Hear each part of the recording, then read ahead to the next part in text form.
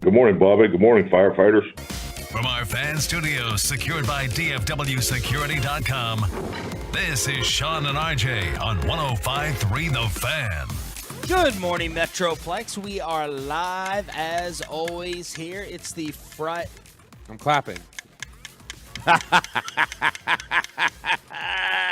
Put your hand up to this one. See how it measures up. Get on the Zoom early. Jackass is here for once, early, on time. RJ Choppy, of course. I'm Sean Sharif, and we are set up at Firehouse number 4 in Plano, 3400 Plano Parkway for another.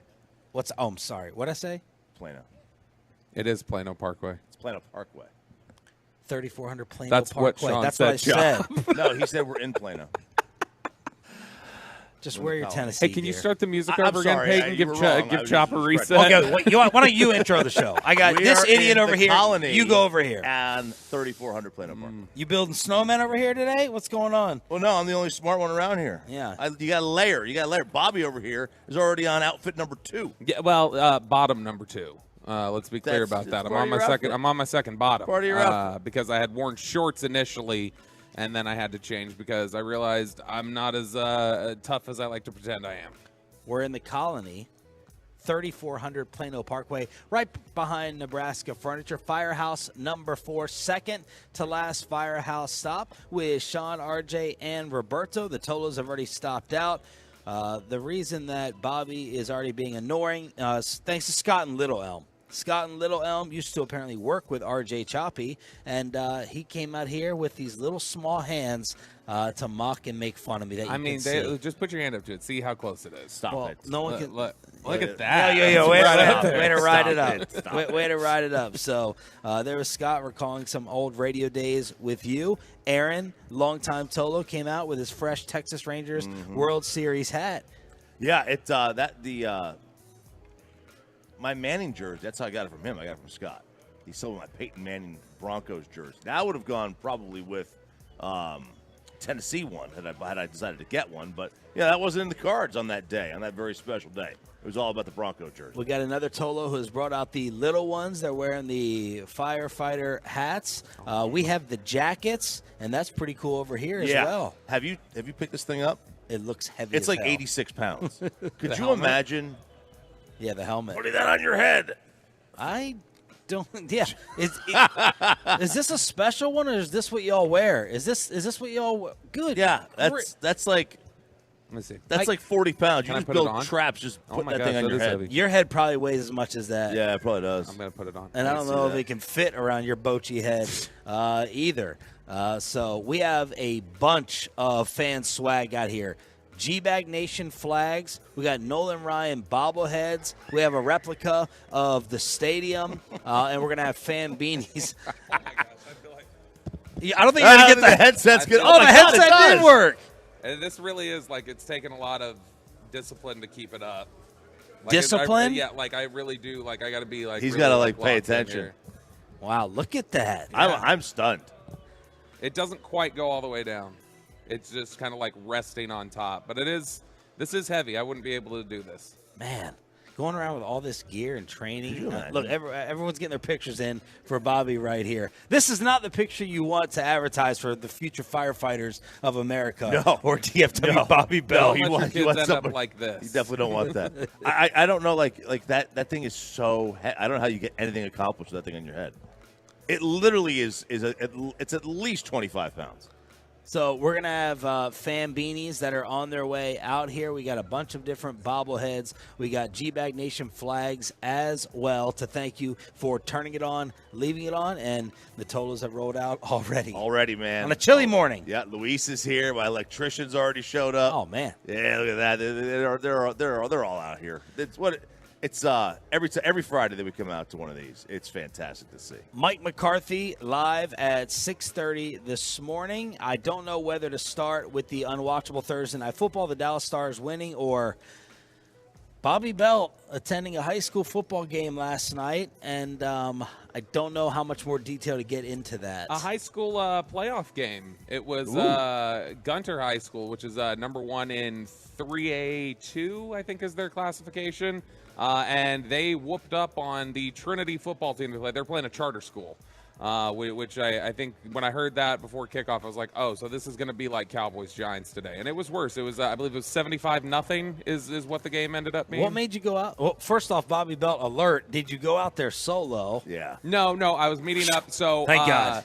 Tolo Steve, it's his college roommate. His son is a sophomore starting on varsity for Gunter, which is pretty impressive. Your number one team in the country got a sophomore starting there. But he had just asked me. He's like, he knows I like high school football, and he was like, hey, do you want to come out? I said, absolutely. We pre-gamed over in Richardson. All right, a little too hard. There, you said it. Yep. He goes, Yeah. I went to this high school football game drunk last night, and I'm like, what? I called into the get right at like 7:12. I don't think I was that bad. I just don't remember the call totally. But it was good. You I don't behaved. remember it? I wasn't mean, bad. I it don't was- remember it, It but I was wasn't just like bad. it was a spur of the moment thing, and I remember getting off the phone and going, I don't think that was too bad. I don't think that was rough, but Peyton, go find that, please. 7:12 last 7:12ish, night. yeah, near Very the end of the first specific segment. time. So you guys pregame for a high school football game. Yeah. We do things different here in Texas. This isn't Maryland Gunter. high school football, Sean. Like we take things seriously. Yeah, we pregame for lacrosse. Have you seen Friday Night Lights? Yeah. Have you seen Lacrosse. Friday Night Lights? It's serious. So business. number one team in the country. No, number one team in their classification in Oh, Texas. okay. Yeah. So what homework have you done on the region and the area out here that you usually like to troll people with? So I was genuinely trying yesterday. I was like trying to research and see if there's anything. I really wanted to wear a Darren Williams, the Colony High School jersey. That's what I really wanted to find. I couldn't find anybody who had one of those. And I wasn't that interested. The only thing I could find was I found a Jazz jersey from him. And I'm like, I don't really wear that. And I'm glad I didn't because I would have had to have changed my top as well as my Yeah. bottom. That's And it, Darren so- Williams, number one claim to fame? Yeah. Or is it Nebraska Furniture I Mart? mean, it could be Shields, Nebraska Furniture now. Yeah. Yeah, so I'm trying to think. Like, I don't know of any like NFL players. I mean, I'm sure there's some, but not like that are of Darren's stature. no, Darren Williams would definitely be the biggest name I think to come out of the Colony. There's a ton of stuff out here, man. Tons. We came out here like weeks ago, and it's just like bam, bam, bam, bam, bam, nonstop. I remember in and out years ago Yeah. next to this place, The line. and now it's blown up. Dude, the Grandscape area with all the restaurants and like there's this upscale miniature golf place in here.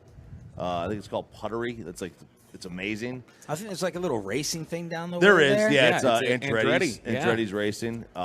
You can go spend a mortgage in there on a Saturday. Oh, really? We are right across from the Top Golf, where Jared Sandler famously introduced bowling for soup with his distorted microphone. Oh yeah, last we are. year. That's across the highway. Look at this! Look at this turnout. I know. Are you kidding me? 20 degrees outside. Feels like. freezing cold out here.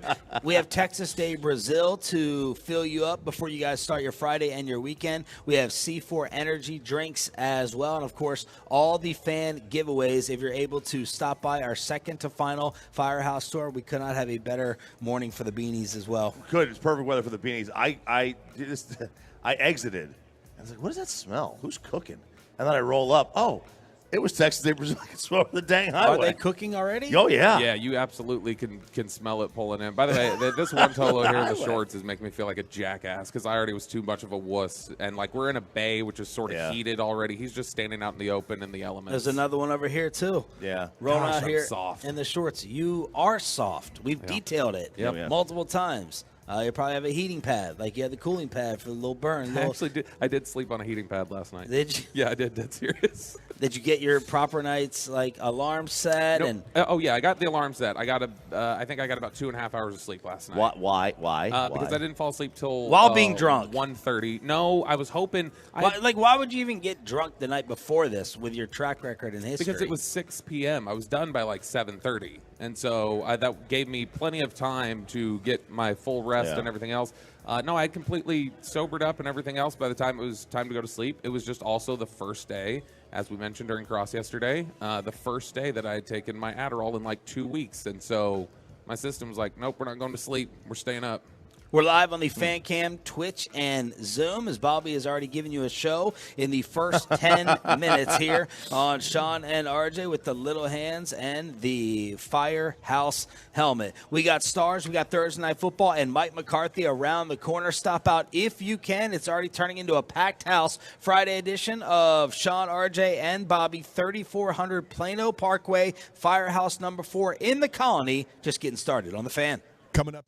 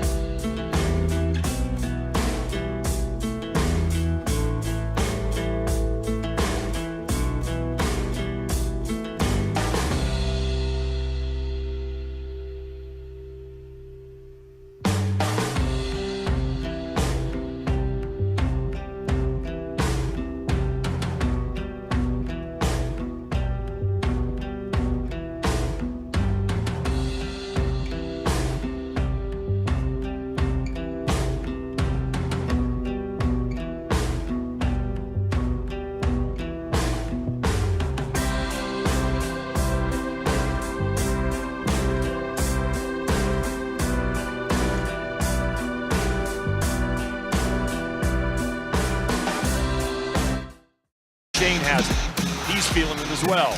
Wrist shot. Score! Tipped in front. Tyler Sagan has the goal. His second of the year. And the Stars lead 4-2. That was the call last night on ESPN as the Stars beat the Columbus Blue Jackets 5-2. Sean, RJ, and Bobby, Firehouse number 4 in the Colony, 3400 Plano Parkway. Stop on out. Let's do a little Tolo roll call out here in the parking lot with Bobby Belt on the wireless. Yeah, I'm live on the scene, Sean Sharif. We're gonna do a quick roll call around here. What is your name and where you're from?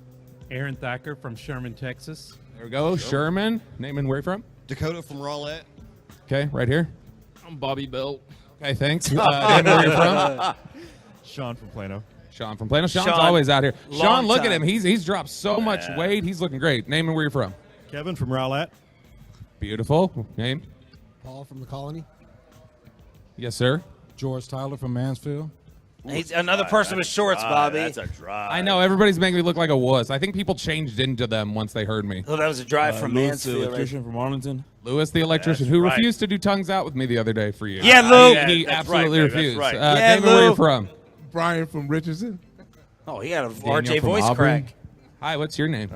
Dino Roses. Oh, nice to meet you. Where are you from? Yeah.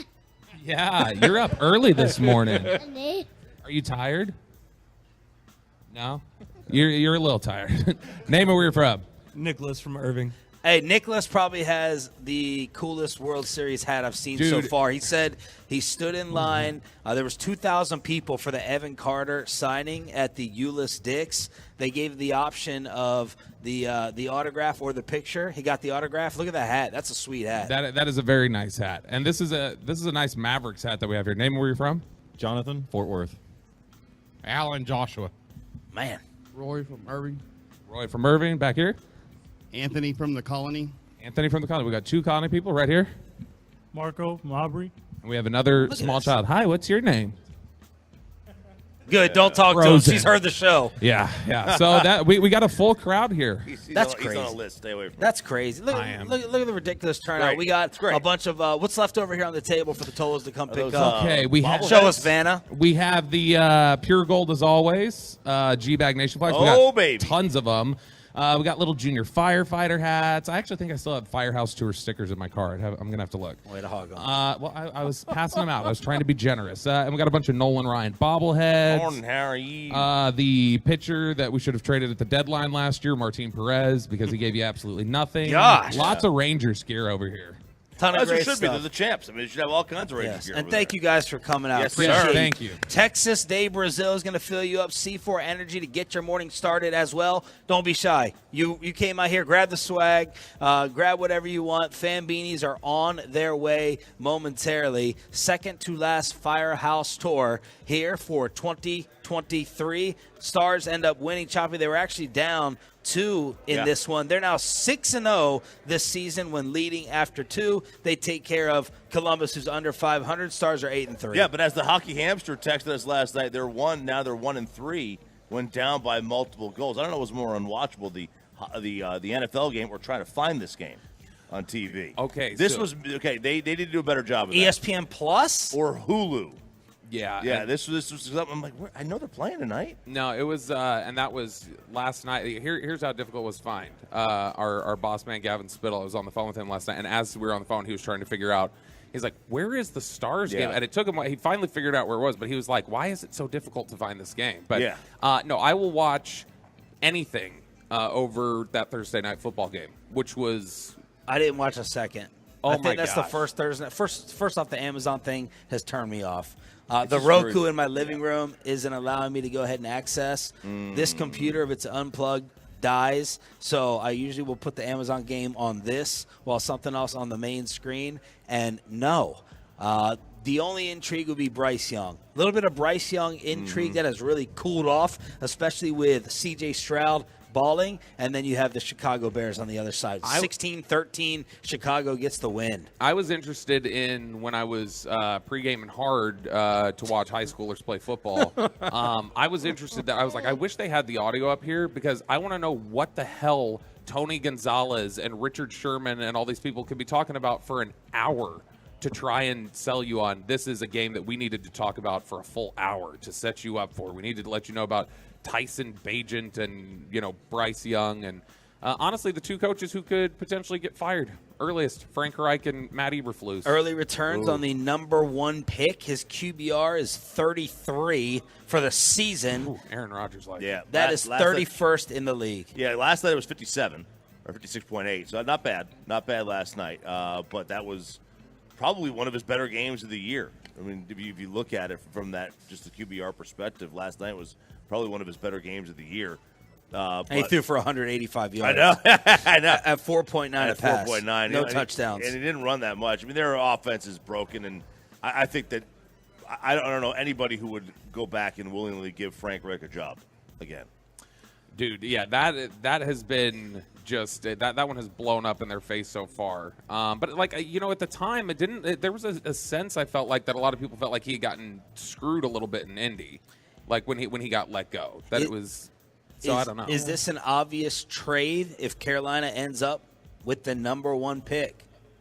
An obvious trade sweepstakes talks.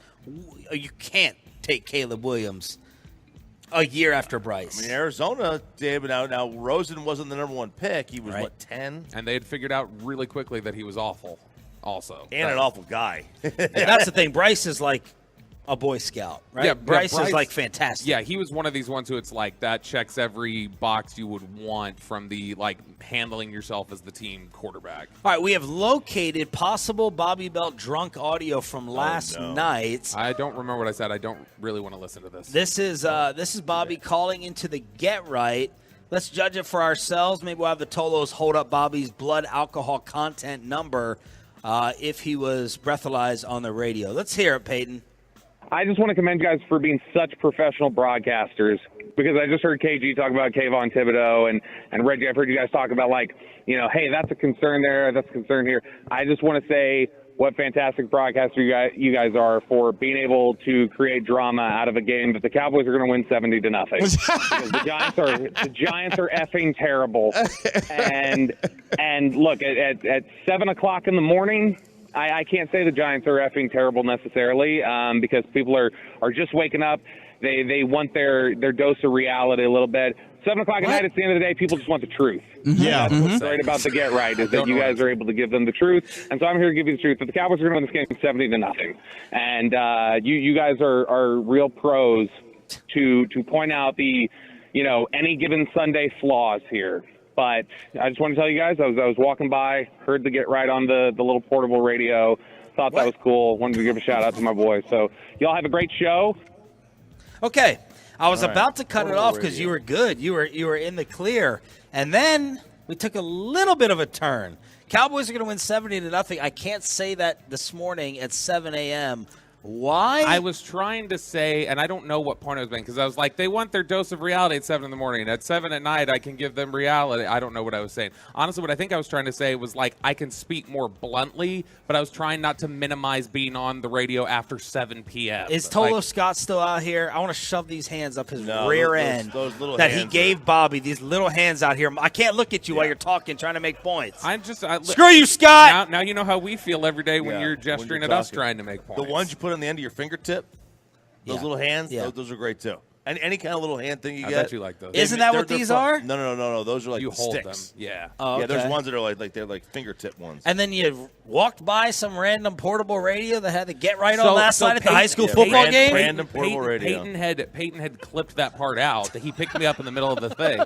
Is that when I was Shaw that was died the over whole here. reason why I called? Is as I was walking through the bleachers, somebody had a radio on and they had it on the fan, and I heard Reggie and KG, and that's what made me stop down and call So it them. wasn't a portable radio; it was just a regular radio. I mean, it was a portable radio. Yeah, it's one of those battery powered ones. It Still wasn't plugged into impressive. anything. Still impressive. Yeah, in the Sitting there. rain, sitting there listening to the fan at 7 o'clock at night. All right. Truckwreck.com text line is open. 877-881-1053. 877-881-1053 in order to hit us up. We're live on the Fan Cam, Twitch, and YouTube. Bobby's warming up his hands here in the cold. Let's actually try to put him to work with Bobby's film room study of the New York Giants. Is it going to be 70-0? We'll also ask Mike McCarthy about the game when he joins us live at 6:30. Firehouse number 4 in the Colony with Sean and RJ just getting started. God, I hate you. Go to commercial, please. Take your turn it on.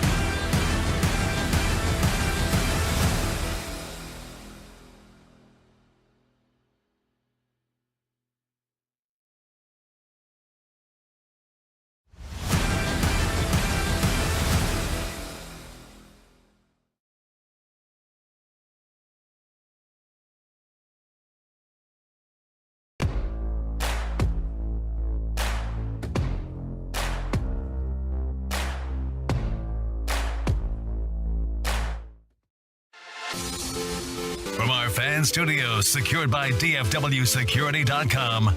This is Sean and RJ on 105.3 The Fan. Good morning, Metroplex. Thanks for waking up with us. We got the best listeners on the station in the Metroplex. They are out here braving the cold. I'm clapping. Yes, sir. Oh, this is going to be good. This is going to be good. Man, you ever been slapped by hands this small? You've never slapped me before, no? All right, we're at Firehouse number 4 in the Colony, 3400 Plano Parkway. Sean, RJ, and Bobby out and about with the Tolos. C4 Energy, of course, Texas Day Brazil has fired up the truck. We got the G-Bag flags. We got Texas Rangers merch, and I'm being told the fan beanies are on the way, and we're about 30 deep already. So stop on out here if you can, all the way up until 10 o'clock. Mike McCarthy will join us live at 6:30. The spread has moved up to 17 points. Damn. Ooh. 17 points for Cowboys-Giants Sunday on this radio station. Jason Garrett shirt. 11 away from the record.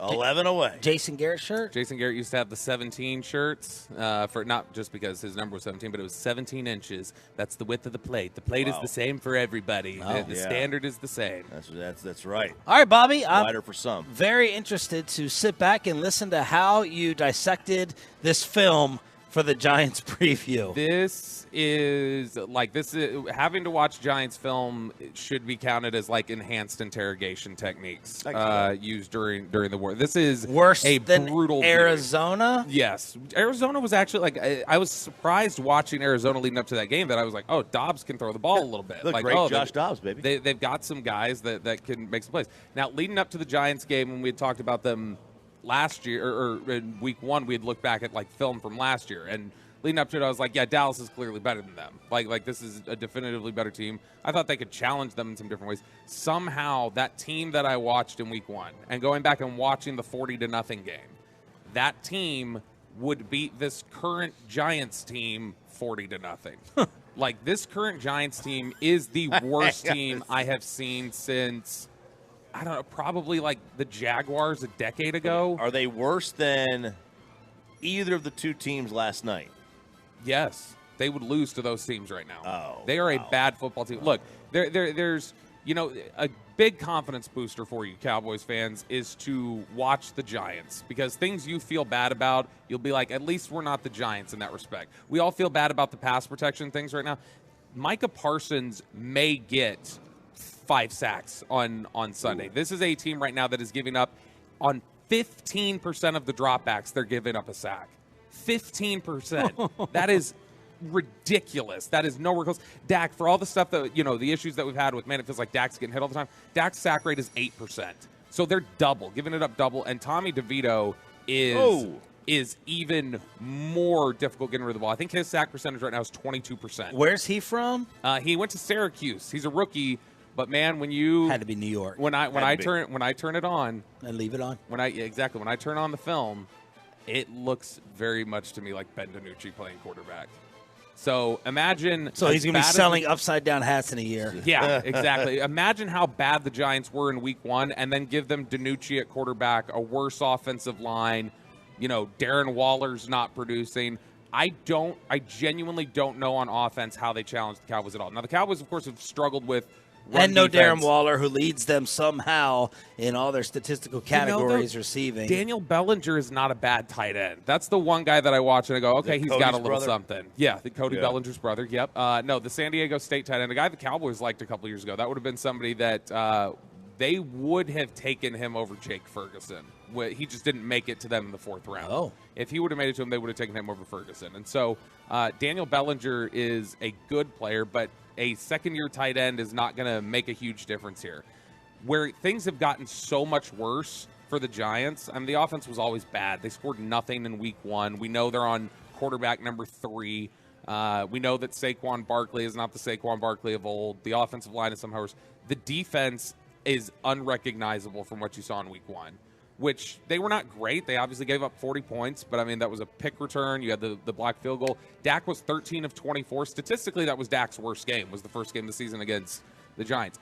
If CeeDee Lamb doesn't have 200 yards receiving in this game, I might view it as a failure, because Cordell Flott, the slot corner, cannot cover. This team, Broadus and I were talking about this, is that when you watch this team, We can pick on individual players. Normally we'll say, hey, they do this thing well, but if you want to pick on somebody, find this corner, go after them. They do this well, this is the game. Where last week when we said you cannot establish the run against Philadelphia, you're not going to be able to do it. If you want to try and get the running game going, build up some confidence, you will be able to run the ball on the Giants. And the Giants, I'm talking about the way Dallas has liked to kind of run wide this season. They've tried. Have they? Yeah, they've actually started to try and run more horizontally. And it's something where I have never seen a worse team playing the width of the field than the Giants. They do not get to the sideline. They take awful angles. They're slow to the ball. It is a slow defense when you watch them run. And they have a very credible name in the defensive coordinator, Wink Martindale. Used to be in Baltimore. According to Xavier McKinney. And apparently he got his feelings hurt. Wink's feelings are a little bit hurt. Yeah, man. I mean, how about that? McKinney's we have no input. We've got no. We have no. He's not taking any of our input. He's just having us do what he wants to do. Which coaches at one point in the league did that, and they've adjusted. You would think to get more kind of a brainstorming session going, but that hasn't happened. And Wink is under fire in New York by the players that have said that he is not taking any of our input at all. And I think that carries weight, who you're talking about it is. Xavier McKinney is one of the decent players on this football team, by the way, for the Giants. He is actually he's a good player. Like Brian said, he was like, there's not many Giants players I would take on this football team, the Cowboys. He's like McKinney and Jason Pinnock, one of the other safeties. Mm-hmm. Those are guys that I would take on the Cowboys right now. But McKinney is a guy who came from Alabama, understands culture, came up in the Saban system, knows how to be a pro. So that Wink Martindale quote yesterday was absolutely wild because he said he did not come back around and go, hey, I got to look at what I do. Instead, he goes, I was hurt. I think this is a frustrated player. We've talked about it. He knows what he did wrong and yada, yada. It's like, wow, okay. That is turning into a really toxic environment there in New York. But, Dabes, baby, Dabes. Man, if you want to run the ball on this team, you will be able to. They've got good linebackers, but those linebackers are better in coverage, I think, than they are playing against the run. Cordell Flott in the slot, like I said, he will not be able to cover CeeDee Lamb, and he refuses to play the run. If you want to get out wide and run to his side, that's an open lane. It's like running at Jalen Smith years ago. So I obviously like these games because it should be a cakewalk, but I don't like them because we can't really learn anything. Yeah. Okay, you beat down New York, you beat down Carolina, and we still have to keep waiting for the test. What is something or some things that we could possibly feel better about with the Cowboys if they take care of business against a sorry team like this?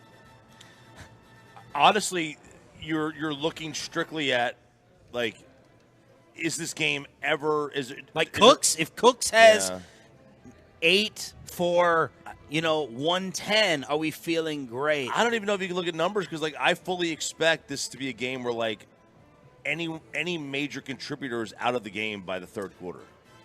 I think what you can really take away from it, Wink Martindale's a guy who likes to blitz a lot, and he likes to disguise blitzes, and he'll show you 8, and then 5 of them come, and you got to just kind of figure out who it is. I think you can feel better about the offensive line, their communication, if they're picking up blitzes. Let me throw this out, and I want everyone on record before the screaming on X and Twitter and Monday morning with the calls. Yep. If Mike McCarthy goes, we can't run the football, this team can't defend the run, we're going to start getting our run game going this week. Mm-hmm. And the first 2 drives, we get some more runs than we would usually want in terms of this whole run-pass thing. Are we okay with them trying that in order to try to have a 250-yard game on the ground? I'm okay if the first 2 drives against a team like the Giants at home, you try something like that. If you think you can have success with it, I'm fine with you trying to do those things. Where I have a problem with it is when you do it against a team like the Eagles on the road. Yeah. That's where it's like, what are you doing here exactly? Why are you putting yourself in this? You went 3 and out against the Eagles, and then they go on a 13-play drive, convert 2 fourth downs. It puts you in an unnecessary hole. With the Giants, I think it's very different. Now, if you want somewhere else where you can feel really good, they have the best the best nose tackle in football. It's not even close. So PFF tracked pressures from the nose tackle position, which is not a typical pass rushing position. Tied for second most pressures in the NFL from the nose tackle position, Michael Pierce with 6, B.J. Hill with 6. First in the NFL is Dexter Lawrence with 31. Wow. He has 31 pressures from the nose tackle. That is a big boost with the questions about Tyler Biotish. If he's able to control Dexter Lawrence, that's another thing you can feel good A about. lot of questions about Tyler. Let us know what you could feel good about, y'all, on the TruckRight.com text line, even while playing a sorry team like this where you are a 17-point favorite. Sean, RJ, and Bobby, Firehouse, number 4 in the Colony. Stop on out and say goodbye. Do we have to praise Lane Kiffin for a youth sports lesson? I want y'all to judge this because people are trying to get Lane Kiffin fired, and I have a feeling the Tolos are going to support him. Little college football and Mike McCarthy live for the 6 a.m. Club on Sean and RJ next. Well, let's get you over to the great.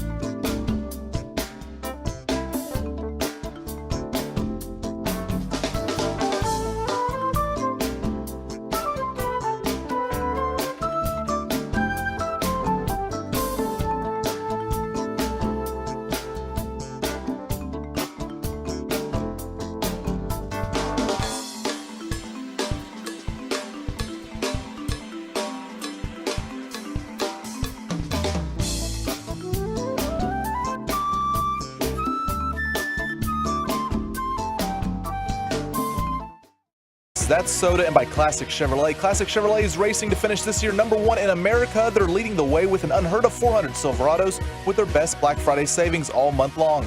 Shop them all today at ClassicChevrolet.com. This is Texas. This is Classic Chevrolet. Relax, enjoy the difference, and find new roads. Mike McCarthy is coming up live. Yes, Listen to all those cheers, Bobby. I know, listen to that applause. Listen bro. to all those. People like the coach. That wasn't for McCarthy. That was for us coming back. You think? That was for us coming back. Yeah, it's us. I don't know. I was just judging by the reaction. But maybe Bobby's right. They just like us. Oh, I thought you were judging like on the fan text. Oh, no. Aaron, were you cheering for McCarthy or were you cheering for us? Us, yeah. See, that's what it is. Shout out to the Tolos who are out here. Firehouse #4 in the Colony, brought to you by Texas Day Brazil, C4 Energy. JD in Frisco just stopped by. Dakota and Rowlett got the G-Bag flight. He's going to the triple broadcasts today. The KMC Masterpiece, Buffalo Wild Wings in Fort Worth, and then the G-Bag Nation, Buffalo Wild Wings in Arlington. Dakota's taking the G-Bag flag to get his sign from all of them. I genuinely love, because, like if I have an off day, I want to spend it indoors, like watching Dateline marathons or whatever else. I don't want to go out and do anything. So I think it's awesome that somebody who gets their day off just wants to go see every single one of our shows. So yeah, you can get loaded and go watch high school football games There like you you by go. yourself. I mean, I was not by myself. There were other adults there drunk too. Mouseman on Mouseman on Twitter is the one who got Stephen A. Jay trying to invite himself on the show to interview Jerry Jones. Stephen A. Talking about the morning show the other day, and Jay came out here with the sweet cowboy jacket and the awesome Rangers hat, and then you want to feel like even less of a man. My guy over here, Dragon Ball Z, is wearing flip-flops. Damn. Flip-flops. It's chilly out. It's only going to get colder this morning, too. You didn't know? Where are you going to work? Where you at a nail salon? Where are you working at? Security. He does have a painted toenail. I'm robbing your place if I walk up there and see them painted nails with flip-flops. He working security? No way. That's an intimidation tactic. It's like, look, it's like that cold. dude's crazy as like, S. I feel nothing. Yeah, he'd have it locked down with better a than TJ. with a Dragon Ball Z jacket. Yeah, I did. And he's the security. I had no idea what that shirt was. As my kids would say, nobody wants to see your puppies. Nobody wants that. Nobody wants to see the dogs out. What, Cody? He didn't know what it was. So Yeah, I have no idea. What it's like the Infinity Stones and Grogu. Do you still not know what Dragon Ball Z is? Do you know SpongeBob? I know what it is. I have no idea what it's about or anything. Yeah, but like the tone you're giving of like you're the weirdest one by far on the By show. far So the like weirdest for one. you to be like judge someone off weirdness is ridiculous. No, it was not, I was not judging weirdness. I was just saying I know because it's wildly popular with people my age. He's my age. I had never watched it. You literally were homeschooled because of people like Sean and I. we would have mercilessly made fun of you. Pop. The dead legs that would have been given. Well, I mean, look, my mom was right. You mercilessly make fun of her in death now, so she's probably right to keep me away from you. All right, you know how to suck the air out of to the defend herself. Firehouse. Mike. All right. Round of applause, John. All right. The small hands have been brought out here. Scott Little Elm, forever screw you. Fist bump me. Mike McCarthy. Mike McCarthy. Y'all going to have to get on the Zoom to appreciate this. The fan beanies are on their way. We got G-Bag flags. I think the Texas Rangers merchandise is out. And Texas Day Brazil. Oh, y'all got to try to stick around as long as possible to get fed with what they're going to kick out for the early breakfast. McCarthy at 6:30. But how about the Lane Kiffin audio that went viral? People are trying to get Lane Kiffin in trouble. Here he is kicking off one of the backup players on his team. This is defensive tackle DeSanto Rollins. Somehow this got recorded behind the scenes. This is DeSanto Rollins taking a mental health crisis break from the Ole Miss football team. Lane Kiffin's not happy. Listen. If you would have come here when you kept getting messages, the head coach wants to talk to you, and you saying, I'm not ready to talk to him. I wasn't. Well, what world do you live in? I don't see why you gotta be disrespectful, honestly. Get out of here. Go, you're off the team. You're done. See ya. Because See ya. Go. And guess what? We can kick you off the team. So go read your rights about mental health. We can kick you off the team for not showing up. When the head coach has to meet with you and you don't show up for weeks, okay, we can remove you from the team. It's called being a It's called hiding behind and not showing up to work. Yeah, that's Lane. That's Lane Kiffin right there. That is Lane Kiffin. Lame or Lane? Lane. Well, I mean, no, that is Lane Kiffin. What do you think, Choppy? Lane Kiffin getting a ton of support. Like, hey, you don't respond to your boss. You don't show up for weeks without an update. This is what you get. Lane Kiffin taught a real-world lesson to this young player. Could have kept the P word out of it. I don't know how much trouble that. I assume that was the P word. It was. I don't know how much trouble that would get Lane in. Parade. What's that? Parade. Stop it. I don't get it. From last week where we said the parade the P word. They kept calling it the P word, and we started making jokes. Get your own references, Sean. Yeah, it's just tough because we're in a day and age where you just if someone has a mental health issue, you just acquiesce to whatever their needs are. You don't worry about whether they contact you for 2 weeks. When they're ready to come back, they just come back.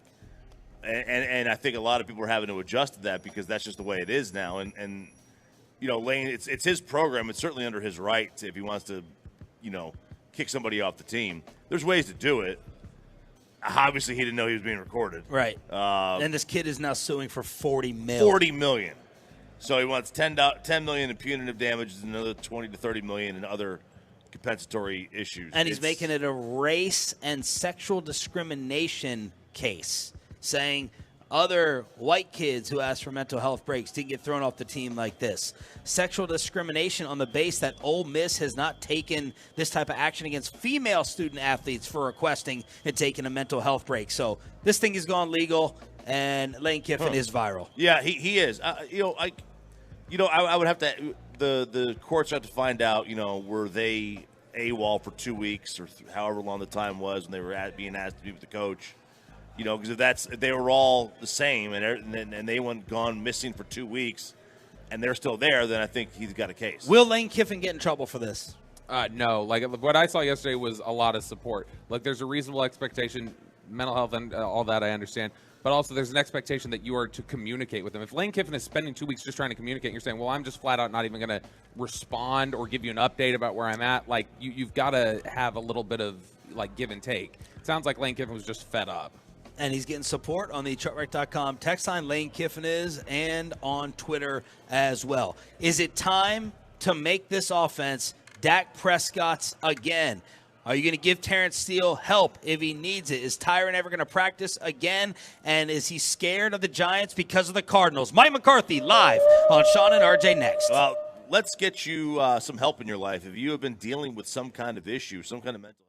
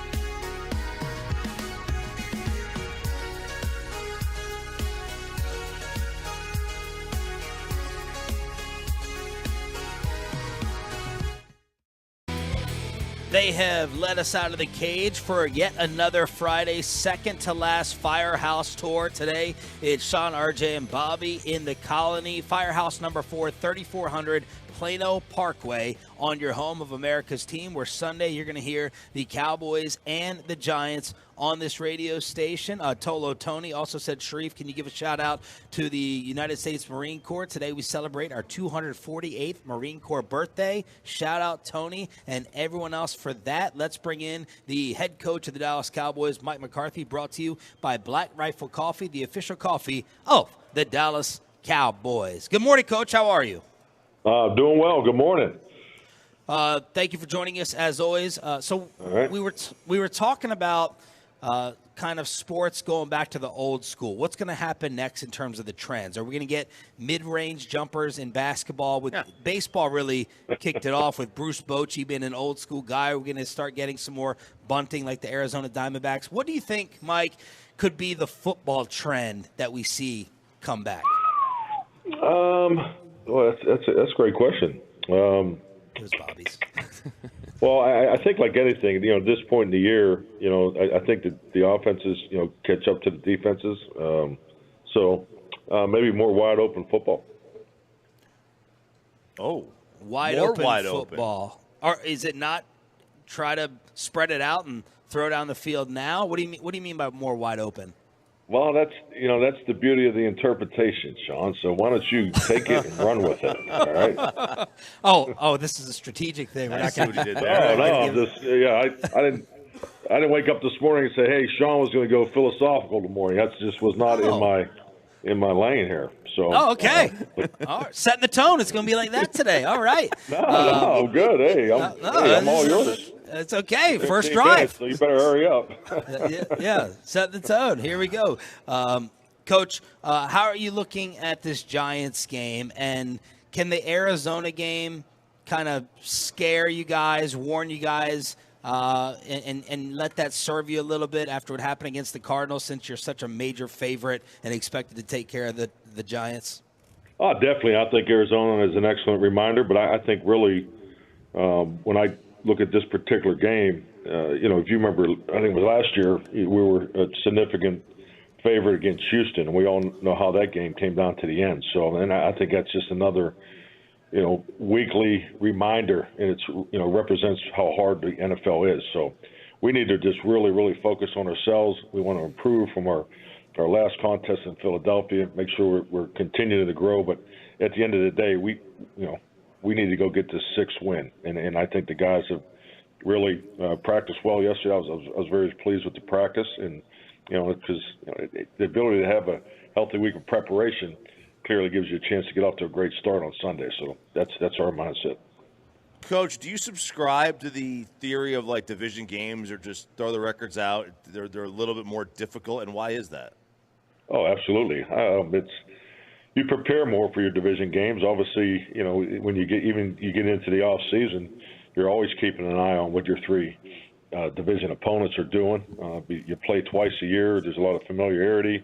You look at the familiarity of the coaching staffs throughout our division, and how competitive our division is. I mean, you got really 4 playoff caliber football teams in our division. But absolutely, without a doubt, these are the toughest games of the year. We don't know much about like Tommy DeVito. Did y'all scout him out of college? What kind of game does he have? Did not, but he definitely has the ability to run. I mean, that's the thing. Just visiting with Dan in the video that he has shown me is, he's a really good athlete, but it's not too often you see a quarterback put the ball in his left hand and take off and run through the A and B gap. So he's got really good feet. He's a playmaker, playing above the 2.3. So those are the things we're focused on. Really, anticipating him coming, in here Sunday and more quarterback movements than we've probably seen of late. So, but I would definitely put him in the classification of a mobile quarterback. One thing on the mobile quarterback is that you think like the future where the pocket passer is kind of going to go away, and you better be a mobile guy. Well, I think you have to do both to be a championship quarterback. You got to be able to win from the pocket and win out of the pocket. So that's something I've always believed in as far as the training of a quarterback, what you look for. and how you want that quarterback to run your offense. So I just think it's so difficult in today's NFL. I mean, these defensive lines, the depth. I mean, if you don't have 5 number 1 picks on your defensive line, you're not very good in today's standards. So I mean, it's just you see it each and every week. So I think your ability to play in the pocket and out of the pocket is a must. Mike McCarthy here on the Fan. Speaking of playing out of the pocket, Dak has just taken his game to another level. It seems like in the last 3 weeks, and just playing out of his mind. How much consideration have you given, Coach, to changing the identity and the formula from defense, run, take care of the ball, possession to let's just turn this thing over to the quarterback and let's try to blow up the scoreboard? How much have you thought about changing the identity of what you wanted this season to start off being? Well, I don't really look at us as defense, run the ball, don't turn it over. I mean, I think those are variables you have to have within your football team. I think clearly we want to score more points than anybody. We want to keep their points down, but I think it's how you play was what we emphasized coming out of the last offseason, and that was the ability to be more efficient offensively, take care of the ball better, make sure we're maximizing our opportunities. Our time of possession points to that, so that was something I felt that we really need to improve on. Our ball security is better. We're still taking it away at a top level.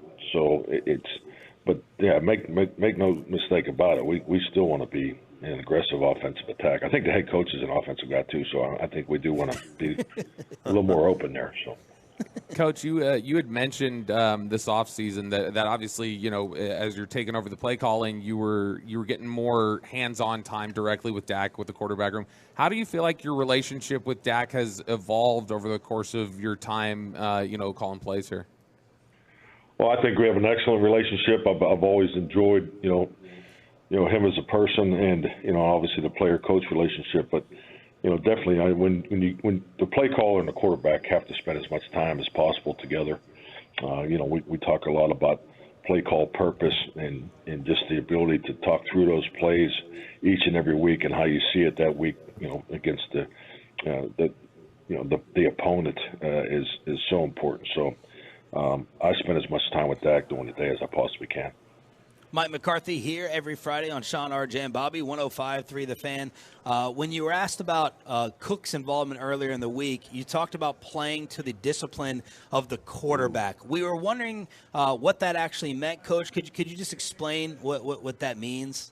Well, I think it's like anything. We all want – everybody wants the football, and ideally you like to get the ball to everybody. But, for the quarterback to be, the play to the efficiency that we just talked about, he has to run the offense with the discipline of going through his progressions and not forcing the ball to a guy that may need a catch or need a throw. I think that's really is all part of the play caller purpose and identifying through game plan, creating opportunities for all the guys. And even when you do create opportunities, and really with that making him the primary receiver, that doesn't necessarily guarantee he's going to get the ball.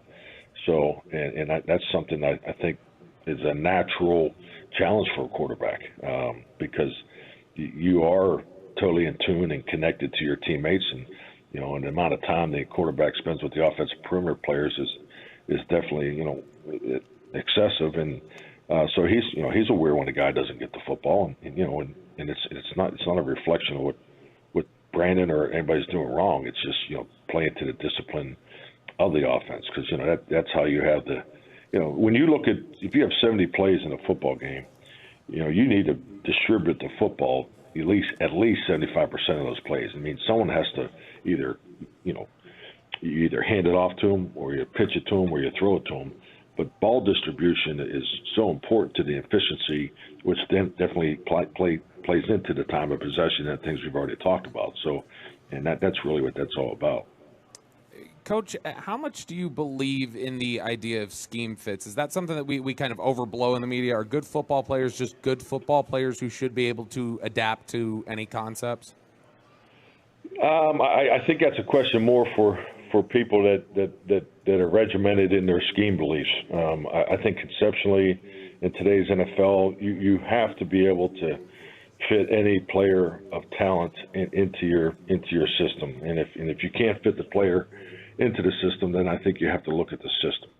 And then with that, you got to also, it's got to have a starting point. You know, some offenses in the old days were built around the halfback. You know, this offense has always been, for the time in my 30 years in the league, is built around making the quarterback successful.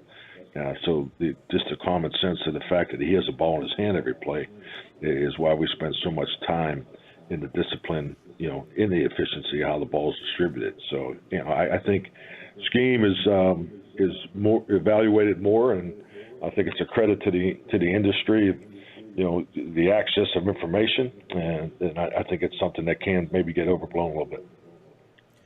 Do you think the same applies for quarterbacks in this specific scheme? I think quarterbacks need to fit the philosophical approach of the offense. You know, I think that's where sometimes it gets to be a challenge. Coach, I know, jumping back to Brandon Cooks, I know you've said this week that, hey, what Brandon Cooks is doing, it goes beyond whatever goes into a box score. He's doing good things for us. What are some of the ways that you feel like he's contributing and playing well right now that aren't just going to show up in his stat line? I mean, he's an excellent contributor both on and off the field. So off the field is ultimate professional work ethic, totally engaged in the game plan, has clear understanding of what the defense is doing, understanding of the techniques and details of, you know, each corner, how we anticipate they're going to play us. And then, you know, I think just like anything in the game, I mean, it's when he lines up, you know, he has the ability to take two, you know, with his vertical speed, and you know, he does things that they react differently to him. So that is definitely an asset that doesn't show up in a box score. Coach, I know you also said this week when a lot of people were talking about how Terrence Steele played. I know Brian Schottenheimer said, hey, Terrence knows he's got to play better. That wasn't a great game for him. I know you said that the injury, coming back from the injury, is obviously going to be a part of it. What do you think his trouble recently has been more about? Is it about a technique thing? Is it confidence? Or do you think it is just as simple as, hey, this is the reality of trying to come back from a serious injury? That's the reality of coming back from a serious injury. I think that's really what every player goes through that has a major joint injury. And you got to remember, he didn't miss any time either. You know, I was shocked in a good way that he was even ready for training camp. So, you know, he's been ahead of the curve the whole time in his rehab and coming back. But, you know, everything he does throughout this year it's a first for him. You know, so I mean, there's some things he's going to have to deal with and is dealing with it. You know, I think it's just part of coming back, and that first year is very difficult. Coach, what has been your belief or history in terms of giving help to the tackle? Jerry said, and he's obviously right, you know, you have to have guys out in patterns. If you're in a high-scoring game, we got to score too. Kind of, what's just your overall philosophy on giving help to one of the tackles who could be struggling and when to do it within a game? Yeah, definitely. You try to be selective. You know, obviously, you know, you go back and look at it. You know, you look at the numbers of how often do it. But we have, I would say, we're, you know, volume-wise is probably in the upper echelon for help protections and how we do it. But you know, there's obviously certain situations and places on the field that, you know, you're also playing to the time clock of the quarterback and passing game to get that extra guy out. So that's, you know, that's part of the chess match of the game. So. But yes, definitely. I mean, you have to help these guys out in certain situations, because there's things that go on during the game that, you know, people may not realize either, where you may have to help somebody. But yeah, that's definitely part of our protection plan. Coach, thank you for the time as always. We appreciate it. Best of luck against the Giants. All right, you guys have a great weekend. Thank you. You too. Mike McCarthy, brought to you by Black Rifle Coffee, the official coffee of the Dallas Cowboys. Man, he can be a difficult one to figure out the beginning of the fight with. Are we jabbing? Are we throwing any punches? Are we gonna wait to the end to throw it? Are we throwing in the beginning? I never know. He's throwing me off. He's always got a different approach every week. Yeah, I mean, at first it sounded like wow, he gave you that long whistle when you asked Was that him the question. him? Yeah, that was Yeah, him. that He was gave him. the whistle like, wow, okay. And he goes, man, that's a great question. And then he had to like come back around and go like, I wasn't expecting philosophical questions from Sean over there. And I it's like, know. oh, okay. So, Oh, you think it was an he threw insult some towards jabs. me? Oh, you think it was me? You know, when someone whistles, it just like kind of takes me down a notch. Because I can't whistle. Oh. You can't whistle at all? Not like that. I mean, I can do like the little bit, but like the one where it's like a long, drawn out, and yeah, no, You can't I do can't that? Yeah, that just sounds like the Colony wins at 4 a.m. this morning. Yeah, my tongue's more used for other things. It's not really for whistling. Right, baby. I wish I could do the Phil Jackson whistle. Yeah, I do too. That's what I really Yeah, wish. Can you The do one, it? no, the like you put that. Yeah, I can't do that. I feel like every father needs to do that. I've failed my kids because now I have to yell their name out in public, and they don't listen to names. They don't listen to me at all. Do either of them have nicknames that Bud, you yell pal, out? dude, buddy. So at the game you'll yell, Bud. So Pal. Julian's nickname is Juicy. Juicy J. No, he tongue runs in the family. I don't know how he got the nickname, but it's supposed to be his nickname is like Juicy Pony. He likes the Genuine My Pony song, but his nickname is just Julian. How long has this Juicy. been his nickname? Like 3 years. So he was 8 when he was really into My Pony. Juicy Pony. Yeah, Juicy Pony. Luca, they call him Papa. They call him Papa at school. So these are all notorious B.I.G. nicknames. Big Papa, Big Papa, Juicy. and then Juicy. Yeah. So Luca's nickname is Papa. The Texas de Brazil truck has officially opened. So the Tolos, go get it. Go get it. Lining up for the food. Thank you all for rolling up here in the Colony. Firehouse number 4, 3400 Plano Parkway here on Sean and RJ. It's DFW Sports Station 105.3 The Fan. I have some Cowboy follow-ups from Vegas. Oh, man. That you can bet on for this game. Will the Cowboys shut out the New York Giants again? Yes or no? Try not to look at my computer and cheat. I want your best guess. The favorite's going to be no. Yeah, the favorite's going to be no at minus 500.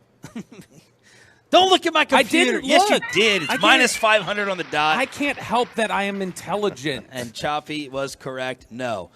Giants point total versus the Cowboys. What's the over-under? 9.5. 13.5. RJ's correct. It's 10. Okay. Over-under is 10. Will the Cowboys score a defensive touchdown this week? No is be the favorite. No is minus 450. Will the Cowboys score 40-plus? What is the over-under for this game? And will the Cowboys score 40-plus against the Giants, yes or no? The over-under was like 40, I'm thought? going to say the favorite is no on the 40-plus. Okay, so It's no at minus 400. that's value because if you look at over the last like 23 home games Dak has started, half of them they score 40. Oh, wow. All right. What? They've scored 40 points or more in like half of the last 23 home games Dak started. The Oh my over-under God. is 40.5. Yeah, 40 so and a half. they score 41 to nothing. Yeah, that makes sense. 40, 41, you just got to figure that out. Half of the home games they've scored 40? Over, yeah, I mean, now Dak's obviously missed some time in there, so it's over the course of like 4 years, but it's like over the last 23 that he's played, 11 of them, they've scored 40 points at home. All right, got some other around the NFL stuff. Kyler Murray's team, if not Arizona, week 1 of next year. What's his status in terms of coming back? He's allegedly, the talk was that he could be ready to go this week, and so he's supposed to be ready to come back and play. I think that's the biggest reason why they ended up moving on from Josh Dobbs. I think it was, okay, we're going to stop being cute here. We're going to get back to Kyler Murray. We're not going to do any sort of evaluation here. So if not Arizona, who needs a quarterback? We'll go with the Rams. The Patriots. Damn it. Oh, Imagine wow. Kyler with – well, Belichick's not going to be there, but Right. Patriots 5-1. Then the Titans. Okay.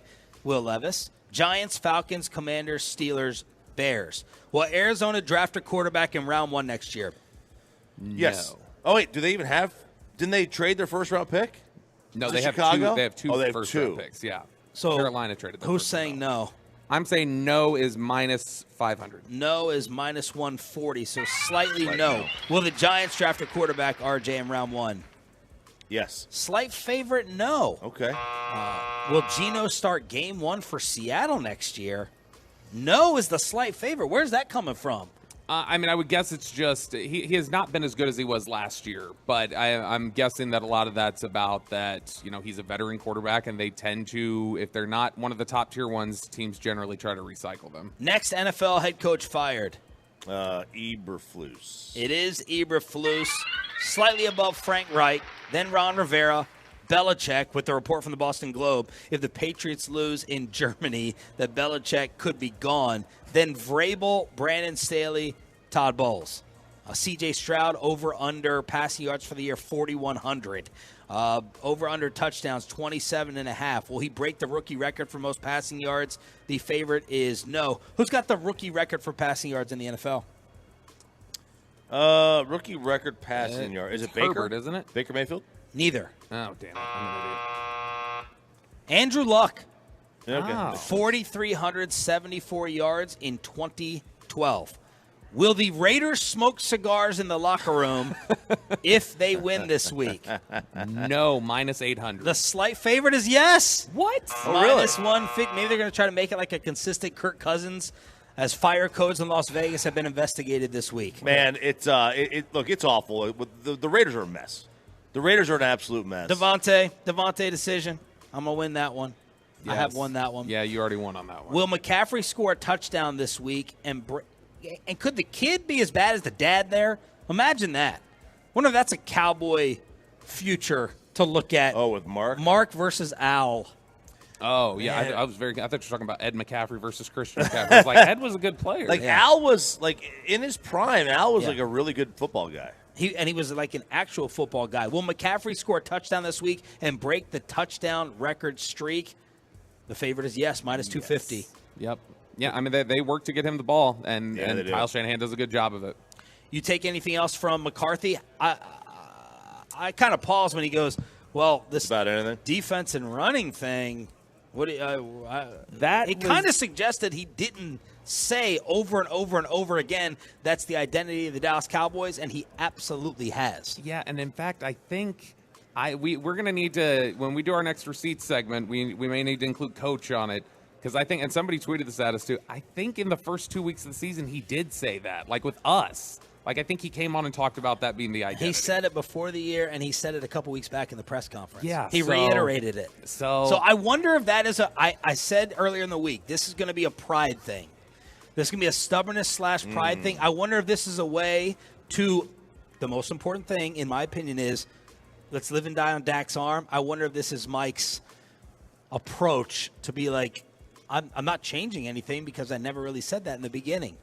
I wonder. These aren't the droids you're looking for. He's trying to do some Jedi mind tricks on us here. Is that what it is? Yep. Has Shohei Ohtani already made his decision, and is it good or bad news for us? We'll talk about it on the home of the Rangers next on Sean and RJ. But first, let me go.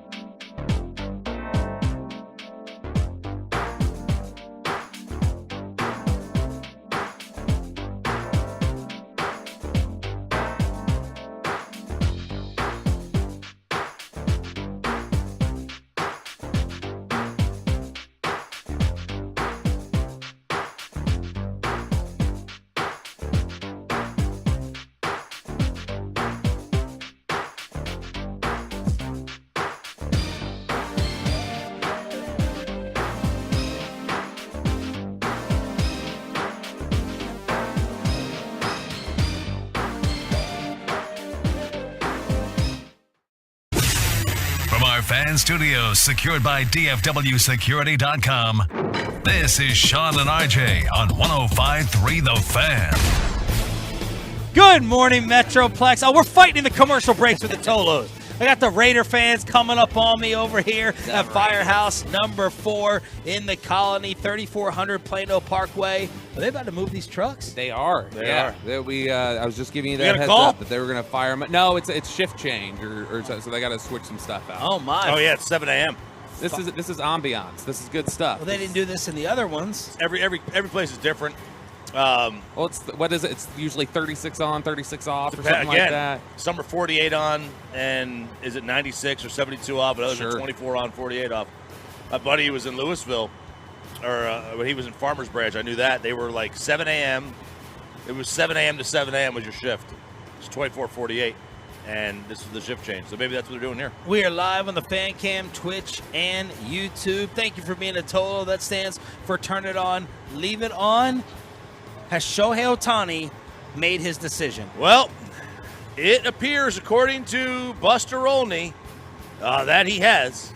He says he has already made up his mind as to where he wants to go. And a friend of his says that he believes that he knows where he wants. And Olney says his guess is not the Rangers. So I went to your email last night. I looked at this article. And I closed my eyes, honest to God. I closed my eyes before looking at the team. Yeah. And when I saw that it said Dodgers, it felt like a little small punch in the stomach. A Bobby Hands punch in the stomach. Yeah. On the fan cam. On the fan cam. So that one hurt me a little bit. It did. Now there's just speculation. Right. Oh, it's absolute speculation.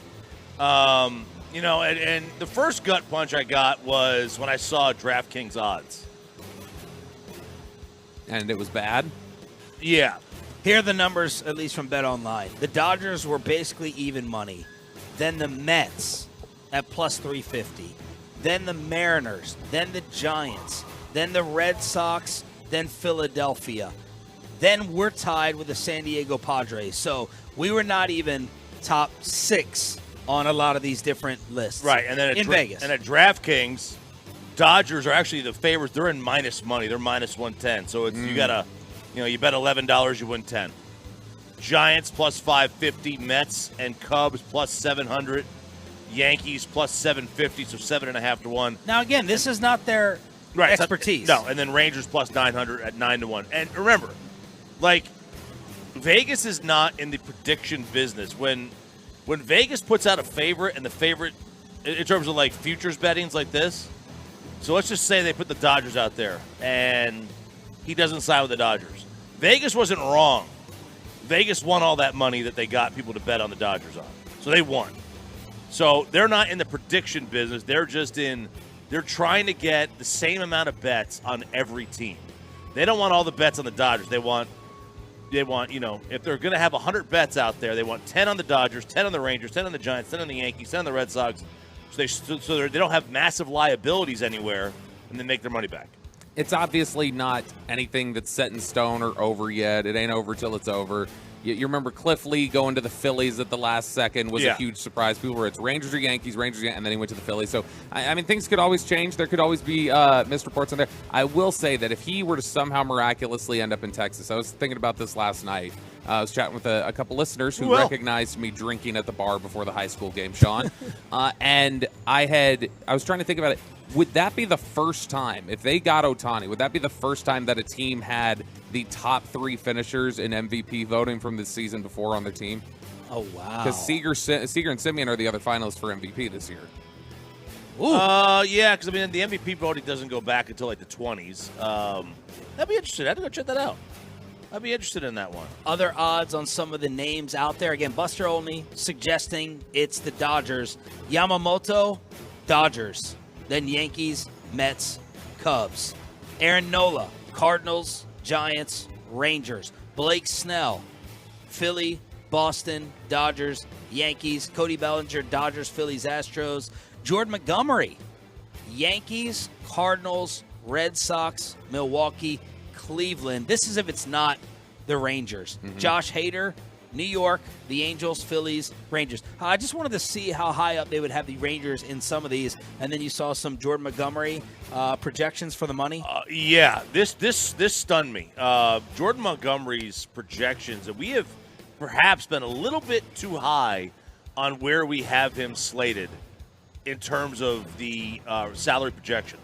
They have him on ESPN at 5 years, $106 million, which is 21.2 average.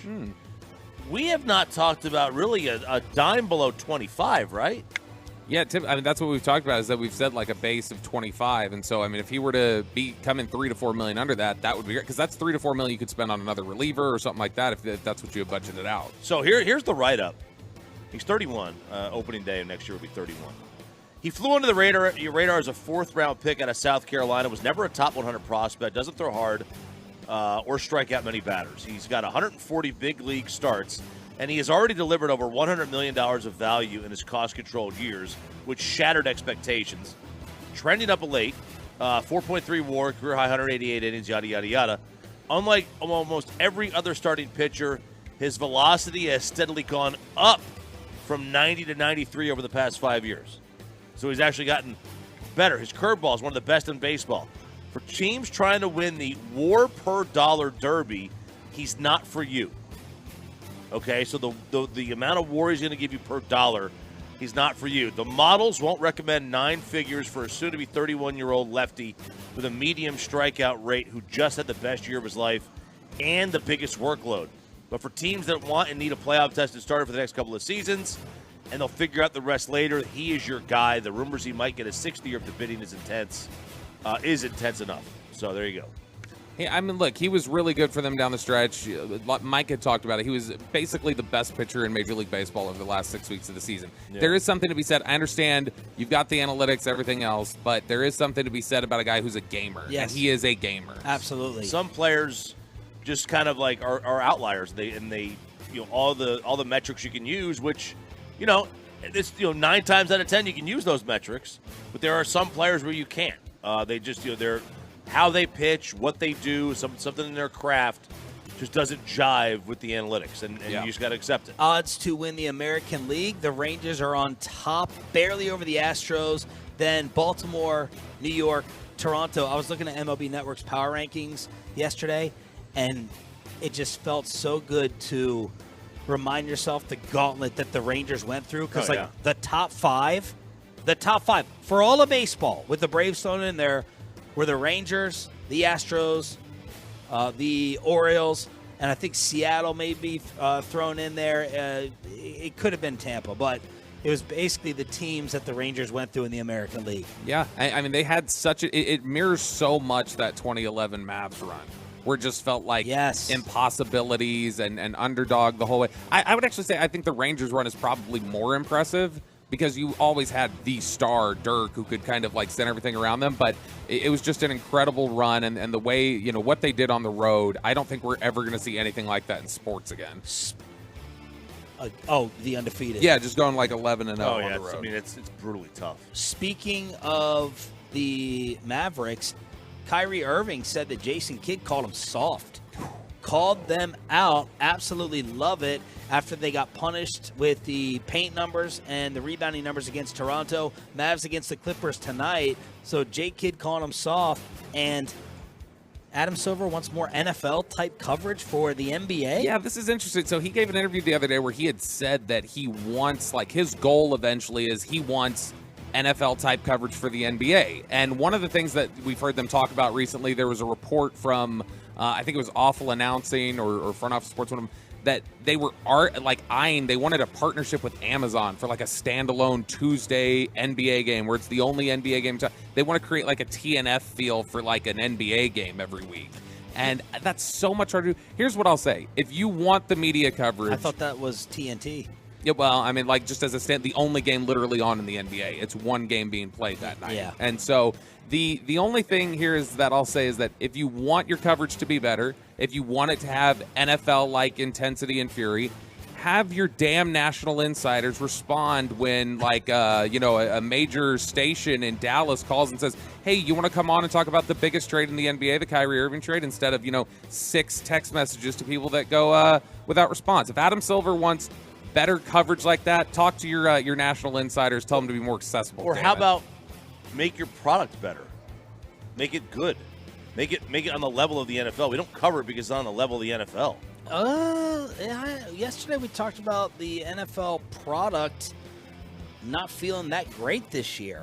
Whether or not the product is great, we like it. Yeah, we like the sport more. Yeah. The year to year, the product's going to go up and down. What would you fix about the NBA? A lot less games. Would you add a 4-point shot? Some, maybe. Yeah. Some more stakes. I need to say that the problem with the NBA is the same problem with Major League Baseball. There's too many games. Because the regular season doesn't matter. You weren't happy with the start of the college basketball season. No, the start of the college basketball season was a joke on Monday. For years and years and years, remember they did the 24-hour start day. They would play games at 2 o'clock in the morning, 6 o'clock in the morning. They'd play them all over the country. Here you had 180 teams, yet 70 of them were non-Division I teams playing in these games. And it's unwatchable. It's unwatchable. You had Lemoyne playing. You had, who the hell did Tennessee play? We played like Tennessee Tech or something like that. I watched the game. I don't even remember who we played. That's how bad it was. To that point, though, about the NBA needs to be a more entertaining product. If you want to get, and I stated earlier this week, I'm not a fan of Adam Silver. I don't like the guy at all. He's my least favorite commissioner in professional sports. You have to say that he is trying to do things to improve the product every year. He's trying out this stupid European in-season tournament. He's, making the stipulations of, okay, you got to play this many games if you want to qualify for awards. So he's trying to do something about the load management that's hurt the game a little bit. So, I think he's trying to foster some of that. It's just there's only so much that you're going to be able to catch up to the NFL. Yeah, it's really going to be tough to catch up to the NFL. It's already talked about, like, a lot. Comparatively speaking to its ratings compared to baseball, it's talked about way more than the ratings disparity between the two. It's got a lot of people on national TV shows that are former players. Go up and down. Every single network, they're loaded up with NFL and NBA guys. The Texas Longhorns are turning back to Quinn at quarterback. Mr. Bobby Bell. Yeah, look, Malik Murphy did not play great. He was fine early on in that game last week, but he struggled a great deal. They obviously snuck out of there with the overtime victory last week. And so, Amon G. Carter, they'll be in Fort Worth this week to take on the Horned Frogs, and it'll be Quinn Ewers again coming off of a shoulder injury. And so we'll see how well he plays. Last year it was after the shoulder injury. He really didn't play well the rest of the year. That kind of threw off the whole season. So we'll see how much it impacts him.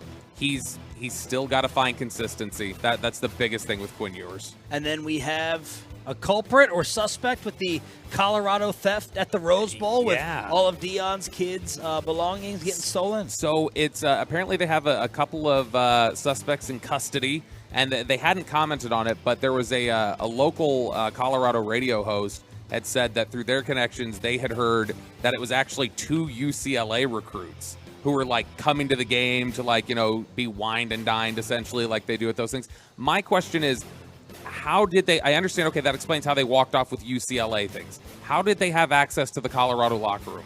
Was the school letting them walk in after Colorado players were out of there? They may have given an all-access badge. I don't know. And they just snuck in? Yeah. I find it very odd that you wouldn't have recruits supervised for the entire visit. This still doesn't sound right. Sean Sharif, RJ Choppy, and Bobby Bell brought to you by C4 Energy, Texas Day, Brazil, Firehouse number 4 in the Colony, our second to final Firehouse tour. Stop on out. Thanks to all the Tolos who have done so already. We still got Gag Nation flags and 105.3 The Fan beanies for a cold Friday to start off your weekend. All right, we'll go around the NFL with executives, supposed smart people in the league, saying the Cowboys are making the NFC Championship game, and it begins and ends and all falls on CeeDee Lamb. What the rest of the NFL world is saying about the Cowboys for the second half of the season next. Let's get you over to Platinum.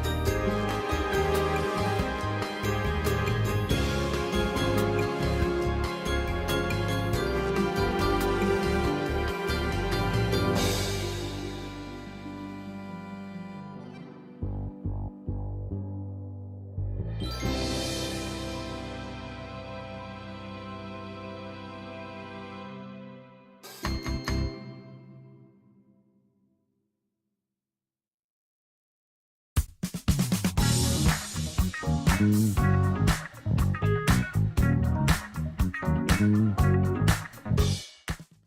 RJ right here on 105.3 The Fan. It is the Expressway right now on The Fan, and it's brought to you by QC Kinetics. We're commercial free for the next 40 minutes on your home of the Cowboys and Rangers. Thanks to all the Tolos who rolled on out to Firehouse number 4 in the Colony, 3400 Plano Parkway. Man, look at this. We got the chairs set up.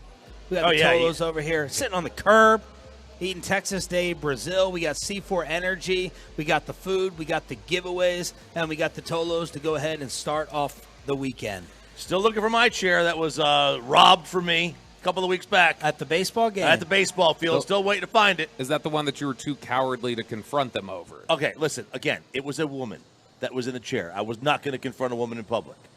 A man, Sarah, fine. You could have had not Sarah. After a woman. You could have had Sarah. Look, I would be the big bad bully. I'd be the big bad bully who would only go up to a lady in public. I'm a public figure, Bobby. Unlike you, I'm a public figure. Time out here. Okay? Can't do those things. Okay. Point number 1. Unlike you. Remember, it's Bobby and everybody. Okay, That's RJ. right. Yeah, so there is that. Number 2. You were the one who you claimed at the end of last year you had become the social assassin. Yeah, to men. And now you won't just say, give me my chair back. I'm not going to go bully some lady who probably didn't take my chair. It's a very common chair. Man, that sounds like cognitive What dissonance. easily what happened was it fell out of the wagon. Some dude picked it up and put it in the bed of his truck instead of saying, waving me down. Maybe he was flagging me down because I was on the phone. You know who I was on the phone with?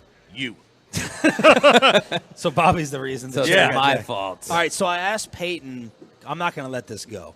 Oh, no. I asked Peyton to go and get the clip from Mike McCarthy at 6:30 this morning. Yeah. When I asked Mike, is it time to turn the offense over to Dak, turn the football team over to Dak versus your defense, run game, possession limit, turnovers?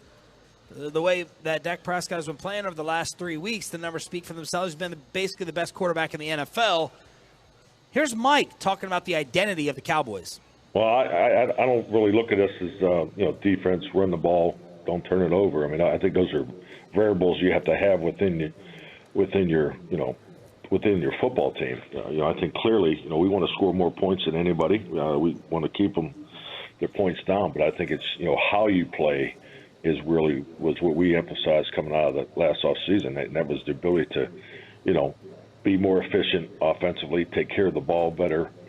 Make sure we're maximizing our opportunities. Our time of possession points to that, so that was something I felt that we really need to improve on. Our ball security is better. We're still taking it away at a top level. So make no mistake about it. We still want to be an aggressive offensive attack. I think the head coach is an offensive guy too, so I think we do want to be a little more open there. So Mike is changing the script because multiple times this year he said defense leads this team. And that's basically the identity, and we want to run the football as well. It happened. It's a reality. Now, the most important thing is how is McCarthy going to approach it moving forward in this second half of the season? That's the most important thing. This other stuff is kind of, semantics in terms of what he said, what he didn't say, what are they changing it to, what are they going to do? It's interesting because the question becomes what you've seen the last 3 weeks. Is that what McCarthy's done, or is that what Dak's done? Is that Dak saying, I'm taking control of, not obviously the whole offense. I'm not saying he's out here designing the entire offense and calling all these plays, but there have been several instances. We take the 3 running plays or the run pass that caused the punt on the first drive. The very next drive, 3 straight dropbacks Dak ran on 3 straight ones and picked up the first down. And so how much of it is just Dak is saying, I'm going to take control where I can take control, and I'm going to do those things versus, is this what we've seen the last few weeks? Is that McCarthy's plan? Or has Dak taken control of that? Right. That's something that we just don't know. And what would that mean? I would love like a coach or player insight. So if Dak's going up to the line of scrimmage and he's like, I'm doing this, what does that mean? Does that mean I'm going to kind of go through the 3-step, 5-step drop, not going to have anything there, wink, and then I'm going to freelance? Is it changing the play at the line of scrimmage? I'm very curious to know what that actually means. Is Dak doing it?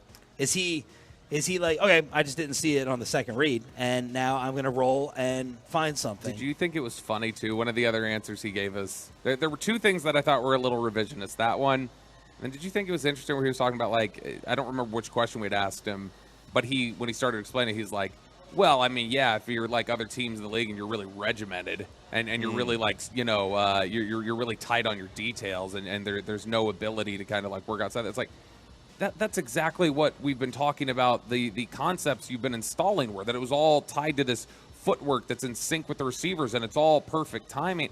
It just, it feels like there's a little bit of shifting on some of these things. I mean, again, like we always go back to Rodgers. Like, did Rodgers run the same system? And if the answer is yes, he obviously didn't. He wasn't a robot. Just because you're in a 3-step drop and you're in a West Coast system, it's all about timing. It doesn't mean you have to be robotic every time. You know what I think it is, though, is honestly, there's a difference between Aaron Rodgers being in year 12 in that system and Dak Prescott being in week 3, where anything, if we were to, let's say that we had just got these jobs here and we were just starting to deal with. Like you. Yeah, exactly. Like, honestly, like where I get on the show, I probably handle things differently in my prep and the way I talk about things on the air than I did the first month. The first month, you're just going, all right, everything by the book, whereas you start figuring out, okay, what is actually necessary by the book versus, hey, this is a suggestion, but, put your own flavor on it or, like, your own spin. That's the kind of thing that I think those first few weeks, Dak was trying to figure out what is able to be tweaked. What can I find out just through experience is something that I can take into my own hands. What is the league seeing for the Cowboys in the second half of the season, RJ Choppy? All right, so we've got what NFL execs are saying. We've got some bold predictions, and then we've got some questions about each of the quarterbacks. Let's start with the execs here on this one. By the way, before we get to that, give me and Tolo's as well here. Give me the Cowboys' first half of the season grade. 877-881-1053. They're 5-3. First half of the season grade. I would 7. say That's not a grade. What school would you go to? That's a what? That's a number. McKinney. Midlothian. Okay, that explains it. I know. That explains that it. makes sense. Tolo Chad's from out there. I asked for a grade. I got a 7 here. Let's see. I would give them a B-. Okay. They had some very impressive A games. They had some very C, D, F, like the Arizona game was an F. San Fran's a D. C. They've been, I think they've been exactly average. They have won the games that they're supposed to. They have not surprised you with a victory this year yet. So the games that we measure up and we go, okay, are you the best team in the NFC East? Or have you gotten, have things returned to where you've passed Philly? Are you able to beat San Francisco? Those tests that we were wondering about have failed to this point. So I would say you can't give them, to me, more than a C at this point. All right, let us know on the truckrack.com text line. I just want to see if you want to throw out a number like old Midlothian over here. We can do that as well. Oh, C. Oh, 70. He called me a dummy. Oh, yeah. He goes, I see what you did C? there. You don't realize C's 70? Uh-huh. So, sounds like my kid's report card. Bunch of C's on it. Overwhelming C- to C+ on the truckrack.com. Tough grader, man. Tough. There's a little bit. The highest grade I've seen so far is a B+, and that was just 1 from the 972. But C, still proving they can't beat playoff teams, says the 702. You've got 940 says B, only 1 unexpected loss. 972 says C-, San Francisco exposed them. I'd probably go B- with Choppy, C+, B-. I can't give a grade higher than B-. I can't either. I was going with the highest possible grade I could give. That is the highest possible grade I can give. All right, what about the rest of the league? All right, so the NFL execs went around and were talking about picking each division, all the wild card races and such. And one thing they said about Dak in here, I think rings very, very true. Quote, it's hard to find a hotter quarterback in the NFL than Dak Prescott. 950 yards, 8 TDs, 1 pick since week 7. Bobby, what week are we in now? We are in week 10. Okay, so 950 over the last 3 games, 950, 8 TDs, and 1 interception. However, on the flip side of that, the quote from an AFC scout, it just feels if CD doesn't catch 14 passes, they struggle to outscore teams. Yes. Is that fair? Absolutely fair. It is fair. Dead on and frightening. But that's also, I would respond to that by saying, like, to me at this point, I've gotten to the point where I don't think that's a ridiculous ask of CD. I think CD is very capable every time going out there catching 12 passes. He's capable, but you shouldn't live that way. Tough way It's to too live. dangerous. It's way too dangerous. What happens when he gets double teamed? Yeah. What happens when he gets completely taken out? You're screwed. I don't know that he's. I don't know that he's. I think he's becoming a guy that you can't just that easily take him away. So you want to sit here and talk about 12 catches a game for CeeDee Lamb? Do you know how ridiculous that sounds? I think he absolutely needs to be targeted minimum 12 times a game. Yeah, we're having different arguments. You're talking about his capability, which no one's disagreeing with. I'm talking about like the reality of winning. Should they target him as much as possible? Yes. Other people have to get involved, man. Other people have to get involved besides Ferguson. Get another receiver in the conversation. Someone's going to not let him beat them. And it feels like now we're screwed. But I mean, I guess that's the thing that we need to find out. And I'm not saying he's Randy Moss or anything like that, but that has been a pattern of success for dominant receivers before. Of just like it's gonna be Brady to Moss, it's gonna be Culpepper to Moss, or it's gonna be this receiver here. Justin Jefferson is the entirety of the offense. Like, just feed Justin Jefferson. He will do it no matter if you're bracketing him, no matter how you're trying to take him away. He'll make plays. CD definitely feels like he's becoming that guy. Calvin Watkins asked him after the Rams game, had said something to him about, hey, how does it feel like playing more outside, like getting the opportunity to play outside, given that you've been a slot guy, blah, blah. And like CD stopped him down, and he's like, I am not a slot receiver. He's like, I play everywhere. I'm not a slot receiver. Jerry Jones texted the program in the Trucker to Come text line. Oh, he did. He said, I didn't know Jerry knew how to text. Well, I don't know if this is true, if it's Jerry or not, but I'm guessing it is. Cowboys get an A+. You're only looking at football. We lead in merchandise sales, sponsorships, and TV spots, and franchise value. Thanks for checking in, So, Bassett. Jerry, I appreciate you texting in that one. And then an idiot texted the program from the 817. This is Shock Jock Radio. How unfair. No other team is judged by only playoff success. Listen to this. Hold up. We got the fan beanies in. Roll on up. Roll on up for all the Tolos. Look at these scavengers. Look Thank at this. y'all. No, look at this. Not scavengers. Look at this. This is chum. That's what this is. This is chum right here. It's got to be like Thank y'all for coming out, for real. You got to do it. What's up, T. Rainey? Now, look. Where's T? Both of you got two. Where's T? I just thought both of you got two. T got me my sound system. He's got to get one. He got me the hookup. Here you go, young lady.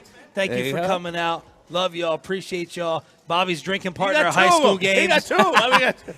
Not two. I didn't get two. Not two. No. Don't kick out two. There we go. These are the ones that are going to be left up here. So thank y'all. Sorry, we just had the explosion. You're out here. Look at it. Everybody puts them on right away. Well, it's 30 degrees. Beautiful. It's freezing outside. It is 30 degrees. They It's absolutely freezing. deserve that. All right, so here's the other one. Shock Jock Radio. No other team is judged by only playoff success except for the Cowboys and Dak.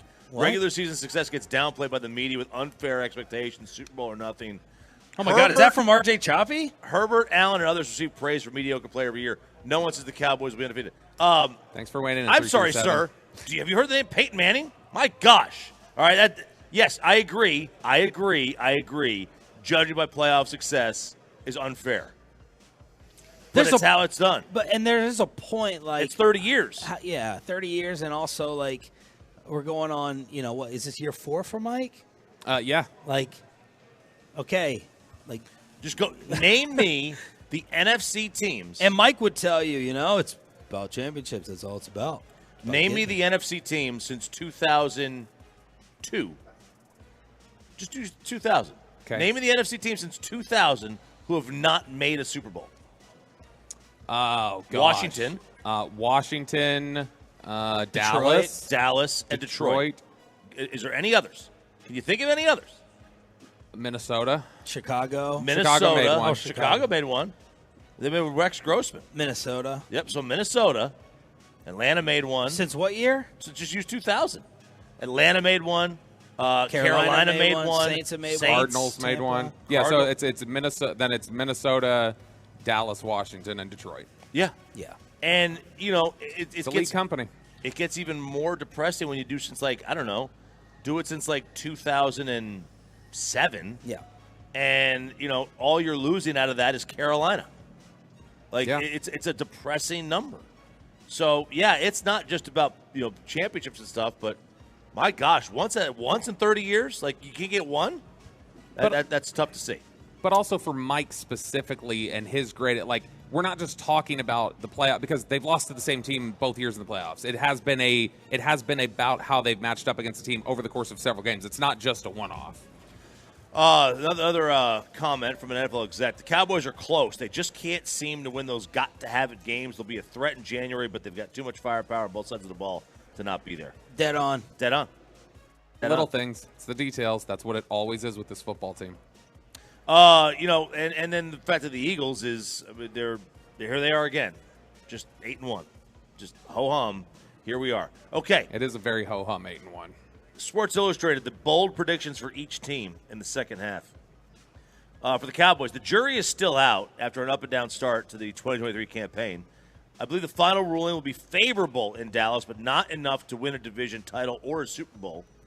But I could see them getting to 13 wins and still not winning the division, the NFC East. That machine that is rolling in Philadelphia is tough. It may be out of reach. But Mike McCarthy's offense should look more efficient than it has thus far. Cowboys finish second in the East, lose in the NFC Championship game. If they lose in the NFC Championship game, are we okay? Yeah. Well, no. Who do they lose to? If it's San Francisco, we're not okay. I think after a while, doesn't it just like don't you just Pedro Martinez tip your cap and call him your daddy and move on? Yeah, you do that. You move on. That's No, that's what you do. You move on from your head coach if you lose to San Francisco 3 years in a row. If your coach has gotten you to the NFC Championship game, a place you had been in 30 years, I don't care who he loses to. They care, I think, a great deal. That's it. We talked to Jerry Jones at the halfway point, and Sean had asked him, like, hey, what's kind of your assessment? We were weeks removed from it. They were coming off of a victory or whatever it was, and the first thing that came out of Jerry's mouth was San Francisco again. Well, it was disappointed to lose San Francisco. It is from I cannot recall from top down, management down through like the equipment manager or whatever else, or all these players. I cannot remember an organization as frustrated and so focused on another team as the Cowboys are on the 49ers. That's fair. Finally on Dak's contract. What do you real quick. Yeah. Peyton has just texted me. He found the McCarthy identity answer from before. This is the Friday. Is this with us, Pepe? Yes, this is with y'all. This is the Friday with us before San Francisco on the Dallas Cowboys identity. Well, I think it almost goes hand in hand because, you're always trying to develop your roster to fit the play style and the identity of your football team. And, I think that's clearly been established here in my time. You just look at the commitment to the defensive front, the last 4 years. And, and boy, we've been so fortunate, with veteran acquisition, with the safety group. So, it's more about how you want your team to play, staying true to your profiles, which I think we do an excellent job of. And with that, it's a good plan. It's been in place for quite some time. And when you hit the mark there, it gives you a chance to be the team you want to be, which in essence should take care of any rival. So he wasn't talking. He didn't mention, run game, time of possession, controlling turnovers, but he said it. He said it repeatedly. You can save the Dak contract stuff because I need you to talk about. Oh, I know that you want to talk about what Josh McDaniels. Where's my Raider fan at? Is my guy still here? Wanting to talk about the Raiders organization? Oh, I had to dominate him in the commercial break. He scurried off out of here. Yeah, he pulled the Josh McDaniels. He's gone. He pulled a Josh McDaniels. What did Josh McDaniels do after he found out he got fired? What did Josh McDaniels do? Oh, Lord Jesus. Wait, what did I wasn't. What? Halloween? Did you sent it! The Halloween thing. Halloween. The Halloween thing. I was thinking of why he cut that one player. That's what I thought you were going Trick with or treat. So Josh McDaniels gets fired on Halloween. And this loser goes home and takes his kids home from Halloween. He calls them home from trick-or-treating. He couldn't even let kids be kids. You have like 10 Halloweens as a child. Maybe. Yeah. No, not even. You probably have 4. Not these crooks in my neighborhood, these 16-year-olds jacking right? all my candy. You don't even know what you're doing until you're 5 years old. You have no memory. I have like the memory of maybe 3 Halloweens as a kid. I went probably till I was 11 or 12. Yeah, you didn't even remember you sent this topic. I did. It was a week ago. I don't even remember this. So he takes his kids and he calls them home. This is Something's wrong with this guy is like stunted somewhere, like emotionally or common sense. Something's wrong with him upstairs. It really is bad. I don't know, no matter what happens in your life, let your kids be your kids and enjoy their lives, man. Like, don't take them home from Halloween. This loser. It's something Bobby would do. I'm sorry, Bobby. I would never do this. He wouldn't even take him out for He Halloween. wouldn't even take him out. He wouldn't even let him celebrate. He'd be at another kid's football game instead of his He own would say kids. that's not real candy. That's fake candy. I went look, we just got to watch out for the razor blades, just like my mom was always doing growing up. No, I took the kids out trick-or-treating. We went out. We had a great time. I'm trying to think, is there anybody, can you think of another coach, manager, whatever else in professional sports who has gotten what feels like more undeserved opportunities to screw it up? Like, regardless of what – I mean, you got the Broncos situation, which he completely fouled up, the Colts hiring situation, which he screwed up, and then the Raiders get – like, why was he given this many opportunities to screw up? I can't think of anybody else who's been given opportunities like this and consistently messed them up. It's a Friday. It's the Expressway. We're commercial-free. We'll pick this Cowboys-Giants game at 8 o'clock here on Sean and RJ. But right now it's time for the leftovers with the junk drawer. Did you know that Benjamin Franklin invented the junk drawer? Junkin! Okay, how about this living arrangements for the couple that nobody understands? Friend of the show. Friend of the show, yeah. Jay Moore, the comedian, Bob Sugarman, Jerry Maguire, has married Jeannie Buss. I think they got married in Malibu the same time I was out there. Well. Chilling with Paris Hilton. Your invite got lost? My invite got lost. A lot of my invites have gotten lost recently. Greatest. With people who are supposed to be my friends. One of the greatest moments Settle down, in buddy. Sean and RJ history was when Jay Moore was at the Super Bowl. Yeah, it was a terrible moment. And it may have been this microphone that I'm wearing right now. I don't know. Maybe the one that Bobby's got right now. But in the middle of the interview, he says, "Can I break wind on air?" Yeah. And he takes the headset off, puts it on his butt. Farted on and it. Toots. He farts right on the microphone. Farted on the And microphone. you heard it. But Jeannie Buss, the owner of the Lakers, married Jay Moore. Yeah. How did Jay Moore pull this off?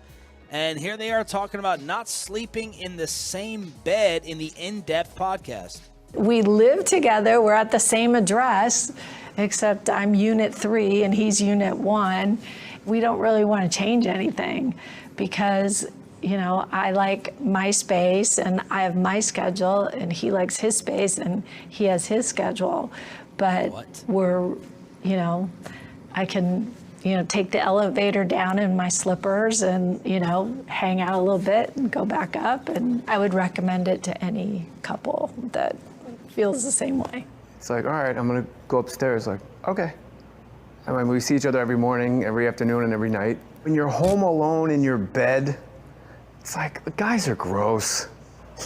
Like, we just make sounds.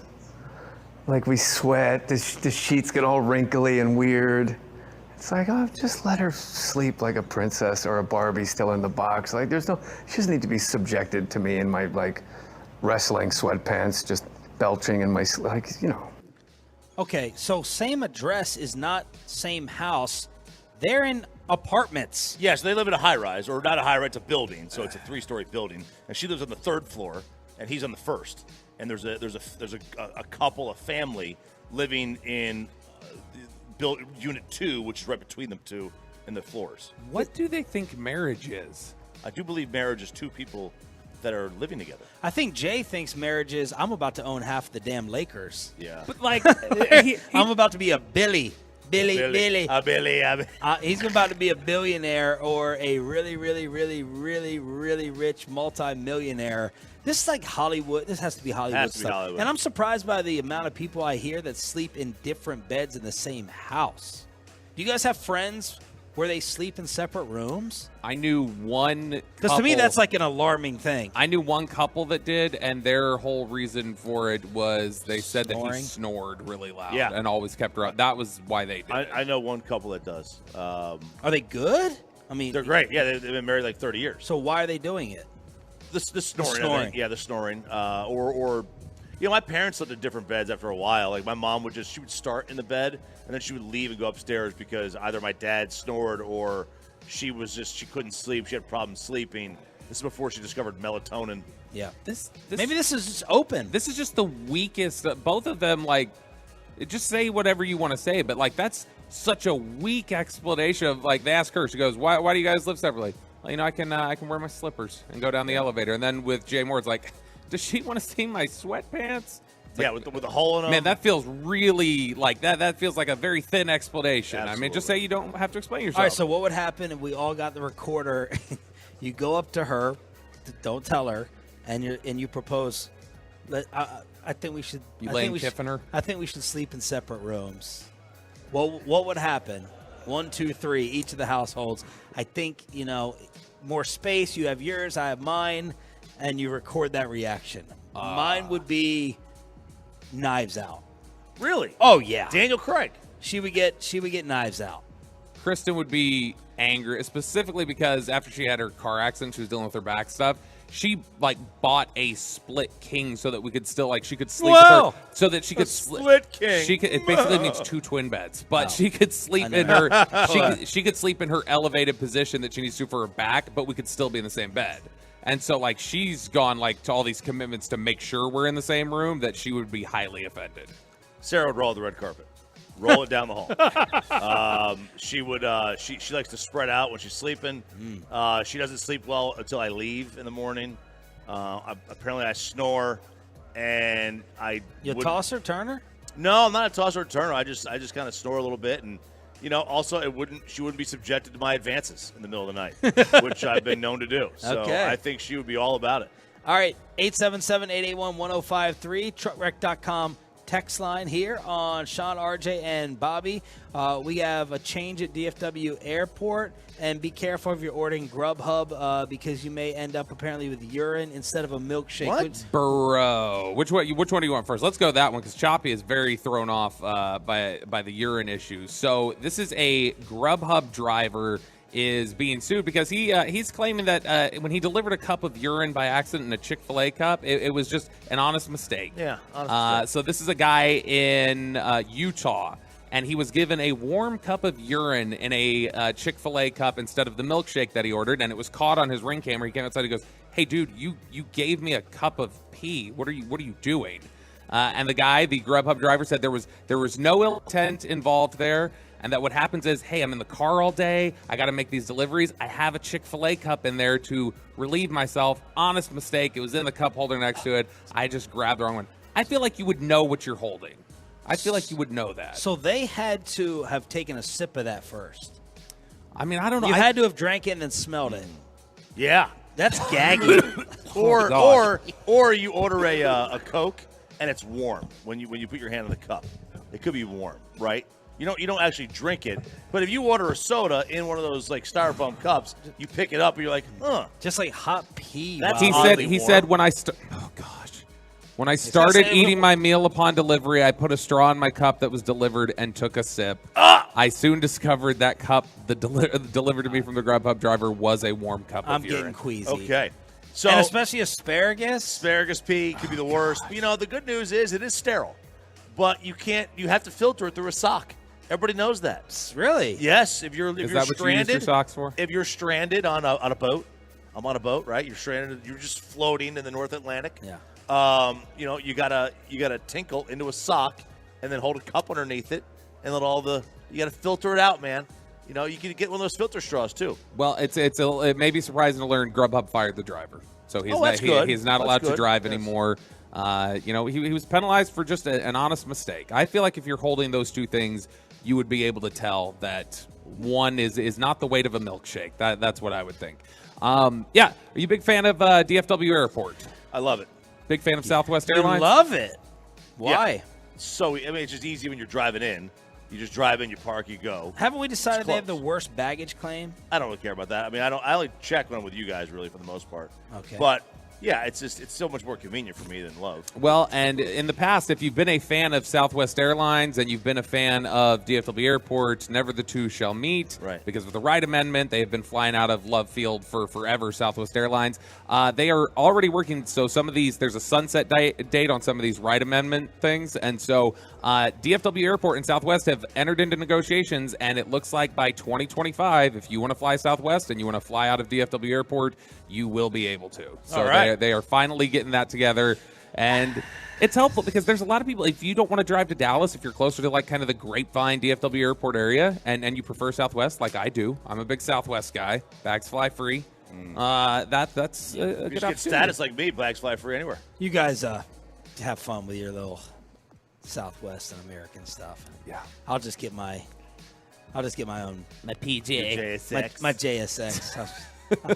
Fly those Buddy Holly planes. You they tell have there. you tell me how it is Oh, over that's at sad. Love Field and all those. I'll go to the hangar. I'll see y'all at the Were you charter at- site. did you go to I'll Love? wave at you. Were you out of Love? This is Sean waving at us from It the was- charter site. it was Like, over hey, by fellas. Love. It was I Love, yeah. Yeah, it was over. So Like the north side I'll or just be whatever. on. As soon as I get a JSX deal from one of our salespeople, That's in a phone booth right now. I'll never fly Common again. Yeah, the commoners. I'll never fly Common again. All right, Chop, what do you got in the junk drawer? Okay, this is not a junk drawer necessarily. This is brand new. This happened last night. Have you heard about the 17-foot, 200-pound Burmese python that was caught in the Glades in Everglades, Florida? My goodness. The photo of this thing had to be, I mean, there was a guy trying to hug it, and he couldn't get his hands together. That's how big this thing was. You people who are dumping these snakes in the Everglades, this is somebody's pet. Burmese pythons they're from Burma. They don't just happen in Florida. And there's thousands of these things. They're mating. They're mating with like other snakes. They're creating these weird hybrid breeds. Yeah, I mean, what else are they gonna do? I know it's awful. And they thought it was an alligator when they saw it. They thought it was an alligator at first. It was that big, and then they saw it walk. It was all around the road. I mean, look at the head. It's got the head of a Rottweiler. Look at Look at the size of that head. Oh my Look god! at the mouth. Dude, I can't. That's oddly erotic. That is photo. insane. Yeah. That is insane. Like, You know anyone who has pet snakes? when I was in college, in the dorms, the guy in the dorm next to me had a pet python. It was a baby python or whatever, ball python, I think it was called. And that was it.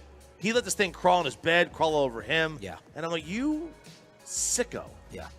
What if your kids ask for one? I would say absolutely not. That's not happening. Also, mainly because I would guess apartment restrictions don't allow me to do that. And I don't have a home. You would say no. Yeah, We found something you would say no to. Yeah, you ain't gonna snake. Okay. Way to take a stand, Chop. RJ, every once in a while. the 5 things RJ wants to see on Sunday, and who's got the closest score prediction for Cowboys Giants? Let's make our official picks on the TruckRight.com text line on the home of America's team after this.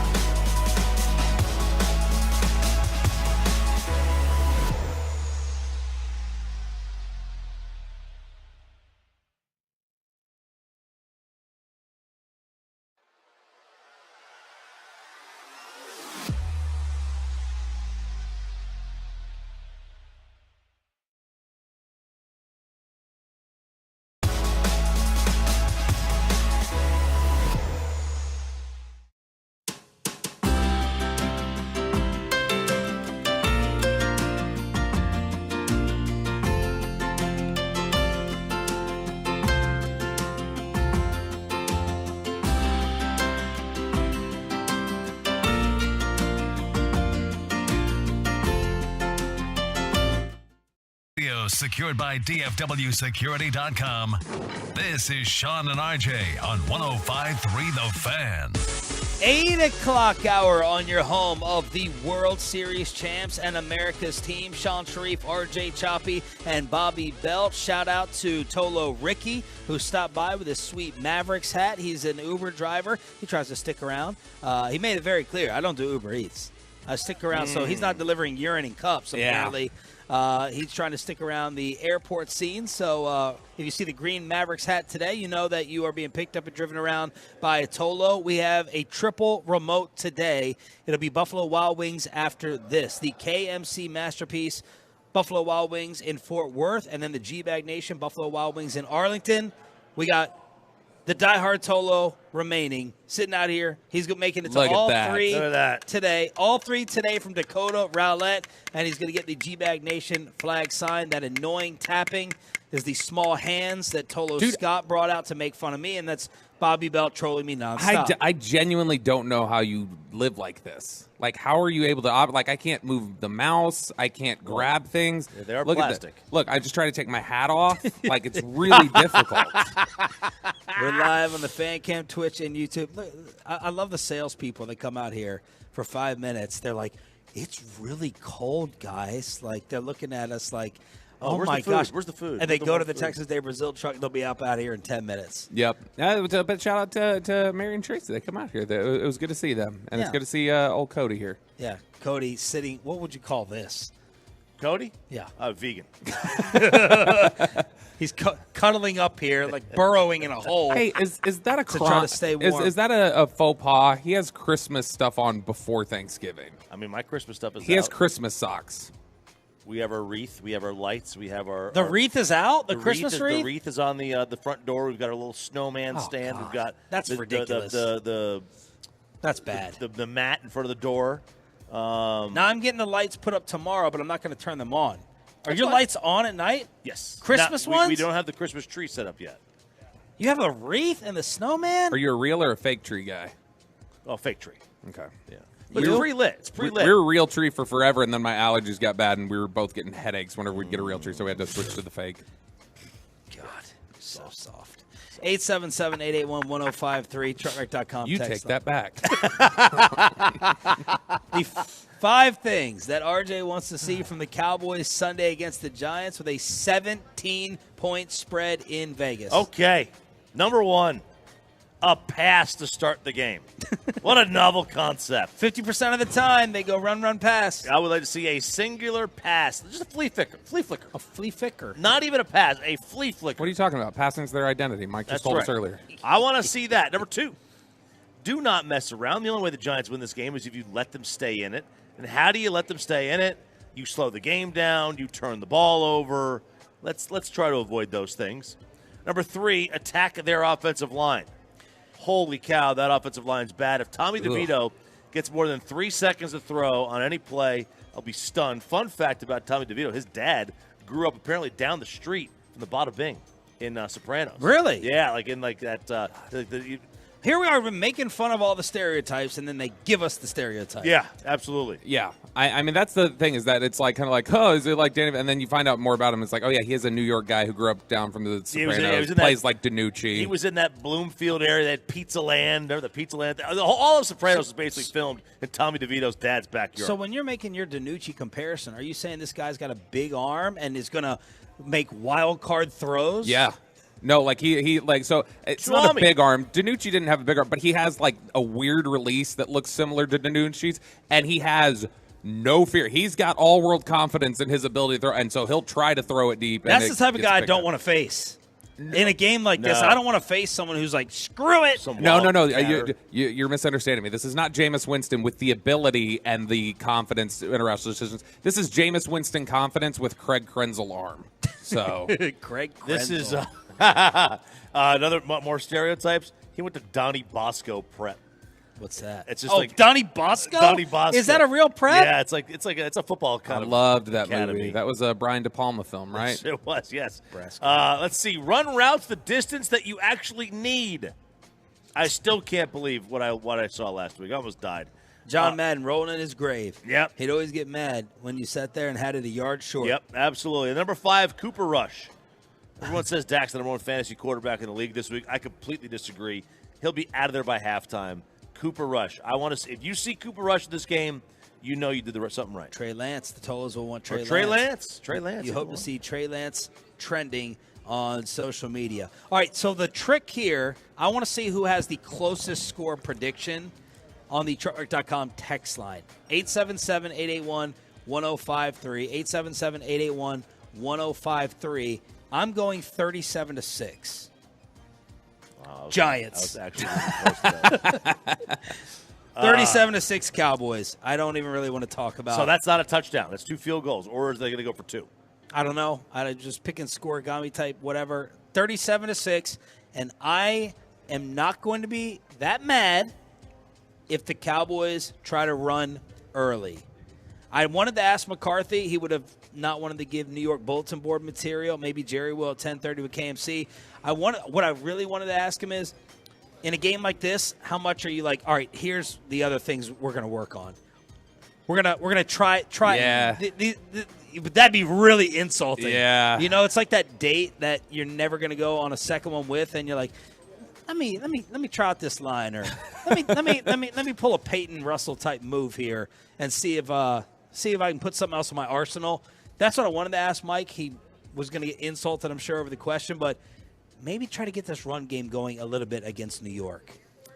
I don't hate the idea of trying to get the run game right. Now, what I will hate is if they just want to do it if they're up 13-0. No, like I think you are so much better than this team, you'll be able to have success doing it. If you go out there the first 3 drives and you're like 3 and out and punting 3 times, it's like, all right, well, let's stop screwing around now. You need to start throwing the ball. Right. So if you want to try and establish it early, I don't have a problem because I don't think you're digging yourself a hole that you can't get out of against the Giants. The problem is giving them like a little bit of hope if it's 3 straight drives and. A little bit, yeah, but I mean, this is also like this is AT&T, and they've shown like when they want to crank it up and get into a track meet, they will score. And so I think they do have the ability to tap into that if they want to do it. I think we have our first ever Firehouse Tour dog that's been brought out here. Look at that dog. What type of dog is that? A poodle? Some kind of a poodle. I can't pronounce the first Habanero. part. Look at It's that. not habanero. Look at that poop cute. in the house? Mine poops in the house. Look at that cute thing. Yeah, he needs training advice Absolutely. over here. 37-6. There's a dog. Cowboys. 37-6 Cowboys. Bobby didn't give a score. Is that? I don't think the Giants score. So I'm going to say it just depends on how much Dallas really wants to put their foot on the gas, but I'll say 28-0 Dallas. Okay, I'm going to say 49-2. The Cowboys will take a purposeful safety in this game. Maybe they run out of bounds Just to get the scoregami. What did I say? 49. It's 49-2. That's the score of this game. Okay, the level of upset from the Arizona game on a scale of 1 to 10 was what? Was that an 8 or a 9? That was high. It was. Nick. Try to Eben was remember on to- beforehand. Right. Nick Eben was on to something. Weird things do happen there.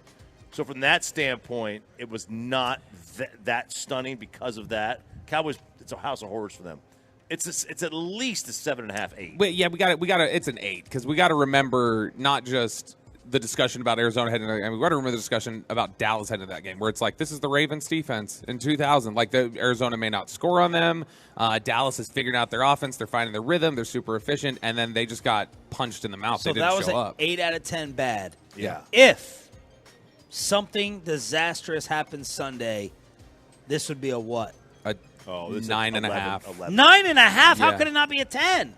Because like I think it's like the NFL teams that NFC East. No. Division's the toughest. No. It's the Portnoy. Like a 10, like about the 10 rating. It's like a 10 has to be the absolute impossible. The 10 has to be the Washington Generals beating the Globetrotters, which I mean they're damn near the Washington Generals, the Giants. It's just the Cowboys aren't the Globetrotters. This is an absolute 10. This is not only a 10 loss. I would think honestly Mike has a better chance of getting fired if they lose this game than if they lose in the NFC Championship game to San Francisco. That's interesting. This is what I'm saying. I think this is how much better I think Dallas is than the Giants, and it's not some big praise to Dallas. It's how bad the Giants are right now. If you made the Cowboys play with all of their reserve offensive linemen, I think they still win by 2 touchdowns. Okay, well then that's a 10. It's a 9. That's why I went 9.5. Like it's 9.5. it's not Jets over the Colts in the Super Bowl. It's a 10. It's not Jets over Colts. It's not that where it's a 20-point favorite and everybody's like, this league doesn't even. It's like playing college football against an NFL team back in Super Bowl. This 3. would be way bigger than that. This upset. What?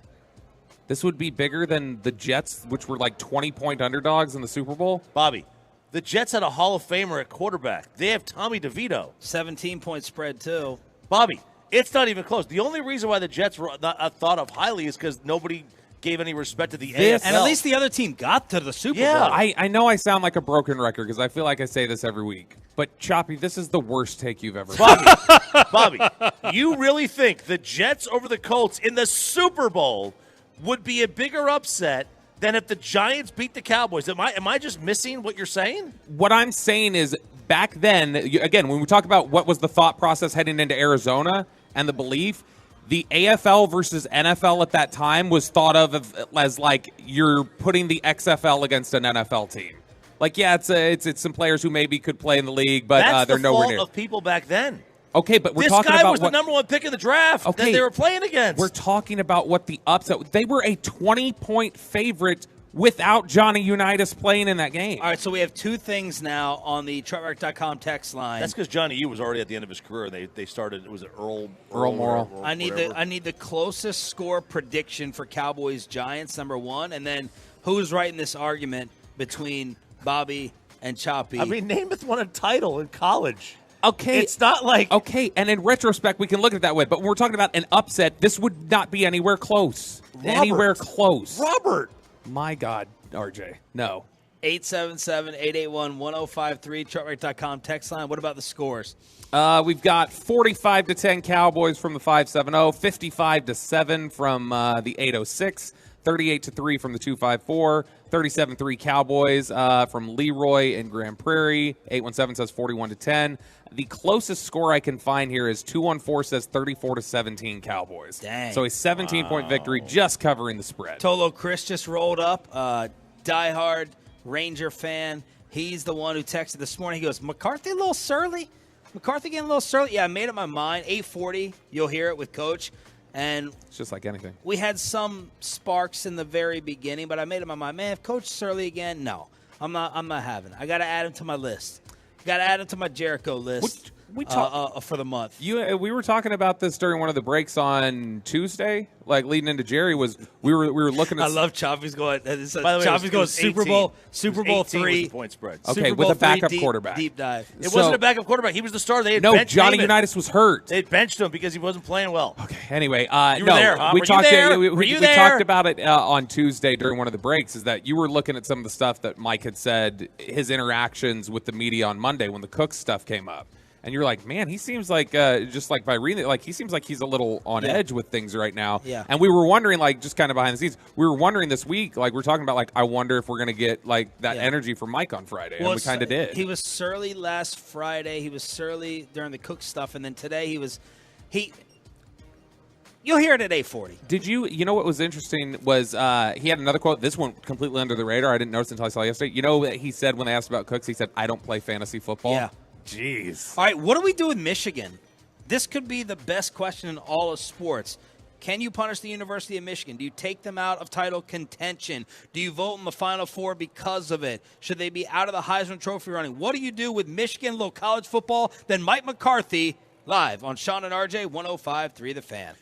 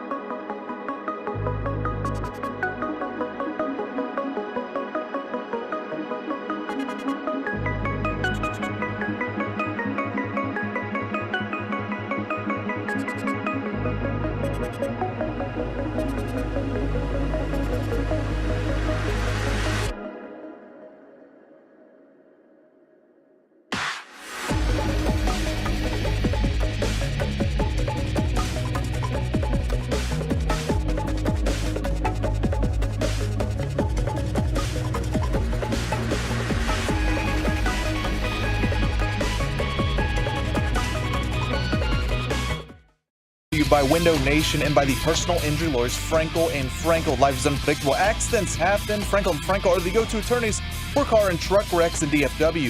If you or a loved one have been in an accident, contact the Frankels for free at 214-817-333-3333 or go to truckwreck.com. Duchesne has it. He's feeling it as well. Wrist shot. Score! Tipped in front. Tyler Sagan has the goal. His second of the year. And the Stars lead 4-2. ESPN with the call. Stars were down 2. They win 5-2 over Columbus. They're now 6-0 when leading after 2 periods. They get the W last night. Good morning, Metroplex. This is Sean, RJ, and Bobby. We are live in the Colony, 3400 Plano Parkway, Firehouse number 4, our second to last Firehouse tour stop, live on the Fan Cam, Twitch, and YouTube. Shout out to Big Lou. His family's the one who came out with the cute, adorable dog and says, we watch him, listen to y'all all the time. And on behalf of the United States Marine Corps' birthday, they wanted to give Big Lou a shout-out. So there you go, Big Lou. Thank you for turning it on, leaving it on. It's also Mike McCarthy's birthday. Oh, damn. That's why he's mad. That's why he's mad. When did we find that out? Somebody texted it in. And I went. Did you look it up? It's today the 10th. Yes. Yeah, it's the 60th. It's even better. Oh! It's big 6-0. Oh, God. Yeah, big 6-0. Way to drop the ball, guys. Way to go, Insider. Yeah, Insider. Idiot. You guys didn't talk about that at the Star all week? If you weren't sitting there drinking St. Ides at a high school football game. We don't talk a lot, so. Is Bobby too young for that? St. Ides? Yeah, no. Are you too young for that? I have no idea what that is. Okay. So as I was traveling to St. Ides, do you know Mad Dog? Yes, I do know Mad Dog. Have you Bartles and James. Have you had a Mad Dog? I have not. I was always told by people older than me that Mad Dog was the quickest way to throw up while drinking. Yeah. That and mixing alcohol will do it to you. You know, when I was a very early drinker, the worst mix I ever made, the one thing that made me get sick was I froze some Goldschlager, which was a bad move to begin with because it turns into syrup. And then I tried to mix it with, let's try this concoction out. And I mixed it with Big Red. And it was like drinking alcoholic cough syrup. And it was disgusting. And I immediately threw up. The birthday boy, Mike McCarthy, at 8:40 this morning here on 105.3 The Fan. But the number one question probably right now in all of sports, what to do with the Michigan Wolverines. Boy, not the question, man, because, on my BetQL show, Sean, that's all we really talked about the entire time. Is what to do with them. And, the Big Ten has a real tough decision because they have two options. Because now Michigan, where are we with this? I can't keep up. Now Michigan is saying, we have info on people stealing stuff from us. Yes, they do. They say they do, and that has been sent to the Big Ten. My guess is something happens today. And at least something happens today. I shouldn't say a suspension happens. The Big Ten responds today. So the Big Ten sent Michigan a letter. Michigan responded to it, and I think the Big Ten responds today. Because this is going to be a big noon kickoff. Not levies a punishment, just like response, or you think levies a punishment today? I think they respond to it. What's their max? You said they have a max of like 2 game suspension That's or something? within the Big Ten's protocol says they can levy like up to a 2-game suspension for Jim Harbaugh and a fine. But there's also been conflicting reports about that. So, Petiti, who was like he was the head of the MLB Network. He was at Fox. He was at CBS with NBC as well. He's in charge of the Big Ten now. This is the biggest decision he's going to make or has made. So, but anyway, I think they make some announcement today. It may not be a suspension, but it'll be some kind of response because why is 2 games the max? That's just from the Big Ten's perspective, what they can do. Which But why? Why are you limited to 2-game suspension? I don't know. That makes zero sense. I mean, is it some sort of is it similar to a collective bargaining agreement where it's like for a drug suspension, you just cannot get more than 4 games if you do that? Like, is it just that kind of limitation? I think the 2 games is the commissioner's best interest of the game clause. That's what he could do. That's how I'm reading it. But then again, there's been conflicting reports that they think it could be the rest of the regular season. It could be more than that.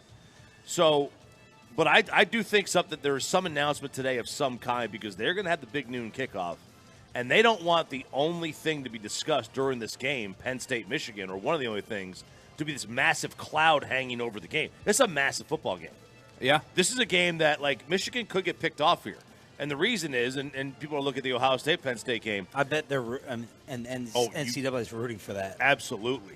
As Galloway would say, get out your grassy knoll hoodoo voodoos. It's going to happen in this game. Although, is that going to knock them out of the Final Four? That's still they're going to have a chance. problem. They still have a chance, but if Michigan loses this game, Washington jumps up, Florida State jumps up.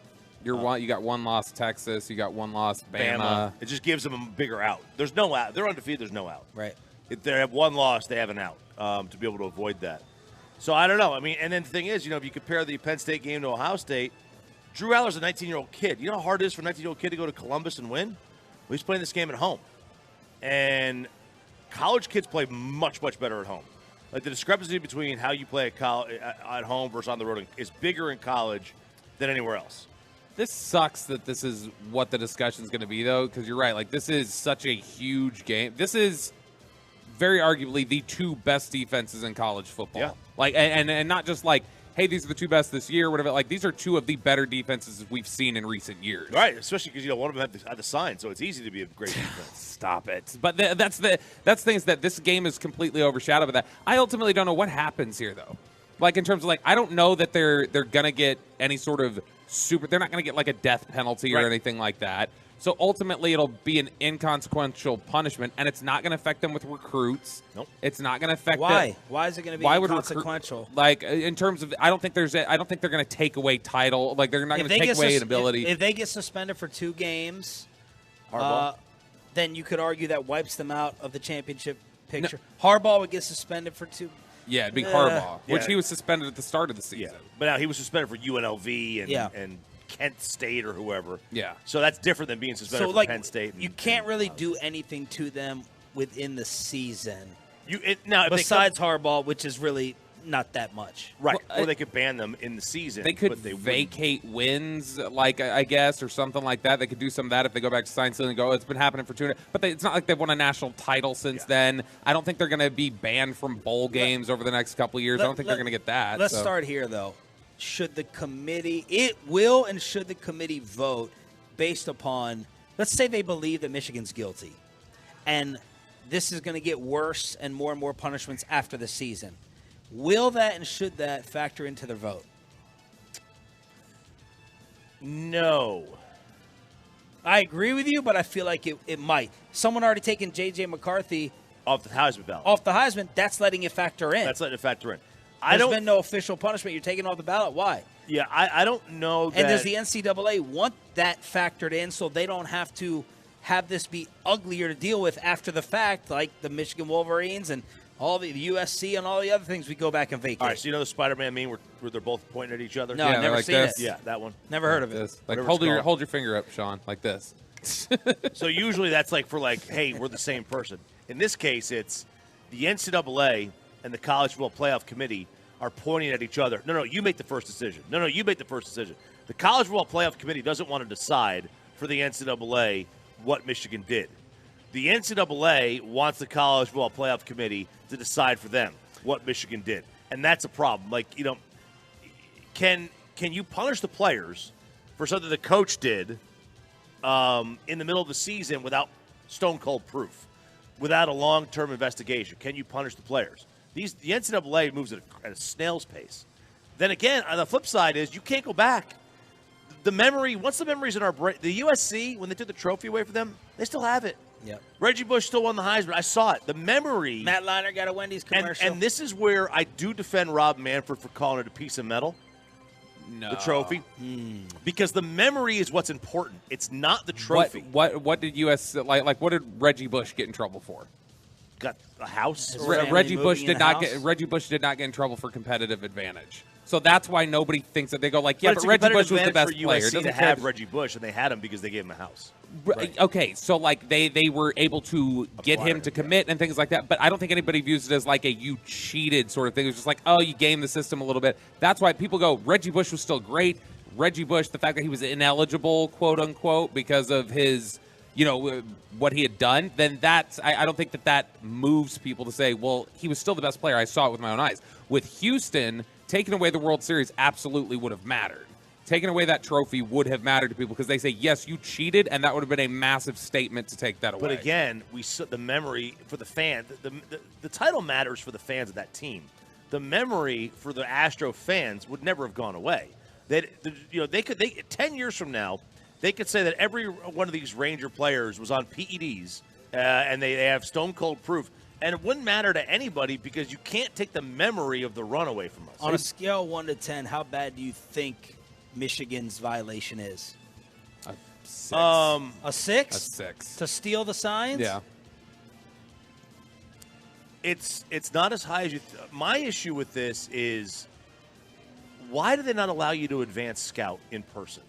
That's my why. Why does the NCAA have a rule where you can't advance scout in person? Every Cowboys game you go to, like for instance, if you would have been at the Cowboys-Eagles game last week, there would have been people from the Giants in the press box watching the game. Yeah. And I guarantee you they're looking at the other team's hand signals or signs. Now, they don't do hand signals in the NFL the way they do in college, but I guarantee you they would. Who won the Unitas, Colts, Giants, Cowboys fight? Me. Big time. Destroyed him? Oh, destroyed It does not matter, though, because, again, Yeah, we're it talking matters about the what people say. Our listeners we are are valuable. talking. Would you just hold on a second for me, Sean? Just hold on a Kristen, second. come here. I'm about to put your wife on the air. Well, go ahead. But here's the thing, is that it does not matter in terms of that is historically considered the biggest upset in the history of the NFL. So, no, the Giants beating the Cowboys would not become the biggest upset in the history of the NFL. But everyone voted with you? Yeah, because like 90% did, yes. Yeah, okay. Yes, I understand. Like the historical significance of that game will never be matched in the National Football League. I think so much of it, though, was Vegas at the time was not Vegas that they are now. They didn't understand how good the AFL actually was. The entire league I just want to know who won. People may not have heard it since 8 o'clock. Let's figure out what time to put Bobby's wife on. And the top 5 questions you'd like to hear answered from Kristen Belt at 877. As Bobby continues to troll me with these little small hands, brought out by Scott, Tolo Scott and Little Elm at 5 o'clock in the morning. Oh, Bobby, you're making it worse for yourself. The more you troll me, the harder the questions are going to get for wifey. Mike McCarthy trying to start off our interview with a little bit. Happy birthday, Coach. A little bit of fire. 60th birthday for Mike McCarthy. Here, the head coach of the Cowboys with Sean and RJ next. Let's get you over to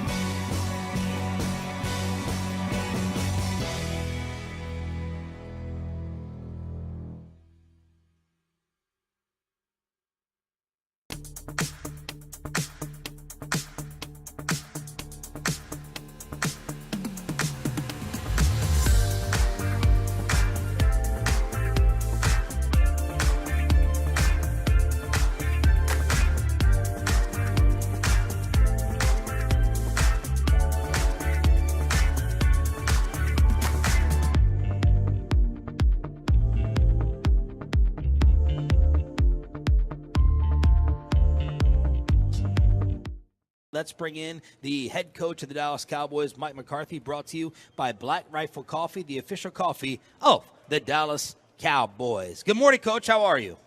Doing well. Good morning.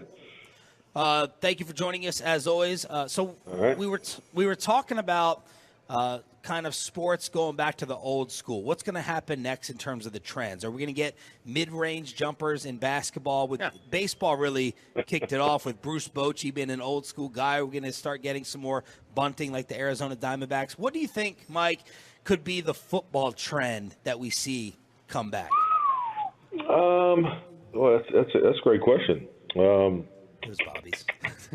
Well, I think like anything, at this point in the year, I think that the offenses, catch up to the defenses. So maybe more wide open football.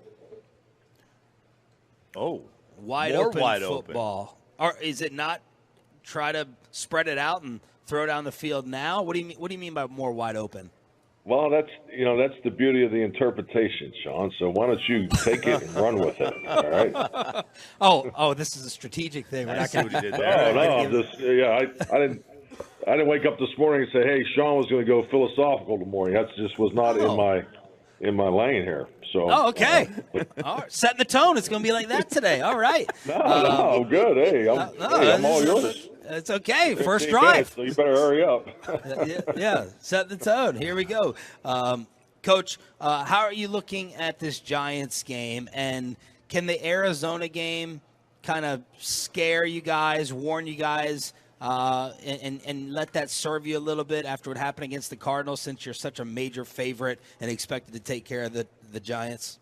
Oh, definitely. I think Arizona is an excellent reminder, but I think really when I look at this particular game, if you remember, I think it was last year, we were a significant favorite against Houston, and we all know how that game came down to the end. So, and I think that's just another, weekly reminder, and it's, represents how hard the NFL is. So we need to just really, really focus on ourselves. We want to improve from our last contest in Philadelphia, make sure we're continuing to grow. But at the end of the day, we need to go get this 6th win, and I think the guys have really practiced well yesterday. I was very pleased with the practice, and because the ability to have a healthy week of preparation clearly gives you a chance to get off to a great start on Sunday. So that's our mindset. Coach, do you subscribe to the theory of like division games or just throw the records out? They're a little bit more difficult, and why is that? Oh, absolutely. You prepare more for your division games. Obviously, when you get into the off season, you're always keeping an eye on what your 3 division opponents are doing. You play twice a year. There's a lot of familiarity. You look at the familiarity of the coaching staffs throughout our division, and how competitive our division is. I mean, you got really 4 playoff caliber football teams in our division. But absolutely, without a doubt, these are the toughest games of the year. We don't know much about like Tommy DeVito. Did y'all scout him out of college? What kind of game does he have?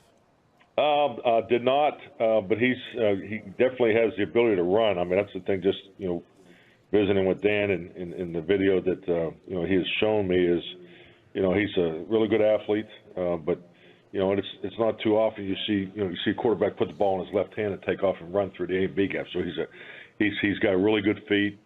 He's a playmaker.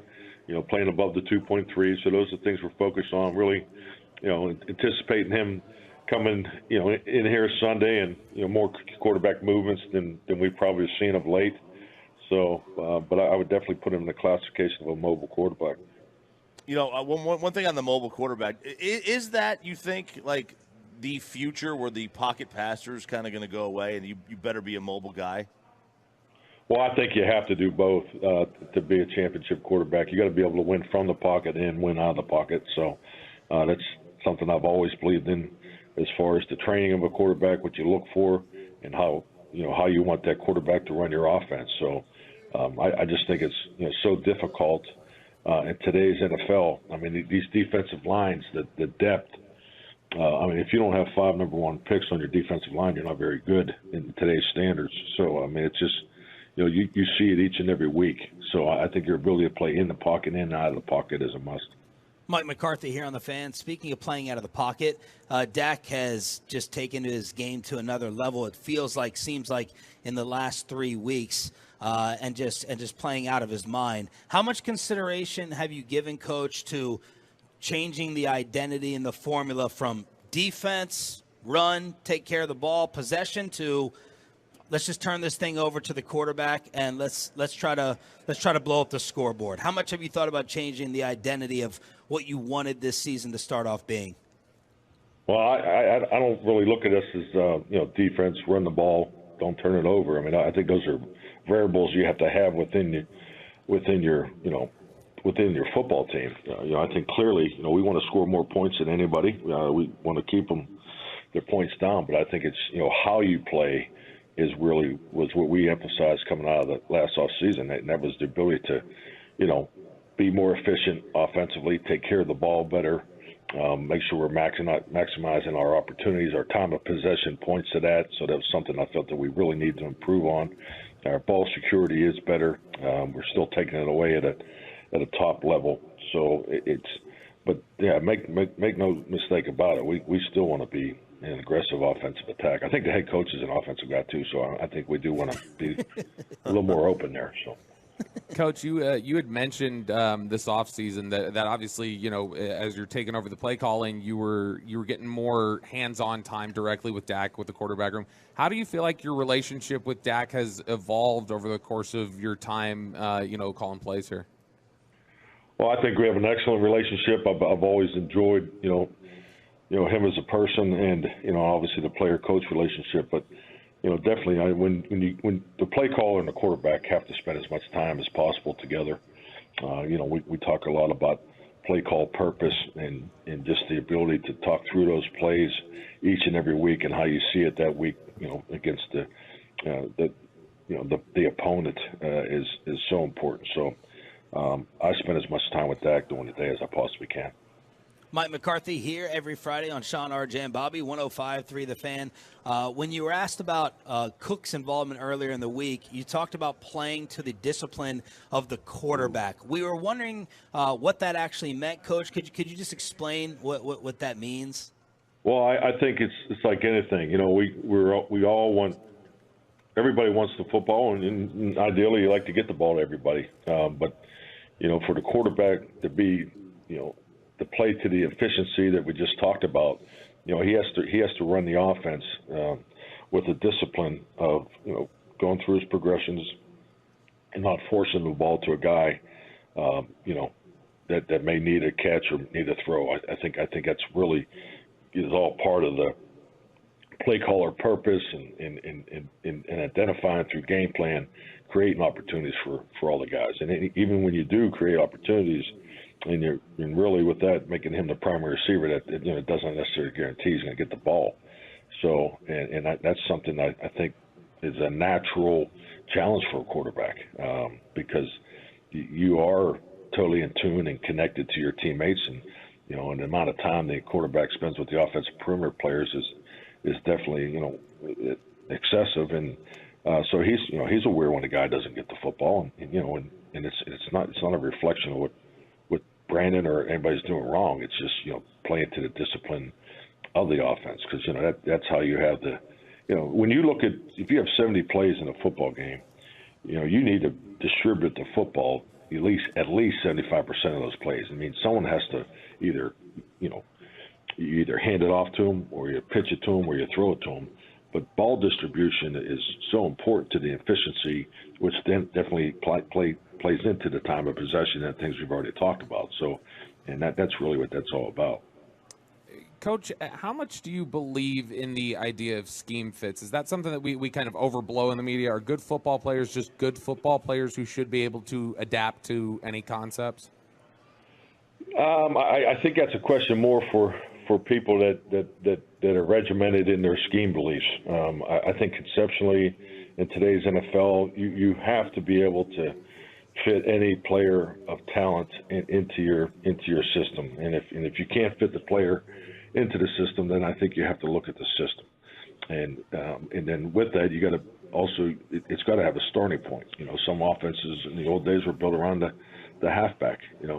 This offense has always been for the time in my 30 years in the league is built around making the quarterback successful.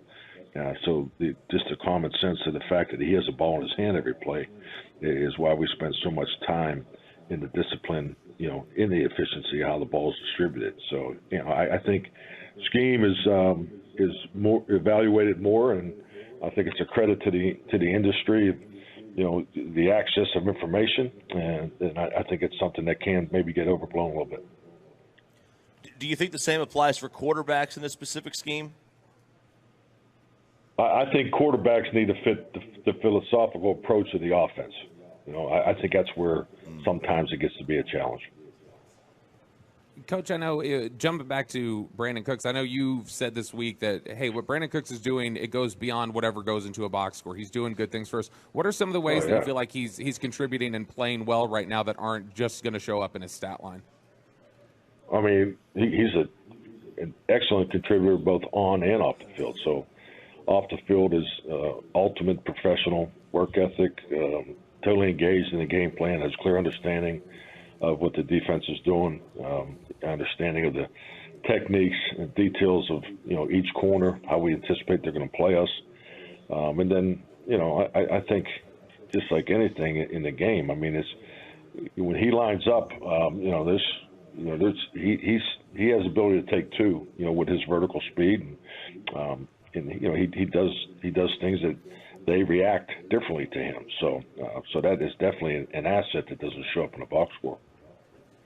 Coach, I know you also said this week when a lot of people were talking about how Terrence Steele played. I know Brian Schottenheimer said, hey, Terrence knows he's got to play better. That wasn't a great game for him. I know you said that the injury, coming back from the injury, is obviously going to be a part of it. What do you think his trouble recently has been more about? Is it about a technique thing? Is it confidence? Or do you think it is just as simple as, hey, this is the reality of trying to come back from a serious injury? That's the reality of coming back from a serious injury. I think that's really what every player goes through that has a major joint injury. And you got to remember, he didn't miss any time either. I was shocked in a good way that he was even ready for training camp. So he's been ahead of the curve the whole time in his rehab and coming back. But everything he does throughout this year it's a first for him. So I mean, there's some things he's going to have to deal with and is dealing with it. I think it's just part of coming back, and that first year is very difficult. Coach, what has been your belief or history in terms of giving help to the tackle? Jerry said, and he's obviously right, you have to have guys out in patterns. If you're in a high-scoring game, we got to score too. Kind of what's just your overall philosophy on giving help to one of the tackles who could be struggling and when to do it within a game? Yeah, definitely. You try to be selective. Obviously, you go back and look at it. You look at the numbers of how often do it. But I would say we're, volume-wise, is probably in the upper echelon for help protections and how we do it. But there's obviously certain situations and places on the field that you're also playing to the time clock of the quarterback and passing game to get that extra guy out. So that's part of the chess match of the game. So. But yes, definitely. I mean, you have to help these guys out in certain situations because there's things that go on during the game that people may not realize either, where you may have to help somebody. But yeah, that's definitely part of our protection plan. Coach, thank you for the time as always. We appreciate it. Best of luck against the Giants. All right, you guys have a great weekend. Thank you. Degenerate football picks to win some money this weekend, and the top 5 questions you have for Bobby Belt's wife. No. Next on The Fan. But first, there is no question if you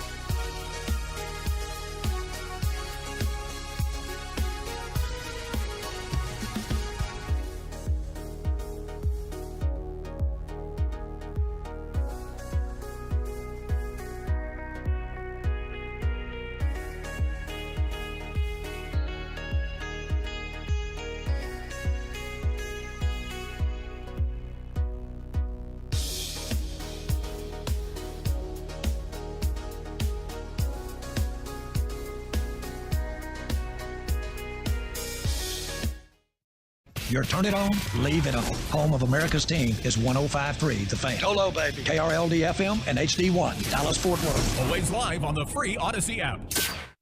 From our fan studios, secured by DFWsecurity.com, this is Sean and RJ on 105.3 The Fan. Final hour fist pump time here on Sean and RJ. Dakota and Rowlett still getting it going, man. He's hitting up the triple broadcast today. Buffalo Wild Wings in Fort Worth for KMC. Buffalo Wild Wings in Arlington for, wait a second. KMC is, yes, in Fort Worth. And the G-Bag Nation is going to be at Buffalo Wild Wings in Arlington. Thank you for turning it on, leaving it on, and everyone who rolled on out here for the giveaways, the fan beanies, the Texas Day Brazil food, the C4 energy drinks. We are in the Colony for another hour, 3400 Plano Parkway. Sean Sharif, RJ Choppy, and our Cowboys insider Bobby Belt. Hit us up on the DetroitRight.com text line whenever you need us, 877-881-1053. Just heard from the head coach, Mike McCarthy, who apparently turned 60 today, and we did not do our homework. That's not good. Yeah. Well, what are we supposed to do? I mean, yeah, we're not going to look every week. Oh, what's his birthday? The only way I feel bad about that is if we were Facebook friends and I didn't see it. That's how you know when people's birthdays are. Facebook. That's it, right? That's the only real reason for Facebook. That's it. Why are you looking at Call of Duty? When is your birthday, for Sean? Degenerate. What? It's for Degenerate. The Call of Duty? Yes. For the Degenerate? Yes. Okay. Your birthday's coming up, isn't it? Yes. When is it? November 21st. November 20th. And then Peyton and Choppy share a birthday, right? September 20th, Yes, sir. Okay, see, I got to, commit those to memory. Do you need – oh, gosh. Man, you're taking some shots at Mr. Allen, the greatest high school football player in the state of Texas's history. Are you ready for the Degenerate? Or you need I'm a ready. Time? No, I'm ready. I just wanted to double check my work. Special guest interview after the Degenerate. The top 5 questions for Mrs. Bobby Belt. I cannot wait for this. And the number one question so far from all the Tolos is why. Yeah. Why? So we'll torture Bobby through Kristen Belt coming up momentarily. Peyton, hit it. You would have doubled your money plus so far this year with me. Are you crushing? Crushing. If you had started with $3,000 and you bet $300 a game, you would be at $7,000 right now just betting on my pick so far this year. We've been red hot. Red hot. You want college or pro? We have both. We have 2 selections in the NFL and 3 in college. Bobby Belt, what do you want first? Give me college, Gene. All right, Gene. I like Colorado State minus the 3.5 against San Diego State. That's a home game for Colorado State. I like the Arizona-Colorado over 57.5. My, how the Sanders have fallen. They are a 10-point home dog to Arizona. Jed Fish, what a job he has done in Arizona this year. Fantastic job Jed Fish has done. They are ranked, and they are number 22. They're a 10-point road favorite at Colorado. I've also got Washington minus 8.5 against Utah. Washington's a really, really good team. I think they could smell it. And Utah couldn't score with a fistful of 50s, as Galloway would say. Utah does come up big in conference games. They do. Big conference games. They historically do. They absolutely do. There's no doubt about that. They're well coached. They're a good team. NFL. Giants-Cowboys over 40.5. And I like Atlanta minus 1.5 at Arizona. Wait a second. So how many points do you have the Giants scoring in your prediction? 2. Mine was 37-6. Yours was 2. 2, So, but I have the Cowboys scoring 59. okay. but in all seriousness, in a game like this, Scary. It's very scary. But you're taking the over. I'm taking the over because the Cowboys score 40 points like at will at home. That's the reason. I think the Cowboys might hit the over on their own. The problem is going to be, and this is where you're going to run into, do they choose to? Like, if the Cowboys want to score 40, we know they can. Cowboys like to play starters unnecessarily in Yeah. blowouts, so you probably score more. So I like the over in that one. And then I like Atlanta minus 1.5 at Arizona, even though this is Kyler Murray's return. And the reason for that is because today is the release of Modern Warfare 3. And Kyler is not going to be studying playbook this weekend. He's going to be on his headset, on his PlayStation, I got whatever the $9.99. Yeah, Kyrie's missing the next 3 games too, probably then, if Call of Duty's coming out today. Is he? He's a big Call of Duty? He's a big Twitch gamer. Oh, yeah. So Kyler's going to be up till 3, 4 in the morning each of the next 2 nights. He's probably going to bring it to the team. Do teams still stay at a team hotel at home before the night before a game? Some players do. Not all, like entire teams, but some players will. So he's going to bring it or he's going to stay at home. He'll be up to 3, 4 o'clock in the morning. He'll be absolutely useless in this game. I'm ready for a big Bijan show. God, am I winning that? Are we winning that? You are not winning that. He's giving you the highlight reel plays. It's not my fault. He has an idiot coaching He's him. crushing my fantasy team. Arthur Smith. I fell into you and Broadus. So Beery Sanders. So is Algiers the better runner? Is he the one is he getting more playing time? Is that a news Al Qaeda's the better runner. No, is it Algier? Yes. Allegier? Algier. Is he getting more run? Dude, no one gets murdered more by fantasy players than the Atlanta Falcons for Julio Jones, then Kyle Pitts, and now Bijan. Dude, I mean, like in general, like consistently, where you messed up is Arthur Smith has consistently gotten ripped for, like you just said, underperforming skill players. Like people are always like, why isn't Drake London getting the ball? Why isn't Bijan Robinson playing? What the hell's this guy doing? I thought he was an offensive genius. And then they go, oh wait, no, he came from Tennessee and they run the football. We were so dumb. Is that it? That's it. That is it for the Degenerate at RJ Choppy on Twitter. Just to update you on things, Buster Olney is trying to suggest that Shohei has already made his decision, and unfortunately those close to Ohtani supposedly think it's the Dodgers. So again, that's not a report. Man, Oxnard, put your fist down. Stop. Oxnard, California out here rooting for the Dodgers. But that's it's not encouraging. No, it's not. It's not fun to think about. No. Name. But I mean, look, the Dodgers and everybody else are chasing the Rangers. You got to go make moves to acquire an Ohtani. When you're on top, everybody's going to be coming for you. So they need Ohtani to compete with the Rangers is how I view it. So that's the latest from Buster Olney suggesting that. Okay. Before we get to this embarrassment, can I get through a couple shout-outs at least from the Tolos? Yeah, just continue to Let stall. me delay this as long as I can. Shout out Jason Norman from one of my favorite spots, Whiskey and Smoke. He's out here. Mark from Ready Refresh stopped by. He said that he wanted everybody to know that all the guys in their Ready Refresh trucks are like listening to the station all the time, and they were like upset that he was the only one that got to come out here. Well, drop me off some free water. Damn. Boom. That's what we need. And then shout out here. We're at Fire Station number 4 in the Colony, and the second annual Turkey Bowl is this Sunday between the Colony Police and Fire Department. That's from 1 to 3 p.m. at the Topo Chico Hard Seltzer Stage and Lawn. So shout out to them. They've been great hosts today. Okay, here we go. So Tolo Scott brought out these little hands to mock me. Bobby's been making fun of me throughout the entire show. These are to scale. So, as always, Bobby's loving, supportive wife showed up here, Firehouse number 4 in the Colony. So now I'm going to get my revenge by interviewing the great Kristen Belt. You may as well. I'll turn off your microphone, Bobby. You won't need it. You can go ahead and talk to the rest of the Tolos for the remainder of the segment. Let's get the. Oh, she doesn't want the camera on. Let's fulfill her request. I'm putting the camera on her. Clarence Hill definitely wants the camera on her. No doubt about Clarence that. Hill, is he got a? Is he creeping? Oh yeah. Oh really? Oh yeah. He's a big fan. All right, Kristen. The number one question that the Tolos have for you is why? Why what? Why did you do this? Why did you do this? He's a different person. No one is not on He's the a air. different person off the air? Yeah. How so? I don't know. He doesn't troll. Well, I try to get him. I've heard to him not- troll you multiple times at my house. Yeah, but not as much. Okay, so he's more annoying on the air? I guess. Did you know he was a big troll though before? No. You had no idea. No. I didn't know. No, I did not. Not to me. What do you think of his tongue thing during photos? Yeah, I don't like that. What do you think of his tongue thing in other times? Stop. Don't. Yeah. That gets back to the first question, Chop. What? I mean, that's a fair question. Is he a big wuss? Like with ailments, to me, he's always complaining about something. He always thinks he has something. He treats like his eyebrows poking him like razor blades. The other day, his lighter burnt him. He thought he had 5th-degree burns. Like he needed to come here to the Firehouse. Is he a wuss? No. He's not? Are you a wuss? No. You can be honest. I am a wuss. You will say I get my little hypochondria fits, and she will get on me because she's like, I'm a single mom and single wife when you think you're dying.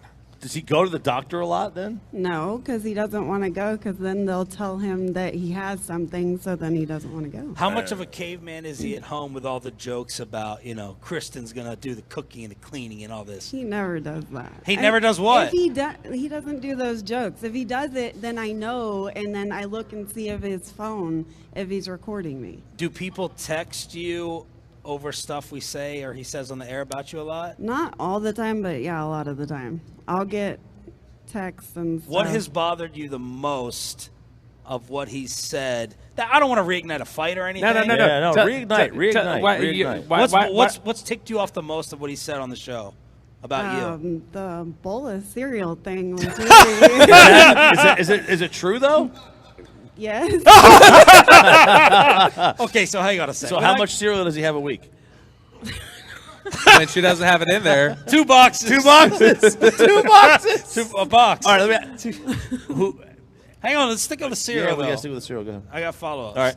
All right, so without getting too graphic or whatever, and I trust you actually more than him not to get in trouble on there. Spittle right now is definitely over the dump button like this. Look at Bobby. Look at his leg. Look at his leg going up. He's twitching. He's twitching. Mr. Troll, Mr. Smart Eye, all nervous. So after whatever happens, how does he immediately get up and go and bring cereal back to the bedroom, or does he stay out there and eat cereal? Does he offer you cereal? Why do you think it's cereal? I don't know why it's cereal, but I mean, immediately is gone. Goes and gets a cereal. Yeah. Toss her a washcloth. I go up front. My gosh. Shut up, Bobby. How many boxes of cereal do you have in the house? What cereals do you have? I mean, recently I've tried not to have cereal in the house. Oh! Not because of that, Oh. just because of soda and stuff like that. He's not supposed to eat that kind of stuff, so that's why I've tried not to. Okay. but- What is the ratio of him initiating cereal versus you? 100 to 0. And you're the 100, Bobby? Yes. Okay. Kristen Bell's sitting down with us here in the hot seat. I know you're. I get to ask one question here, or I'll give you green light to talk about it, because what's the thing that most upset her that she'll hear about? I can tell you about it. You were there for it. It was Oxnard, where she had to hear about the Slater fight on the air. That was bad. I don't want to talk about that. I don't want to talk about that. How much does Bobby complain about me at home? No. You're a liar. No, Liar. no, Be he honest. doesn't. Who does Bobby love the most at the radio station? I don't know. No. Yes, you do. It's Eric. either Cody. It's Giafalo. Is it Cody? Is it Eric? Do you know about the I think because it's Cody, Eric, and Sean. Do you know Cody, about Eric, the and lunch Sean. dates with Cody all the time? Do what? Nothing. No, she does. She'll know I'm late, and I'll say, sorry, I was getting lunch Yeah, with like Cody. he's getting coffee or something. How many times a week do you have to say, pay attention to us? Oh, yeah. No, he's been doing better because, we've had this issue, but, he's doing better. Last year, when he first started, it was he was constantly on his phone and But stuff, he's doing better now. I do think you get the most points of all the fan wives of letting him, go and socialize. Go get drinks at the bar, go drink before high school football games. Go But sit at before- high school football games with random strangers. Go and just meet random people here and there. Go to the games. You let him do it. But before the fan, like, we didn't hang out with anybody. Like, he had his friends, had no friends. here or whatever. He did have friends. I but told you he- I had lighters he at the bar. just wanted to stay. Do you think homeschooling has really affected him? No. You don't think so? No. Were you homeschooled? He I was homeschooled. Oh, yeah. of course you was. There it of is. course. Was there a dating app? Is that what this was? How did you guys find each other? Well, because his brother and my sister were dating. Oh gosh. Is Yeah, Wait a that- second. What did you just say? What? My sister and his brother were dating. The Younger. bad brother? No. Yes, the bad brother. The bad Really? brother, and Yeah. then my sister that's 7 years younger than Dated me. before you guys? Yeah, and then What my type of sick, No, twisted? No. Fla- Vivid Don't do entertainment, that. baby. It was my sister was like, you need to go out with Bobby. You need to go out with Bobby. And I was like, that is weird. I was like, you and Danny are together. That's weird. I don't want to do that. Do a lot of your friends ask you Another like piece of the puzzle just kind of forms into place here. homeschool and the previous sibling Yes, dating? yes. This is. It makes perfect sense now. It does make It perfect makes perfect sense. sense. Well, Kristen, we appreciate you putting up with him. We appreciate you putting up with us. And good luck dealing with him for a week. Are you doing Yeah. anything fun on vacation? I don't know. I Packing. think he's just relaxing. Packing for what? Where are you going? We're We're moving. moving. Not. Where are you guys moving? Oh, that's right. Down the bigger same apartment. complex. Yes. It's Oh, same complex. oh, you're just like Jeannie bigger Buss and apartment. Jay Moore. Yeah, they're just moving a couple We're units unit down. Unit 3. Oh, why is he like? He's so detailed. My final question: why is he like so like off in terms of being late or like lack of detail with some stuff, like oversleeping, not showing up on time, just like things that are pretty major details when he's a pretty detailed person. I do not know. I've tried to figure that out myself. There it is, ladies and gentlemen. Kristen Belt. Love you. Godspeed. Godspeed. Look, I'm glad they found each other. Homeschooled, finding homeschool. That's huge. I had no idea.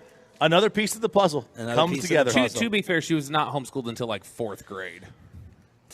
So That she means got, nothing. She got 3 years of the devil's work in her. Nikki, MandalisCowboys.com. How big of a blowout and a Tolo embarrassing Nick losing to a 12-year-old in the streets. That's In the next on streets. Sean and RJ. Let's get you over to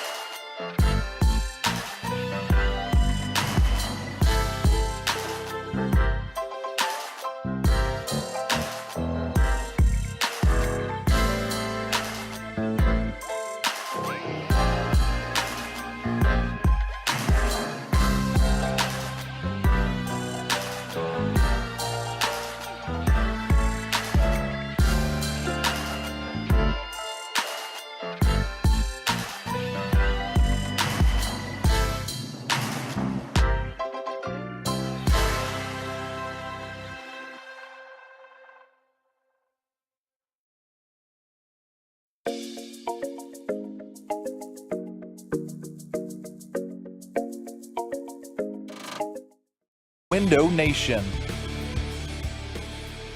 Sean Sharif, RJ Choppy, and Bobby Belt on DFW Sports Station. Do we let Bassick run crosstalk today? I don't know. Oh, he's in? He's allowed back? Is he on vacation or he No, missed suspension? no, he's here. I don't know. That's what I was wondering. Nick Eatman, DallasCowboys.com, is joining us as he does every Friday. Brought to you by the WinStar World Casino and Resort. Proud to be the casino of the Dallas Cowboys. Please game responsibly. Nick, did you see the Twitter photo of you this morning? No.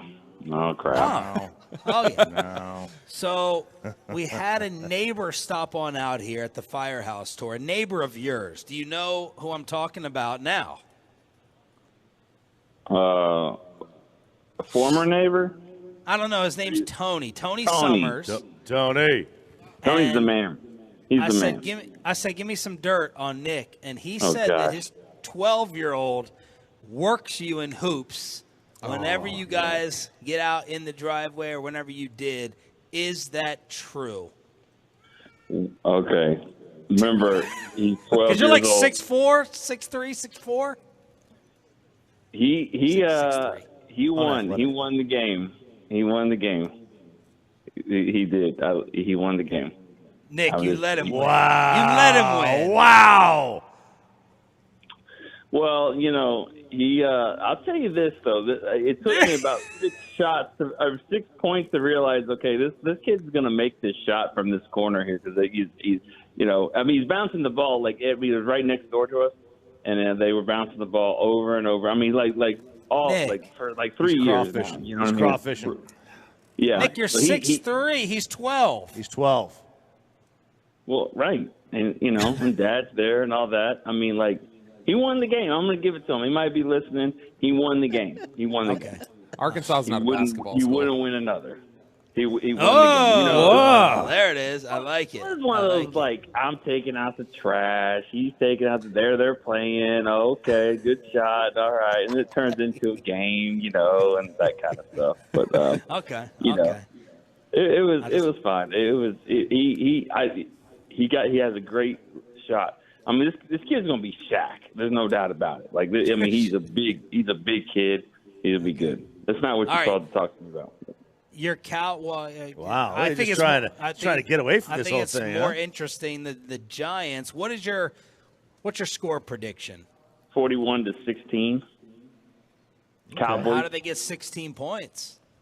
Well, the thing that I do, I mean, you have to realize that when you have one of the best players on the field, I mean, you always have a puncher's chance, I think. And I do think Barkley is a Saquon, not Matt.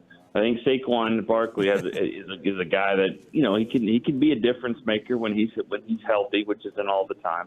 I think he can make some plays, you know, and I think they'll move the ball a little bit, but that 16 could be late.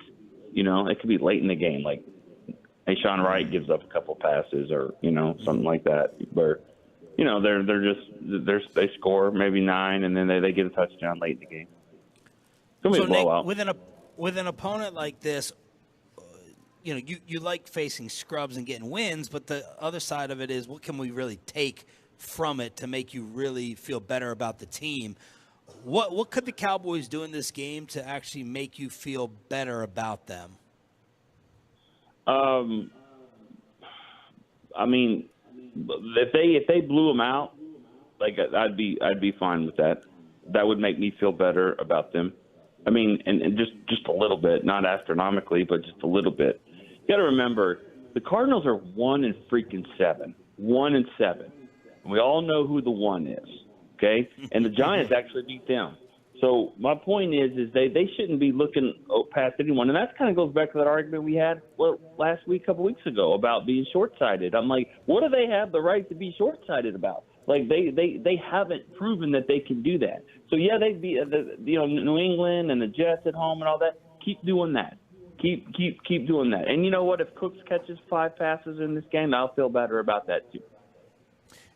Because like Dak usually handles the East, and I think that's the difference. Arizona's a team they don't see necessarily every single year, but isn't this more about not what they can do? It's like what they don't do that actually makes you feel better about this game. I don't know if I followed the question. Sorry, RJ. Sorry. Say that again? Yeah, it's Arkansas. It's okay. I'm going to be there in about 4 hours. So they don't commit a ton of pre-snap penalties. They don't make a lot of mistakes. It's not necessarily what they do. It's what they don't do that will make me feel good about this. I got you. Yeah, no, that would be a good one. The penalties, because McCarthy keeps harping on it over and over and over, and it keeps happening over and over. And it's just the dumb plays. I mean, just they make dumb plays, and that can't. I mean, I still for the life of me can't understand a penalty on the kickoff for personal foul when your kicker, kicks it and he leads the league in touchbacks. So it's going to be a touchback. So there's no reason to push and shove and hit anyone in the face, So just things like that. But they're difference makers. 15 yards on a kickoff is a difference maker. And Aubrey did it too on a kick out of bounds. But, I'm giving him a lot of passes right now.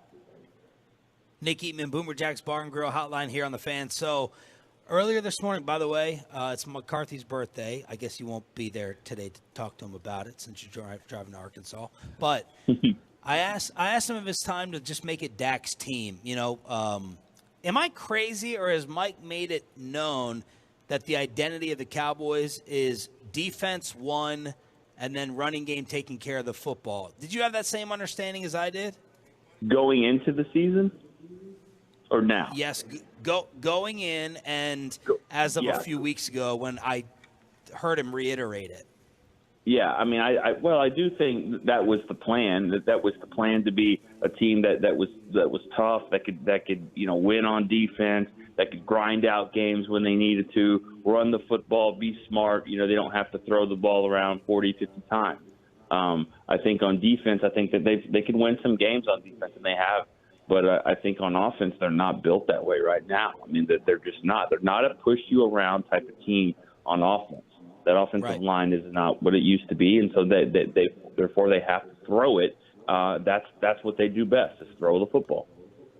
So you think the plan has changed? I think Mike McCarthy has always been a move the football guy, not offense or defense. Just move the ball, move the chain, score points, all that. I think they have to realize that that's what they do best.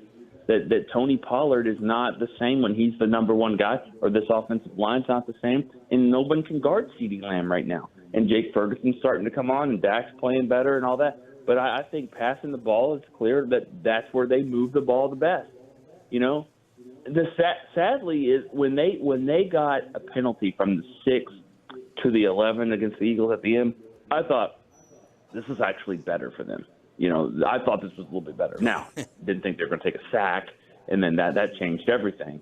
But I thought, and that just goes to show, just look at what they do in the middle of the game on 4th and 1, 4th and 2. They're in shotgun, and then when they try the tush push, it really doesn't work. I'm not sure that Dak even crossed the line on that tush push, but they called it. They gave it to him, But I'm just saying it doesn't work for them, and it doesn't work because it starts up front. Biotish, Tyler Smith, Zach Martin they don't provide the same kind of push in the interior, and therefore the running game isn't the same. Nick, it feels like right now the quickest way to irritate Mike McCarthy over the last week is to ask him about Brandon Cooks' usage. He seems pretty fed up with questions about that.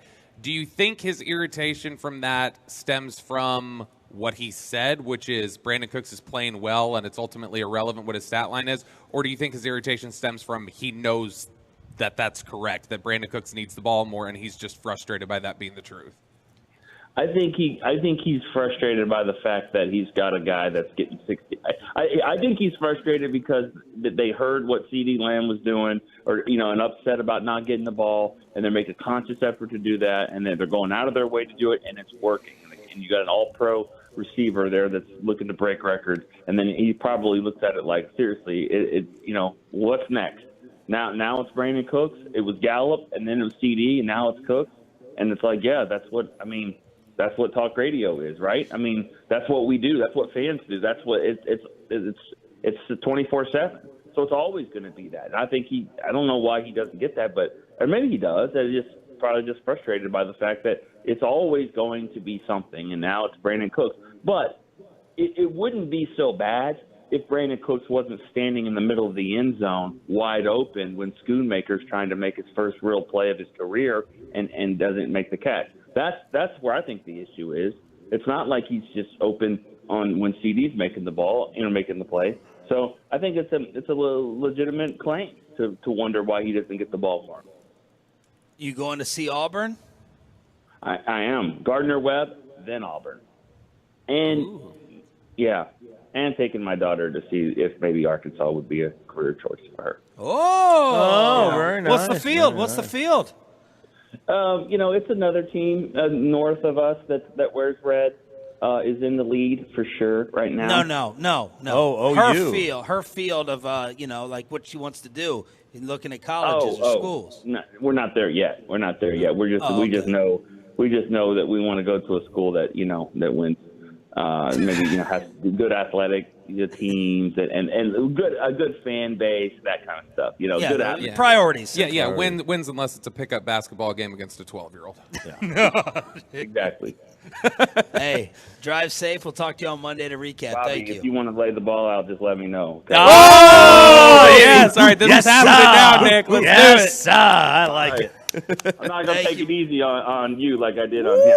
Oh, I like it. The truth comes out. Nick Eatman, brought to you by the WinStar World Casino and Resort. Proud to be the casino of the Dallas Cowboys. Please game responsibly. Can you shoot?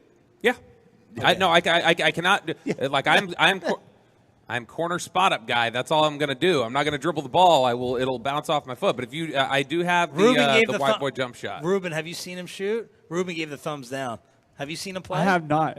Well, why'd you give the thumbs down? Because we've seen him do anything athletic. He doesn't seem athletic. I feel like he has a bad form, possibly. You look like you got some form. I played a little bit. Oh! Where'd you play? You play on your high school team? No, I did. Oh. It doesn't matter. I did. It's the street. It doesn't matter. He did play sports because he played soccer, so he does have some sort of athleticism. You soccer. You get with your feet. That's all cute. right. Who knows what is going to happen as Mike Bassick, I think, leads crosstalk. KMC is on the road today. Buffalo Wild Wings in Fort Worth. Mike Bassick and the KMC fellas as we have our final segment from Firehouse number 4 here in the Colony next on The Fan. Let's get you over to the greatest at Diamonds Direct. It's Thanksgiving's right around the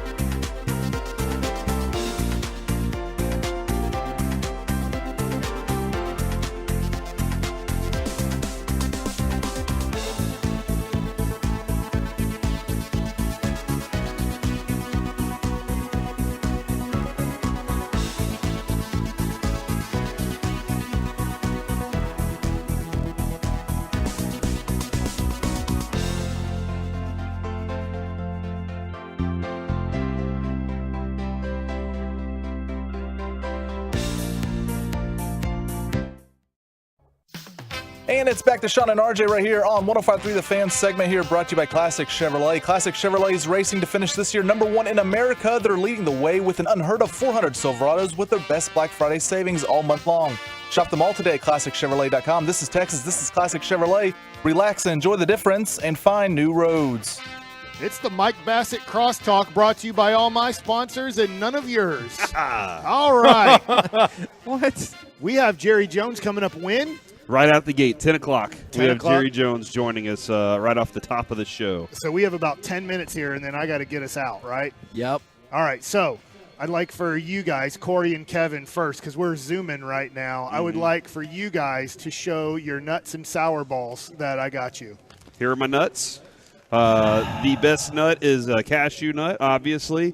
And Mike guessed my favorite nut yesterday, and the cashew is the best nut. And then Mike went to the vending nut company and near my old house. got me these nuts. I told you it's a great shop. It's a great store to get nuts and sour balls and all kinds of assorted treats. And I wanted to get you guys the assorted treats I talked about yesterday. I appreciate it. I know what you wanted me to say is here are my balls. So sour balls. Here you go. Sour balls, Kevin. Yeah. Assorted sours is what they say. Assorted sour balls. Hey, we're at Are there Buffalo any Wild pineapple Wings. flavored in there? Oh my God. You like pineapple? Lemon. Yeah, it's okay. Some people do. Yeah, upside down pineapple, right? The cake? My grandmother makes an amazing upside down pineapple cake. Why Does is she hang it it on her better? door? But why is it better if it's upside down? Because all the goo and the pineapples are on the bottom, and then when you flip it over out of its pan, so you cook it upside down. Yeah. So usually if you bake a cake, the top would be the top, but pineapple, the bottom is the top, and so when you flip over the pan, now you have your pineapple upside down cake. On the top. You can call it right side up. I don't know. Okay. Left side down. It's got cherries on it, too. Okay. How'd y'all's show go at the Firehouse? Oh, my God. Fantastic. Bobby is in the full fireman's attire. I got to give a quick shout out to Gabby and Tyson, and 5th birthday to their son James. They're celebrating their anniversary out here.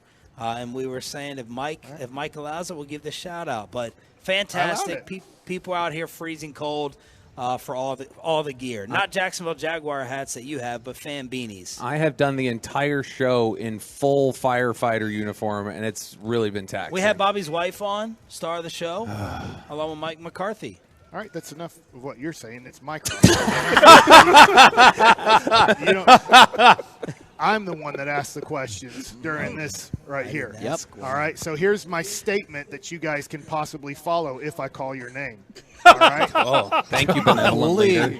Last night, I went to Hard 8 Barbecue, actually close to where you guys are at in the Colony. And my agent was there, and he was explaining how in Phoenix they had to shut down the meetings because everybody had massive diarrhea. So if you were wondering what the virus was, it was the diarrhea virus. I don't know if that's the official name of it. Probably but not, though, right?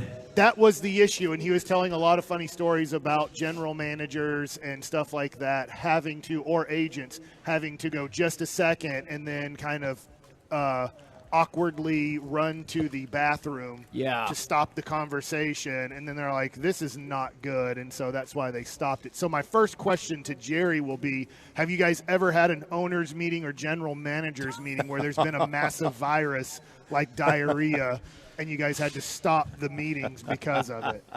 I mean, there was a massive virus 3 years ago that stopped a lot of their meetings. Yeah. Norovirus Oh, my is God. what we're dealing They with. weren't in right now. meetings. What? Didn't you send a diarrhea story yesterday? Oh yeah, I did. This is happening too in the UK, Mike.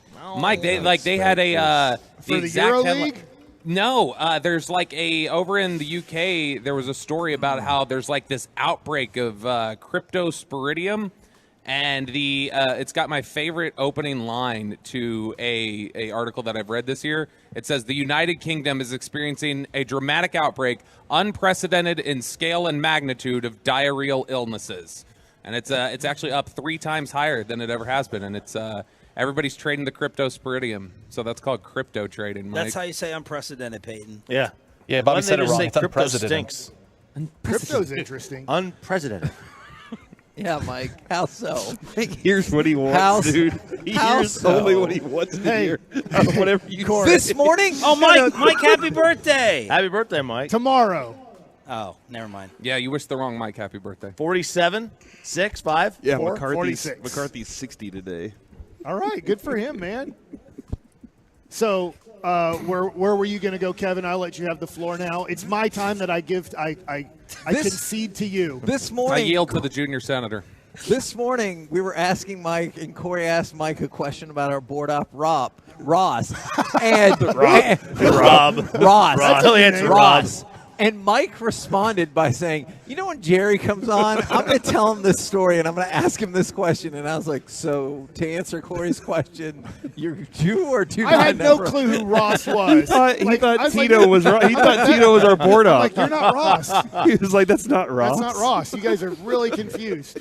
We had to explain what a board op was. It was really a weird time for us. So we have a brand new board op today. First day at work, Ross. He's worked It's for not Sean his first day at a few work. times. He's been here, but trust me, it's going to feel like it's his first day at work. Still. Oh, my God. I'm just messing with him. I like Ross. I'm just messing with him. Great kid. He's a good kid. He's a good kid. Set the building on fire. Well, this is Mike's crosstalk, so I'm going to give you another issue You've I have. done like 8 resets already. I have a massive problem because I never check my work email, and so I have no clue what the passwords are. And we really need to get this insurance thing done. And so now I have a major problem that it's like I forgot my password, and I don't know how many years that's going to take for me to figure out, but I really need to have insurance for my family. Just reset it. And my wife was like, hey, you need to really get the massive insurance this time because we're going to get to the payment or whatever. Yeah. She has a lot of things that I guess our family needs to get done. Oh, really? So I'm like, all right, so we're loading up on insurance this year. It's probably a good idea. 2024 will be the year of insurance for the Bassick family. Yeah, man. Which I've always felt, Corey, if we would have never done insurance ever in our lives, I think we would have won so far. If we would have just paid out of pocket instead of the insurance company, I think we would have won financially. Well, but that's how the big insurance wins, though. Yeah. Big insurance wins by convincing you that you have to have it. Like even if you're a farmer, farmers out there, do you have insurance? Are you sitting there going, man, what happens if my leg gets caught in like a turbine or something like that? I don't know. I mean, I feel like, that you definitely need a cultivator. I feel like removing a leg would require some insurance. Yeah, okay. But if you don't have it, you're in trouble. RJ, I have a topic for you to talk about with your hat on.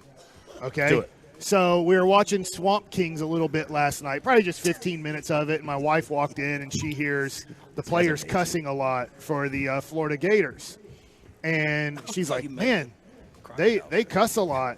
And I was like, yeah. And then she's like, do the coaches allow that? And then 1 minute later, there's a clip of a coach F-bombing every sentence. And she's like, well, it makes sense now. So, Choppy, when it comes to college sports, how much cussing is there, do you think, on a sentence-by-sentence basis? Do you still think if you watch Swamp Kings, do you think like the way Urban Meyer and his coaches taught, do you still feel like there's the same verbiage used in today's college coaching? I think it's totally dependent on like the program. Like, I don't think at Clemson there's a whole lot of that going on. Because like Dabo will say, gosh darn it. Gosh dang gee willikers. Do you think he gets mad at his players if they use the F word?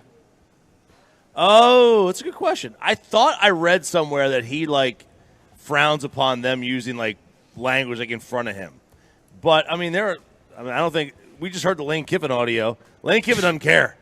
I think it all depends on who the coach is. Like there are some coaches that are, especially in college. Like I think you find it way more in college than the pros, where you'll find someone that's very like that will run their program in a certain way that just doesn't allow that. But oh yeah, for the most part, I think absolutely they will. Go Rangers, world champs. We have our first Tolo that's at Buffalo Wild Wings here in Fort Worth in Hewlin. I'm replying back to him on Luke. Twitter right now. Luke's the man. All right, so we got to get out of here because it's Jerry Jones Day. Big game here. Cowboy. I know, but I do know the wrath of Kevin if I don't do this on time. You can't break 9 minutes early. Yeah, Kevin? I can. This is my crosstalk. I ask the questions. When you ask questions, other things happen. Oh, Sean. my God. All right. I don't know what that's a reference to. Corey, what's coming up on the show today, man? Man, we got Masterpiece of the Week. We got Jerry Jones right out of the gate. Kyle Yeomans will join us at 1 o'clock as well. Also, don't forget, we have 20 G-Bag flags, 2 jerseys, 2 sweatshirts, and 2 baseball caps and 1 mini helmet, all Cowboys related, courtesy of Miller Lite out here at our Buffalo Wild Wings, and we'll be giving away tickets today. In Fort Worth, 5601 South Hewlett. I'll extend this 1 minute, Sean, just for you. Okay? Get us some I am ratings. very happy that Ohtani is making his decision quickly, even if it's not the Rangers. I'm not saying the Rangers are going to spend $50 million in free agency this year on an annual basis. But I do think this helps out the Rangers a lot. If Ohtani chooses next week, let's say, it gives the Rangers we don't have a bid for Ohtani. Ohtani's done. He's with the Dodgers. How are we going to improve this championship team? So I love that Ohtani's not taking till, let's say, Christmas time to make a decision. I do think it helps out the Rangers a lot. Sean, your thoughts? I cede my time to Choppy, the baseball guy. Most everybody in the sport agrees that the offseason doesn't start until Ohtani makes a decision. Like, he's basically putting a hold on everybody because, like, the teams that are in on him, that money is earmarked in their budget for Ohtani, right? We're out of time. Thank you, Choppy, for your Check your mouth, answers. Mike. Hit the stuff, Peyton. That's called theme music. Good luck to us. Coming up next, my last day until I go to Cabo. The Jerry Maybe just your Jones last Show. day. Who knows? Thank you, coming Colony. up Thank next. you, Firehouse. Yeah, buddy. That's it. Cut their mics off, Peyton. They're Good luck, done Ross. talking. It's now Buffalo Wild Wings in Fort Worth off of Hewlin. Come see us and listen to Jerry Jones coming up next.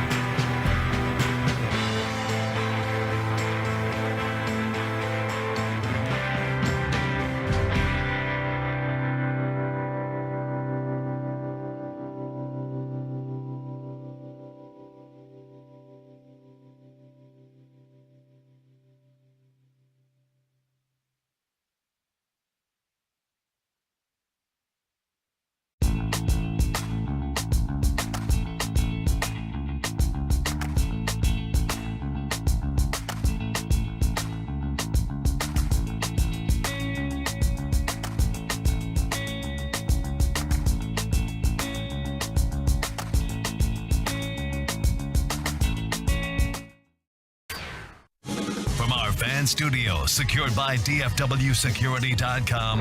It's the KNC Masterpiece on 105.3 The Fan. KNC Masterpiece right here on 105.3 The Fan. We're live at Buffalo Wild Wings in Fort Worth, 5601 South Hewlin. If you want to come see us, they're open and ready to go right now. And we are ready to go as well, because right now, brought to you by Ford and your North Texas Ford dealers, Ford is the best in Texas. It is Dallas Cowboys owner and general manager Jerry Jones. Good morning, sir. Hey, good morning, guys. Kevin, Corey, Mike. Well, good morning.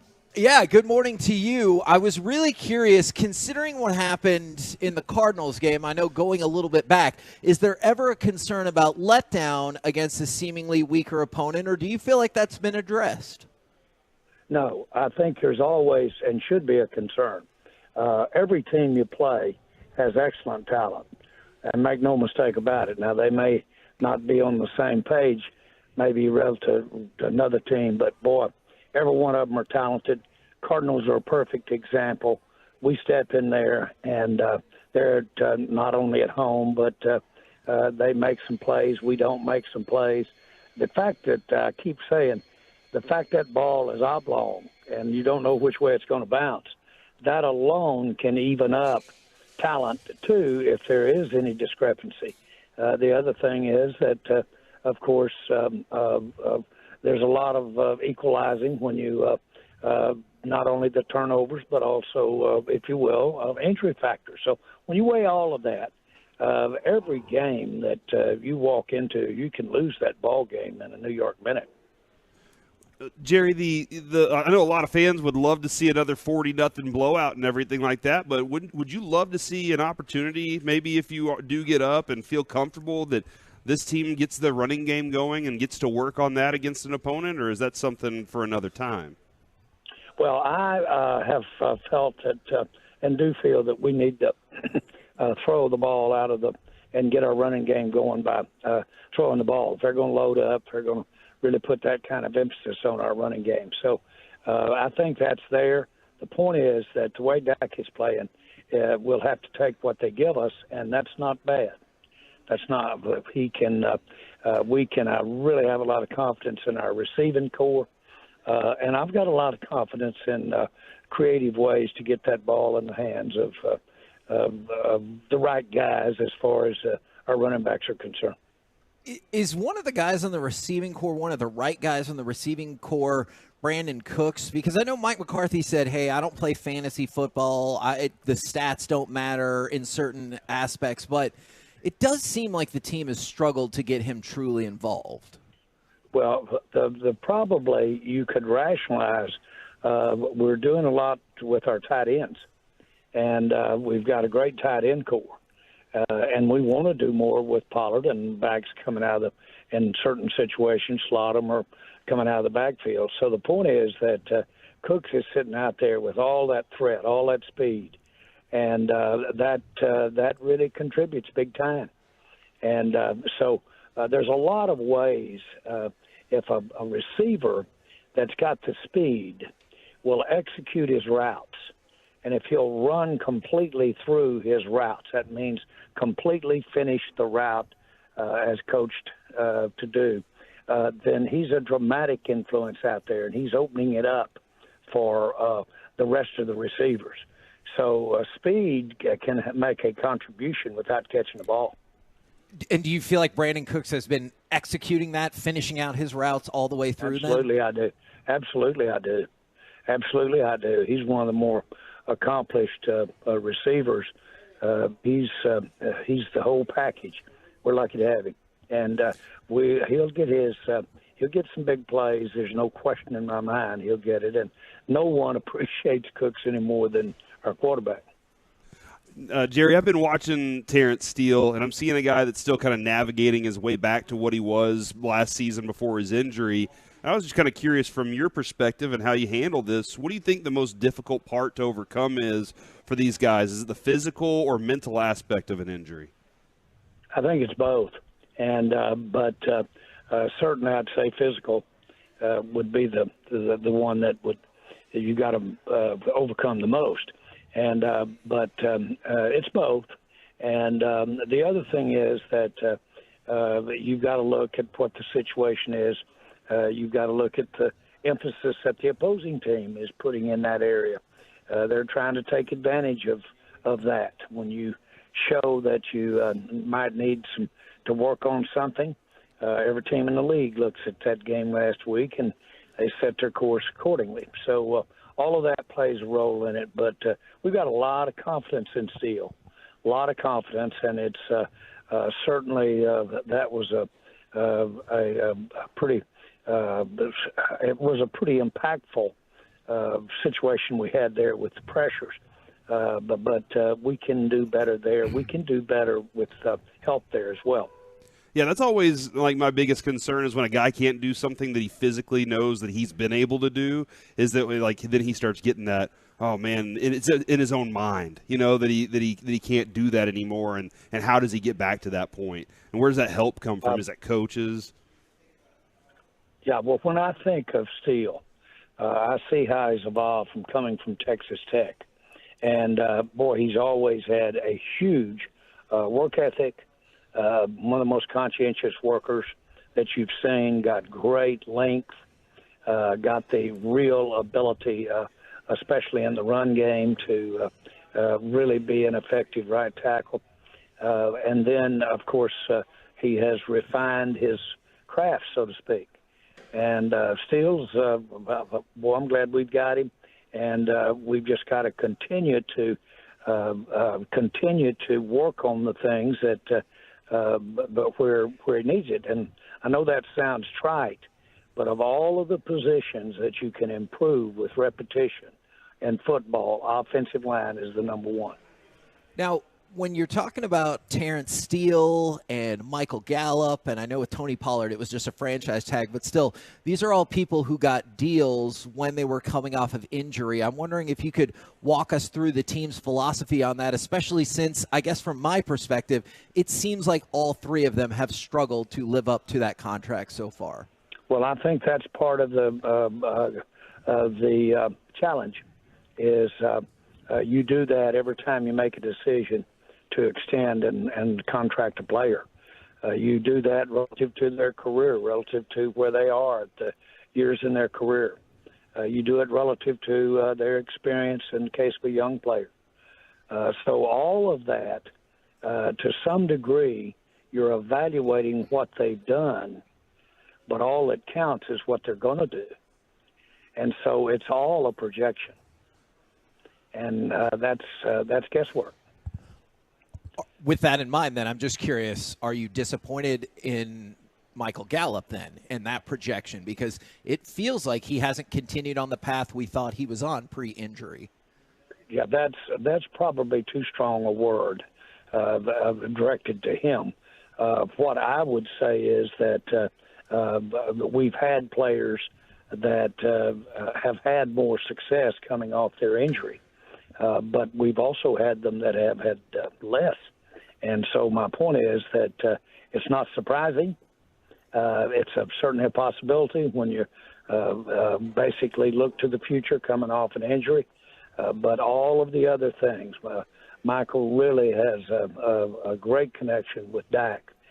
He can really go get the ball. He high points the ball. And he has some skills that we want to take advantage of. And he's had them.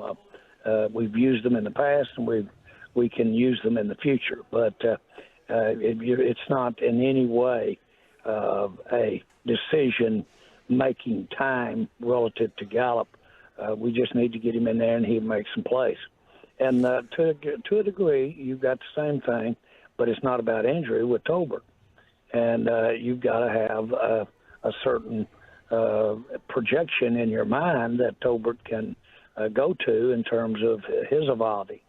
And that's this game. That's what you're doing. You feel like Tolbert's kind of trending in that right direction right now? Well, I think so.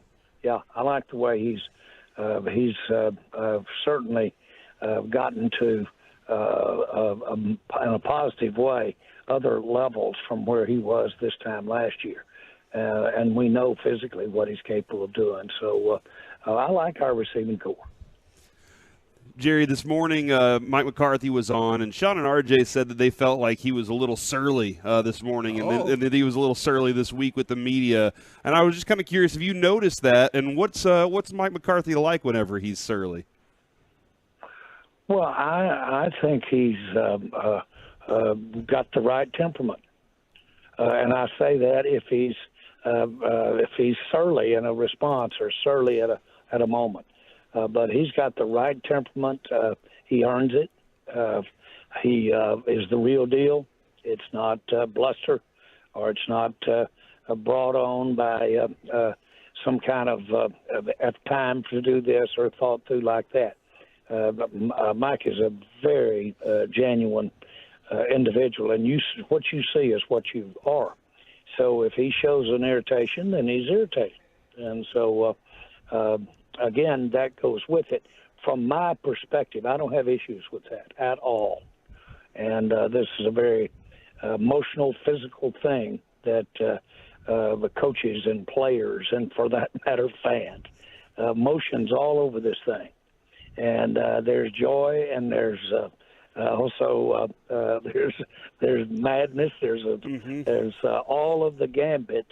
And you add that to the physical aspect of it, having to call on yourself as a player to get that done. But everybody involved in it are proud we're getting to do it, I'll tell you that. Do you ever think we got into the wrong business, though, considering how much madness sports drives us to? Like, the joy is amazing, but that madness is there a lot, right? Well, I'm glad you put it that way, because that's exactly how I've always looked at it. And when the media has had some fun with me and beat up on me, I would say, now, guys, we're about maybe we're second cousins or third cousins, but we're all together.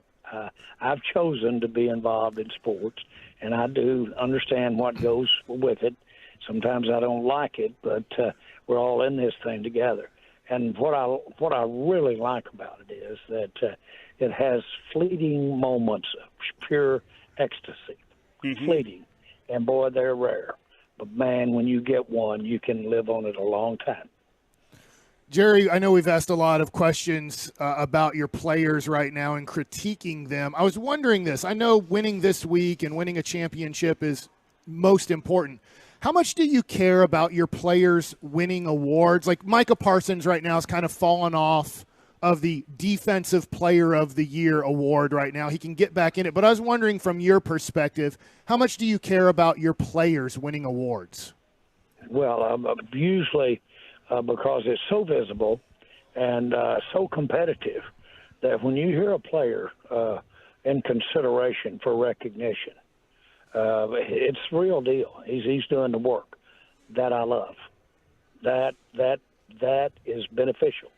So I know of very few disconnects that I've ever been seen where a recognition for play or recognition for performance isn't associated with everything that's good for the Cowboys.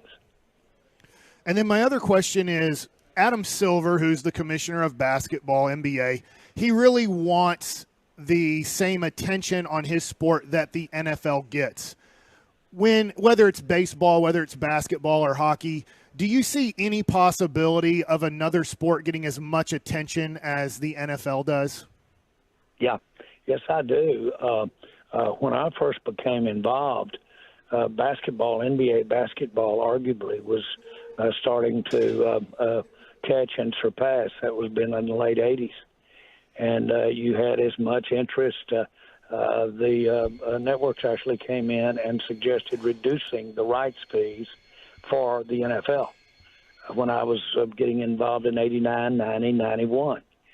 And so there's nothing, everybody needs to be appreciative, guarded, and realize that you better stay on your game and keep relevant. And so, I don't take anything for granted, and I sure don't for the Dallas Cowboys. That's why that every way I can in the world, I want the Cowboys to have a relevancy. Are you I'm curious, are you at all surprised how strong that relevancy has remained despite getting back to the promised land of the Super Bowl or, heck, even the NFC Championship game? Because there's no doubt the team is as relevant as ever. Are you ever surprised that that's carried over so long without the ultimate wins? Let me say this. I say this tongue-in-cheek. But if it gets a little slow, I know how to stir it up. Right. So my point is that all of that is a part of what makes the game special. It's 365 days. You could argue there's a soap opera going on and off the field during the season, out of the season. There's controversy. There's all kinds of happenings with the players, their relationships, and if you were trying to make a movie out here somewhere, and you were a company that made movies, it would cost you more than to make the movie. It'd cost you more to promote the movie. That doesn't happen in NFL and football, and it's year round. And certainly it happens in the fourth quarter of the year. It's apex for football, and that's a big positive. It's when you want the people, decision makers, in front of that TV screen. Man, Jerry, you just bring that up with the movie part of it and the families and everything that's involved in the Tony Romo documentary, or the movie about him just dropped. And he does have this one thing that he discusses where he's talking about how, if he does something wrong, it could cost one of the guys on the roster their job and their whole family, and he has to think about their kids and all of those things. And that does seem more like it's the idea of preaching the family environment in a locker room and how much those guys do rely upon each other. And does that go into the thinking whenever you're making decisions on rosters too? It's called team. Team. There is no such thing as it's just you, because you are a part. A lot of people are relying on you. It's a team, and that extends itself on out into our fans. But boy, a lot of people are riding with you when you put that effort out at practice, or you put that effort out to make a play, or how you conduct yourself. All of that, a lot of people rely on you. If you are absent there, if you're short there and understanding your responsibility to others, then you're not as good a teammate.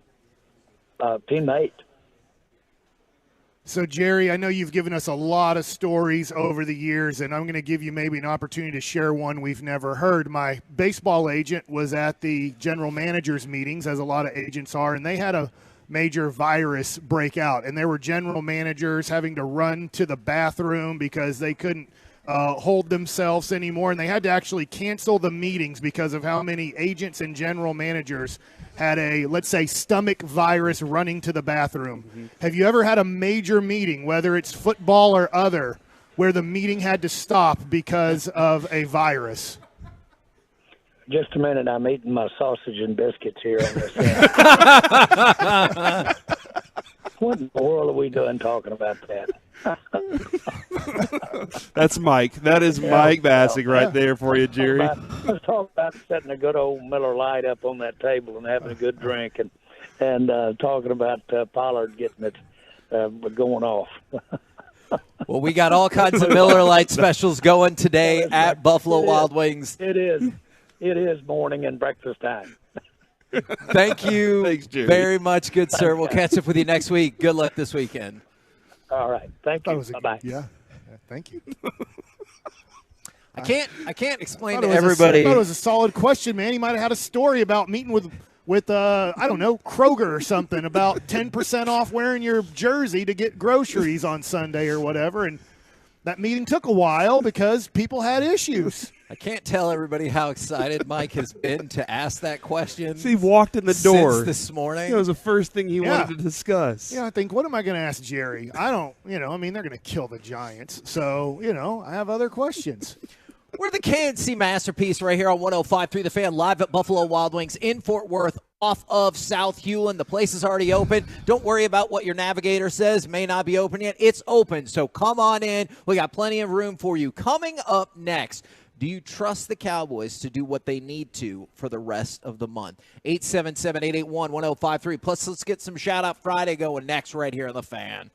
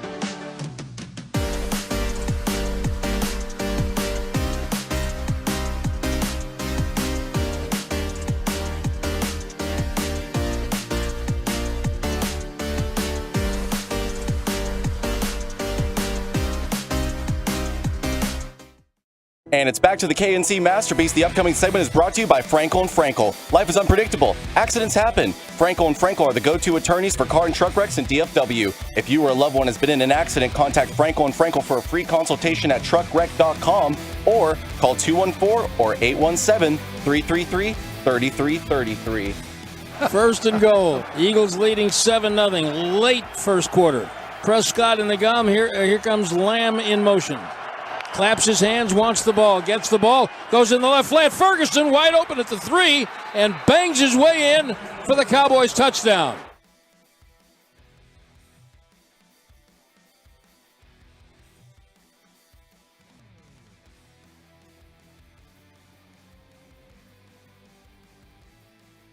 This is the fanciest Buffalo Wild Wings I've ever been to. Really? The exterior looks different. They got it remodeled. It's 2 stories, and the second story opens up on Friday, Saturday, and Sunday. Is that the VIP room up there? Is that where you can go up there and get the really saucy wings? I guess. Yeah, you know what I'm talking about. I think I do, and I don't sauce. like what you're saying. More sauce. Is my question. Don't encourage him. There's people here like, yes. 5-on-5 oh action my gosh. sauce. No. That was the Hawks thing yesterday. Hawks have wings. They do. So does Buffalo Wild Wings. That is a great point. See how I connected all that, God, Mike? I'm in so much trouble today. Hey, if you I'm just excited how I ended the Jerry Jones show. Yeah, people are very split. Some people thought it was the best. Some people, they hated it more than anything that has ever been. So I was, just for the record, if you have criticism of Mike Bassick, a lot of times his response is, oh, well. Send an email to Gavin Spittle and see if you can have the job. Don't necessarily know if I want to totally encourage that. Here's what I need. I need more people to come out to Buffalo Wild Wings that will side with me, because there are people I can hear going, yeah, just deal with it. They're supporting Mike. They're supporting Corey, and my sanity is going down the drain. So I was reading an article from Hollywood Dave Hellman. And whoa, is that his nickname? Yeah, remember we called him that in the Super Bowl. Arizona. I know, but he got kicked off that show. Did he get kicked off? Is that what happened? They hired a Green Bay Packer receiver, I think. Did he not dig in on Dak enough? He gave too much logical response, and they're like, you don't and understand. that is the truth. Yes. I was listening to Marcellus Wiley based off of Emmanuel Acho and his kind of rise to superstardom, and that Acho wanted a more just hot take show. Yeah. And so he's like, I want who's the running back from Philadelphia? LaShawn McCoy. LaShawn McCoy. I want LaShawn McCoy. And then he's like, I kind of like that more than what Hellman's bringing. Which is sensical right. analysis. So I want another LaShawn McCoy. So it's his show. And so he thought, well, let's do Dave Hellman. And he's like, you know what? I want it to be more LaShawn McCoy, less David Hellman. Gross. So the whole crux of his article is, hey, people might want to talk about, can you beat this team? Can you beat that team? The measuring stick for the Cowboys is just doing what they're supposed to do for the rest of this month. You look at the next 4 games: Giants, Panthers, Commanders, Seahawks.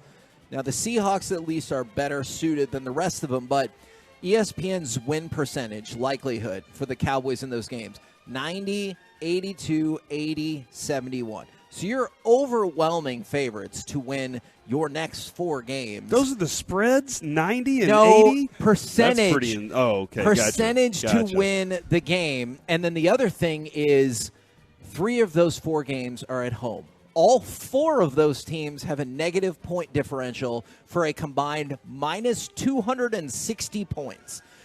Do you trust the Cowboys, though, to go through the next 4 games? And that doesn't have to mean that they're going to be great or they're going to win the Super Bowl, but just do what they need to do, go 4-0 and get to 9-3. Yeah.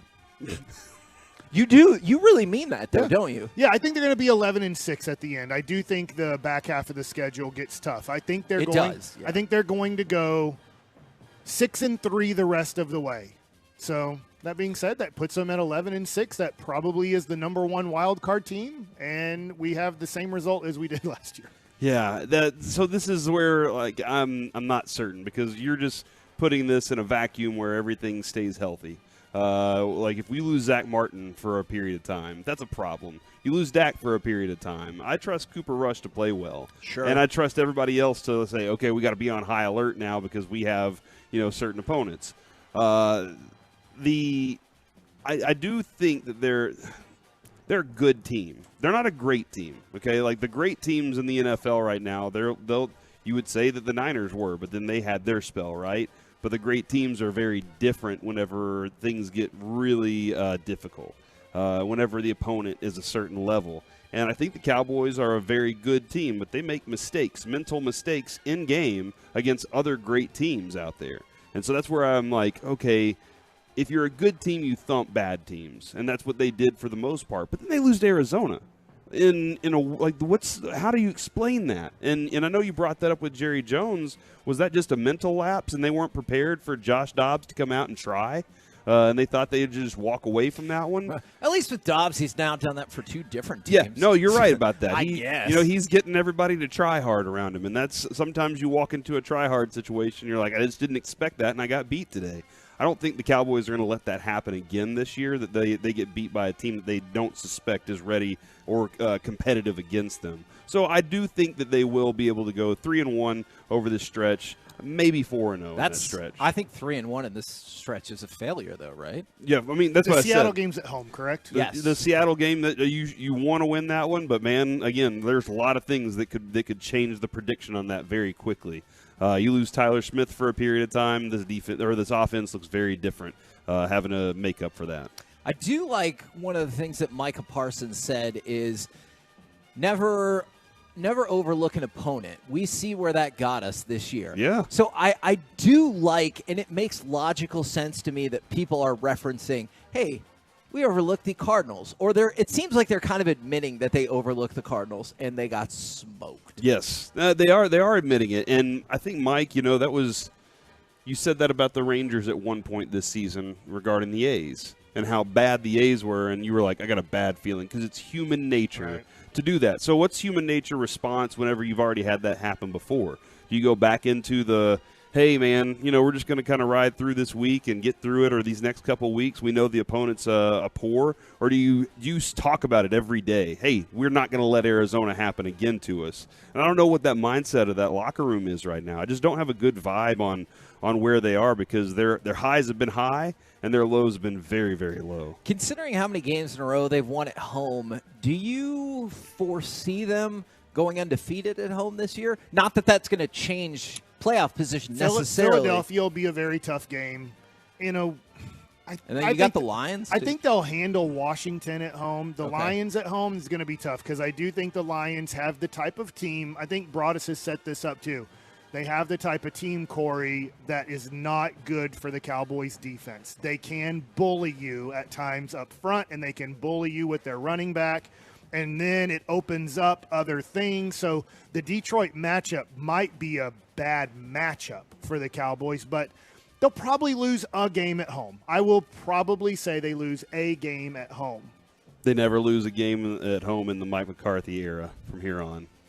Oh, wow. But so for the rest of this season? I didn't say that, Mike. What are you trying to say there? No, I just don't think they will. I think he's gonna have his game plans unfold very smartly for late in the season. That's what he likes. He likes late in the season, and he also likes the opportunities at home. Like Green Bay had a really good home field advantage for a very long time while he was there, and you could say it was because of the tundra or the way that the coach manages the games whenever they're at home. So I think that they continue to rock there. The Lions game is going to be tough. Mike's right. They can set you up to bully you up the middle, and then they can spread it out real fast with St. Brown. He's a phenomenal receiver, and Jared Goff's doing a great job distributing those guys.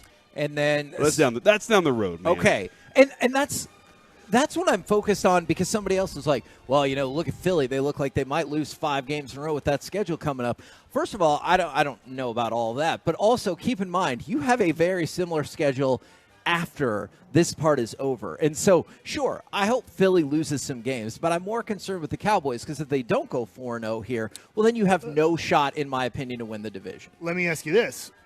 How many losses can the Cowboys take and still win this division, if you're guessing? At this point, they have 3 losses. How many losses can they take? One more. And obviously it can't be to Philadelphia, Correct. right? If it's to Philadelphia, you're done. I think one more. And I get it. Philadelphia has a tough stretch coming up. And I hope in a few weeks they're 8-4, but they are still 8-1. No matter how they do it, because man, you look at the Commanders game before the Cowboys, and then obviously the one we all just saw. They have been getting by barely in some of these games, but they're still getting by. Yeah, no, I can see that. I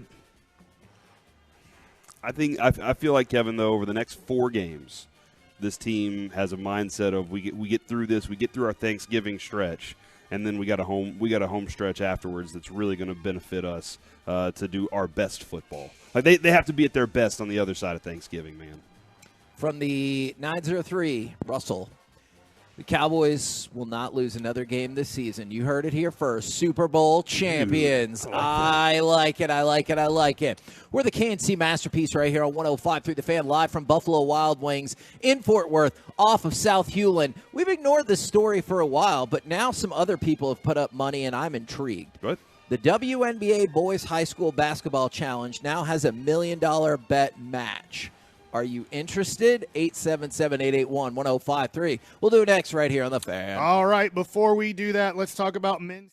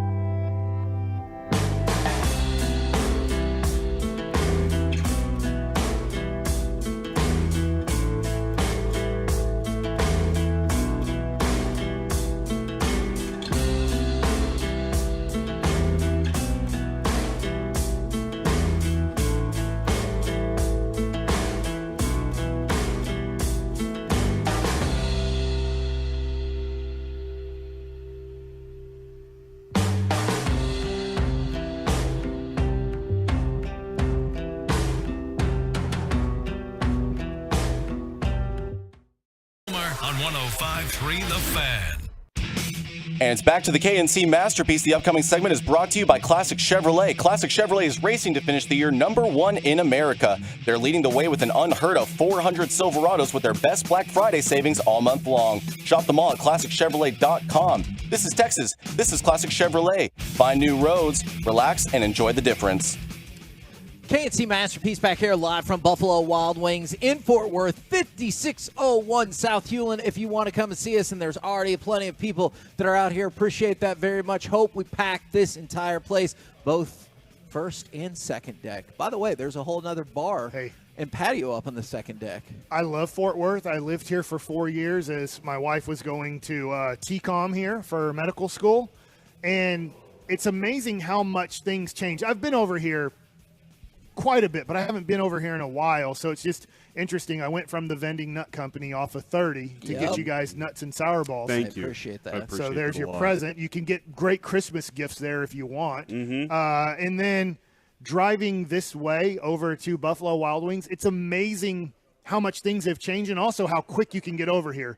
20 years ago, you could not get from like 30 in Montgomery over this area that quick, but now there's a quick little highway that gets you over here. Then you just see a whole bunch of new things that have popped up. And we have a huge audience in Fort Worth and appreciate all of our Tarrant County Tolos and Twolos. Is wintertime, is holiday season nut season, because it's that's when you're collecting them the most, like you're harvesting the nuts? There's a pecan tree over where I live, and it's dropping all of its nuts right now. That makes sense. Yeah, so that would be the best time to do it. In fact, we have people that are taking walks, and they'll have like a cup, and they'll fill up their cup with pecans. That's a smart idea.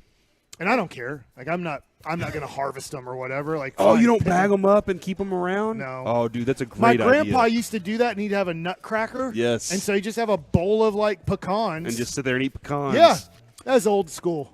From the 469 is also Shout Out Friday. Today is my Marine Corps birthday. Shout out to all the devil dogs out there. Thank you very much. And am I better? Absolutely not. If you were in the Marines, you are definitely we have a veteran here. Better than me. And I shouldn't say we're in the Marines because there's no former Marines. You're always right. Once Exactly. Marine, always exactly. Marine. Exactly. All right. We've avoided this story for a little bit because I know this person individually sparks a lot of feelings in people. Clay Travis. Oh. I know there are people who love him. I know that there are people who hate him. I want to chop this story up in a non-political fashion. Oh, I don't know if you can do that. Yeah, you know what? We're going to give it a shot. Good luck, it might fail spectacularly. All right. So Clay Travis, he does Outkick the coverage, and he's got a show on there, runs a website and everything like that.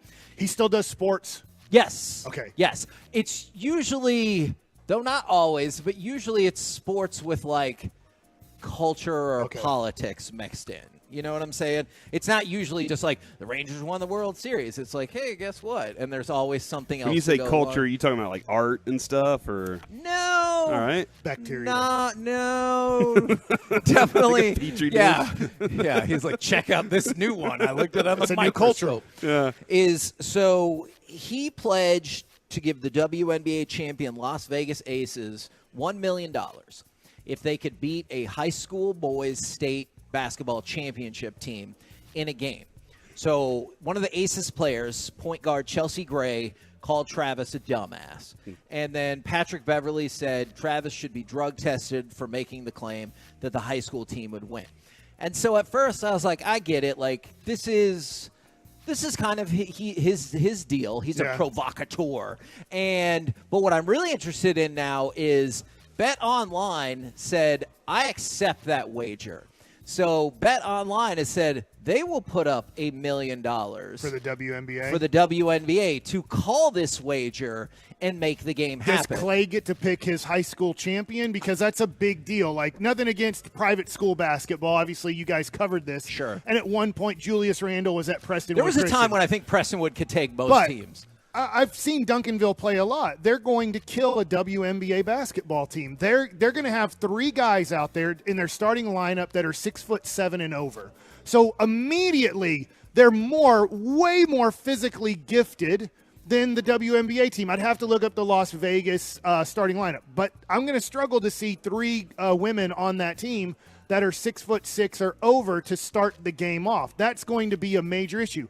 Just recently, Anthony Black was on the team. 2 years later, he's in the NBA playing a lot of minutes for the Orlando Magic. So if I go get a real, top-level national contender state championship team, the WNBA team is in big trouble. Now, do I have any type of reference? Well, I do a little bit. Guess who I graduated with? I was a year older than her. Tamika Catchings, one of the greatest basketball players, WNBA basketball players in the history of their sport. She couldn't have played on Duncanville's basketball team as a girl, on the men's team. Do you think she might have been on the team, and she's one of the greatest of all time. She might have been able to play 10 to 15 minutes a night on the Duncanville High School boys basketball team when she was the #1 recruit in the country and went to Tennessee. Do you think her advancement through college and then into the pros and now being on a team would help that further on? 100%. Okay, but it's not enough to overcome. I'm not saying I think it'd be a hell of a game, but I don't think the WNBA needs to do this, because if this Duncanville High School team beats the Las Vegas Aces, that would not be good. I've heard a couple of the women on the WNBA recently come out and say, we need to get paid like an NBA basketball player. All right. Well, the other day when Reggie was talking about the Dallas Wings, right? Yes. Dallas Wings. When they were playing, I looked at attendance for that semifinal playoff game. It was 4,200 people were in Arlington. You generate the revenue, they'll pay you. You got to generate the revenue. There's got to be a reason to pay you more than what you're getting paid. And for a playoff game to have 4,200 people there, that is not generating the revenue. The NBA is generating the revenue to even have that league. I do see some people coming in with this. I got a couple of questions for you. Would you be interested in watching it? Because I definitely would. I would, yes. But I see people coming in and going, well, what is to gain for the WNBA? That's where I wouldn't play this if I was the WNBA. And I think that's one of the things I understand what Clay Travis does for a living. We might have technically the same job, but we don't do the same thing, right? And so I think he made this challenge knowing that they wouldn't be able to call it. I mean, look, if the Las Vegas Aces want to do it, I think it would be huge money in terms of TV ratings or however you want to do it. I think that place would be packed. The arena you had it would be packed. I think a lot of people would watch. But I don't understand what is to be gained from that, because, sure, you can be like, now shut your mouth, Clay Travis, but he won't. And then also... What's he saying afterwards? They win. Is he saying, "Oh, y'all just beat a bunch of high school kids"? Yes, exactly. That's and you didn't really do anything. Exactly. And I think that's what the narrative is across the board is, oh, you beat a bunch of high school kids. Really neat. Or let's say the game is close. Let's say you win by 2 points. You're going to be like, oh, you had to struggle so much. They would have to win that game by, I don't know, 30 points, 50 points to really shut people's mouths. I think it's a no-win situation outside of the $1 million.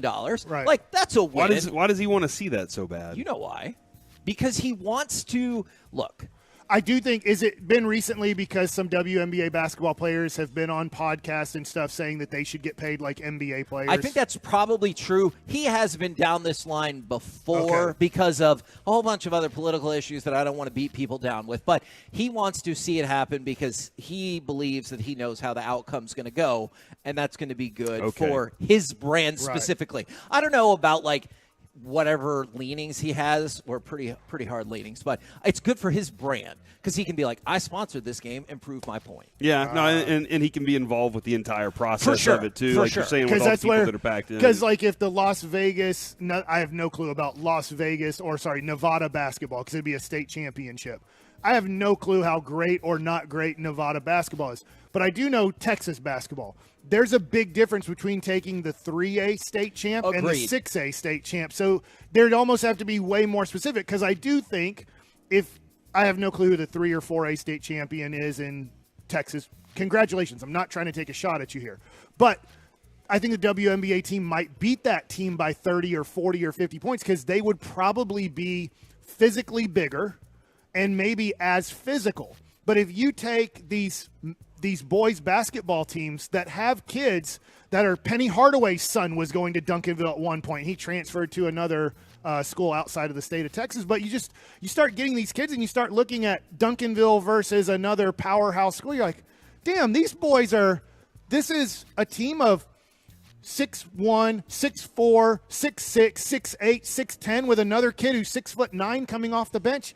That's a big difference. That's a huge height difference right there, and they're somewhat physically gifted at that age. The Vegas Aces have 4 6'4" players on their roster. That's the tallest. Are they all 6'4", or are they taller? They have 4 6'4" players.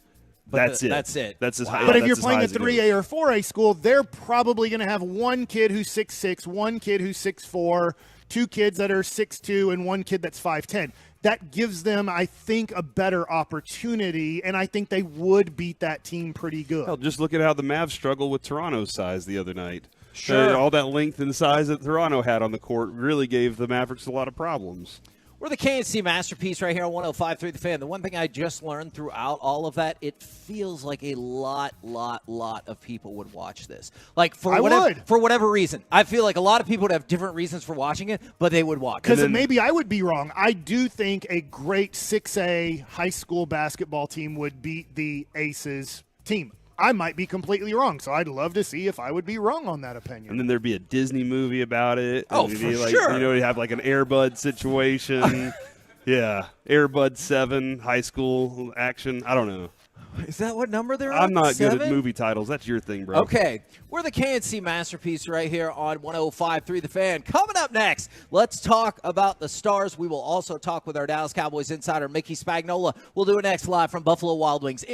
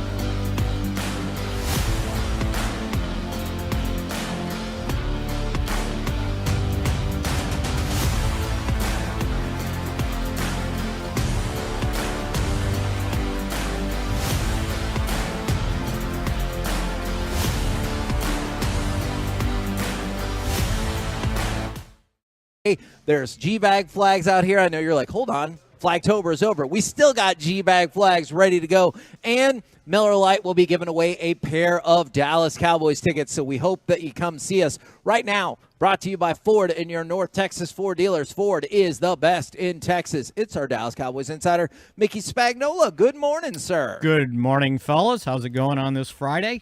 Pretty good, I think, pretty good. How am I to feel about the Cowboys practice list? Because I'm trying not to worry about an illness. Hopefully it'll work out with Tyron. But yeah. Camonte Turpin, Marquise Bell, what do we know? How we feeling there? I think just judging from, the little bit of practice we get to see yesterday, Bell was he did have his pads on and he was working on the cords, so that was a good sign.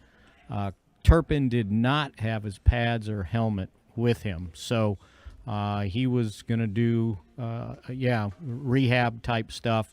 I would think he would be the one of the guys that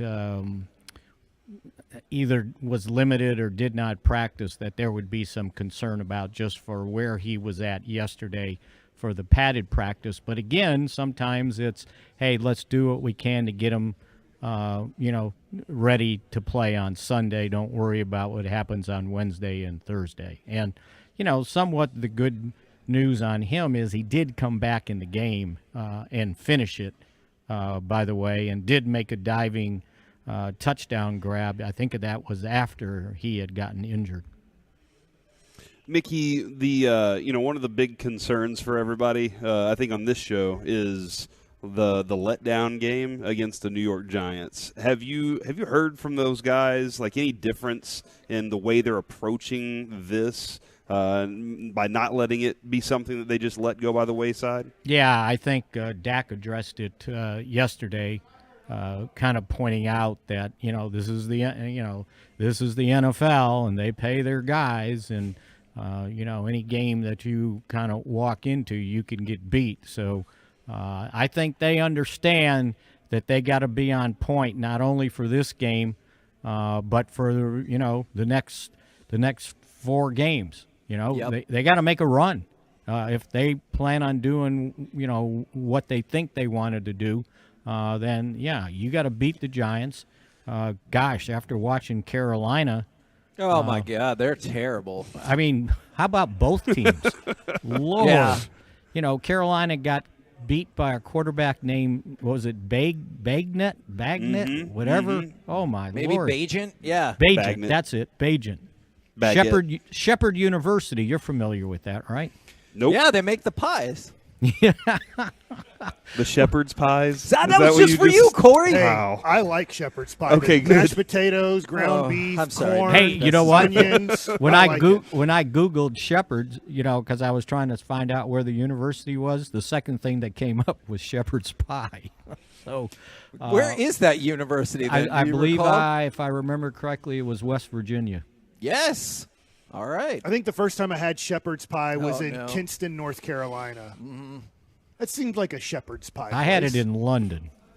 I don't know that I've ever had now that I think about this. I like pot pie. Is it the same thing or is it different? Yeah, it's a different. little different taste, yeah. Doesn't a pot pie have a crust on it? Yeah. Where Yes. shepherd's pie has more of a cheese on top of the potatoes. Oh, really? That sounds better, I think so, actually. but you went original, Mickey, because Yeah. you had it in where it was made. Right. And I felt obligated, it's like, okay, because most of the food initially the first time in London, it wasn't all that great. I said, but I got to try what they cook. You were better going to another nationality. Mickey, we talked about this yesterday. I'm going to need you to be on my side and not engage in these nonsensical shenanigans. You don't or have else to listen I'm to him. Screwed. He's not your boss, Mickey. That's Don't let him. true. I'm not your boss. I could just use some help. I guess we got to get it back to football. Yeah. There You you said go. shepherd's pie. You know Kevin. what? You started that. You are right, and I kind of hate myself a little bit for that. Now, when you talk about those next 4 games, we were kicking this around earlier in the show, and I realize the team has to take it game by game. I'm just curious from your perspective, to win this division, do you think the Cowboys have to go 4-0 leading into the Eagles game? Oh, The next- absolutely. Okay. Yes, absolutely. They need to meet them at 9-3, and if you look at what the Eagles have to play, sure, it's they tough. could be 10-2, 9-3 themselves, right? Absolutely. So, yeah, I mean, this where you got to go. This is now. We can talk about it that they got to win 4 straight. They got to win 1, and then they got to win 1, right? Dak, and I think he was being truthful. He said, before he did his interview the other day, he said until, a little bit ago, I didn't know who we were playing next week. So you're hoping that's accurate. And the rest of them should be the same. You can't be sitting there, look at standings, looking at, well, we should beat this team and this team and this team. You just need to beat what's in front of you. And they got to do what they keep saying about, running in their own lane and not looking sideways and seeing what everybody else is doing. Just take care of your own business. And, sometimes in this league, that's a little harder than sometimes you expect. But Sure. But, you heard what Jerry told you guys about any game you walk into in this league, you can lose in a New York minute. So good thing they're in a Dallas minute, right? And not a New York minute for this game. Well, and speaking of New York specifically then, this is a team that is also in a bit of turmoil outside of the struggles on the field, having to switch quarterbacks. Did you see what Wink Martindale said about one of their players this week? Yeah, I did. So for it was people basically shut up, right? Yes. So basically, if people missed it, Xavier McKinney, after the loss to the Raiders, he goes, I think from a leadership standpoint, I don't think they've done a great job of letting the leaders lead and listening to the leaders and the captains. And he said more stuff about that. He mentioned the coaches, too, by the way. Yes, he did. And then the OC came out and said, you read it and you go, what? What is he talking about? So there is some internal struggle in addition to the Giants' struggle on the field. And that they've got to be led by Tommy DeVito, right? Yeah. We won't go down that rabbit hole Yes, again, right? yes. But do you think then I apologize if I asked you this yesterday. Do you think the defensive players look at the soft offensive line, the unexperienced quarterback, and think this could be a day? Well, it needs to be, yeah. And you're hoping that they've got that confidence. And you're hoping they're not looking at how easily they got up 16-0 in the first game along the way. Because, it was too easy, right? You don't go into a game and think, well, on 2nd and 8, we're going to block a field goal eventually and return it for a touchdown, or get a field goal next, or get a tip pass for interception for a touchdown. I mean, that's how they got to 16-0 before the first quarter was over. And sometimes things don't, turn out that easy the second time around. So you got to go out and earn this thing. You got to play better. And the biggest thing that they have to concentrate on is getting better, because they're not there yet, right? You still got to improve the pass protection. You got to improve the running game. You got to get other guys involved. But as I said yesterday, if you do all that and that was the criticism of the pass game, you still had 406 yards total offense, and you still threw for 374 offense, passing offense. So, Jerry might have been right. You got to throw the ball to open up the running game, because certainly no one seems to be putting an emphasis on stopping the Cowboys' running game. They're putting an emphasis on making sure the Cowboys don't get big gash plays behind them. So, that even makes it worse that they're not overloading a box on you to stop your running game. So you got to get that going when you play the better teams. But, if teams want to leave the middle of the field open, then gash them. And if it's got to be CeeDee Lamb, so be it. I'll take 191 yards from him every game and not worry about who else isn't getting the ball, by the way. Same. Yeah, I'll do that for sure. Yeah, it does everything you say, Kevin, at the beginning of the season about, hey man, we want to run the ball, we want to play great defense, and all those things. Like that's how we're going to win. That's the formula. Formula can change real fast if you find out you're not doing those things right. Right. And then you're like, okay, we still have to work on those things, but in order to get the wins each week, we got to do what we can do and maximize what we're best at. And right now, it's the CeeDee Lamb connection with Dak. It's the growth that he's had with Ferguson. Hopefully, they can develop some more things, and then teams start having to buy in. Okay, we got to stop that in order to beat this team, and then the Cowboys can open up the Brandon Cooks eyes. You know, the Tony Pollard stuff can start making its way. Hopefully, that's the plan as the rest of the season unfolds. Where the running game or lack of it becomes problematic is inside the 20 or inside the 10. Yeah, yes. That's where you want to be able to run the ball to make it easier on when the field gets compacted. It's harder to throw the ball. You don't have as much room. Yeah. So that's where I think they need to come up with some things, and if that means running a quarterback draw, I don't mind them handing the ball to Dak at the 10-yard line because the impact's not going to be as great as if you're gaining momentum running the ball 15 yards and then some safety comes and drags you down from behind, right? The play's going to be over real soon near the goal line. So I think that's less problematic because I tell you what, all these quarterbacks out there that aren't playing this weekend, there's a reason why. And it's not just pass protection. It's teams want them to run the football. And that's the downside of quarterbacks running the football. Do you have a prediction for us? I do.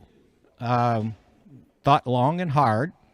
And I see where so far this year, even though the Giants scored, what was it, 30 points when they won the second game of the season, 31 points. They are now averaging 11 points a game. So I'm going to give them 10. And I think the Cowboys can score like 35. I like it. That's a little backwards, but you know we'll deal with it. That's getting your pie and eating it too. Your shepherd's pie, right? Yep. You know what? Thanks, Mickey. Thanks Okay, for nothing, Kevin. Mickey. See you later. Thanks for nothing. Savory. Talk to you Monday. We'll see. Mickey Spagnola from DallasCowboys.com.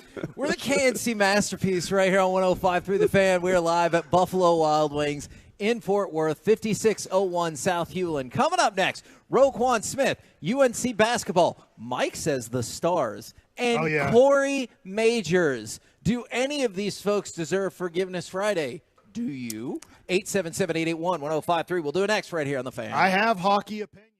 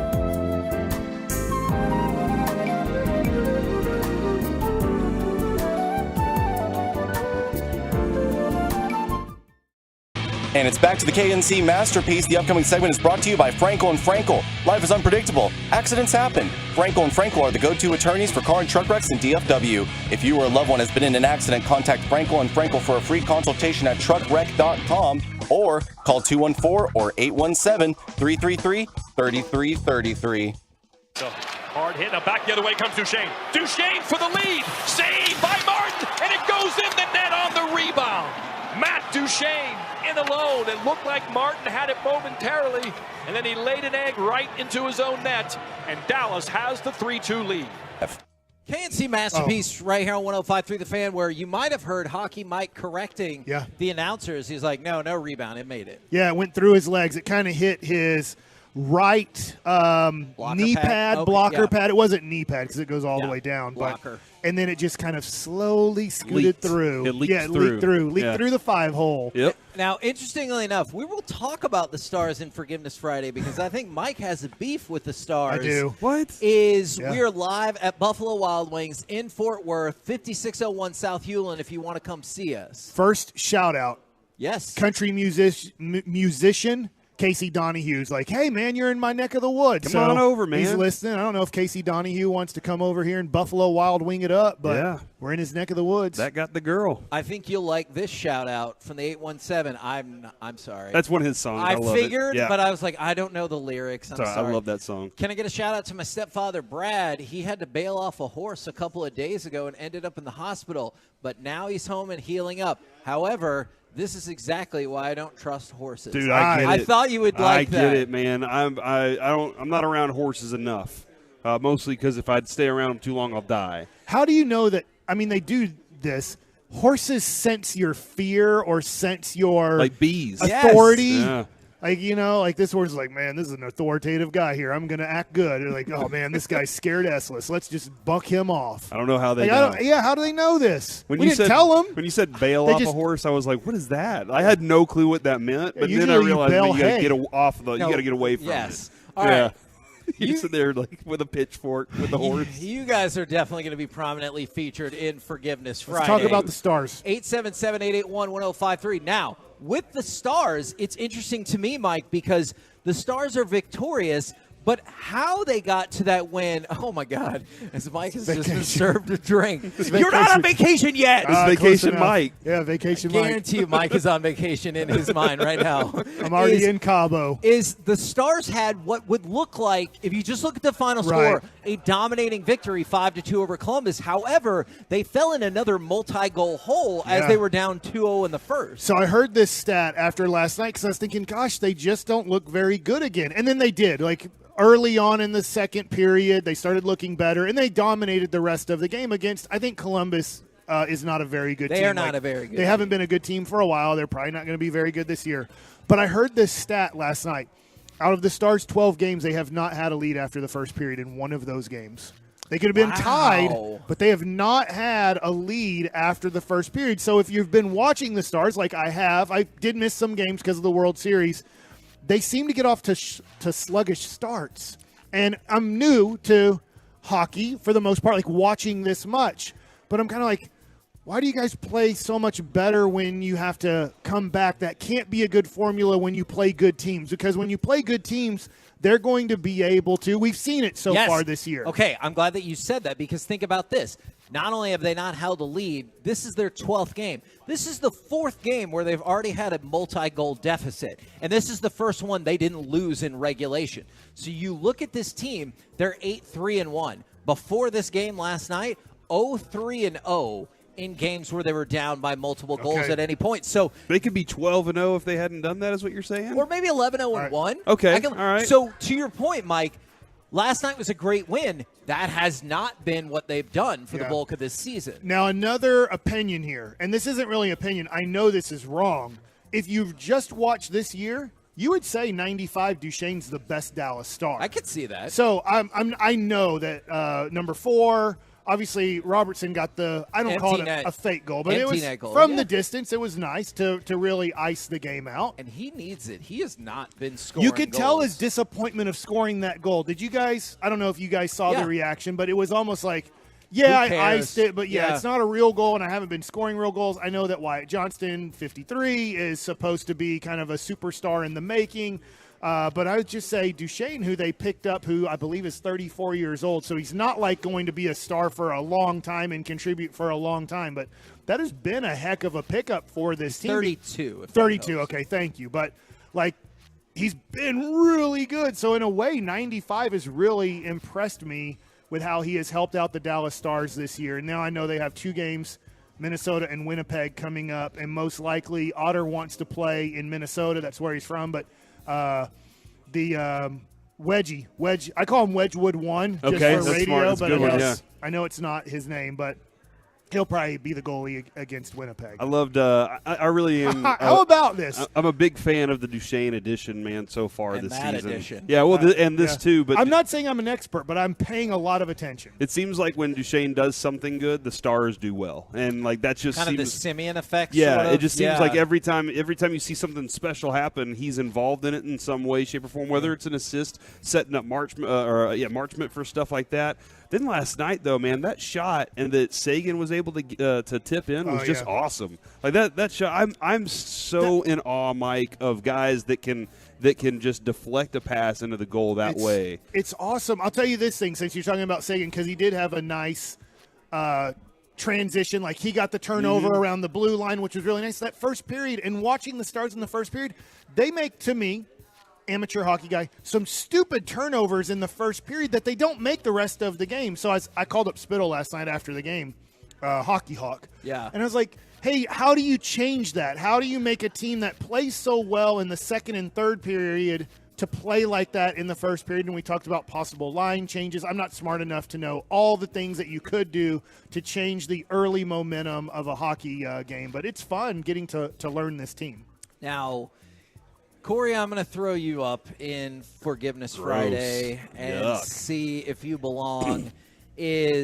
You've been out sick. Yeah. You got to get a doctor's note. I do. I had to pull up my doctor's information. I've had to do that in a long time. With something that sounded oddly similar to the virus that canceled the MLB meetings. Oh, you had the what is it called, norovirus? The norovirus. Norovirus? I didn't have the complete bottom end of it all. Okay. But I did have some top end of it. I didn't know norovirus also had that.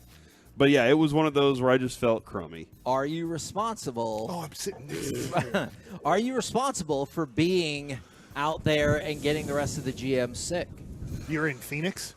He's been to Phoenix a lot this I have year. been to Phoenix a lot this year, but it's been quite a while. And I will say I was feeling bad the night they won the World Series. So that was the first night. And I was like, I don't know if I can go in until 2, 3 o'clock in the morning, but we did it anyway because we had to, man. And then Thursday, that was just a celebration, even off a little sleep. I was like, I just must be tired. And Friday, Kevin, you remember as we rolled in Friday, we were standing there waiting for our media credentials, and I said, I'm going to give you everything I got today, but I don't know how much that is. Right. And so then I knew I had one more thing, and then I just was like, I'm gassed. I'm done.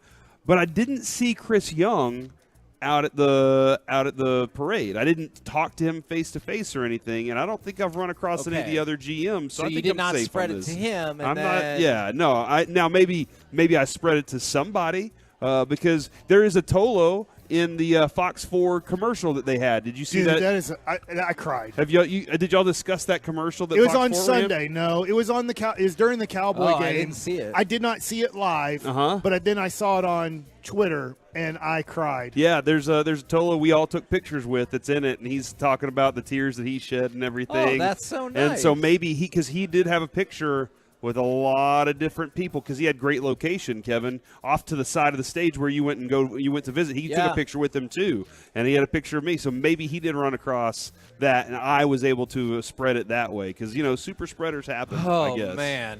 Now I need to know if the University of North Carolina basketball team needs to ask for forgiveness. This is crazy. Somebody bet 60 cents on a parlay. A 20-team parlay. 60 cents? 60 cents. That's interesting. They'll let you – that had to be an online bet. Yes, that is true. They won their first 19. If they would have won number 20, it was for $248,000. Wow. For 60 cents? For 60 cents. He picked, or she, North Carolina to defeat Radford by 17.5 points. And Radford lost by 17? Radford lost by 16 points. Did they make a basket like with 10 seconds to go and then That's miserable. North Carolina did not make a field goal for the final 2.5 minutes. Oh, those bum scrubs. Dude. They put in the scrubs. The game was over. Yes. And Scrubby Magoo couldn't make a basket.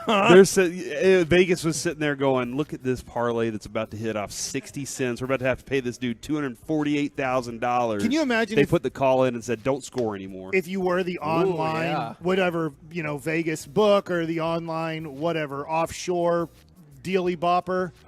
If you're like watching that game tremendously going, because it's pretty much free money. Yes. 60 cents does nothing for your website. 60 cents does nothing for your casino. And you're like, we're just about to have to just give away almost $250,000. And you're like, Radford's the best. Do you think they bump up Radford from now? Oh, my gosh, for sure. And, there are plenty of times throughout the second half that I bet he's like, oh, my gosh, I'm going to cash this. But down the stretch, couldn't get it done. Could not get it done. This is, God, I'm now looking at the specifics of the box score. Seth Trimble made a free throw and then missed a free throw with 22 seconds left. And but he needed to. I mean, that wouldn't have helped, right? But it would have got you half a point. And I bet when he missed that free throw, even though you still would have been half a point away, he was like, "You stupid! They're gonna foul you again." Blah blah blah blah blah blah blah. But yeah, nothing. Do you think he watched that game? Or do you think he put the 60-cent bet in and was just like, I'll see if this hits by the end of the weekend? He probably does it every week, I bet. I could see that. But by the time you get, to 10, 12, you got to be like, oh, my gosh, it's happening. It's happening. Like you probably only have a 2% chance of even getting the first 10 right. You know what I mean? You never even get to this moment. It's rare that you would even get to this moment because it's not 20. I'm assuming not 20 bets on one night. It might have been 20 bets over like a couple. See how much they're spread out. And maybe it's all college basketball games or NBA basketball games. But what if you bet some football games on Sunday to then get you to that Tuesday or Wednesday night or whatever? It does look like it was all college basketball. Oh, wow. And he was betting like Tennessee against Tennessee Tech. And there's some really weird games. How do you decide to bet that I game? don't know. I guess when it's 60 cents, you're like, sure, I'll take those When games. you win that, if he would have won that, how much do you think that casino investigates who he knows and what he does? Like, let's just say you're a college basketball scout. Mm-hmm. You would know a lot of those players possibly. Not that you would be paying off players to do that, but what I'm saying is You have some inside information. Yeah, and would that be legal? Like, would it be legal if you are a true scout and you help out colleges? You're not just related to one college, you help out colleges, and then you make bets like that, knowing. Like, do you feel like that's illegal at all, or no? Are you like, that's just I don't know has where a lot of scouts land on information. that. Doesn't it feel like a guy, like if you're a video coordinator for a team, I don't think you can go around placing bets. Oh. You can? Maybe if you're at Michigan. Okay. Oh, no, that was something different. That was something different for their video coordinator. And then while we're talking about college sports, I'm going to move it over to college football. Do Iowa and Rutgers need to ask for forgiveness? Sounds like a boring game, but keep going. Exactly. What do you think the over-under is for that game? 48.5. I don't know. Lower. 22. Okay. Well, you just ruined it. 28. Oh, That's too. sorry. No, you went too They're far. that bad? When you said lower, I was like, all right, I'll go lower. Most college games are in the 20s and 30s. Okay. So like each team scores that many points. I'm not saying that's the over. To your point, this Vegas book found 1,500 games in the last 5 years where the first half total was higher than 28. I did not know that. Yeah, it started at 30, and it continues to go down because everyone's like, I don't think so, man. These teams suck. There's not going to be any offense in this game, so I don't know. Is this the first game we're talking about next week in any given Saturday? It might be because it looks awful. Kevin, do I need forgiveness for sipping on a beer already? Oh, that is more than a sip. Hey, I don't drink beer a lot, Corey. I know that you drink beer more than me. I'm not saying you drink it a lot. Yeah, I like beers. It does taste good. What would you? Miller Lite, huh? Nice. It's Miller Lite with an orange. Yep, that's a Miller Lite right there. It What does the orange add to the Miller Lite or any beer? Flavor? It brings out the aromatics. You smell the orange while you're drinking it? Yeah, you get this little hoppiness out of the orange. Are you making that up, or is that for real? I think it's for real. Try it and find out. I think it's closer to anything you could have said. So. That's true. I don't know. That's what I asked the question. No, absolutely. I don't know. There was always this beer that this girl would say you have to have an orange with, and I would just drink it, and I always thought it was better. But I like oranges. Attractive, right? I like orange Starburst. I like the orange sour balls. Those are the best sour balls. Orange Starburst is the next to worst one. No, it's not. No. To yellow. I go red, orange, pink, yellow. Pink is the best one. Yeah, it's orange, yellow, and then pink, and then red. Pink, red, orange, yellow. You're the anti-red. I've never liked red. I don't understand it. They're the worst. What party is that? I always forget. It's the Communist Party. We're the KNC masterpiece. For Russia. Right for here. Von For Drago. Russia. Not for anything in United States politics before people freak out. That was a Russia joke. But if you not were, anything about United States politics. Talk about Coming up next, it's wears a time red tie a for lot. Gridiron Gravy. My goodness. We're live at Buffalo Wild Wings in Fort Worth, 5601 South Hewlett. Coming up next, from Rogers to Micah to Lamar, will any of these second half predictions come true? We'll do it next right here on The Fan.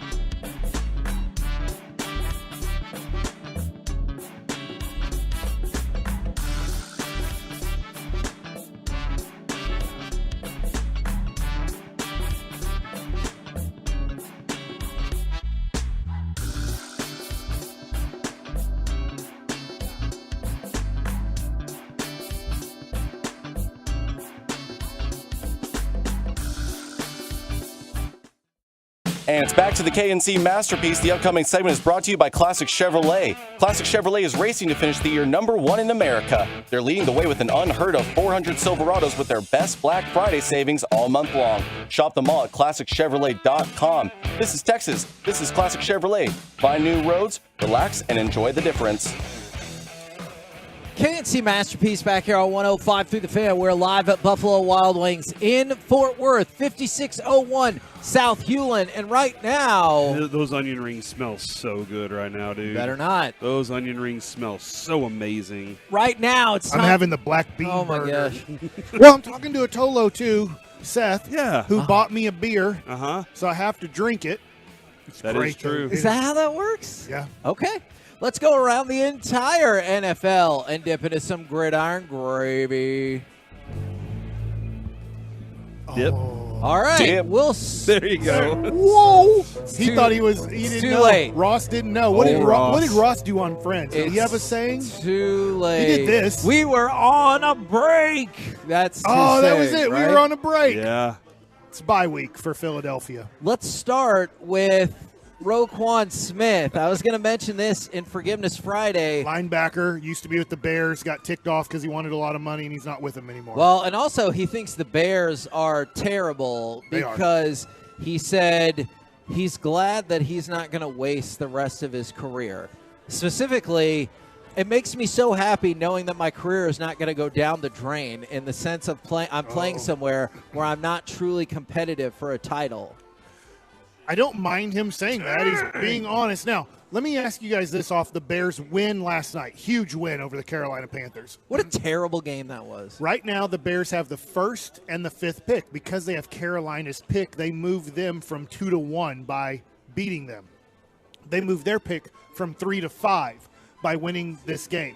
I know you'd have to be specific on who's in the draft, what your needs are, and all this. Would you rather have picks 1 and 5 in a draft or 2 and 3? 2 and 3. Sorry for burping. That's the beer. Dude, actually, that's a really good question because, one, you're getting the player you want no matter what. And I think 1 and 5. I would take 1 and 5. 2 and 3, I know I'm going to get 2 really good players, but I know I get one that I want, and I'm probably going to catch it. I'm probably going to catch a team screwing up.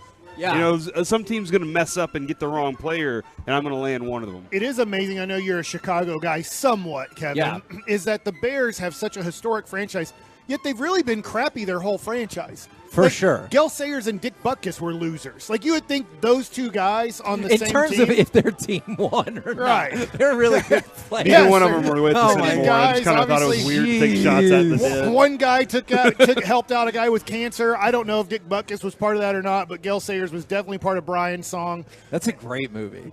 But you would just think that Chicago Bears, because they are somewhat famous, you would think, oh, well, they used to be big-time winners like the Packers were with Bart Starr back in the day. Nope, they were never winners, except for Ed McMahon and the $1 million giveaway that they had in 1985. Is that 86. Publishers Clearinghouse that you're making reference to now? I think so. Okay. You got All right. it. Thanks. Kevin, you're inside me again, like my head. Oh, my God. Do you ever do the Columbia House thing where you Of course. got the 2-cent CDs? Of course. Do I still owe them money, or is that done? Did they go out of business, right? I hope they did.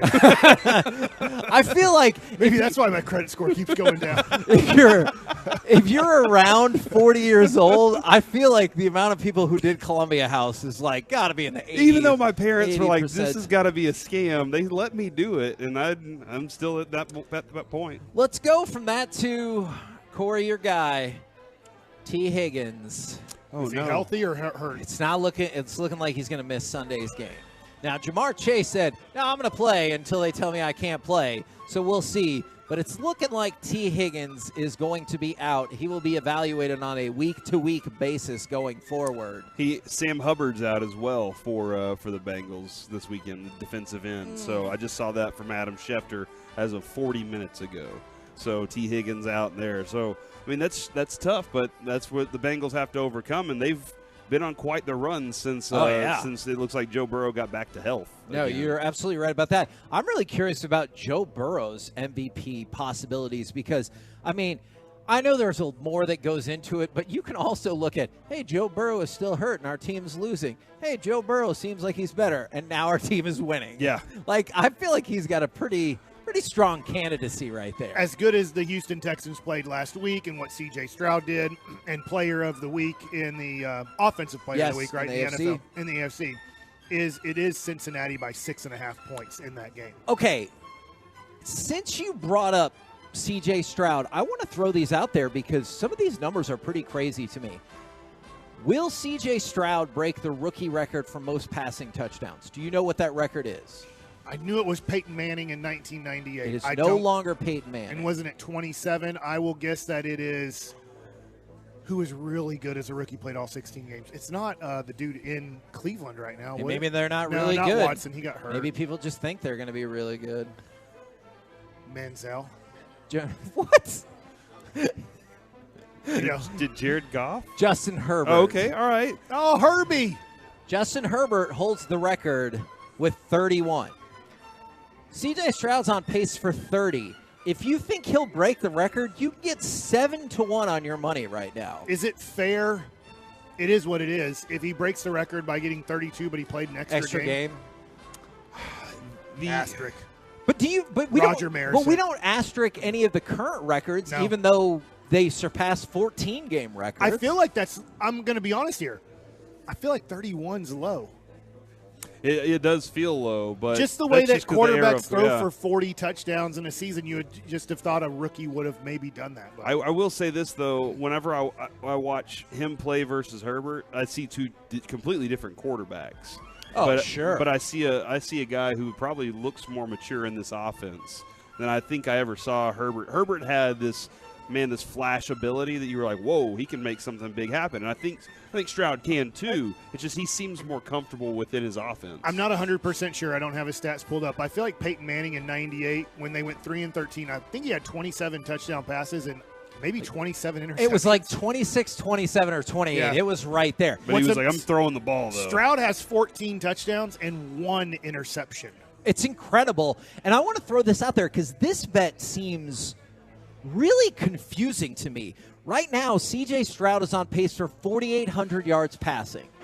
The record for a rookie is 4,374.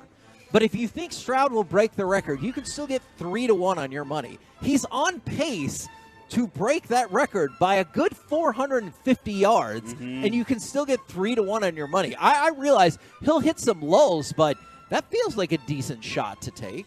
Yeah, let's look at their schedule real quick, Kevin, because they do have to take on the vaunted Denver Broncos defense.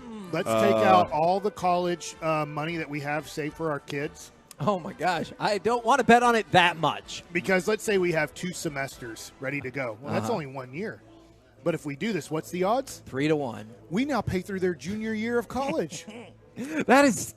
I don't feel that They can strongly always- about the look. bet that you should bet that much money, maybe a little tiny bit of They money. can always go to Mountain View or whatever if we lose the bet. Yeah, that's a good way to start. I mean, that's how I got just my start. Go to community. Like, hey, Richland and sorry, Eastfield, yeah. we were going to be able to send you to UTA or But UT. hold on, But so- now you're going to Are you s- DCCD. Hold on, but are you saying this I for, think there was one more seat. for your next kids, or you're going to pull Mary Grace out of Texas and be like, sorry, I gambled and we lost? You said it's a for sure I bet. did not say it's a for sure bet. I said it's good odds. Do not bet that much money. That's too much. You're in with me. Yeah. No, not for that much It's money. all I'm our not. money. No. You know, Wow, how much money does he save for college? He does a lot. He saves a Jeez, lot. That's Yeah. all he does. Yeah. Probably has like $250K for Noah already in college fund. Do you? No. How far away are you 300. from that? I'm No, too low. it's not more than that. Less? No, no. Is it 100? Yes, it's less. Just Jeez. just How only many 100 degrees right are now? your kids going to get? I don't know. My wife has like 2 or 3. Why? So And because how- she want to be a teacher. Whoa, whoa, whoa, whoa. What are her degrees in? Education. That's not universal studies. No, it's like it was Knuckles, hey, knuckleballs. I know everything. because you studied the whole universe. Yep. All right, Mike. Tell me the planets in order, Which order? from closest to the sun to Vim furthest. Schnupp. The sun, Mercury, Venus, Earth, Mars, Mars. the Milky Way. Though you got to, it's not a, but the Milky Way gets in the way of a lot of things. Vim Schnupp. Then does it go Saturn, Jupiter, Uranus. Neptune's in there. Isn't Neptune, then Uranus, and then Pluto doesn't Neptune, count. then But Uranus, then Pluto. Isn't Yeah. Jupiter before Saturn? I already said that. No, you said Saturn and then Jupiter. I And think Mike you agreed. Did you get a misheard degree in me. universal studies? No, I studied it, too? though. I studied the universe. And you know how many stars there are? As many as Abraham's kids. So, Kevin, I was also looking. They also have the Jets and Browns to deal with. So those might be some tough games, but I think he stands a chance to do it. I think you should put Noah's future on the line, not the art. I will Noah's not. Ark on the Let's line. do it. It would. I mean, think about the fun or the stress we would go through the rest of this season if we pulled our money together. No, because you're going to come in and go, did you see stupid C.J. Stroud threw for 200 Well, yards? He sucks. From the 817 two-leg parlay, he breaks both records. So Yeah. Oh, my that's God. how confident they are right grad now. school. We got grad school paid for if we parlay it. Yeah, dude. Or you have nothing. It's fine. Yeah. We gambled our kids' education on it. I think that's a good gamble. We're thinking about the kids. My parents didn't pay for my education. Look at where I am. Yeah. He's right here. No, I heard that. I don't know if that came across the mic, but somebody at the Buffalo Wild Wings here is like, that's great logic. It is. No, I need more people. If you want to come out to Buffalo Wild Wings off of Hewlin and Fort Worth, I hope that you're on my side. If you're not, maybe you're busy. Do I you don't think know. C.J. Stroud will break the rookie yards passing record? Yes or no? Yes. What are you going to do about it? Nah, I'm going to inform people of what the betting odds are. But you could bet like $100. You don't bet your whole college fund on it. That's too How much. much you get if you bet $100? $300. What It's does not that enough. do? That's never going to Yeah. pay for college. Oh, great. I get to have a steak dinner. Oh, look at you, Mike. $300 doesn't matter to me. It's like one class. I'm trying to pay for my kids' college, okay? Okay. One of them had to be valedictorian so she could Yeah. pay for college. Thank God for that. You think you get hit jackpot with 3 valedictorians? There's no way. Oh, my God, Mike. Well, real. You Just gotta go with the odds. odds. Yeah, you got to be He realistic. ain't going with the odds. We're the KNC masterpiece, right? What kind of? I'll bet on that. Okay. I'll bet both my boys don't get valedictorian. I'll send them to college betting on that. Coming up next. I don't know. Just how important is the return of Jordan Montgomery to the Rangers? 877-881-1053. You want to get involved in the conversation. Tolos, Twolos, plus some shout-out Friday. We'll do it next, live from Buffalo Wild Wings in Fort Worth on 105.3 The Fan. DFW's number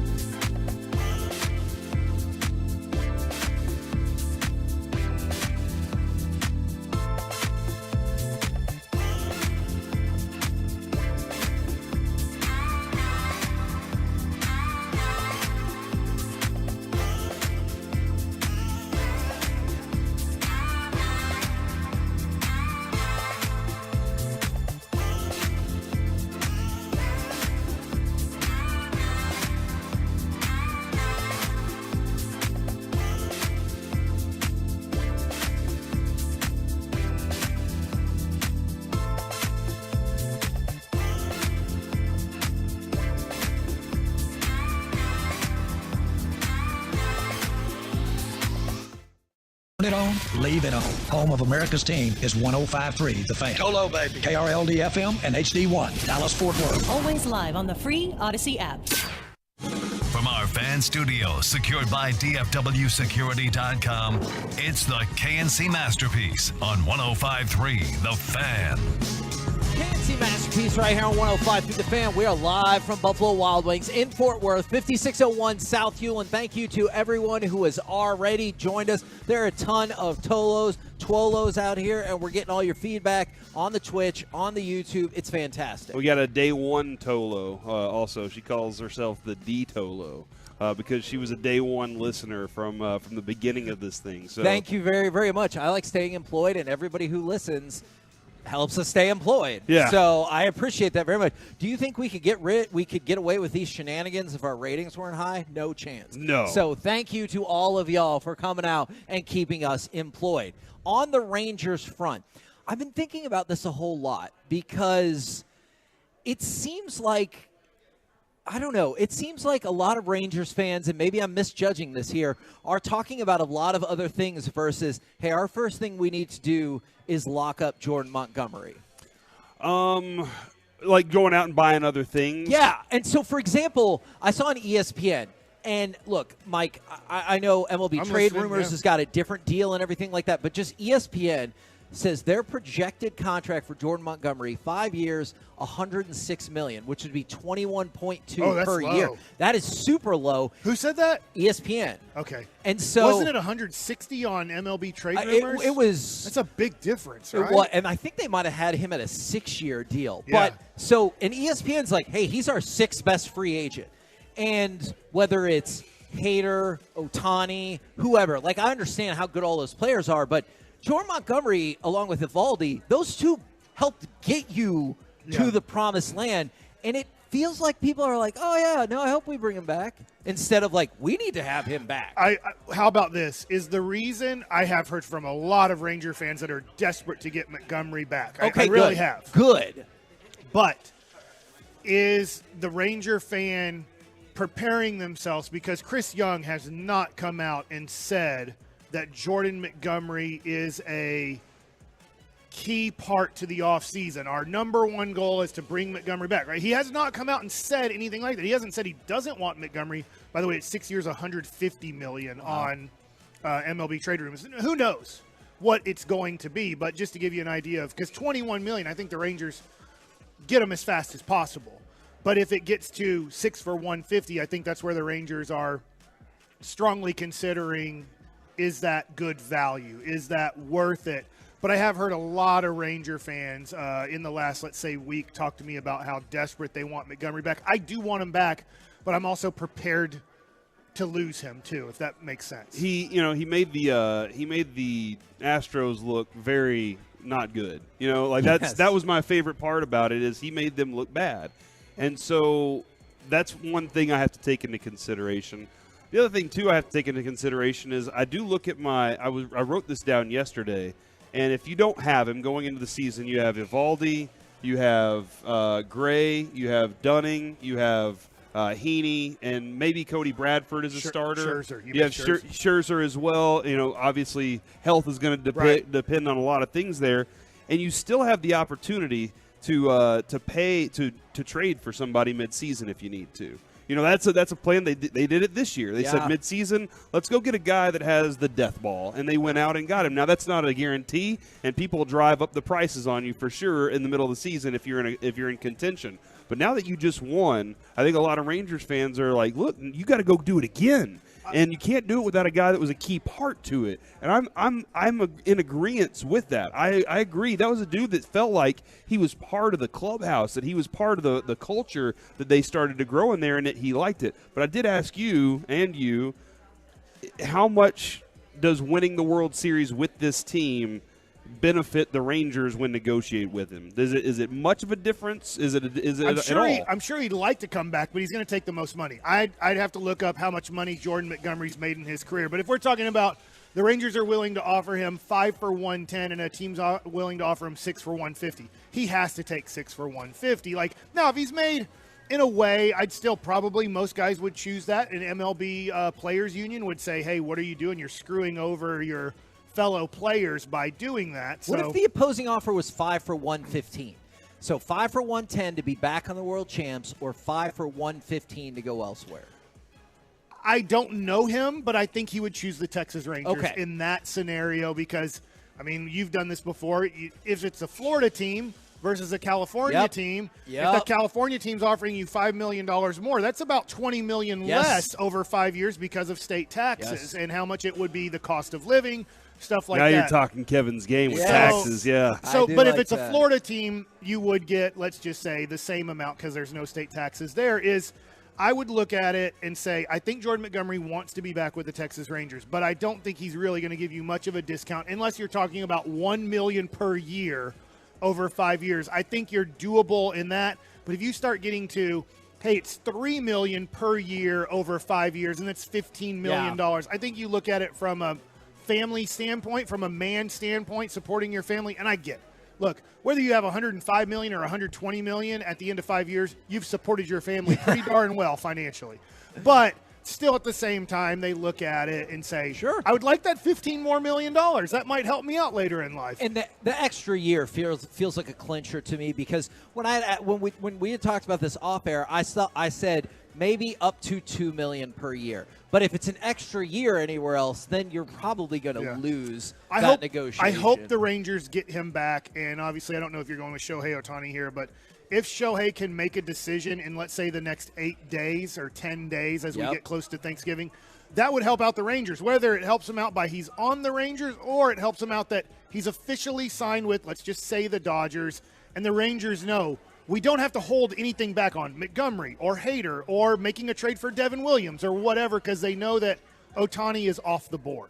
And for the 940, we've gone over this a couple times. We got new listeners all the time, and we appreciate that very much. Tolo, turn it on, leave it on. Does income tax not play a role? When we talked with Shin-Soo Choo about this at spring training several years ago. The wildest conversation you've ever been part of. It was so much fun, but he was very clear. Most guys don't care. He said, me? I definitely cared. And we talked about where's going to be the most total money when all is said and done.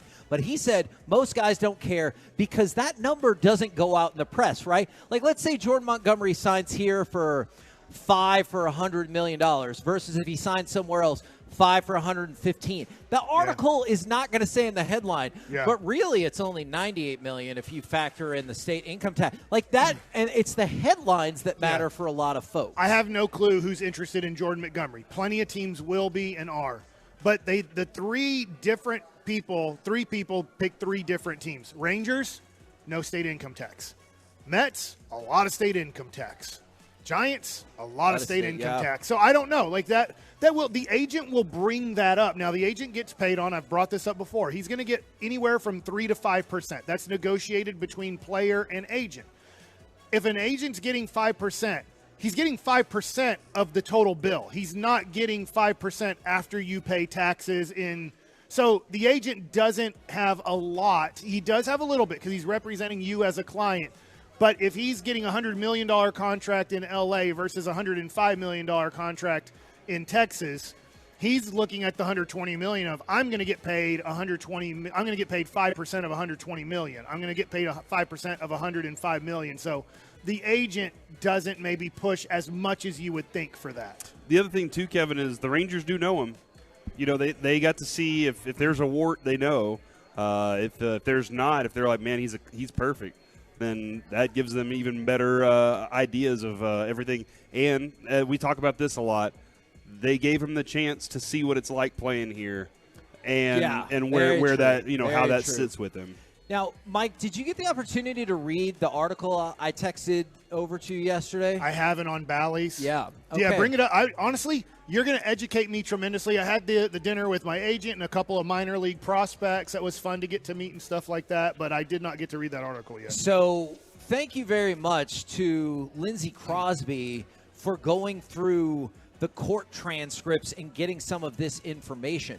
So per the happenings, because we've talked about how Diamond Sports has been involved with litigation with teams, leagues for some time. These were both Bally sports teams that were in the World Series. One, they dropped. They didn't think the Diamondbacks, I don't know this for a fact, but they obviously didn't think they were worth keeping in 2023. They believed that the Rangers were worth keeping in 2023. So in the documents for the court hearings, Bally says it plans to conclude broadcasting baseball at the end of the 2024 season. Okay. Now, that's not to say that they wouldn't still try to wiggle out of some of these arrangements, some of these contracts that they already have. But I wouldn't imagine the Rangers would be one of them for reasons we've discussed in the past. And then you add on a World Series. But they'll be done after 2024, which gives the teams, per again, the court records, a year to figure out their broadcast future. And Lord knows, I bet a lot of these teams have already been lining up contingency plans, thinking that Diamond was going to miss payment or whatever, or just release them like they did with the Padres. So the court papers say, Bally's, they're done after one more year of baseball. Wow. So you're saying that the guys out there that have been like, hey, I can't watch Rangers, might have a better option in the future. Yeah, I hate to tell you, this is probably not going to make anybody feel better right now, but you still have next year to go when the Rangers are now the defending world champions. So, that's probably – people aren't going to be like, yay, 2025. They're going to be like, come on, dude. It's going to be interesting if there's enough teams, and I don't think there will be yet, if there's enough teams that Amazon Prime becomes the official television of the official app of the Major League Baseball. Or Apple TV. Right, whatever it is. Huge chunk. It's just going to be interesting. This is going to be – we're headed towards a whole new world in Major League Baseball, and guess what? We are headed that way in the NBA, and we're headed that way in NHL hockey, too. Football's doing its thing where you have to look at 17 zillion different things for Sunday 8 a.m. games. Or I watched hockey on Hulu last night, Mike. Okay. I did have that moment where I was like, crap, where is this game? And I went to Hulu to find it. It will be interesting. I'm just hoping they still have pre- and post-game shows. I do, too. I agree with Mike. I want him to have that. And that's that why I in his wanted life. to send that to you, because I was like, I don't know what this means, but supposedly for MLB to take over the Diamondbacks, because we had on Brandon Webb, I believe they only had like a 15-minute or 10-minute pregame show going into the game through MLB. Wow. So they pretty much cut out most of a pregame show and just pretty much said, all right, here it is. The Diamondbacks are about ready to take on the Dodgers. Clayton Kershaw is facing Zach Gallen. Hey, Mark Grace, Brandon Webb, what do you think? Coming back next, we have our broadcasters to introduce this game. We'll take a commercial break, and the game will start. Like, that was after Bally's left Arizona. That was pretty much a pregame show there, and their postgame show was not long either, where you'd usually get about a 40-minute postgame show is what you get on Bally's after a game is over. They went down to like a 15 or 20-minute because at that point, I don't know how much they can sell, whether it's to Whataburger or whatever, to do a pre- and postgame show. And that's the cool part about the local nature of it. But the thing that sucks is Diamond Sports Group fundamentally misjudged the future of television. Yeah, they did. When they made all these deals. What if Fox Sports comes back in and buys it for like 40% of what they sold it for? I mean, I have no clue, but could you see that? Like if Fox Sports like, hey, you know what? We can get back in. But we can buy this. We sold it for I don't even know how much. Let's say $8 billion. The only reason I don't think they can get in that low is because we've talked about this many times. This is just my opinion. There's too many streaming services, and you're already starting to see, like Hulu's probably about to disappear because it's going to become part of Disney, or maybe they're just going to have one like major platform. I think these spots want sports to help them set apart. So I think they would come in and be like, all right, fine, we'll give you 50%. Or, whatever. Drive that price up, kind of like the Ohtani dealings, right? That's where the Rangers are involved just so that everybody else has to pay a premium. I mean, you're stuck there because you know that it's not like nobody's interested. Yeah. You can't go, I heard nobody wants you, Ohtani. Like, they're going to be like, no, like 8 teams are actively trying to get me right now. So what do you got? We're the KNC Masterpiece right here on 105 through the Fan. I'm about to give stuff away out here. Oh! Yeah, I'm not going to scream it because people start calling in and everything, yeah. but I'm about to give away some jerseys and mini helmets and stuff. All right, so we're at Buffalo Wild Wings in Fort Buffalo Worth. Wild Wings! Good job, Mike. 5601 South Hewlin. Corey's about to give stuff away to the folks here in the Buffalo Wild Wings. Hope you can make it out. Remember, you can sign up. Miller Lite's going to be giving away a pair of Dallas Cowboys tickets. Speaking of that, coming up next, this one could be tough. Cowboys win because, Cowboys lose because. You have to figure out an answer. You have to. We'll do it next right here on The Fan.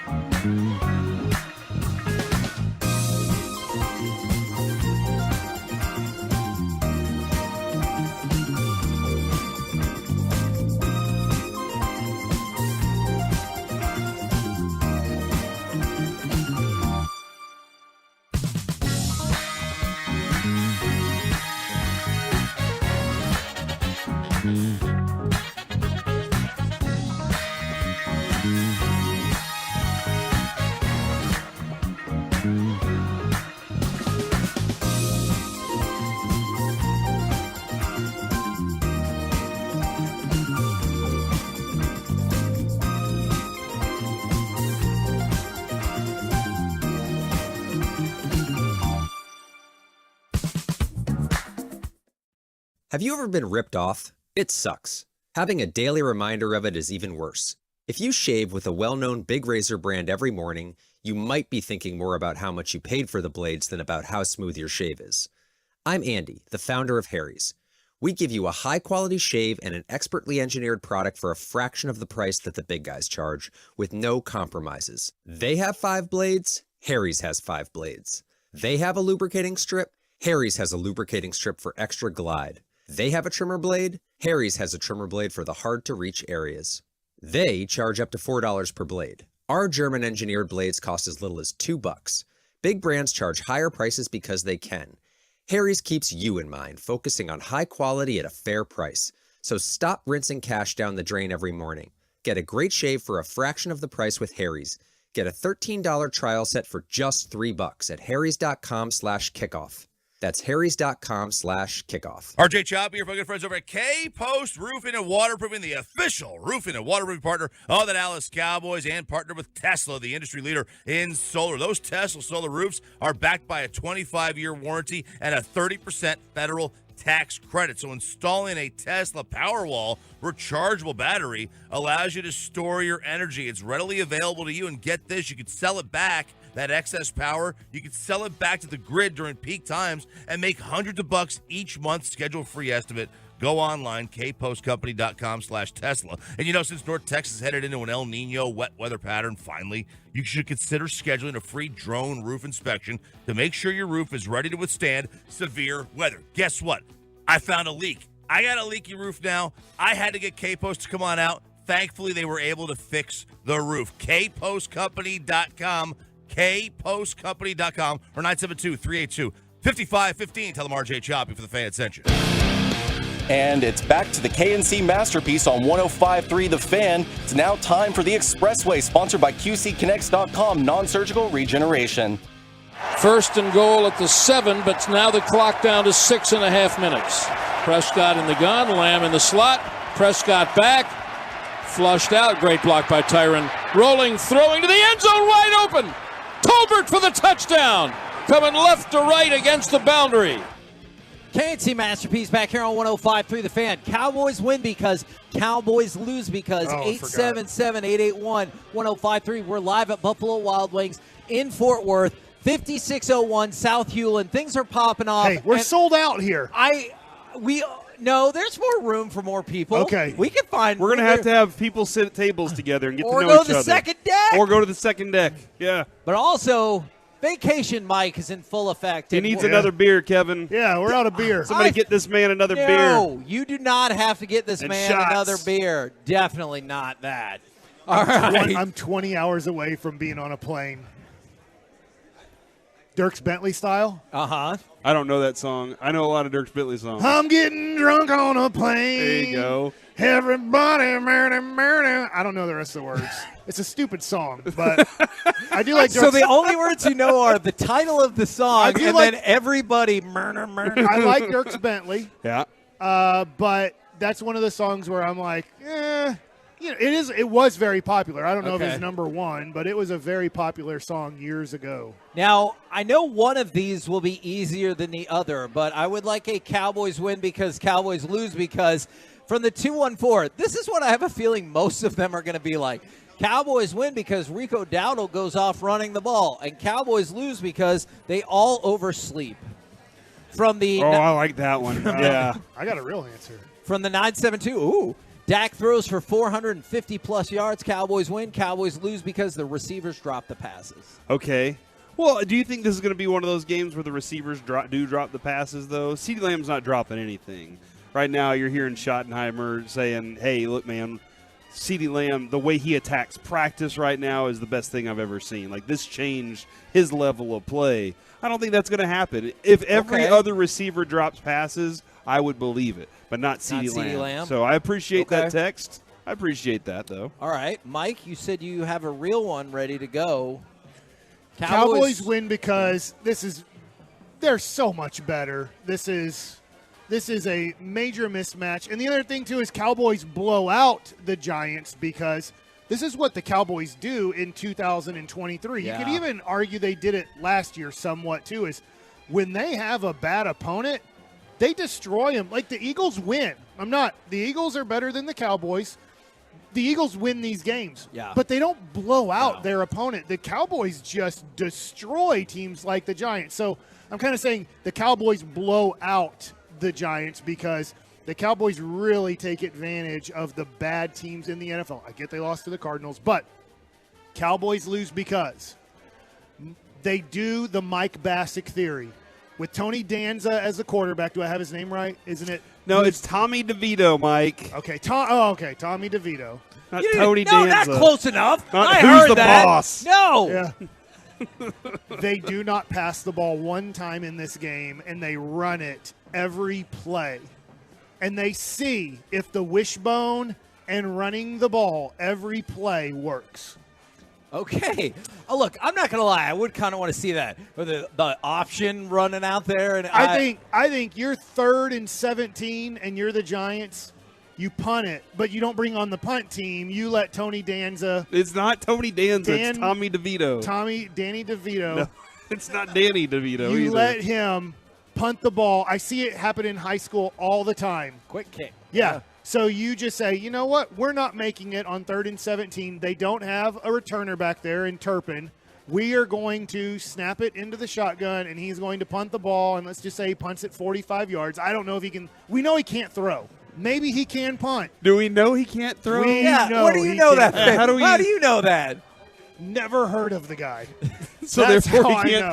throw? I still don't think you've heard of I the had guy. never heard of Matt McGloin before, but he came out and beat up the Cowboys one year for multiple passes. I was like, who is Matt McGloin? What game was that? This is like at the Raiders. It was, 7 years ago? I'm going to go look this up. Okay. It was dumb, though. I was like, what is happening right now? So I did give a real answer. You Is did? that in a way that they run the ball outstandingly well, but over the top is they run the ball every play they have the ball.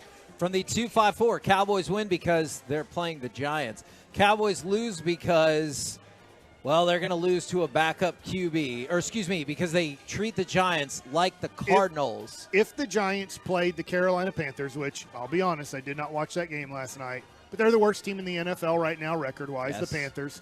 If the Giants, with this quarterback, name be unknown. We know his name. It's Tommy DeVito. From parts unknown, I meant. Maybe. Hey, was Kabuki in that movie with the green? No, he was not. In the Iron Claw, I do not recall seeing him in that movie. All right. I forgot my point. But I do think the Giants are in trouble. What do you think, Corey? Hey, I just want to point out. Did to you everyone say I who's- think the Giants are in trouble? To everyone who's watching on the Twitch, to everyone who's here at Buffalo Wild Wings, whoever thinks Mike might be doing a bit, this is how he works. This is how his brain works. Why do you think we're number 2 in the Metroplex? Number 1 sports station. Mm-hmm. Yeah. Number 1 sports.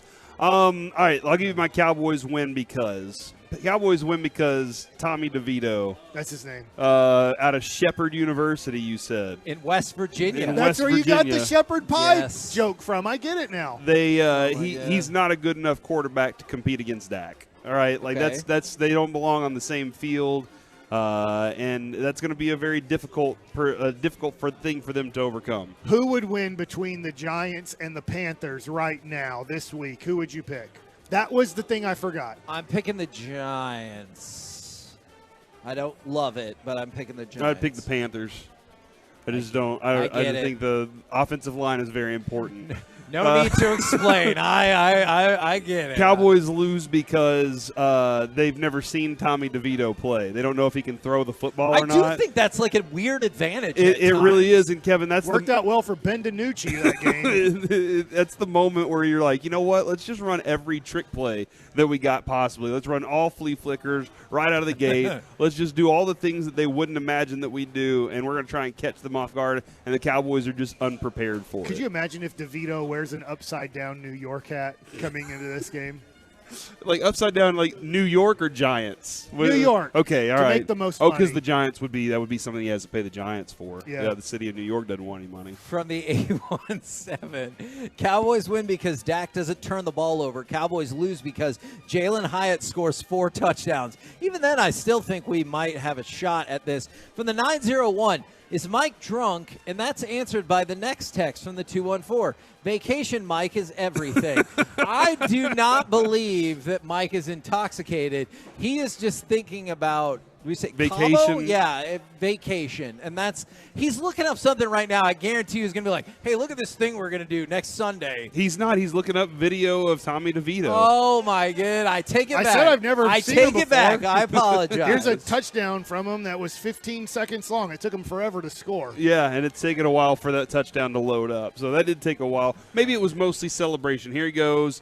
He ran. See, running. He's a left-handed running back or quarterback who, carried it in his if you left. heard this morning, He's left-handed? He's left-handed. From I like Mike this. McCarthy. Just watched a video of him. What did he do in the video? He ran the football. He didn't pass. But Mike McCarthy said this morning that it was kind of interesting because he's a left-handed quarterback, but he's running through the A gaps and A's and B gaps. And that's something that Dan Quinn was like, you don't typically see that. You'll see that from a right-handed quarterback. So that was interesting to hear that part of the conversation. I really did enjoy their conversation with Mike McCarthy this morning. If you haven't had a chance to listen to that, Sean and RJ did a great job this morning. And McCarthy even took some shots back at Sean. I thought it was fun. And by the way, somebody asked what happens if DeVito gets hurt. Matt Barkley is their backup quarterback. So they'll have the Barkley and Barkley. First overall pick from USC before he played his senior year at USC. It feels like that's happened to a couple of their quarterbacks.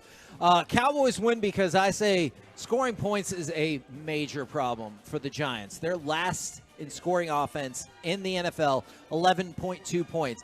In 5 of their 9 games, they have scored 10 or less. He's not left-handed. I just saw him throw a ball for Syracuse. My bad.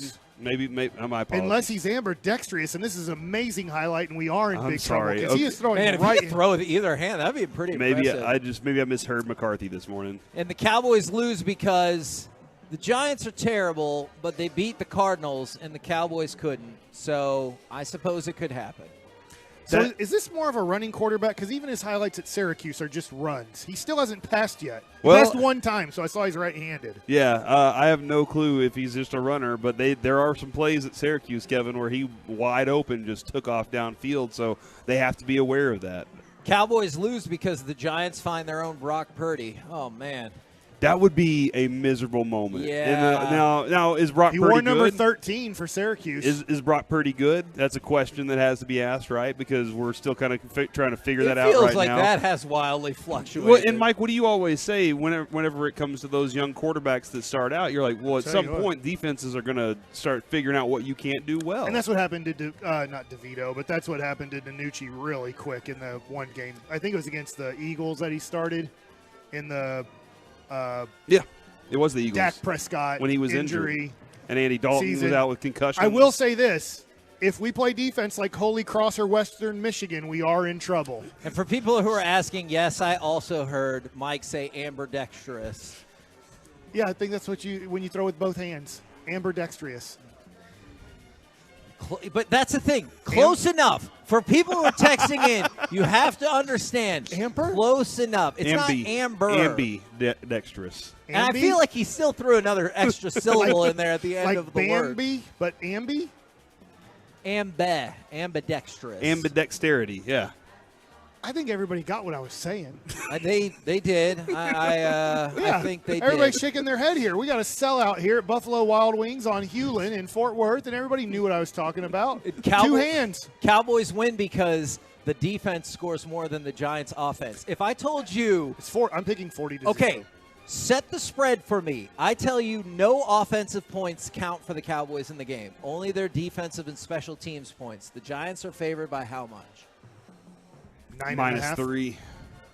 No, the Giants aren't favored at all. Yeah, no. I think none of our offensive points count? Yeah, I think the Cowboys win 10-0. Deron Bland's getting a pick six, okay. all right? And then you said special teams points, so we're going to field goal. We can score anyway except so that's for offensively. -3. We'll score. Yeah. The defense will score in this game. Yeah, and I think Brandon Aubrey has a great chance of breaking a record this game. Because, again, the Cowboys' red zone offense still has some things to prove. That is very And this is where it all started this season, where we weren't very good at a red zone offense. So, look at this score. This guy stinks. He's just watching film. live. You're just now watching film of the opposing quarterback? Yeah. It's 35-3 against Florida State. And I don't think he's seen him throw a And he's single just pass. running. He hasn't Pass thrown a the single ball, pass. quarterback. I'm telling you, my plan might be their plan. If you watch him in these highlights, he can only pass against Holy Cross and Western Michigan. As soon as they play another team, it shows a couple running highlights and goes to the next game. I really hope their first play is a pass, and we can be like, in your face, Mike. All right. He'll be in Cabo. He won't care. I think That's true. It'll be a flea flicker run. I wonder when I'm in the pool if they'll have the game on. Will you watch it? If it's at the pool TV. Okay. I'm Real gonna quick. look for whales. A couple of things. In the pool, you're looking for whales in the pool. The ocean is right there. The ocean is really close, You Kevin. have they have a gong, and you hit the gong. If somebody sees a whale, they gong the cylinder. Gong. Yeah, it's they a gong. They just hit the gong.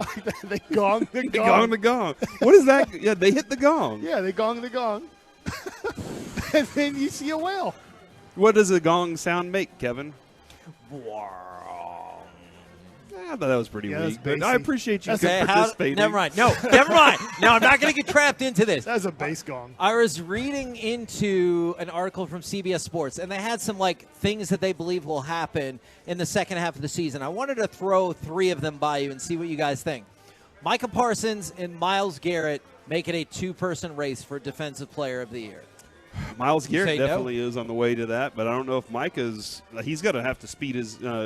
Accelerate this just a little bit. He's not a pass rusher anymore. He's a 50% pass rusher. I think that hurts him. And then I like what he's doing. I think he's the most valuable defensive player in the NFL. But I do think when it comes to voting for the Defensive Player of the Year, Myles Garrett is going to just run away with the sacks and the pressures that Micah just can't get because he's not a defensive end for this team right now. On the offensive side, Joe Burrow and Lamar Jackson break away and make it a 2-person MVP race.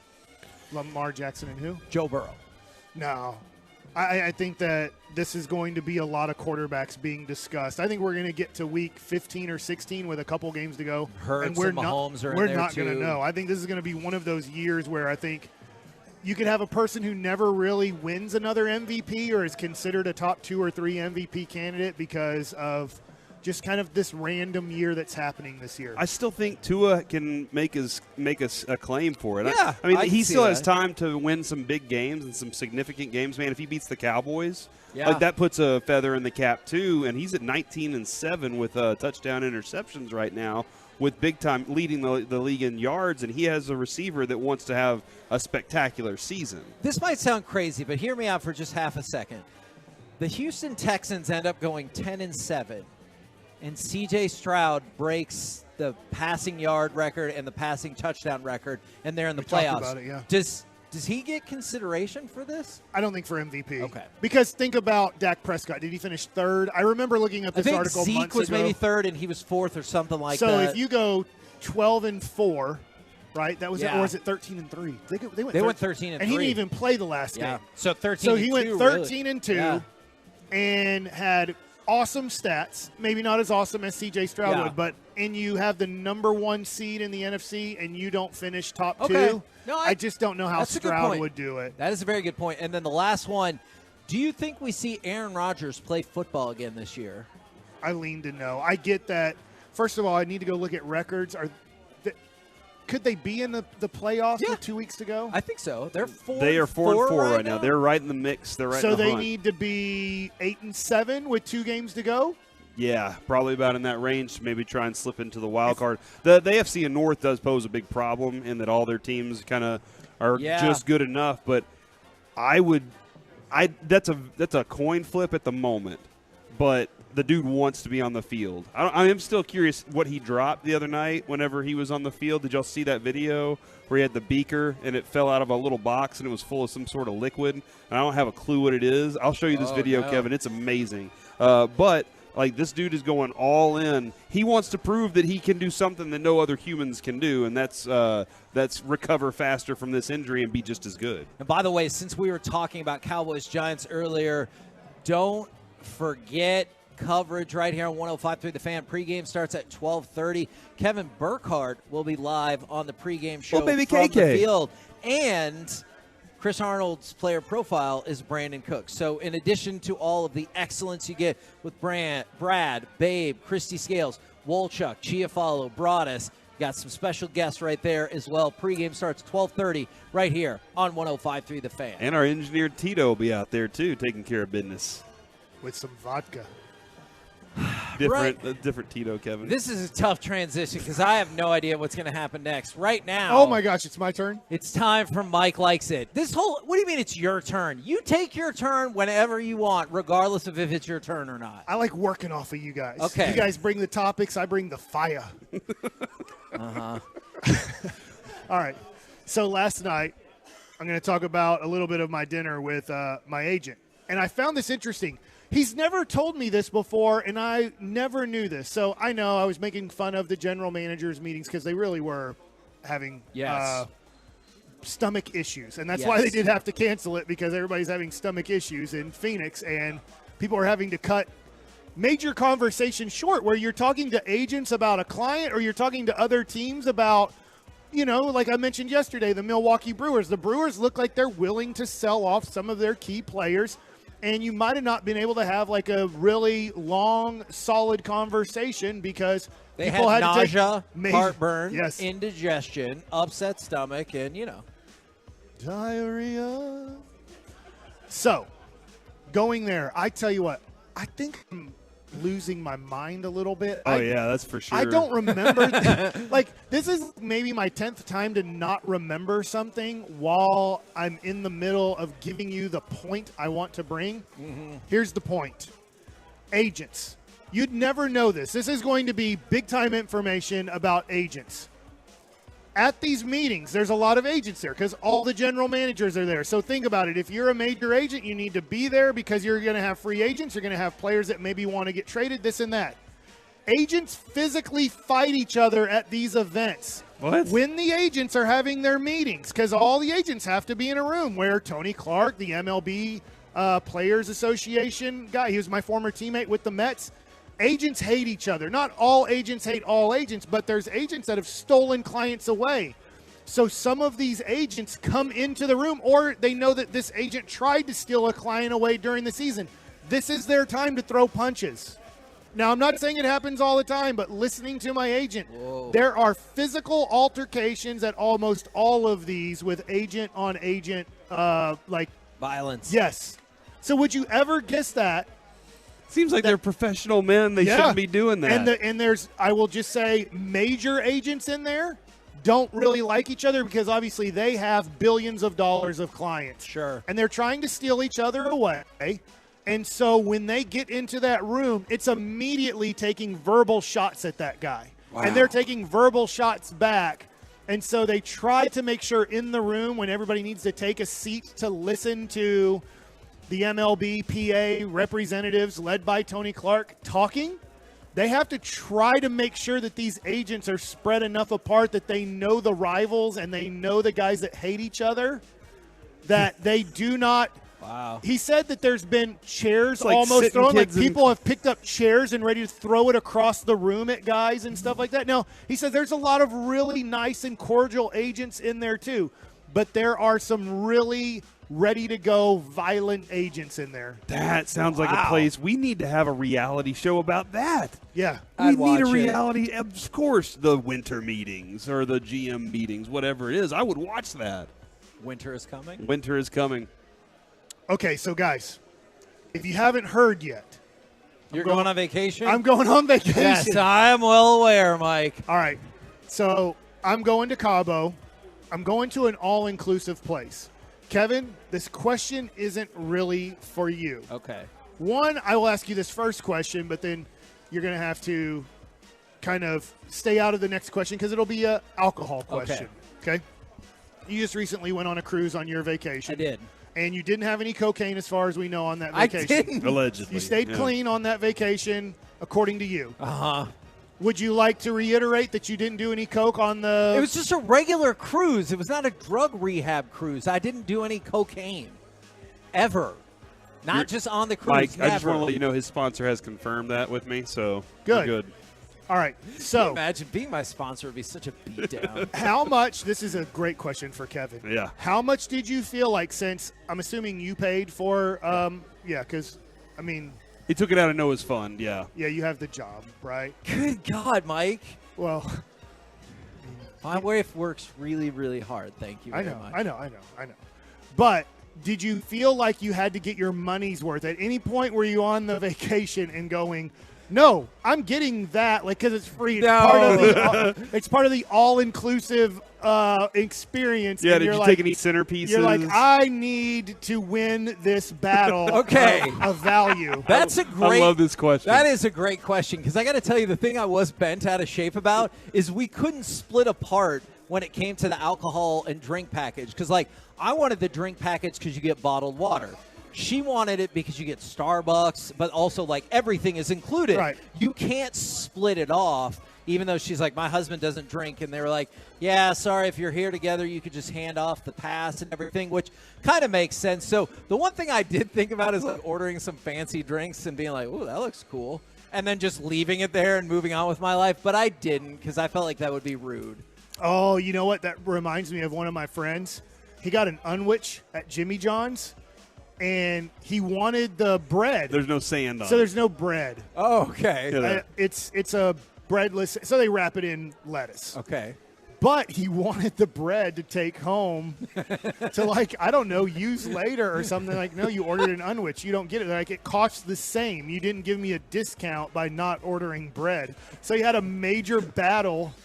He got the Jimmy John's bread because it took them forever. And they finally gave in. And they're like, kind of rudely, gave him the bread, like, screw it. Just Here's take the bread. Because they just wanted him to go away. Yes. You say kind of rudely. I do kind of see their point. You Do didn't you order know what that. he did with the bread? He put it in the trash? He threw it in the Jimmy John's trash as he was walking out. Your to make friend his sounds like a point. jerk. He fought this whole Yes. time to get the bread. He was mad. He was Your friend sounds like a jerk. He was mad that they wouldn't give him the bread to start off. And so eventually when he got the bread, he's like, I'll show you now how worthless this is. I'm going to throw it in the trash. So that brings up Hold another on. story. 877-881-1053. I didn't do it. Jerk or right? Where did Mike's friend fall in this They should situation? have just given him the bread, in my Okay. opinion. Corey, when you go on an all-inclusive vacation, how much are you thinking about, I need to win this all-inclusive thing. I need to get the value out of this. Yeah. Because I'm not much of a going drinker, to. but I feel like I need to order more drinks to feel like I That's won. what Jess did. Well, absolutely. And I did learn in Mexico and Cabo at happy hour, it's buy one, get one. But so all-inclusive doesn't matter. I understand that, but this is when before I went all inclusive, I was Okay. like that. So I had buy one get one. I was like, dude, this is a great deal. Why would I go all inclusive? Okay. Now, obviously, I want meals, I want that other Yeah. stuff, and we had to travel outside of the resort to go do that stuff. But yes, Mike, at this point, I know I'm going to win because when I go on vacation, that is time from I drink from the morning until I sleep. All right, I'm just casually Do you like drinking. orange juice and champagne? Whatever, yeah, whatever Adrian wants. That's- in the is that a morning, let's have mimosa? it, or just tequila, whatever, bourbon. Yeah, let's start the day off right, go all the way through, and just I'm not trying to get hammered all day, but I'm making sure that I get 24 drinks in one day. All right. Okay, So- real quick, Mike, I'm going to give you an update. Yeah. One per hour. Multiple people want to know if your friend was really you. It was really No, Mike. promise. Okay. I promise. Okay. I love this guy. But it was an also- amazing story, and I was like, that was kind of jerky at the end, but I'm not going to lie. I thought it was not going to work out in his favor. There are a few people that say he's a jerk, but there are way more people like, I want to high five that guy. Brett guy was right. So he Brett is guy was he right. is winning. Yeah. I bet Mike's friend was a DH in high school. I don't know. What's a He's not from here. what's the DH? He's not a hitter. Texan. Gotcha. He's from Boston. Oh, that makes a lot of sense now. Okay. Well, he's not from, I won't say Boston. He's from that area. I don't even think he's from Massachusetts, but he's from the New England area. Okay. I think Okay. he's from Maine, actually. From the 214, I've never been interested in Cabo until hearing how excited Mike is Hey, about Cabo. I'm super excited. Now, I've been hammered before. It's rare, okay? But you're talking about if I'm drinking, if I'm having mimosas in the morning, let's just say and water. You got to drink water throughout the day. Some mojitos at the pool, and then I'm having some beer and wine at Is it dinner. just you and Sue? Yeah. Oh, Big good. time, I know. Yeah. Knuckles. That's what I'm talking You know what I'm about, talking dude. about? Okay. There's things to do there. That's my pediatrician, for goodness sake. Come on. Yeah. But I don't think I can drink from morning till night. I'll fall asleep. Yeah, you might need a nap, Or I'll a little throw siesta. up. I have thrown up before drinking too much, and that is miserable. I told you throwing up is the worst. I hate throwing up. So I think I'll watch how much I drink. But in these all-inclusive situations, I feel like I have to win. You're going to win. The meals are going to pay for themselves. Yeah, the meals, and you can have some extra food and take a meal with somebody. Do you ever, on these trips where it's just you and your wife, do you feel like she sleeps too much? Yeah. Oh, yeah. She's a sleeper. Because you want to do stuff. I want to get up early. I Stuff. wake up early in the morning. I'm like, let's get rocking. She's like, it's not 9 o'clock yet. Yeah. I'm like, what are you even doing I'm like, right the now? breakfast ends at 10 o'clock. Like, we need to be down there for breakfast by 10. So if you missed a breakfast, though, would you be mad? You just lost. I wouldn't be mad, but I'd be like, yeah, I lost. You They lost. beat me. They beat me. Yeah, they defeated me. Yeah. And then she's taking a nap probably just after lunch, right? Yeah. And I don't want scrambled eggs. They're making an omelet, and I'm taking the good fruit. Mm-hmm. You know what I'm saying? What is the good fruit? The pineapple and the cantaloupe. stuff I've never heard of. Yeah.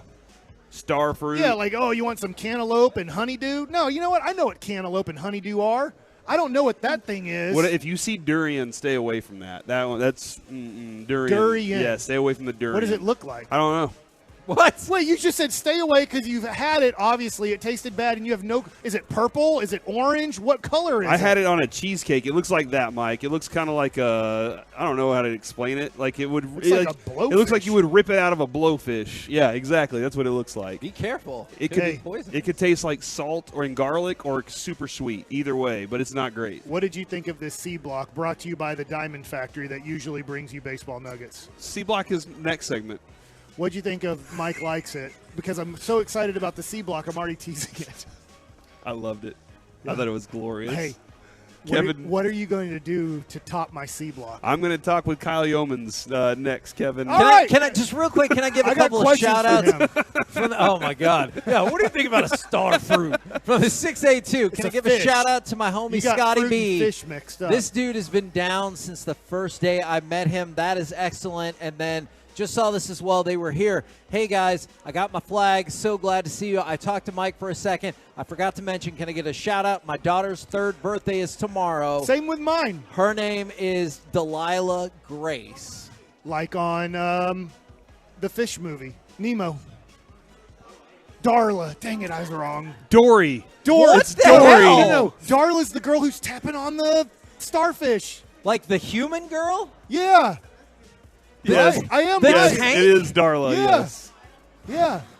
And what's the girl's name who's having her 3rd birthday tomorrow? I hate you, We should Mike. go ahead. We should go to break now. Delilah. Kevin. Happy birthday, I'm Delilah. gonna have to send Ross a phone number. Coming up next, it's time for the C Ross. Block. And whoever replaces me in this seat, we'll do it next right here. Live from Buffalo Wild Wings in Fort Worth off of Hewlett on 105.3 The Fan.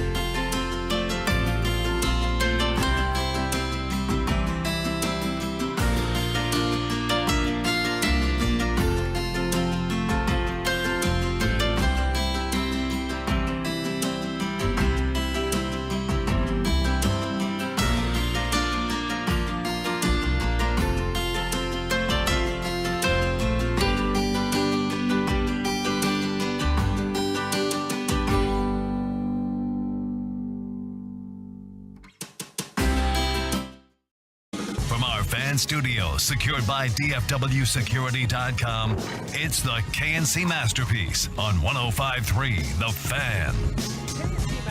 Right here on 105.3 The Fan. We are live from Buffalo Wild Wings in Fort Worth, 5601 South Hewlin. It has been a great crowd today, a boisterous crowd, and from the 561, Mike is already on vacation. Yes, he is. I would like to co-sign that. He went on vacation yesterday, and then rolled. I can see that. He slowly built into it. And we're going to get to Kyle in just a second. He's a great friend of ours, great addition to what we do here on Fridays. Who do you like better, him or Rachel? But it is time to say happy birthday to Mike Bassick Oh, from Buffalo my Wild Wings. goodness. As Buffalo Wild Wings is It's bringing my Mike. birthday? Your birthday's Tomorrow is your tomorrow. birthday. It's good enough. And that is, Thank you. love you some chocolate. You I like- love you any desserts. I've I seen do your like sweet desserts. tooth. There you go, man. There's a Thanks. happy birthday. That's not for me. That's from Buffalo Wild Wings. So Thanks, Buffalo Wild Wings. Buffalo Yeah. Wild Wings. Thanks, Buffalo Wild Wings, who this morning, the GM came up. She introduced herself as the general manager of the Buffalo Wild Wings and said, so let me know if you guys need anything. And Mike goes, I could use like a sweet tea or something. Unsweet tea. And I was like, I think she means more big picture things. And he Yeah. goes, oh, yeah, I'm sorry. Yeah, man. That wasn't the best thing that I could do. It's all right, man. I was just thinking about getting some drink.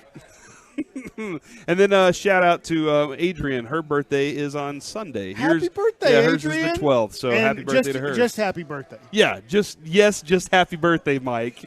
And great news. Not that she's pregnant or anything like that. 'cause we're done with that whole step. Like you can't? No, well, actually. Don't engage All him. right, all right. Engage him. Let's That's how he talk with gets our you. good friend Kyle Yeomans from DallasCowboys.com. Kyle, how are you doing today, man? Well, happy birthday, Mike, you world bleeping champion, my friend. Thank you. Thank you. I thank you for saying world champion. I felt like me not pitching had a lot to do with it, to be honest. True. We haven't had a chance to tell Kyle congratulations on being a champion since they've won it, you're a though. So you're a champion. champion, Kyle. See, and me not being on Rangers coverage probably contributed just as much. So I feel like you and I are in the same boat, but you were on a float. So I was watching you drive by. You didn't wave back again. It's like we I'm were in the sorry. concourse of Bali again, but it's It was. okay. I couldn't hear you yelling because probably I couldn't hear anything over Jared Sandler saying negative Houston Astros things on the float the whole time. I It was would awesome. rather listen to that anytime. I will say on a completely serious note, and I was texting Corey the night of. I went down the night that they clinched. I was calling a game in Waco. I had a Baylor-Oklahoma volleyball game for the Big 12, and I was on my way back, and I got to watch the final out with my dad, which was really cool because I grew up in Waco. Grew up with him and my mom, and of course they were huge into my love for sports, and I got to watch the final out with them on the court at the Farrell Center following the broadcast, and then I just got to watch it. But then from that point forward, I had to get back up here because we had Cowboys coverage the next morning, and so you guys all popped on the radio. I mean, the whole KNC crew was on the radio. I listened to you pretty much your entire time you were at the station following the celebration, and I felt like I was right there with you guys. I was texting Corey. He probably got super annoyed with me all the way through, but man, you guys did a great job of outlining what it was to be a lifelong Rangers fan and finally have that. And I know it's kind of died down, the excitement from maybe a DFW Metroplex standpoint, but if you're a true Rangers fan, a win like this never dies down. And I just wanted to commend you guys on great coverage all night long after they clinched it. When you were listening, could you hear me opening up the popcorn and candy when Jared was pouring out his absolutely. heart? I actually thought it might have been, and the funnier side of it, I thought it might have been Eric who was doing that after pouring, like Jared was pouring his heart out and just providing this beautiful illustration of what Eric Nadel means to the Rangers community. And then there was just a bag of candy in the background, and I thought at first I was like, is this Eric eating popcorn? Because I remember Jared said something about how he was sitting there eating popcorn. So at first I thought it was Eric, and then of course they outed you pretty quickly. They didn't give you a chance.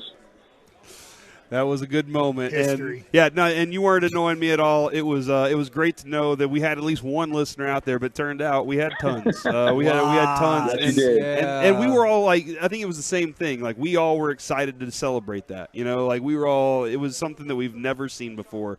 And that's what we're hoping to continue rolling along with the Rangers. It's great also to know that Kyle is a big-time DFW sports fan. Yeah, sorry we had to bump you anyway for the parade. Yeah. Sorry about that.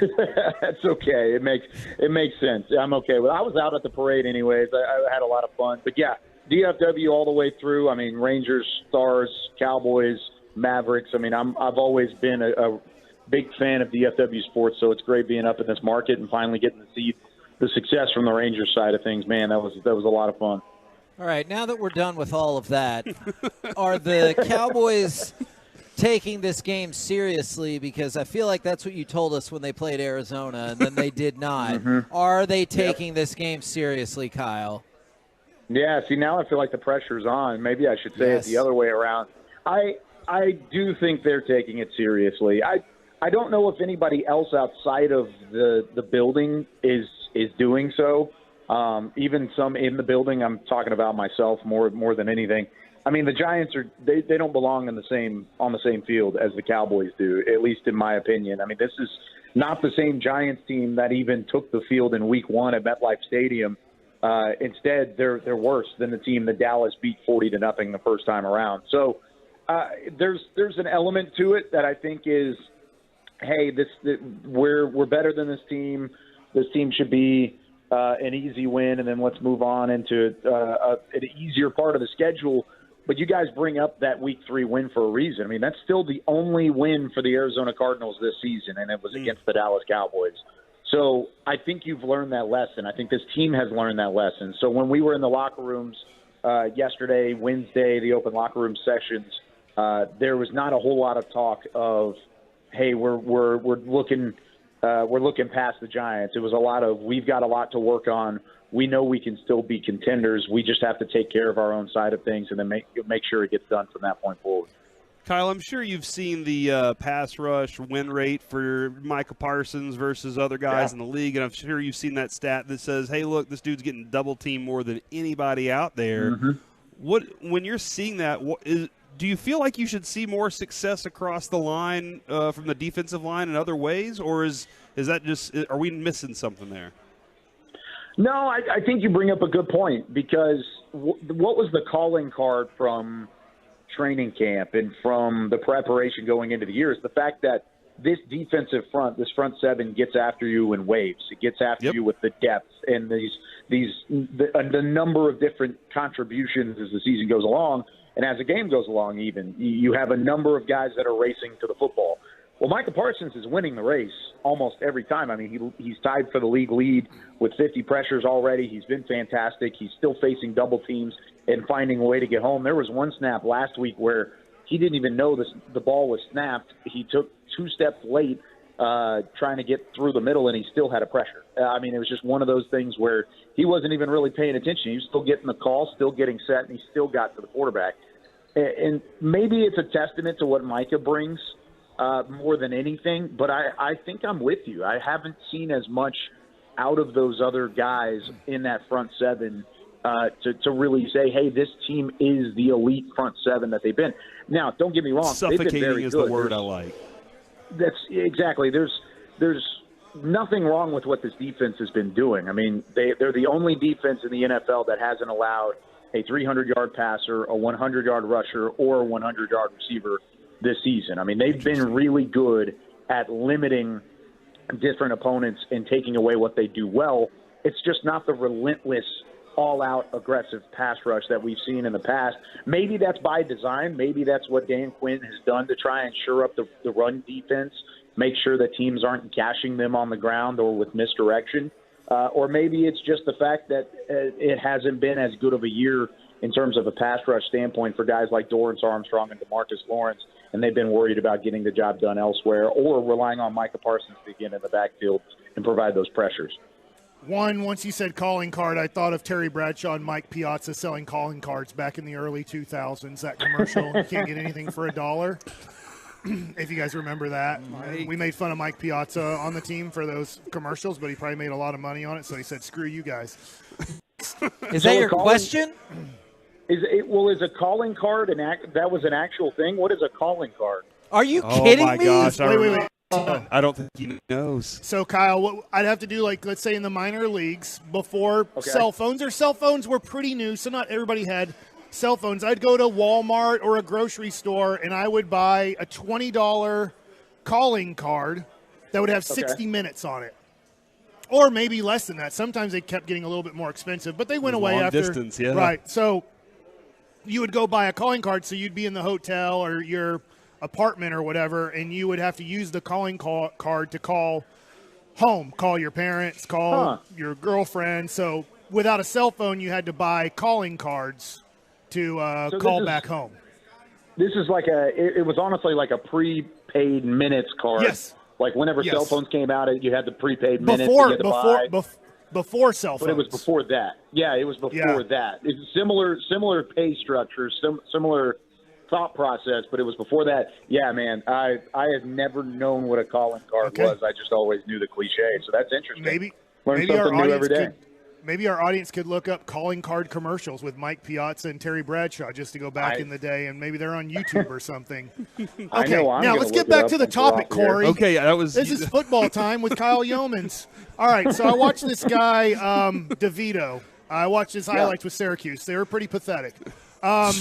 He ran the ball 50% of the time in his highlights. Is that a threat from this guy? Is he? And then I saw one highlight from the Giants where he ran the ball in for a touchdown.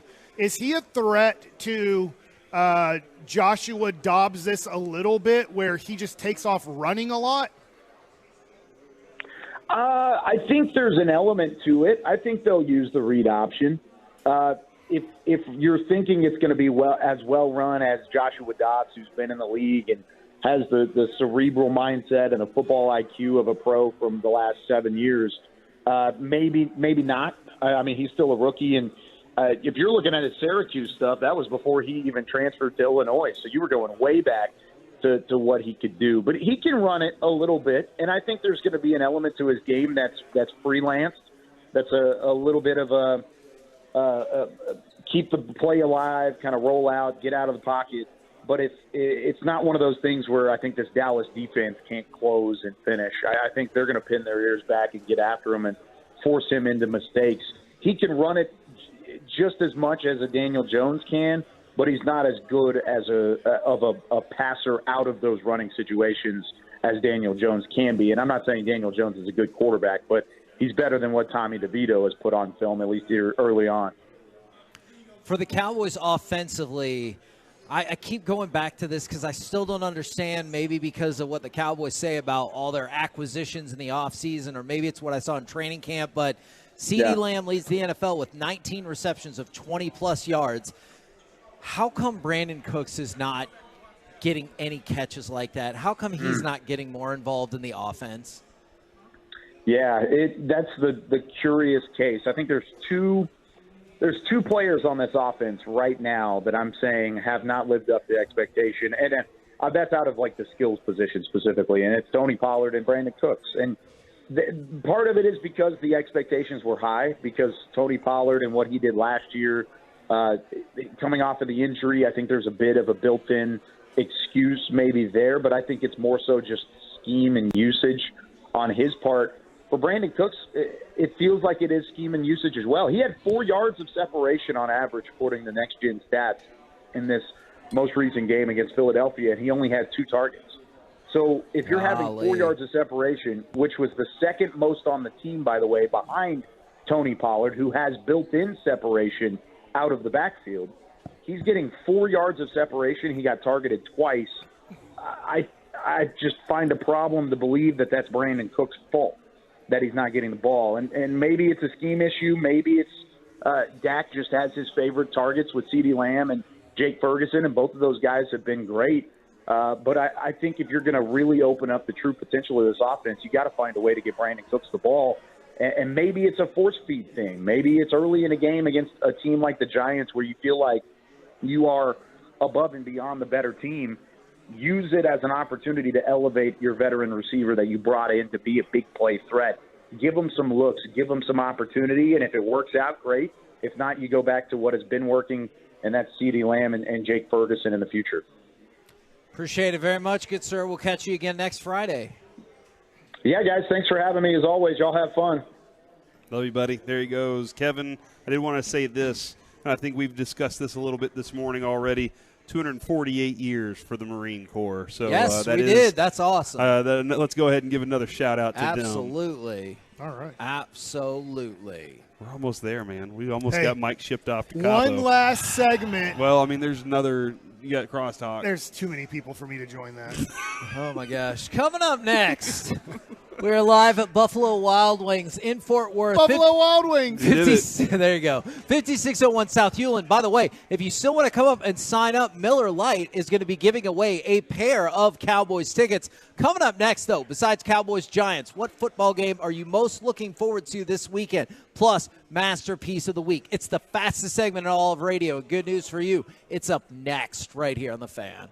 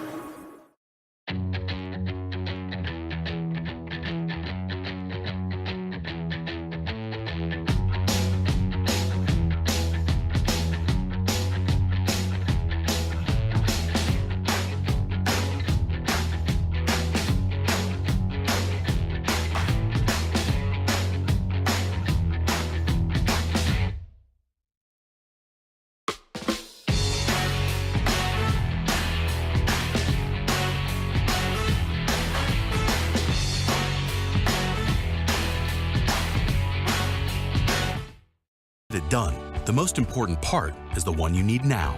And the best partner is the one who can deliver. That's why millions of maintenance and repair pros trust Grainger, because we have professional-grade supplies for every industry, even hard-to-find products. And we have same-day pickup and next-day delivery on most orders. But most importantly, we have an unwavering commitment to help keep you up and running. Call, click Grainger.com, or just stop by. Grainger, for the ones who get it done. Buyers Barricades is a full-service provider taking care of your project from the evaluation and traffic control planning to setting up, maintaining, and taking down the equipment when the project is complete. They're service-driven and safety-inspired. The Texas Authority of Barricade Rental. BuyersBarricades.com. Head to AT&T Stadium to experience Rally Day presented by SeatGeek on Saturday, November 11th from 10 a.m. to 5 p.m. Celebrate Veterans Day with special presentations from the Color Guard and Junior ROTC Drill Team, plus a 21-gun salute. Take a tour of AT&T Stadium. Get autographs from the Dallas Cowboys cheerleaders and alumni. Play games. Head outside to Miller Lighthouse and even play on the field. Visit attstadium.com/rally days for tickets and more information. And it's back to the KNC Masterpiece on 105.3 The Fan. The upcoming segment is brought to you by Frankel & Frankel. Life is unpredictable. Accidents happen. Frankel & Frankel are the go-to attorneys for car and truck wrecks in DFW. If you or a loved one has been in an accident, contact Frankel & Frankel for a free consultation at truckwreck.com or call 214 or 817-333-3333.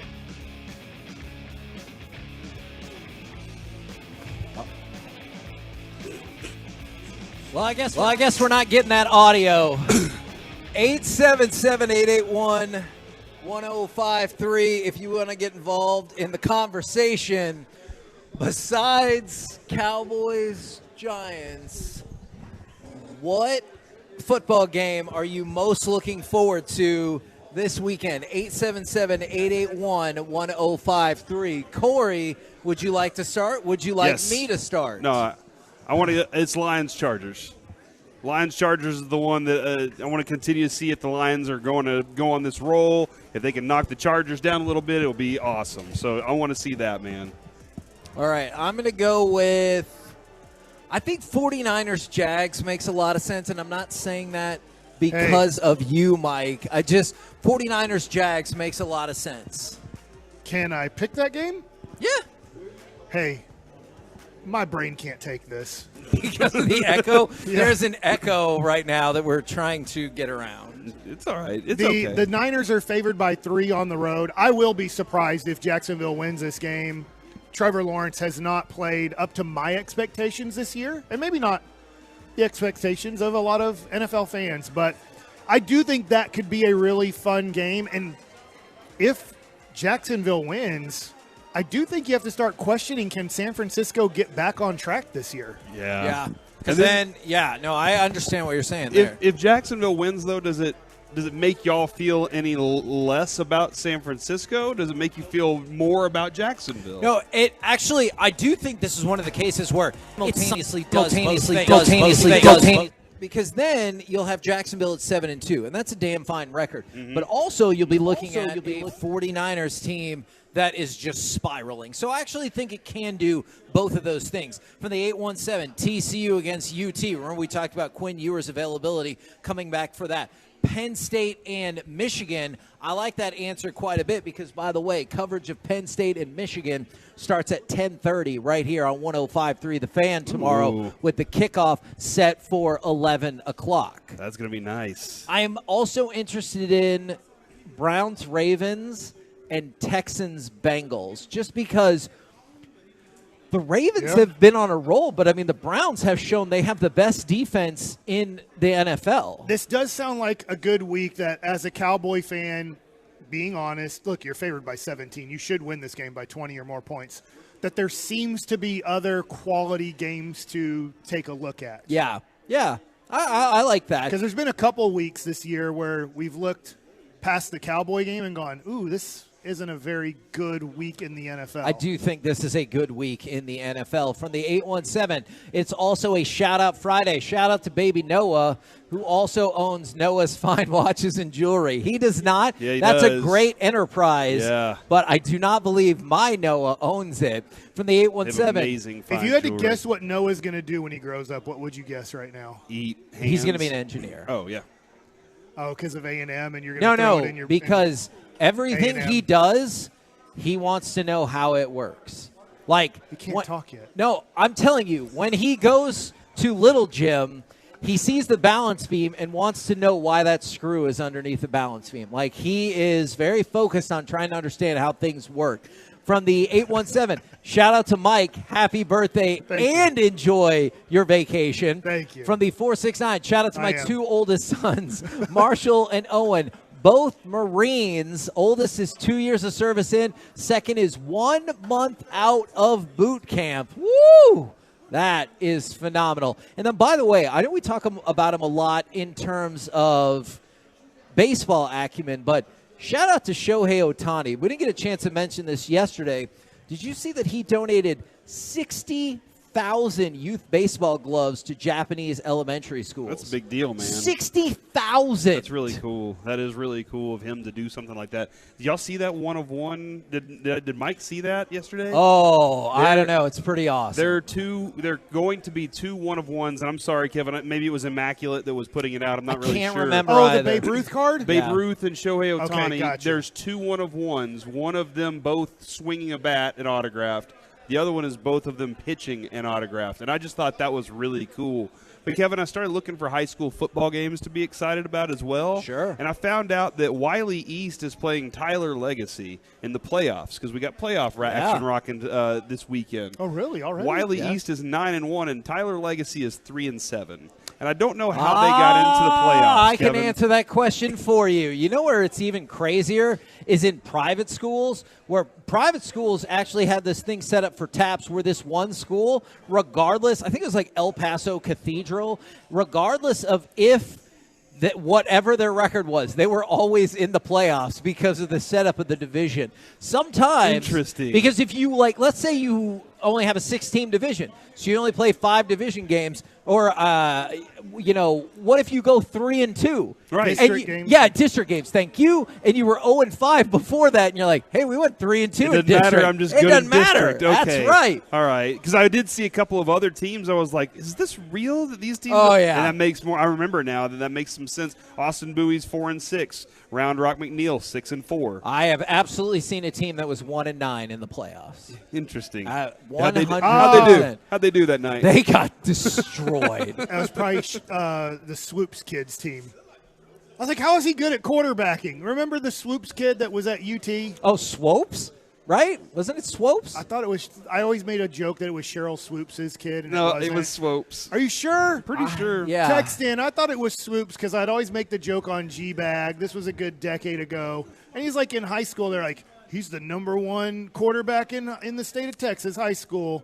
And it was like, wait a second. There was Tyrone Swoops was there from in 2016. Oh, am I thinking of Ryan Swopes, who's a totally different person? Okay. Like his high school record was like 6-18 his junior and senior year. And I'm like, he can't be that good at quarterback. If you're the best quarterback in Texas, you're not going to go that below 500. Even though it's tough to win in Texas. That's true. We're the KNC Masterpiece right here on 105.3 The Fan. And right now, it's time for some Masterpiece of the Week. She said, list this. Hey, buddy. Hey, how's it going, y'all? Good to be on. It could be better. How are you? You know, I'm having myself a nice little Friday, but you know what? Probably about the same on my end. Could be doing a little bit better. Agreed. Hey, Ross, you're going to get a call after the show, and we all get this call, all right? Every day, Mike gets called or talking to from Kevin. Just understand that he wants to help you grow, all right? That's what it's all about. No matter how much he demeans you and puts you down, it's really about your growth, and that's what he cares about. I'm just giving you a hard time, man. All right, what do we got first? Well, the first things first, I'm just going to put it very simply. Mike says it's all about one thing. If you didn't know it, Kevin, it's all about your prostate.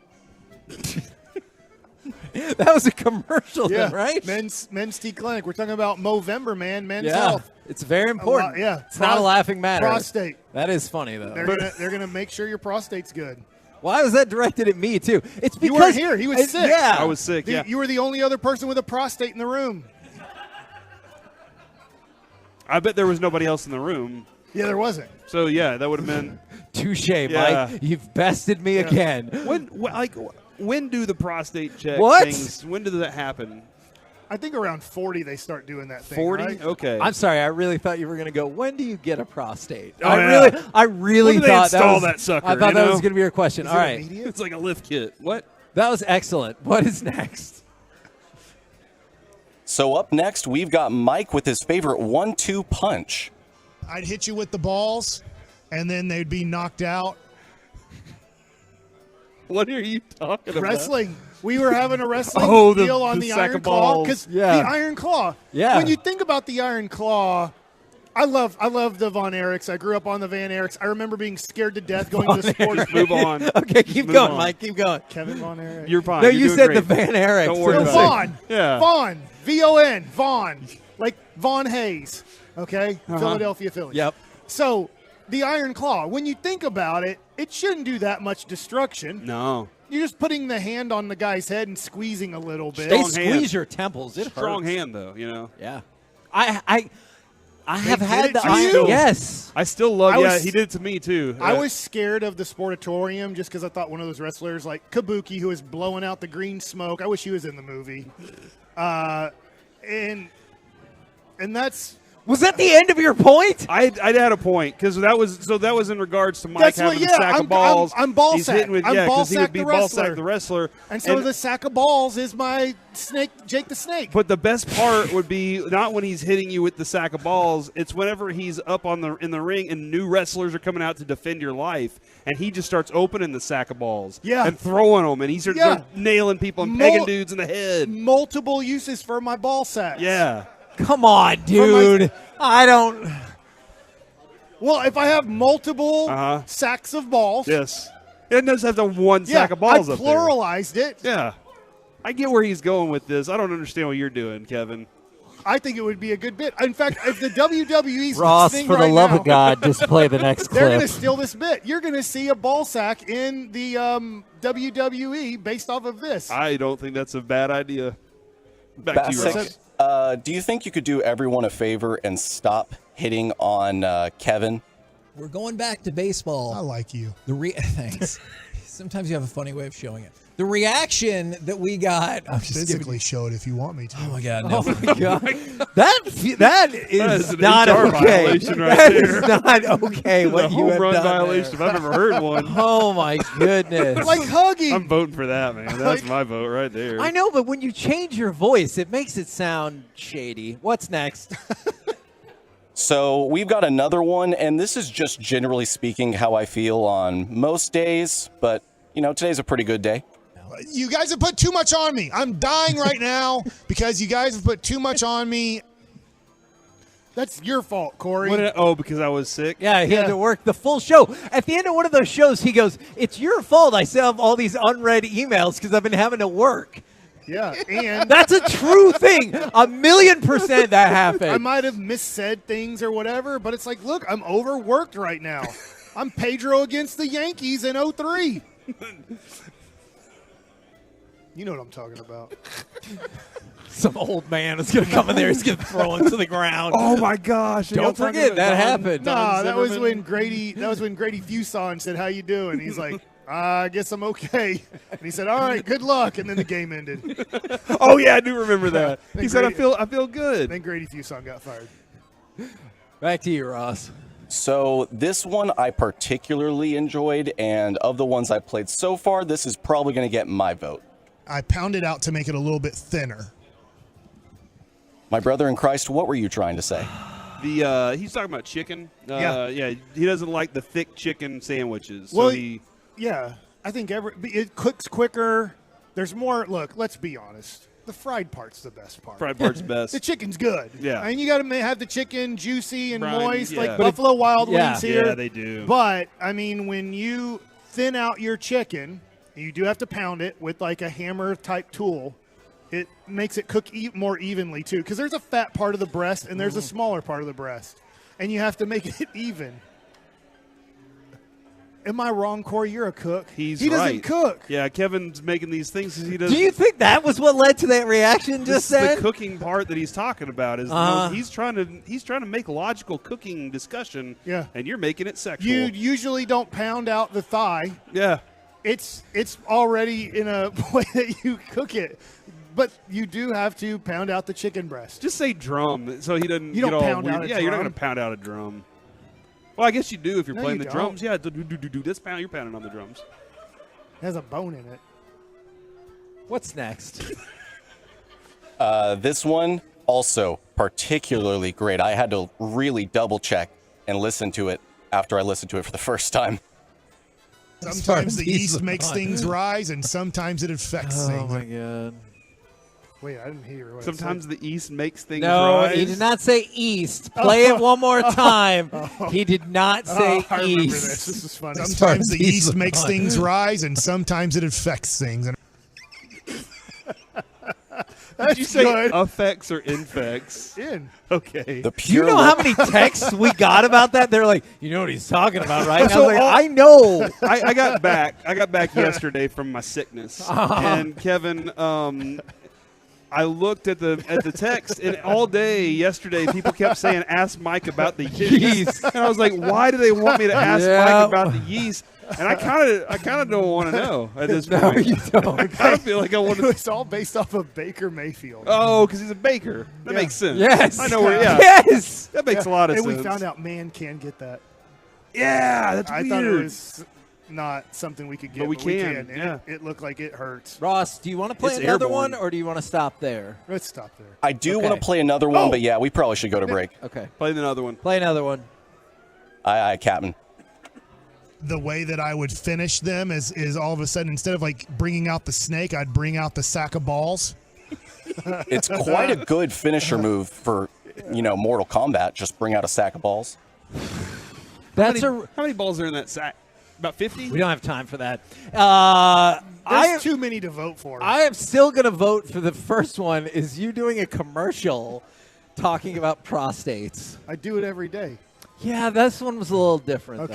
Though. I'm voting for Mike hitting on Kevin because that was a wonderful moment that I know you were uncomfortable with. Yes. I'll tell you what, there is a combo platter there that I'm voting for, and that is me creating a new WWE $1 million character, Maybe Mr. two. Ballsack. Yeah. Ooh, that's tough. I feel like I'm going to go with also that first one because, yeah, that was really from left field seeing that one in there this morning. I like that he voted like me. He just said the first one. Play it again if you can, please, Ross. If you didn't know it, Kevin, it's all about your prostate. It is all about your prostate. It Thanks is for the that, be-all, Mike. end-all. We're the KNC Masterpiece right here on 105.3 The Fan. We're live at Buffalo Wild Wings in Fort Worth off of South Hewlin. And you might be like, but what if I'm near the Arlington area? Coming up next, we'll chit-chat with those fellas from the Gag Nation. They are live at the Buffalo Wild Wings in Arlington. Let's talk with them next right here on The Fan. I'm Michael Jenkins.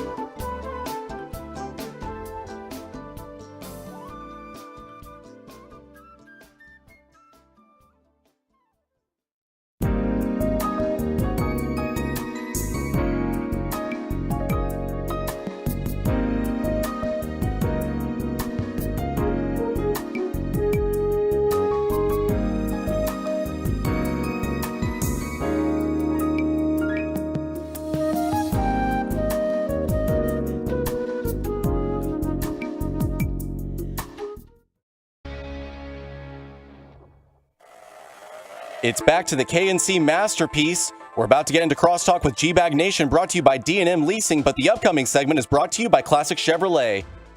Classic Chevrolet is racing to finish the year #1 in America. They're leading the way with an unheard of 400 Silverados with their best Black Friday savings all month long. Shop them all at ClassicChevrolet.com. This is Texas. This is Classic Chevrolet. Find new roads, relax, and enjoy the difference. KNC Masterpiece back here on 105.3 The Fan. We're live at Buffalo Wild Wings in Fort Worth off of 5601 Hewlin. I love you so much, Thank Kevin. you very much. Thank you very much. While we're doing shout-outs on a Shout-Out Friday, wanted to shout-out Corey Seager and Marcus Simeon for both picking up Silver Slugger Awards right there. Yes. So that is fantastic. Let's take you to another Buffalo Wild Wings live in Arlington where we have the G-Bag Nation. Gentlemen, how is you today? Terrific, Hagee. How the hell are you? I am hanging in there. Thank you very much for asking. Now, Mike. Everybody here knows exactly what you mean by that. Mike seems to be fascinated by the fact that you brought your own beverage into the restaurant. Can you tell us more about that? Well, I always have my own beverages in my backpack. I always have a 20-ounce Diet Coke or two, maybe a 12er as well. And so I got here, and I was, kind of thinking the staff would come by, and they did. But I already had my Diet Coke. So I said I'm good for now. Well, I think the parade last week, he didn't have one, and they had to emergency deliver some. He did. So that was an important thing. Yes, I was running low. I only had the one with me that day, and I'd actually taken 4 or 5 ounces out of it before I'd gotten there. So, yeah, that was a hairy situation. Since you guys are in Arlington, 1 week removed from the parade, are you still thinking about that parade and how awesome it was, and you having to just push by people, Wolchuk? I crap you not. 3 minutes ago, Broadus said, man, looking at this parade, it's just unbelievable how awesome of a time we had and how perfect the weather was. I was like, God smiled on us that day, Brian. Yeah, he did. And he's like, yep. And all You say that twice. Yeah, and the devil was on my shoulder the whole time. Yeah, in fact, we're trying to get drunk Broadus here again on a Friday. So make sure you buy Broadus all the drinks and the shots. He likes Fireball. Right. Let's get Happy Brian going. I had a beer during the show. During the parade, I think you were the first one out of the gate that had one, Michael. Yeah, that's good. It tasted good. Gosh, what a day it was. It was, man. What a day. Mike's a heavy Friday drinker. Yeah, Mike, I'm going to cede the rest of my time to you. Really? You're about to go on vacation, Yeah. so what do you want to kick around? Today. Well, guys, Gavin, Yeah. do you remember when I would do this to you and you were hosting the G-Bag Nation? Yeah. Yeah, when you would get really excited on your last day before vacation. Yeah, and I would really take things off the rails. Yeah. How did you feel like Kevin handled it? Because my man Corey here had a blast with me. How do you feel like Kevin handled this show while I was doing my thing today, while I was just chunking fastballs? I would say he did an A+. Yeah. You just kind of got to get out of the way. Yeah. Yeah. I would say early in your career, you did not have this routine as refined. It was more volatile. Yeah, like I'd get violent with it. I don't think you ever got violent, although you were close a couple times. Yeah. That Yeah, Harley so- Davidson, I was furious that day. Oh, my gosh. Yeah. Yes. This is a You real were life that alert? day. And I remember one day he was mad as well behind the scenes because of a comparison of Tony Romo to Dirk. Oh. That really set him off. And I think the suggestion was Tony Romo is basically Dirk. He just needs to win a championship, and then he'll be celebrated as a Hall of Famer. And Mike, being the #1 Dirk fan of all time, did not take too kindly to that suggestion. Yeah. Yeah, I remember. Yeah, Yeah. those were the days, So man. Yeah. Those were the days. You're experiencing higher lows these days, which I think is a good thing. Yeah, significantly higher lows. Is this a therapy session? What are we doing here? I think we did that yesterday. Yeah, we knocked that one out. Yeah. That was a good session. Yeah. All right. So, do you guys feel like I watched this dude? I call him. His name's DeVito. I'll be nice to the guy. Yeah, I watched saw his this highlights too. at Syracuse. He's pathetic. Yeah.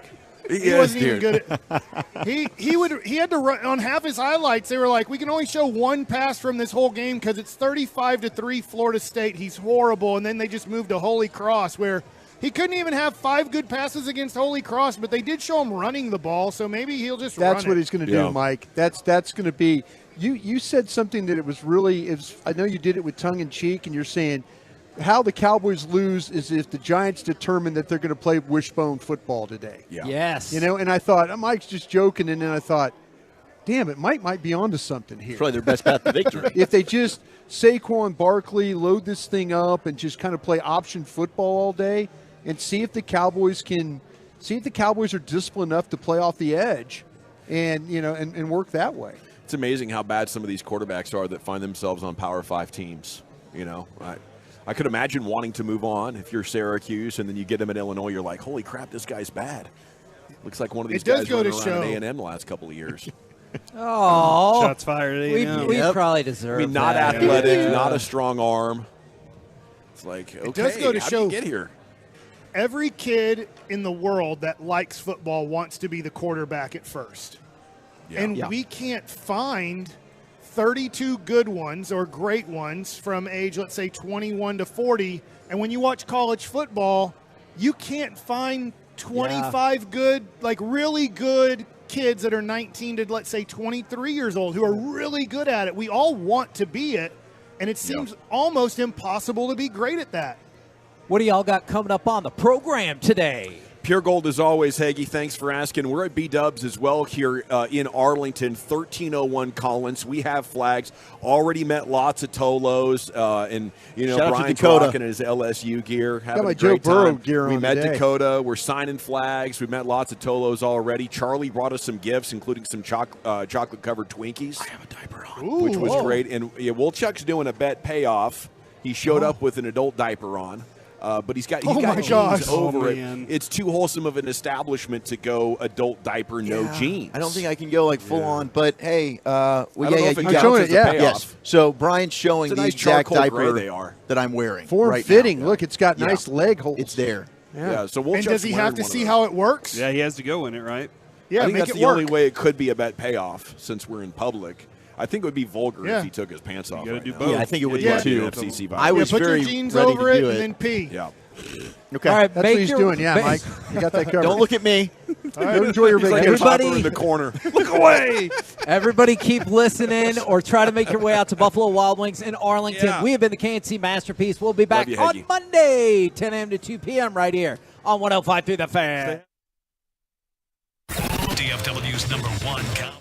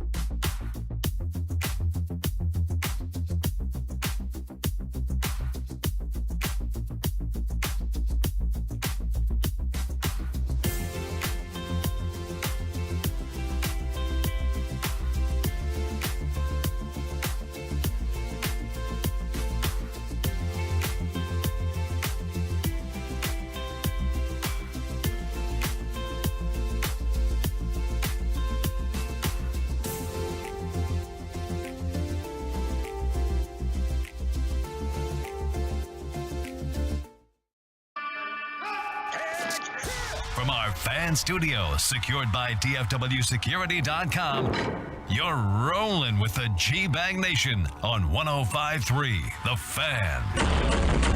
Here we go. It's hour one of the G-Bag Nation on 105.3 The Fan. We are live at Buffalo Wild Wings in Arlington, off of Collins, the home of your World Series champion Texas Rangers, just right down the road there at the Globe. Yeah. So it's great to be back.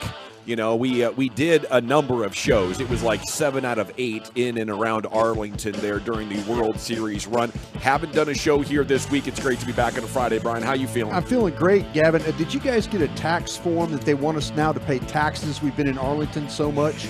I'd be happy to. Yeah, whatever I can do for Arlington. I feel like this is a second home for us. It is. But in a great way. It is. It's always the remotes and the opportunities that we had over at the ballpark. It is great to be here as always. It's good to be here with you as well. There is Brian Broaddus, the former Cowboy scout, NFL executive, Emmy Award winner, Super Bowl champion, and the #1 influencer on Cowboy social media. He's at Brian Broaddus on Twitter X. You have Lucius Alexander, the pimp cup back there at Master Control, 75 in Fitzhugh. He's got 5 hours of flawless radio producing, engineering, and hosting coming right at you. Zach Wolchuk is here. Eric Chiafalo is on assignment. Carter Freeman's coordinating your video at 105thefan.com, Twitch, and YouTube, I believe. And I'm Gavin Dawson. Along with you, we are the G-Bag Nation here on The Fan. It's nice to be at Buffalo Wild Wings as well. Salute to our hosts. And it's awesome. I love Buffalo Wild Wings. The service here is great. All the televisions, the beer is flowing. I think this might be a Booze It Up Friday. What do you say? Ooh, you're looking at me and saying that, huh? We can do a little bit. I'm looking straight at you, Brian. You think I could have a repeat Let's of get that, the what I did booze last going, week? baby. Let's get loose. Yeah. I'd like to see you try, Brian. Last week was Radio Gold. And I think you at least, owe it an effort, don't you? The old college try. You got your LSU sweatshirt on. And guess what? I brought extra diapers, so you don't even have to move, buddy. We can just sit right here the whole time and relieve ourselves. I'll tell you what, they look very snuggy. No, it's very comfortable, very comfortable. You know, I don't want to show the whole thing, but it is. Might have cushioning. to make sure that pay off. Look, I'll show a little bit of the. You can see. Hey, this is the actual diaper. All right, now you're wearing it. Yeah. Boom, I'm wearing it. Okay. Oh, I'm wearing this bad boy. Okay. Yeah, I am. Yeah, it's a bet payoff Friday here in the G-Bag Nation. But there's kids around, so we're not going to go full frontal. No. If this was, a different kind of establishment, not a wholesome family restaurant. Well, we should have thought about this. Yes, I wouldn't have spent my hard-earned money on these. So the spa place was okay counts. wearing the Speedo because it was water and spa and all that, right? Yeah, that it fit. It fit the aesthetic. Yeah. Still counts for a bet payoff, Wolchuk. As long as it counts. You're getting off a little easy. I feel good about where we're at right now. I think some of the Tolos would appreciate maybe a like a curtain call Monday. Okay. And or maybe Tuesday. Because we're going to be on remote at Whataburger on Monday. I don't know if it'd be appropriate there. Hey, whatever the Tolos the fan want. cam needs it. The fan cam needs it to be a proper bet payoff. Picks or it didn't happen type of deal. I hear it. I think with the bet payoff. Here you are. You make this great effort to try, and then Dawson just totally swats it away. I'm used to it. Well, I'm taking care of the Tolos. I'm taking care of the Tolos. That's fine. I don't mind taking a pic and showing it to them. Okay. It is a Veterans Day. question Wouldn't be the about first that. time. It's a Veterans Day Football Friday as well. Yes. Of Salute. course. The actual Veterans Day tomorrow. Salute to all the veterans out there. We got some here in the crowd. Thank you to all the veterans. Absolutely. You have a veteran on the board in Lucius Alexander, the lone veteran on staff here at 105.3 The Fan. So we all salute Lucius. And if you'd like to send him some gifts or appreciation, the truckrake.com fan text is open, and he's posted up there in the Pimp Cup at 4131 North Central Expressway. Okay, we open as always on Football Fridays with your Cowboys game day predictions. The line is 17. The over-under is 38.5. So Vegas is expecting like a 27-10, maybe 28-10 type of contest, over there at AT&T Stadium. I kind of see it about like 20-13 Cowboys, something like that. Maybe a win, but I think the Giants are going to play conservatively. I don't think they're going to have the turnover fest that's going to allow the Cowboys to really blow them out. I don't know. Maybe I'm underestimating the Cowboys' offense here a little bit, but I don't expect the 40 points. What do you guys see? And they got to the 40 because, of course, you got a special teams and defensive score. First 2 scores of the game. Right. Yeah. So if you don't think the Giants are going to turn it over, then maybe they don't hit 40. I'm expecting them to hit 30, and I'll be surprised if the Giants score more than 3 points, to be honest with you. I don't think they're going to move the football much at all. Maybe DeVito's able to run around a little bit. Yeah. But I feel like that's what the Cowboys have been prepping for all week. That's the only real threat that they have as an offense is Barkley running, DeVito running. If they're able to pass the ball on you, then, oh, my gosh, we've got issues in the Cowboys secondary to worry about for the future. So if you shut them out in week 1, and that was a better Giants team than what you're playing this Sunday, I'm going to go Cowboys 33-30. I think they win by 30 points. 33 to 3. 33-3. Man, I thought you said 30. I did, but I was thinking in my mind to 30, they win by 30 points. Wow. My Giants guys are telling me Adoree Jackson, the corner, is out. Oh, good. So they're going to deal with they're going to have to shuffle some guys around in that secondary. Flott as the corner as the nickel slot guy is really not very good. I'll be interested to see if they walk Banks over Lamb and just travel him. That's as much blitz package, man coverage that you get from the Giants and Wink Martindale. That could be recipe for disaster. We talked about Dak against blitz looks, how well he's played. He handles that. The number that immediately hit my mind was 30, and the number for the Giants was 6. Yeah. So 30 for the 30 Cowboys. out 6. Yeah, 30 I like that. 30 to 6. It is hunting season. The Cowboys get that one done. I can confirm the Buffalo Wild. Thank you for your prediction, sir. The TruckWreck.com fan text is open at 877-881-1053. I can confirm the Buffalo Wild Wings fries are good. Ooh, there you go. We're going to get into some wings here coming up at the break. But as always, in this 2 o'clock segment, we talk about everything that has been developing in the broadcast sports world since we last broadcasted with you. It's official. Kyler Murray is back. He's going to start Sunday against the Atlanta Falcons. His return from an ACL injury that sidelined him for 11 months. That was a long recovery from the ACL for Kyler Murray. Coach Jonathan Gannon made the announcement this morning, putting to rest any doubts about Murray's status. It's going to be really interesting to see where the Allen High School multiple Texas State champion goes from here. Can he, help them pick up some wins? How respectable are they going to look once they have I think at least a Pro Bowl quality quarterback like Kyler Murray? It might be time to move on from Arizona, but this guy can really play. Are we making a mistake right now in Arizona playing Kyler Murray? I mean, we're kind of battling Carolina for that first overall pick. Yeah. You play Kyler Murray, he might find a way to win 3 games. You're right.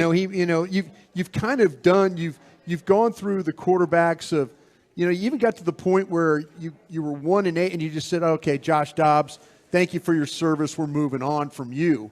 And they start. Clayton Tune last week against the Browns looks awful. If I'm the Cardinals, I'm kind of committed now to. I'm not going to do anything to mess up my top 3 picks. I'm going to try and hold this thing. As much damage as we've done already. Why not finish the job? Yeah. But if they go out there and win 3 or 4 games, it knocks them down. But then again, do teams think about it that way? I know we like to in the radio world. Teams you're suggesting the Cardinals should tank. No. Teams never give up. Yeah. Teams never give up. I'd raise the white flag in a hurry, though. Yeah. But if you're it's all about trying to get a Hall of Fame quarterback. If you're Gannon and you don't feel like you're going to get fired this year, and you feel like but you owe it to the players to keep going and keep coaching. You don't let it be known. But if you keep starting Tune, if you say, well, Kyler's not ready, and you just keep going, there's eventually going to be a moment where Kyler's not going to be able to play anymore. You just want to finish it out, but then you want to secure, it's not just about having the first 3 picks. I get it, but so number one, there's good players, right, beyond the number 1 pick. We don't have to have the number 1 overall pick, So let's see how this goes. But I need to get Kyler Murray's trade value working. Okay. I think we're going to recoup that asset. If you're that interested in moving, but the problem is I'm going to probably have to pay a lot of his salary to trade him. Yeah. I'm going to have to, and I'm going to eat money anyway doing this. But you've also got a new coach now. That he's never coached a game with Kyler Murray as his quarterback. They're also looking at bringing back James Conner. They're opening up his practice window. This is a team that clearly It seems like they want to see what they have, and if they can win with Kyler as a quarterback, it's not good in terms of your draft stock, but maybe they decide, yes, all right, let's go ahead and flip Kyler Murray, or we keep him as our quarterback, and you end up getting the 6th overall pick. I mean, right now, his trade value is terrible. Yeah, right. If we win a couple of games, and then we bench him after he plays great, we can go back to sucking. But we're going to recoup maybe 2 1s for Kyler Murray, maybe at least a 1. What are you getting right now? Not a lot. I mean, he's looked at around the league as the video game kid. That's a horrible leader. That's the problem. Can I do enough to resuscitate his career? But I'm thinking about big picture, though, too. If you let me pick in the top 3, it's not just about picking 1 through 3. Yeah. It's about every round picking 1 through 3. Well, we don't want to go. Still lose. Yeah, I think they could be so bad they still lose, and Yeah. we don't want to go win 4 or 5 games, Brian.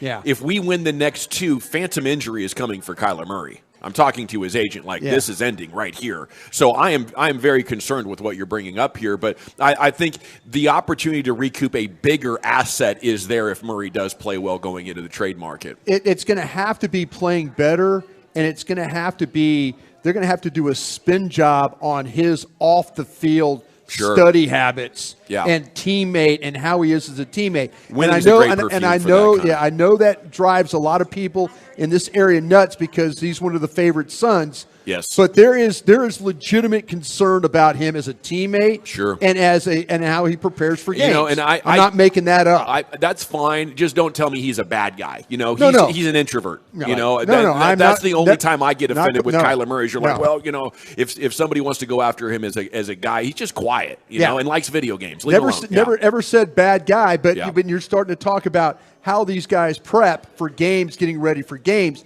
that's important to a lot of coaches. Air Force Academy Superintendent Richard Clark's emerged as the top target to become the next college football playoff executive director. What do you think he'd bring to the table? What do they need to get right, Brian?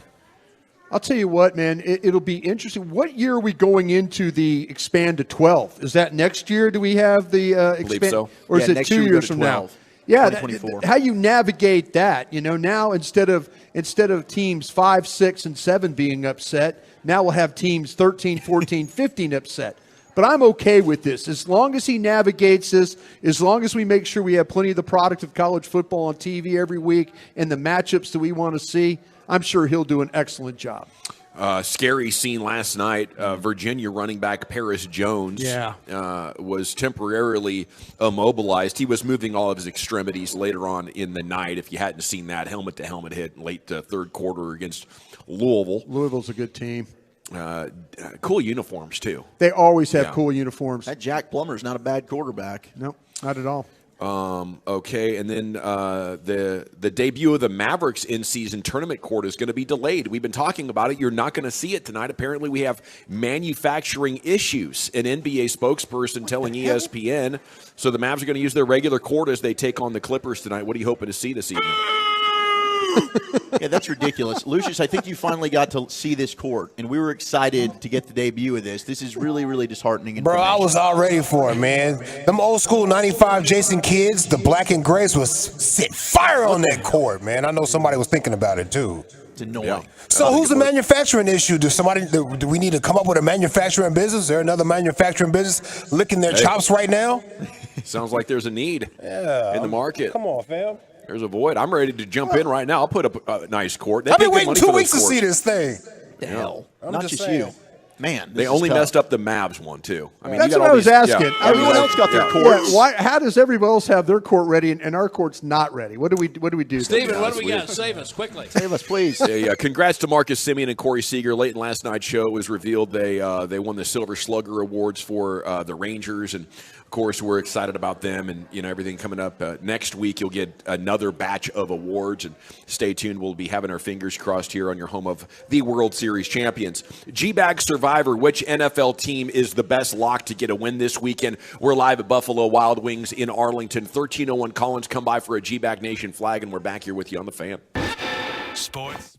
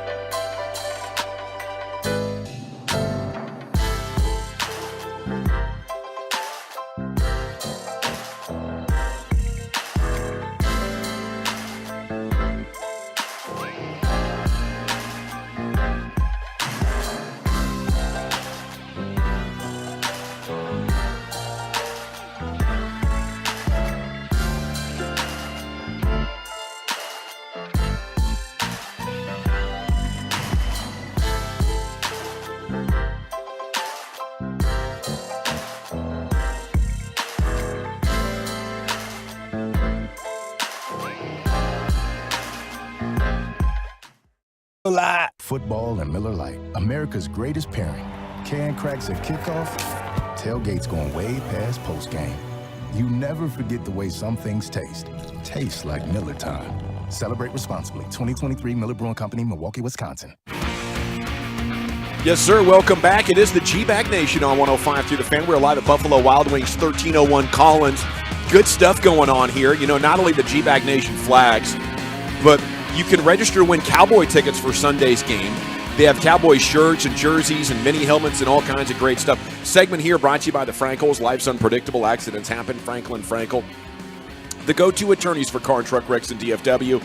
If you or a loved one's been in an accident, contact Franklin Frankel for a free consultation. It's 214 or 817-333-3333. Jump online to truckwreck.com. Time for a little bit of G-Bag Survivor as it's a bet payoff Friday. Woolchuck, might not be able to tell on the outside, but he can tell in his pants. He is in the midst of a bet payoff. We're diapering, boys. Yeah. We got the diaper on right now, and we actually got some shots coming here really quickly. We got a birthday that we're going to be doing, and I have promised the Tolos I will not be going to the bathroom. If I need to go to the bathroom, I'll be staying right here, and that's what the diaper's for. Wow. Just keep that between us, okay? We're all a big family. Okay. Shout out to Rachel Ring. Yes. She's here as well, a lot of Tolos. She's a world champion. She is. And maybe the biggest Ranger fan I know. Absolutely. Yes. Yes, a great Tolo, and we always like seeing her. Okay, decent candidates here for the G-Bag Survivor, guys. Which game do you want this week? We do have Bengals 6.5-point favorites against Houston. Okay, that could be dangerous waters. The Texans have been handing out L's in G-Bag Survivor all season long. You cannot overlook them, perhaps not even against Cincinnati. I would not want to touch that point spread. You have the Ravens, the 6.5-point favorites, hosting Cleveland. Seattle hosting who are they hosting? Washington. Okay, and they're 6.5-point favorites. And the Bills are at home against Denver as a touchdown fave in that game as well. What do you like? I am, I looked at the Saints-Vikings game. Vikings again? Just kidding. Are you kidding me? I'm not doing that again. I'm not going against Josh Dobbs. In fact, if anything, I'd go with the Vikings to win that game. I'm taking the Dallas Cowboys. Cowboys are the lock of the week. I've saved them for the rematch against the Giants. They don't lose against the Giants. They've won 12 of 13. Micah owns the Giants as well. If they lose this game, we are going to be crying, and the season will be over on our radio airwaves. You and I had the post game that time, huh? That 3-game post game, I might not even show up for. It might just be Ruben and Tim Collins hosting that thing. I will be so livid if they find a way to lose to the Giants. So you might have done a lot of bet payoffs this week, but I feel here at midseason you just put G-Bag Survivor in a chokehold, bro. Yeah, that's what you did right there with that pick. I should not be doing a bet payoff next week. Cowboys have got to win this game. Are you that confident, Brian? I'm confident that they're going to win the football game, but I'm going to take the Seattle Seahawks at home against the Commanders. I know you said it was a 6.5-point. Who knows what Commander team is going to show up, but I feel like that Seattle at home. Seattle needs to start stacking some wins up there too. I mean, San Francisco going to get back to rolling after the bye. They need to find a way. This is a game they need to put the Commanders away and keep moving forward. So I'm going to take them this week. I would take Seattle as well. It just seems like the Commanders' chances of winning meaningful games kind of went at the trade deadline when they moved their pass rushers, didn't it? Yeah. Like, what is Washington's path to victory right now? They don't have answers on offense. They're very inconsistent there, and now you take away really the strength of their team was their defense, and there's still some talented players over there, but not talented enough to go beat what I believe is a strong playoff team. Maybe not a Super Bowl contender, but they're in Seattle. Pete Carroll has definitely figured it out and looks like an absolute genius. Your former intern up there, their GM, John Schneider, looks like a genius for trading Russell Wilson and rolling with Geno Smith. Yeah, my $3.5 million intern's doing a pretty good job. He's doing awesome. Yeah. That's how you get it done right there. If you're not happy with your quarterback, is there a veteran who started games that you're pretty confident is going to play at replacement level, and is your so-called star not consistently playing above replacement level, and that's where they were with Russell Wilson. The majority of the football world thought, well, he's coming off of his injury, he's having a bad season. Yeah. Russell Wilson's still, an All-Pro and an MVP candidate, but John Schneider and Pete Carroll knew otherwise. Did you take Seattle in this game? I've taken Seattle earlier in the year. You did in week 3. So which way are you going now? I'm going to take the Cowboys. Yes, let's go. We're in it together. We're in it together. We're both taking the Cowboys. Eric has texted me. He's rocking with the Steelers at home right. against the Green Bay Packers. Steelers at 5-3, Packers at 3-5, Pittsburgh's at 3.5-point favorite. The Packers, by the way, I saw this. They have not won in Pittsburgh since 1970 when Bart Starr was the starting quarterback. Probably beat Terry Bradshaw, rookie That is day. insane. They've lost 5 straight games at Pittsburgh since then, with each of the past 2 coming on a winning score. Oh, no, I was part of a team that beat the Steelers at home. Matter of fact, it was Brett Favre's second start for the Packers that day. It was Brett Favre that started that. Yeah, day. it was it? Yeah. Mama gave me 8 of them flap checks. I said, Mama will take away 5 of them flap checks. I want to stay hungry for the Crimson welfare fraud. Yeah, we got the G-Bag of the day coming up here in 2 minutes. One other story just to touch on. We've had massive women's college basketball storylines with the return of Paige Buchers this week. Caitlin Clark goes for 44 last night. The defending champs, your LSU Got Tigers. knocked off. Okay, we talked about this in April when the women's March Madness and the finals were at the AAC, and the tickets were going for $500 just to get in the building. You know, it was an absolute movement last spring. Are you following up on that? Are you into this at all, or are you just whatever? It's No, I'm always interested, but the fact that my alma mater is the champs, is the champs, and congrats to Colorado, the Buffaloes. You know, LSU, they go out to Vegas, and and Colorado was ranked 20th in the country, but we're starting to see, like, even in college football, some of these star players move around to various programs. Yeah, that Haley Van Lith that was at Louisville is now at LSU. At LSU, Super team. Absolutely. So that's what I'm saying. You're not only seeing star players in football, you're seeing star players in women's sports, women's basketball move to big-time programs. So it'll make it interesting for sure. And it is so cool. It reminds me of the 80s when star players are actually coming back to their college for a second and third year, and you can build a brand and a storyline that makes it awesome. It is time now to go back into the Pimp Cup. Here's Lucius Alexander, your G-Bag of the day. Yeah, here it is. So that Buffalo Wild Wings you guys had, I've been there a whole lot of times, man. I'm not gonna lie. Yeah, Tuesdays. I saw your picture over there on the wall. My jersey should be up on the rafters, bro. It should be up on the rafters. They held me down. When you get the half price on Tuesdays and Thursdays, half price, hold me down, dog. I seen a gorgeous woman driving a drop-top blue Benz on Turtle Creek on my way to work today. What was her name? I don't know. Are we sure of this? And I only paid attention. To we came up at the light. I was close to the station, and I hear coming out of her car, and I was like, "She's listening to talk radio." So I rolled down my window just to hear what was being said. Maybe I can figure out what station she was listening to, or maybe a podcast. And I rolled it down. I heard Mike Bassett. Oh. I was like, "Oh, bro, we out here, bro. We out here on Turtle Creek."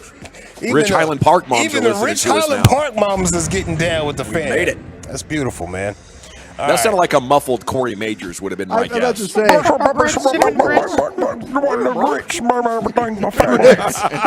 The grits. All right, so our winner is 76ers post-game situation. This is on TV. Former coach Jim Lynam. Got it. Yeah, there we go. I told Carter 4 times. 4 days, I'll be able to say his name would just flow. But he is excited that Philly was containing Boston's offense. Yeah, he has those offensive explosions. But aim for me, you asked at the Open pregame, 120 points is what the Celtics came in averaging. Well, they have 87 right now. They're shooting under 40 from the field, under 30 from 3. It's called a big dose of D. That's what the Sixers gave the Celtics. Yeah, this D. Hey, there you go. Yo. Dose of D. I'll skip that road trip next time, Coach. Road trip's hilarious. All right, let's see. Rapper 2 Chainz. And he celebrated a birthday not too long ago. He was on with the Late Night Jimmys. This one was Jimmy Fallon. Listen to how 2 Chainz celebrated his birthday. He's next to Lil Wayne too, by the way. 2 Chainz, what did you do on your birthday? I bought a lawnmower and a strip club. Balance, you know what I mean? dude on the drum strip. You bought a lawnmower and a strip club. And a strip club. Okay. So we had similar birthdays, the three of us there. Wow. Wait, what made you want to buy let's start with the lawnmower. Yeah. All right, so I have a rather large yard, and I pay people. I've always paid. So I've lived in apartments my whole life. Then I became a rapper and stayed and got me a house. And then I had money, so I paid people to do everything for me like most rich people do. And then I woke up and I said, you know what? I've never cut the grass before. And I felt like maybe I hadn't crossed over the threshold of manhood. And so I woke up and I got me a John Deere.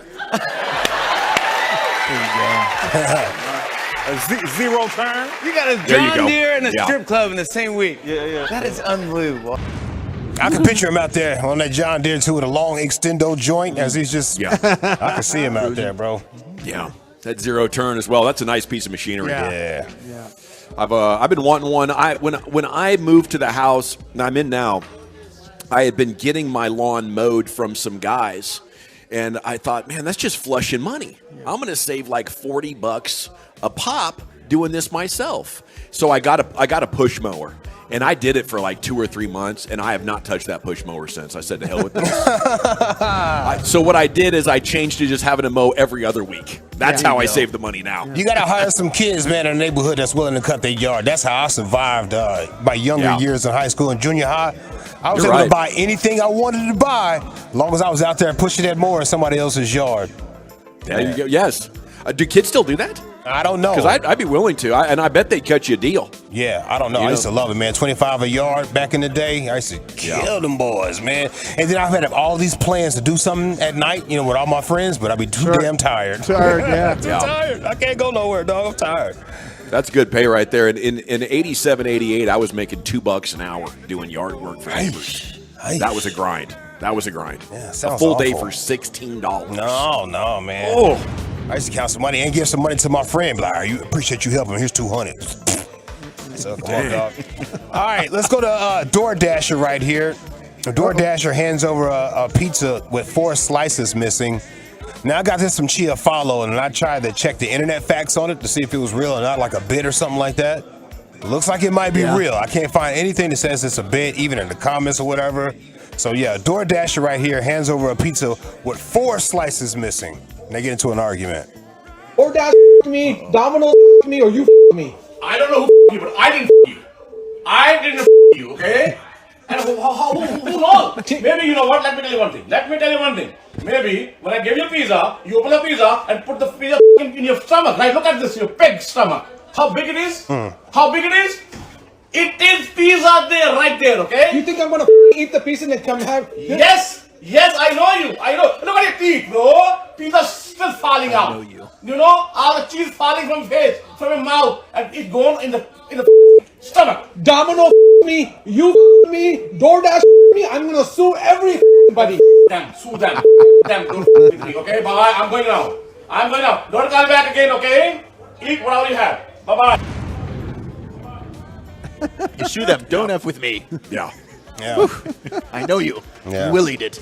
You just go on the app and you hit the button and say it wasn't right. Refund me. Yeah. End of story. Yeah, that's it. Or send me another one. Yeah, just send me another one. Just send me another one. You see this guy guy you gotta right here? understand, like, what's that? Go ahead. Get in your bag, bro. Man, I was just going to say, we got a delay going on. I was going to say, about 1 out of 10 DoorDasher is doing that job because he can't get other jobs, So you're going into that DoorDash purchase. You got to know that. You got to be aware that that's going to happen to you. You got to chalk it up to, the convenience. About 10% of the time, some mess up's going to happen. Do a good job when I was door dashing to where a guy like Zach will do a great job for you. They're sealing the packages, right? Yeah. So if somebody were to go in there and tinker, you would be able to know.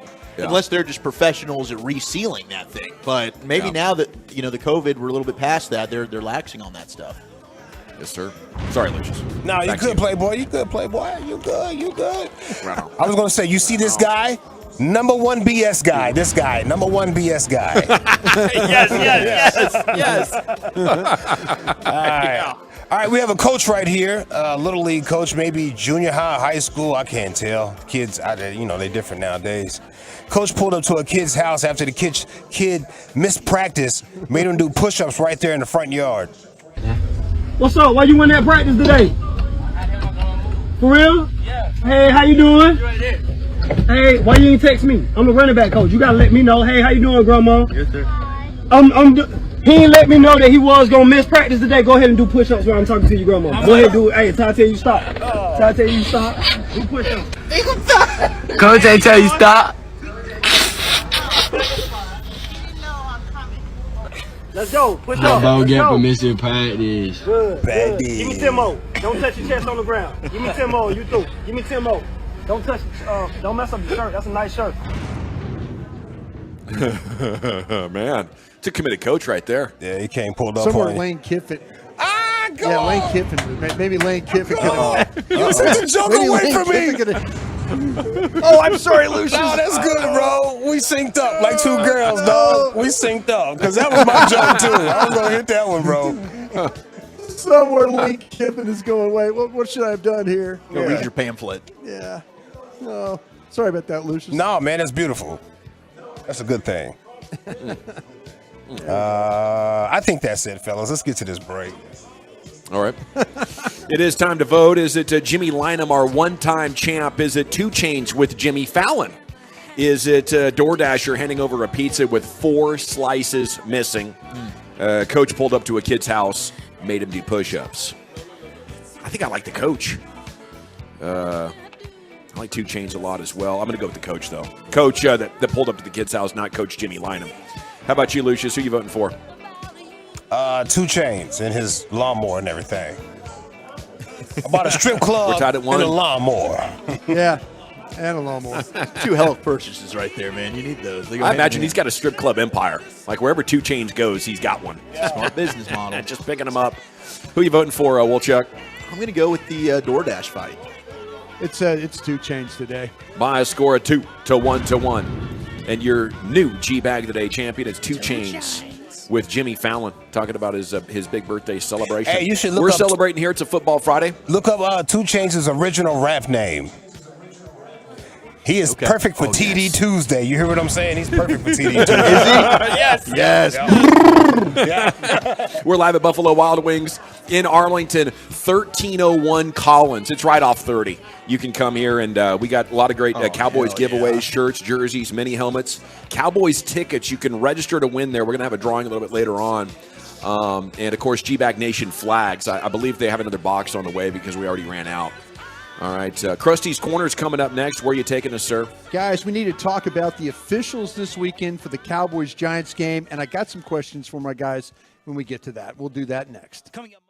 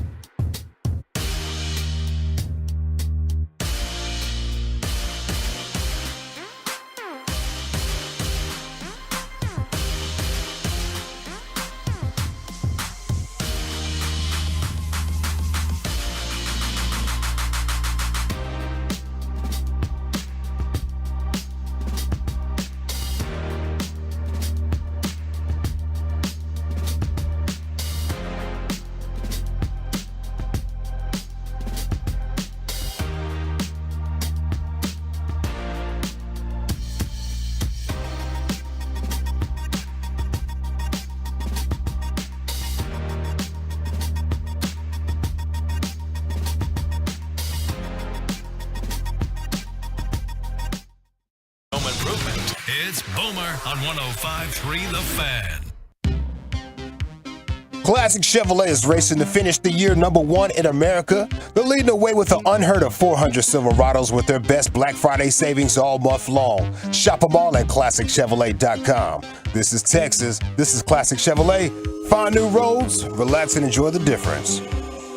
Thank you, Lucius. We're live at Buffalo Wild Wings here in Arlington, 1301 Collins.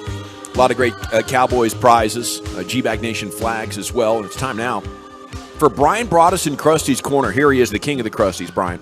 Thank you very much, General. Appreciate that. Thanks to everybody that's already come out here to Buffalo Wild Wings. It's been nice to get to enjoy a little fellowship. Already done a shot of Fireball, so we're off to that start. We're feeling good, baby. Yeah, that's always a good way to start the old day here. But it should be a fun day. So come on out and see us and hang out and grab a flag, get it signed, and we'll be here for you. I always like to do this on Fridays. I like to talk about the officials for the Cowboy game this week. Last week, I know a lot of folks were a little bit upset. That crew went on and on. That crew went on and on last week, for sure. So yeah, it's you have to know who these officials are, and trust me, Mike McCarthy, he educates his players on these officials, and they know what calls these guys are going to make. So let's go through. Brad Rogers is your official this week. Brad Rogers, B-Rod, has not officiated any of your games this year. He has officiated 8 games so far this year. Okay. He's averaging about 17 calls a game is what his crew is with that. He's been pretty balanced. Away calls 58, home calls 52. Okay. So he has been pretty down the middle. That's all you can ask for. Call both ways. Yeah. What's interesting about Brad Rogers and his crew is they are super, super heavy on offensive holding. His crew's made 31 calls this year on offensive holding. Now, this could play right into the Cowboys' hands. And I mean it in a way that with the Giants and their offensive line situation, that they've had some struggles at times in these games. They struggle with power. They're looking at probably some players that are going to have to shuffle around this week, but the Giants are clearly not good enough on the offensive line. And if this turns into a passing game for the Giants, the offensive holding calls could just wreck some of their drives along the way. 31 calls for that. Defensive pass interference is a big call for them. That's 8. Offensive pass interference is 7. So here's a crew that will not only call it on the defense, but will also offense. You don't always see that.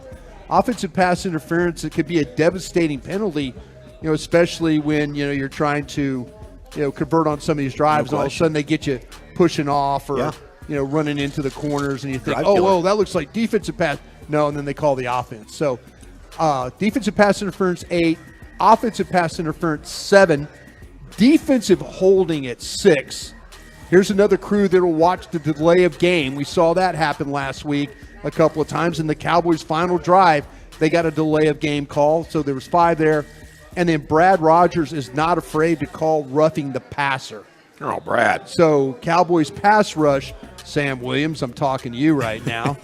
Be careful of how close you get to DeVito's head and maybe even his legs, because we've seen that get called by Brad Rogers' crew. So once again, I'll just go back through. Offensive holding 31, defensive pass interference 8, offensive pass interference 7, defensive holding 6, delay game 5, and roughing the passer 5.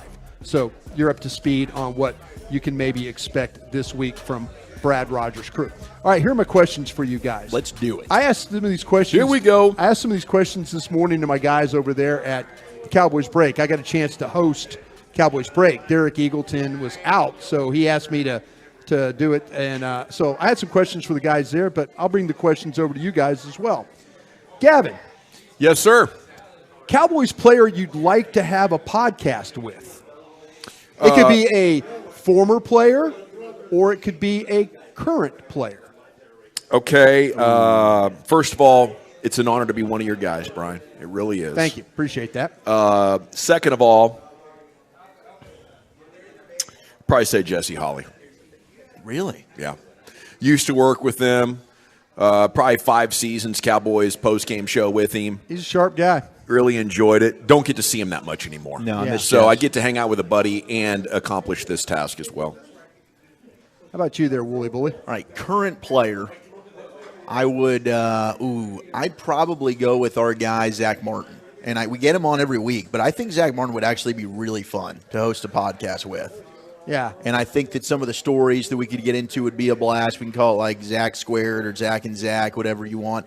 Old former player, I think you got to go with Michael Irvin. Like the energy that Michael Irvin always brings.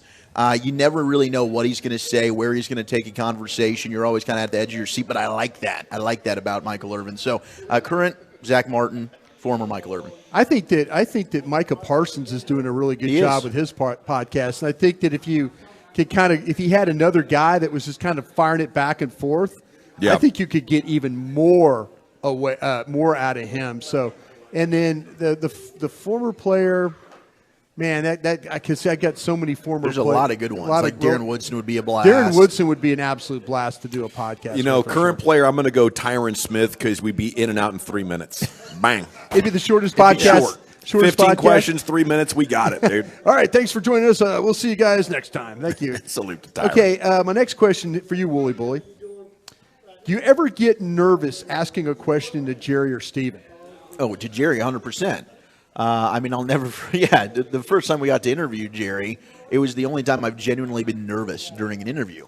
He's sitting across from us. He's in all sweats and sunglasses, and I reset for my first question, and I said, Jerry Jones with us on 105.3 The Phone. Yeah, I blanked. I brain farted. So Jerry for sure. Steven, though, no. Steven's always he's kind of always had a good relationship with us. I haven't really been nervous with Steven. He's always been pretty cool with whatever we've asked him. Gavin, you're an old radio professional. You're probably not nervous at all. You know, sometimes if I know it's a difficult question or one that's going to make them, you know, I just close my eyes and say it. I'm like, crap, I'm pretty sure this question is not going to make them happy, but I got to say it. And for those, I get a little nervous, I think.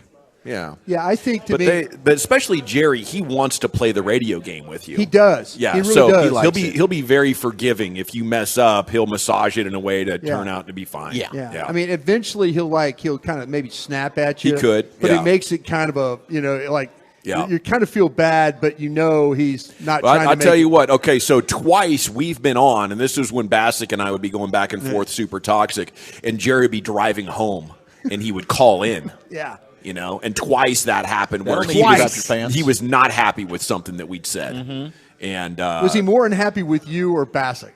Or just the comment? One and one. One and one? One time it was Mike, one time it was me, I think, is how that went. And I'll never forget Lucius telling us in our headsets at the old ballpark, Rebecca Creek Country Club out there, whatever, saloon out in center field, Jerry Jones is on the phone, and he'd like to talk with you guys. I was like, oh, no. Oh, okay. No. Not today.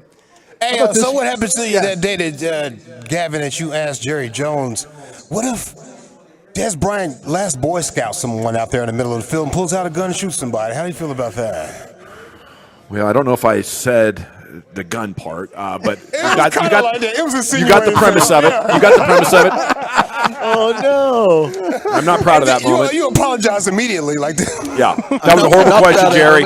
It's a horrible question, Jerry. Clean that up in post. Well, was you drinking coffee that day? What was going on? I don't think I was drinking enough coffee. I'm pretty sure that was a Thanksgiving Friday morning. I think that was a day after a Thanksgiving show. Yeah. So I was probably unprepared and hungover. Oh, okay. And I didn't have any questions ready. So I was like trying to freestyle it, and where improv went wrong is what you heard right there. My final question. I'm sorry. My final question for you guys today is: give me a game this season you'd like to be in Mike McCarthy's shoes for the day. You get to be the head coach for that game. Give me a game that you want to be. Today, the game coming up on Sunday against the Giants. Like, this should be a cakewalk for the Cowboys. The Giants are injured. They're bad. They're not talented. They're playing an undrafted rookie free agent quarterback. You can score 14 points, and you should be able to win this football game. This one should be pretty stress-free. How about you, General? I'm not thinking of any specific game that I want. Probably any day would be great for Mike McCarthy. You're going to go get a massage. You're going to get a nice sandwich delivered. You're going to put in about 4.5, 5 hours of work and head home. So I'll take any day. But I need to get in there and just talk to everybody in the operation. Sure. I want to do investigations to see how much are we doing analytics, how much are we open to motion at the snap. Yeah. Why have these things been so common amongst 4 offensive coordinators with your quarterback? And I could get those answered any day of the week. That's an interesting question, though. Did you have a game in mind? I'd love to go with Miami, and I would love to try and battle Mike McDaniel across. Just try and somehow, some way navigate that thing and get a victory. I'd love a trip to Miami. Yeah, absolutely. Any time of the year. Thank you, guys. Definitely Appreciate up for that. That's a no-brainer right there. Yes, sir. Okay. I can't do that quite yet. We got Stephen Jones coming up next right here. It's the G-Bag Nation on 105.3 The Fan. The Fan continues to grow.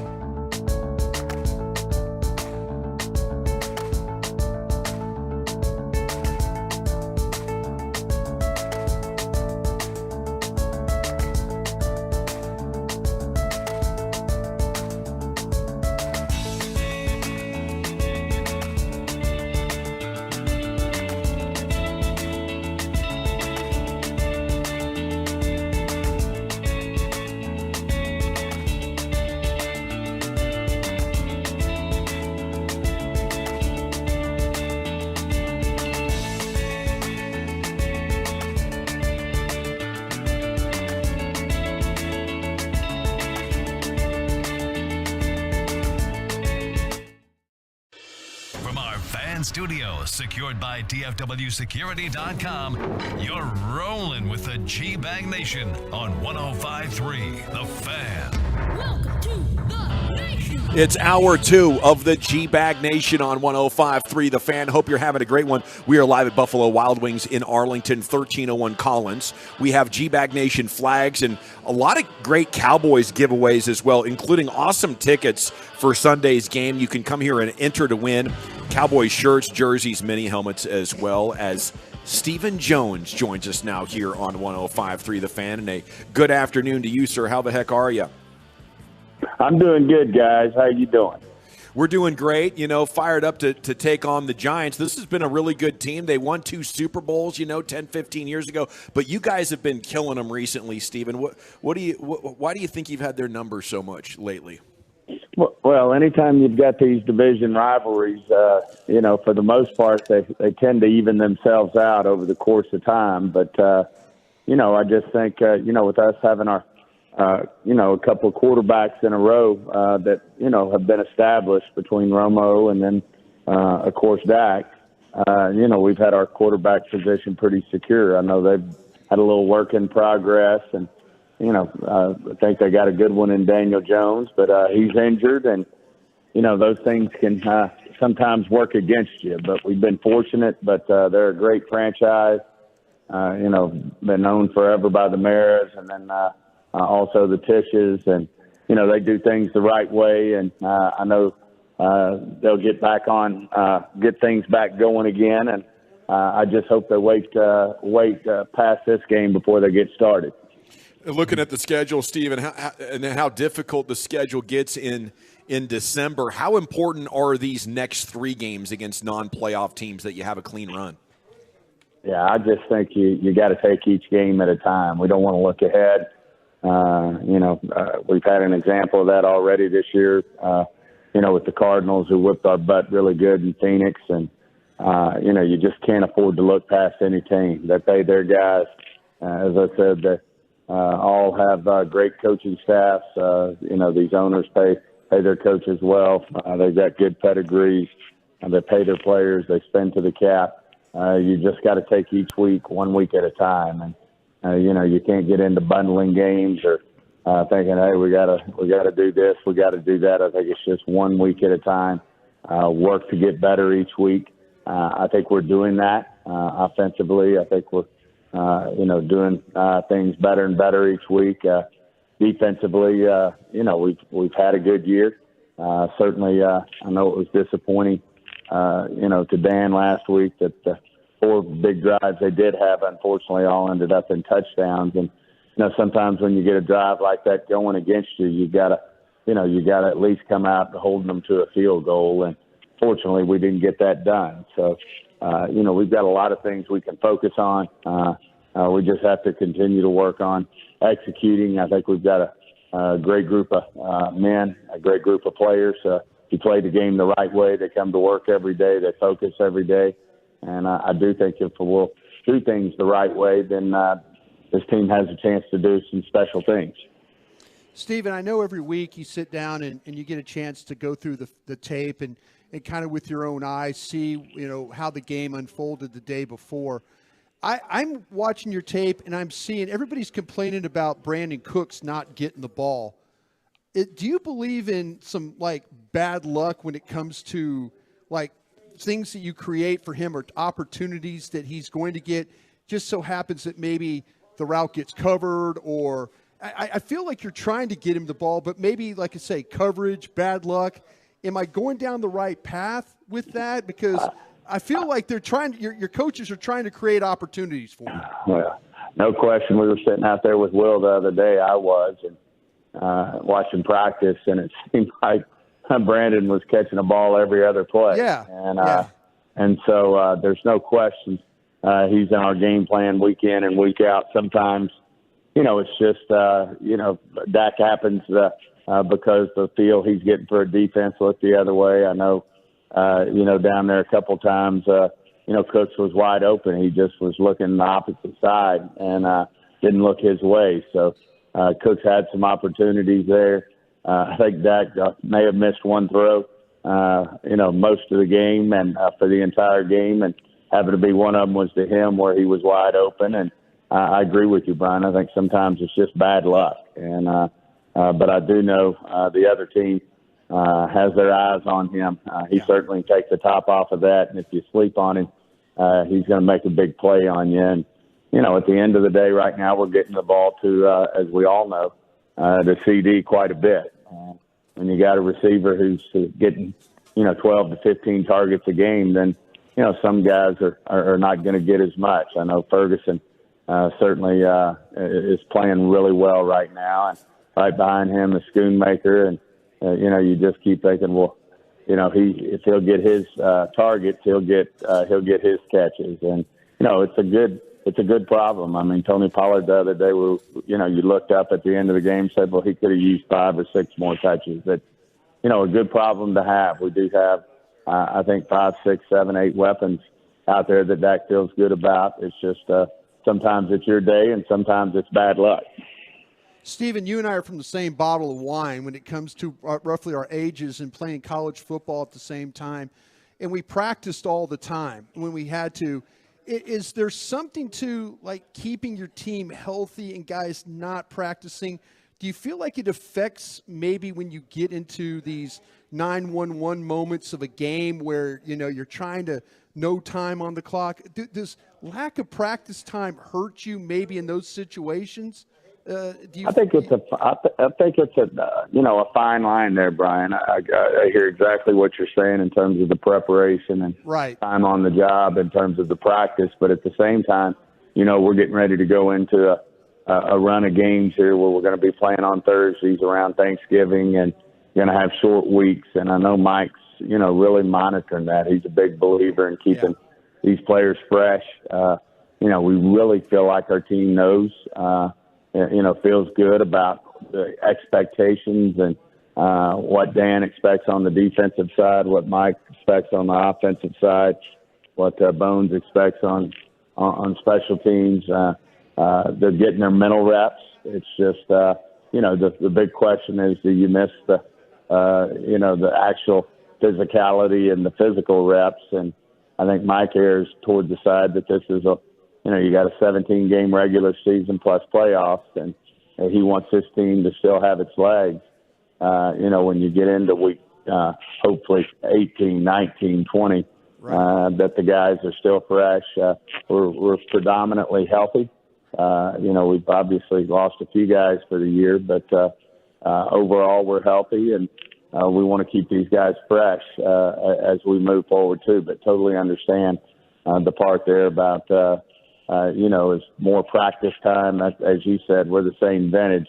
You grew up, which the more you did it, you felt like more was more. Now less may be more, and it's just a fine line that we all do. As you know, when Jason Garrett was here with Rod Marinelli, that banged them up pretty good week in and week out. And they'd stay on the field long hours. And, there's a lot of different ways to go about doing that. But certainly we support and feel talked a lot about what we're doing as a team and feel like it should work. As you talk about weighing health with the practice reps, what is your plan for the remainder of the season with Tyron Smith? That's going to be one of those things that it's, certainly week to week, but at the same time, Tyron's one of those vets.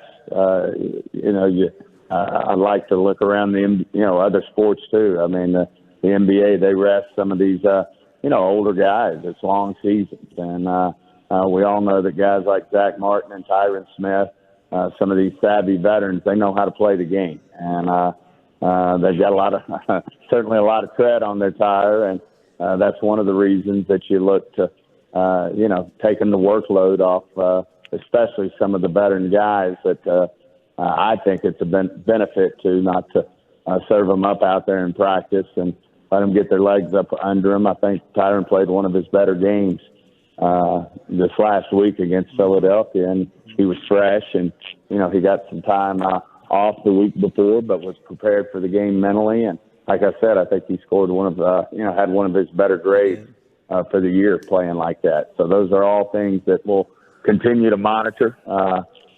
certainly you lean toward, especially with the some of the older guys, if you will, in the locker room, giving them more chances to. We've done it with DeMarcus Lawrence before, obviously the Zach Martins of the world. Give them the best chance to recuperate and be 100% for game day. Stephen, we were having a conversation yesterday of how good is the offensive line overall playing.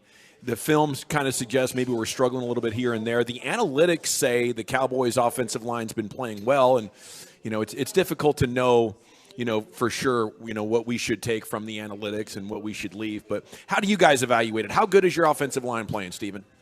We think our offensive line's playing really solid. I think they'll just continue to get better as a unit, game in and game out. If we can keep that first unit together, the one that we all penciled in as the starters before you start the season. We've been fortunate to have those guys together the last couple of games. And, I think when they're together, we play really good. Certainly, I know people want to point a little finger at Steele after the game against Philly as a good group of edge rushers he was going against out there with Riddick and Sweat. At times you got to, I think Mike even said you got to, see a little of that. But as we all know, Steele's coming off a major knee injury. And, sometimes, that thing catches up a little bit. And another one that could, maybe use a little time to rest that knee and get some fluid off of it. But overall, I think our line is very solid and has the chance to continue to grow and get better.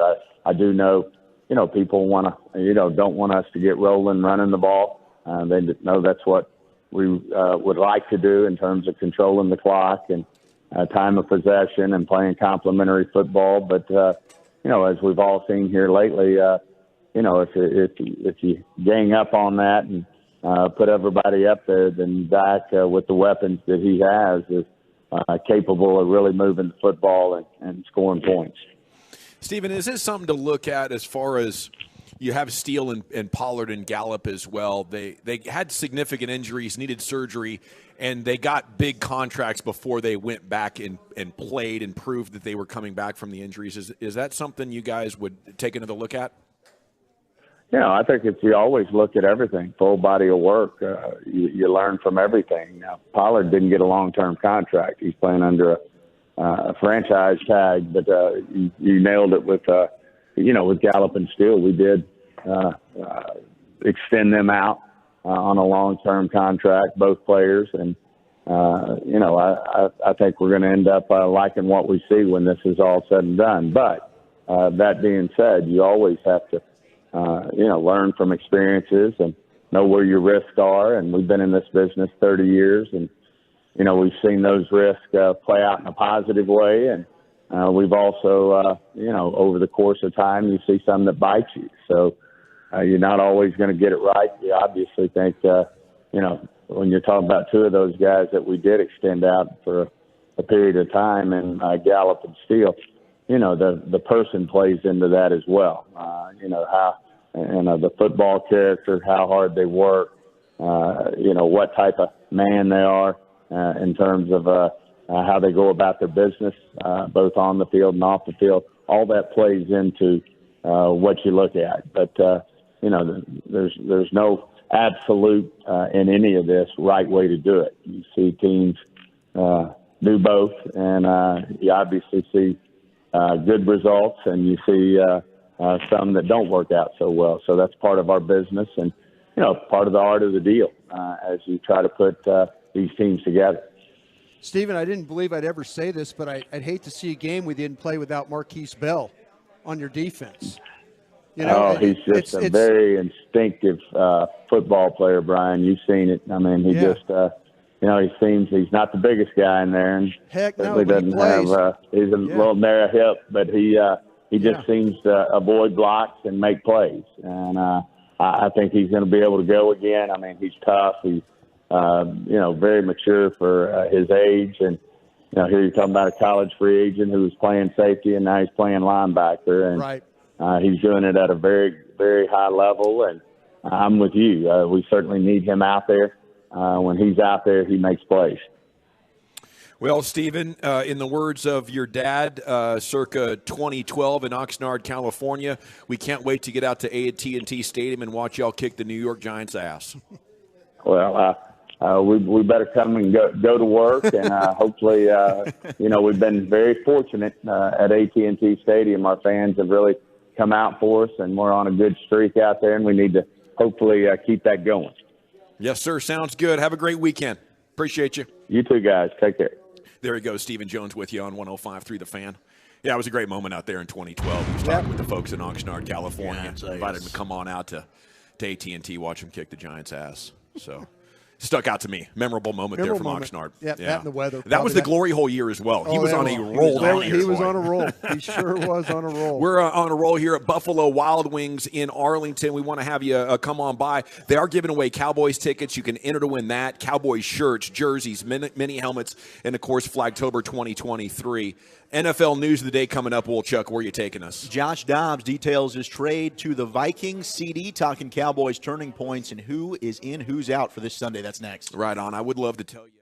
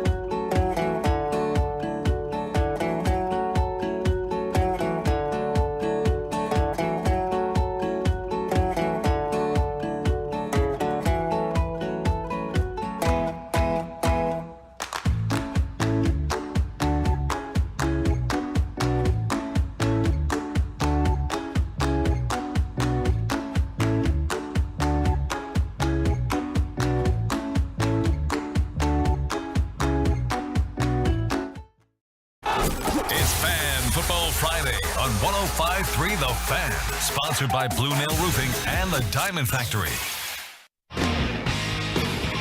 Shoot yeah, welcome back, Nation. We are live at Buffalo Wild Wings in Arlington, 1301 Collins.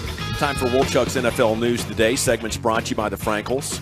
Life's unpredictable. Accidents happen. Frankel, the go-to attorneys for car and truck wrecks in DFW. If you or a loved one's been in an accident, contact Frankel for free consultations, 214 or 817-333-3333. Go online to truckwreck.com. Now, here he is, Wolchuk. Thank you very much. Shout out to all the Tolos that are here. Thanks to Miller Lite and Buffalo Wild Wings for having us out here. We got our buddy Jason, who shaved the beard for the Rangers winning the World Series, said now, hey, I might have to do the same thing for the Cowboys. Whatever brings good luck, let's do this thing, man. Yeah. Let's absolutely do that. We do have some news in the football world. This is NFL news of the day. But the NCAA has decided to suspend Jim Harbaugh. He's not allowed to coach the final 3 games on the sideline for Michigan. He's allowed to be with the team and coach the team during the week, according to Pete Thamel of ESPN. But he will not be coaching this Saturday against Penn State. He'll also, of course, miss their matchup against Ohio State as well at the end of the season. So he'll have missed 7 games this year, right? Yeah, because he missed the first handful. Missed the first 4, and then now the last 3. So that'll be big. That's a huge game there in Happy Valley. Michigan's had Penn State's number along the way. Different atmosphere to play in. What I'm kind of worried about, though, is that game against Ohio State at the end of the year. Yeah, that's the one. And they've won the last 2 years. And they won the last 2. They have. But he will not be on the sideline for the remainder of the regular season on game day for the Wolverines. So that is the news out of the college football That'll world. be a rallying cry for Michigan. Probably. And that game, I think they get that at home this year. Last year they went to the Shoe and won. And this year it's going to be at the Big House. So we'll see. I mean, everything's probably going to come down to that one because I think they're going to beat Penn State even without him on the sideline tomorrow. I just think they're better than Penn State, and they seem to have their number. But that Ohio State game will be fascinating to watch and see how that one plays out. It'll be a lot of fun.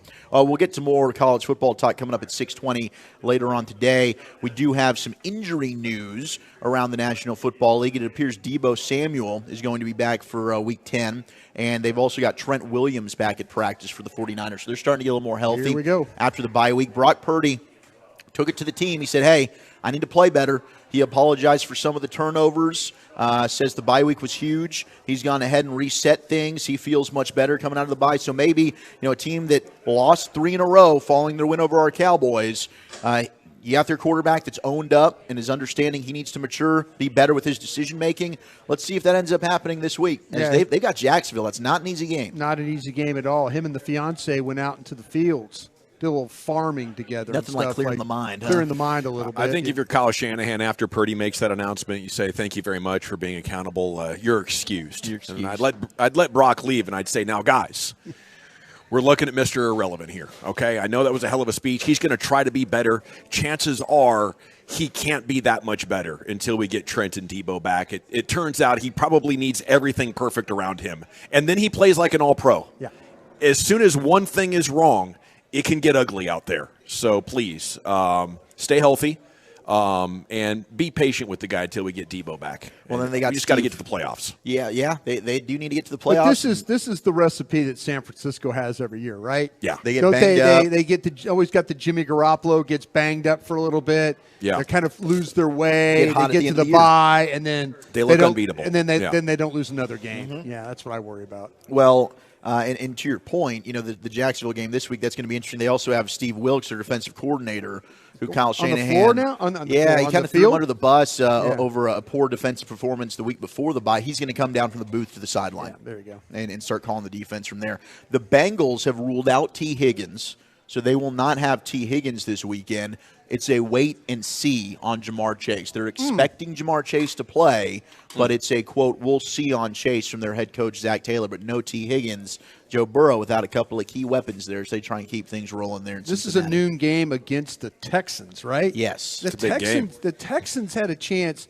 They got to Carolina last week and let them drive the ball 80-some-odd yards and 17 plays or whatever to lose that game. I wouldn't be surprised if the Texans went in there and played at another high level. I mean, they've been a little bit of a you don't know quite what you're going to get. But that quarterback looks for real. But they battle. Yeah. C.J. Stroud's been absolutely fantastic. Best performance we've ever seen from a rookie quarterback in NFL history last week against Atlanta. Another tremendous quarterback performance was Josh Dobbs. And, of course, Josh Dobbs is the reason I am wearing a diaper right now. Underneath I'll show my the jeans. folks here what we got here. You know, I do have the jeans on, of course, Yeah. so you can't really see the diaper, but I Looks very could soil form-fitting. myself right now at any moment, and no one would know. No one would be going, maybe I have, guys. I don't know if you can smell that, but No. I might have in the previous Wow. segment. That is you exciting. You wouldn't know, huh? You wouldn't, baby. That's a bet payoff for you. But Josh Dobbs was talking about the trade to the Vikings from Arizona and the wildness that went on for him for 72 hours. So I'm in Arizona last Sunday. We play Baltimore, right? Game ends. We lose by 7, 31-24. We're in the locker room. JG gets off his podium. He does media before I do. And he says, I'm starting for the Cardinals in Cleveland the next week. Monday, and then we played Sunday, played Baltimore.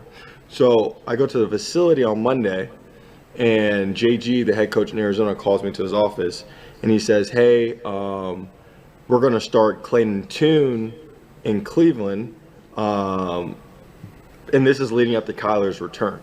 So I went home, talked to my agent, just told him about the situation, went to sleep, woke up Tuesday morning with a text from my agent saying, hey, you could be traded today because it's the trade deadline. and listen to this. When I had my meeting with JG in Arizona, he looked at me in the face and he said, you're not getting traded, you're not being released, you're going to be here in Arizona. I was like, okay, cool. Oh, wow. And so then I woke up to that text saying, all right, the trade deadline's in 4 hours. You could be traded, you could go to Minnesota or go back to Cleveland. I was like, today's about to be nuts. I eat breakfast, I chill. He calls me back at 11. He says, you're getting traded to Minnesota. So I said, okay. So then, like, all the emotions of, like, the last 36 hours, whatever was told to you, something different has happened. Man, that's crazy. He gets told I'm not How getting can you traded. not be honest with these guys? Right. I was going to ask you that, Brian. I mean, as somebody who's lived that and worked with, like, you got to at least just be open and honest about it. I think you absolutely have to be. I think you have to be honest when you release players. You know, they don't want to hear, hey, we're going another direction. You know, you want to tell them what you're going to do, and then you can live with that. That if you make the wrong decision, release the wrong guy, then that player knows, well, heck, they made a mistake. They shouldn't have let me go. They chose another guy over me. But I think you have to be honest with people, especially when you're dealing with their livelihoods.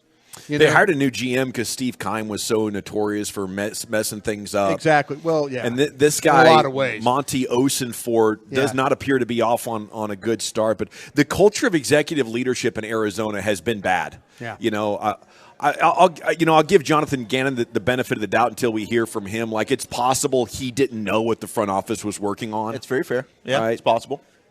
Well, okay, I'll give him the benefit of that. But to me, communication, that's your job as a general manager. Yeah. To have that line of communication. It's like, listen, I just want to let you know here, Coach, I'm working on a deal to we're going to get Kyler back.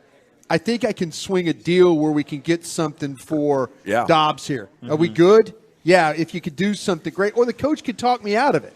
You know, the coach could say, hey, I don't want to go into this the rest of the season. Yeah, sure, Kyler can play, but can I have a backup just in case? Yeah. You know, and I hate when communication's not good. No, especially in jobs. Right. Like it shows the dysfunction of that front office, but also just. But you guys could be very well right. I mean, that organization's proven that. Yeah, I just wouldn't put it past. Maybe Jonathan Gannon didn't know anything that was their plans, but it is just even more impressive of what Josh Dobbs did. Now he's a Dub quarterback, going from Arizona to Minnesota midweek. Doesn't think he's even going to play because they're starting Jaron Hall. Jaron Hall gets hurt, gets a concussion, first drive, and now he's going out there and doesn't even know the play calls, really, man, and gets them to a victory. And that's why I'm wearing the adult diaper as we speak. Then we get to CeeDee Lamb, who was talking to the Associated Press. And CeeDee credits that loss to San Francisco as the turning point for this Cowboys offense. He was very frustrated after that 49er game. He had just 4 catches in 4 of his first 5 games. And, the wide receiver then spoke with the coaching staff and quarterback, Dak Prescott, whom he credits now for the hot streak that he's on. And he said, quote, I feel like without the conversation, we wouldn't have really got to where we are now.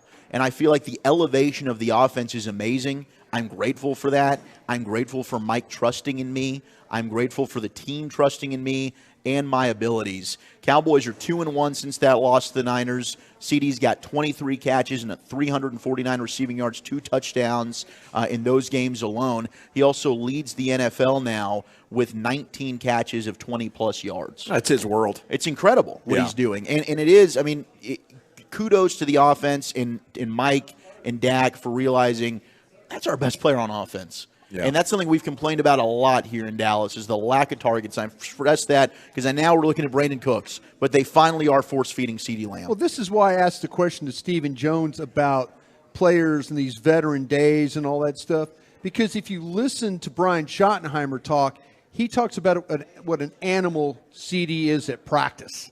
You know, that he's going out there every day and getting the absolute most that he can get. So, you know, he's going out there, and it's translating. He's carrying that from the practice field onto the game field. So, yeah, there's something to you going out there working on your craft, and then Saturday showing up, and it comes up aces for you. I'm ecstatic that Dak has a favorite target that is not a tight end or a tiny slot receiver. I want to say that as well. So I'm excited about this in a way. I'm also just confused, Brian. Mm-hmm. How can you be getting so much better at getting the ball to CeeDee Lamb? Like twice as good as you've been up to this point, and twice as bad at getting it to Gallup. And Cooks is on pace for like 600 yards. It's just weird that we can't have Dak like dialed in with more than one guy at a time. It's Schultz, it's Witten, it's Beasley. Yeah, that's a fair point and a fair question, because you're kind of thinking, and maybe it's the point where Dak's like, listen, if I have to make a throw in this situation, this is my guy. That's my guy. Yeah. You know, this guy is not going to let me down. If I target him 11 times, he's probably going to catch the ball 9 of those times. Sure. You know, he had a drop in the game the other day that, you know, and then he tapped his chest and, you know, from that point on, didn't have another one. Well, that's what I was hoping when they got CeeDee Lamb. Really, from when I first saw him play at Oklahoma, I was like, man, this is the kind of guy that would be very quarterback friendly. Very. Yeah. When you watch him in Oklahoma, and they've started to kind of incorporate some of the things that he was good at Oklahoma. They have. Yeah. Those routes where he's driving inside and stuff like that. Get the ball on the move. Yeah, where he reads zone, he settles down, makes a catch. Mm-hmm. It's man, he just keeps running. Dak hits him, and he runs off and makes plays. That's what made us think he was the best receiver of that draft class. This is going to be a game this week, and talking to the Giants guys, that, you know, we'll see how they're going to try and defend him, because they put him in the slot. I'm going to make a prediction. They put him in the slot. He could be NFC Player of the Week, Offensive Player of the Week, if he plays out of the slot against the Giants a bunch. He's been NFC Player over the last 3 weeks. Yeah. And if this continues, I think he'll be in conversation for best wide receiver in the game before we get to the end of the season. I mean, it's already statistically, you look at a lot of the advanced metrics, he's performing like one of the best 3 right now in the NFL. So we might not be that far away from that day already. Okay, there it is. NFL News of the Day with Wolchuk. We're live Buffalo Wild Wings in Arlington, 1301 Collins. They're doing an enter to win for Cowboys tickets. They have Cowboys giveaways and Gag Nation flags. Our final Flagtober event is going to be Monday at Whataburger, Renner and Bush in that Plano, Dallas, Richardson area. I'm not quite sure what town I'm in when I'm over there, but it's there at Renner and Bush. That's a home game for you there, Wolchuk, right? Yeah. You get to wear the home whites. You get to wear the home whites. Yeah. Let's go. I love the home whites. Okay, Wolchuk's Bet Payoff Show continues. And you going to give us any updates on your bathroom situation, or are you just going to be casual with it? Well, I'm not going to go to the bathroom, and you're going to hold it the whole time? Okay. Am I holding it the whole If time? he gets quiet, I bet you will know what's going on here. Yeah, I mean, with the toddler, you could tell because their pants get puffy. I just have to run around that back of that chair over there and just have a moment to myself. Biggest L, biggest dub coming up next. Do not do that. What do we have next, Wolchuk? Yeah, 877-881-1053. Where have you taken some big victories and where have you taken some L's along the way? We got Post Malone, Pythons, and Shoplifters. That's next. All righty. Before we do that, though, I got to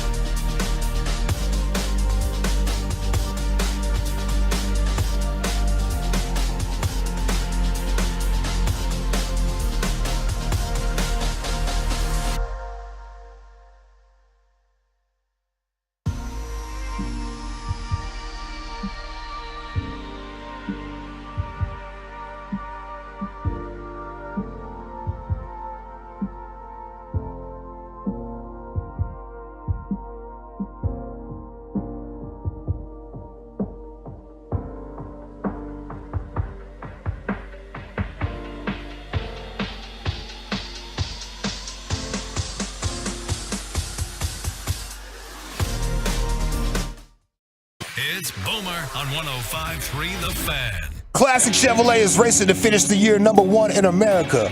They're leading the way with the unheard of 400 Silverados with their best Black Friday savings all month long. Shop them all at ClassicChevrolet.com. This is Texas. This is Classic Chevrolet. Find new roads, relax and enjoy the difference. Thank you, Lucius. We're live at Buffalo Wild Wings in Arlington. Just got word from Atolo here, Charlie, that the 635 at MacArthur westbound, fatality.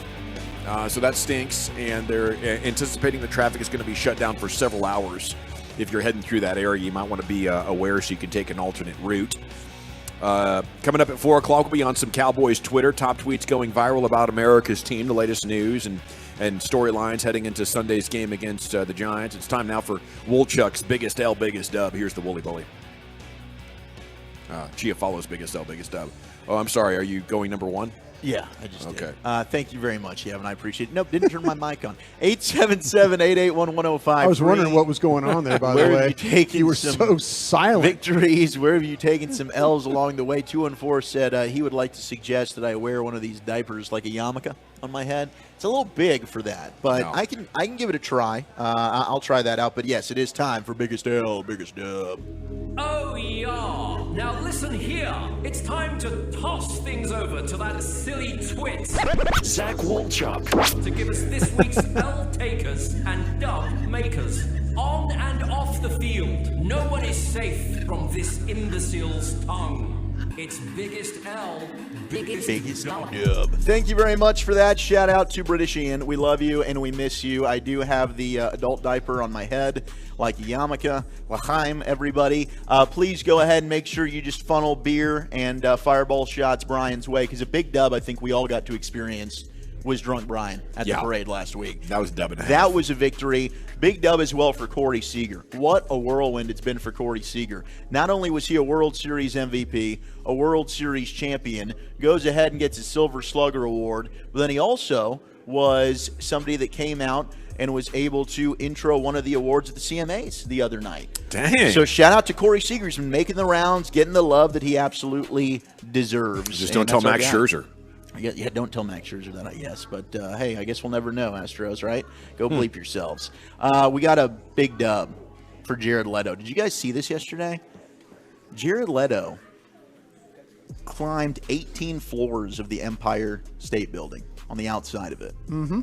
Impressive. Absolutely impressive. He is the first person to ever legally climb to the top of the Empire State Building, according to the building officials.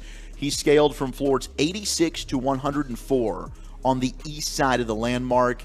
He took a 20-minute hike to do so, and he went 1,300 feet up in the sky. Freaking incredible for Jared Leto. When I first saw the video footage of it, That's I'm like, the actor, dude? Yeah. He's also a good 30 climber, Seconds huh? to Mars. Yeah, I thought, is this for a movie that he's doing? Is this fake? Is this real? It was real. It was absolutely unbelievable what Jared Leto did yesterday. So kudos to him. Big dub there. He did that for no reason? He can't promote, he can't be out here promoting a project. No, they just signed their deal. From my understanding of it, he did that for himself. And maybe we'll find out that there's a documentary or a movie or something that they're taking footage of. Yeah.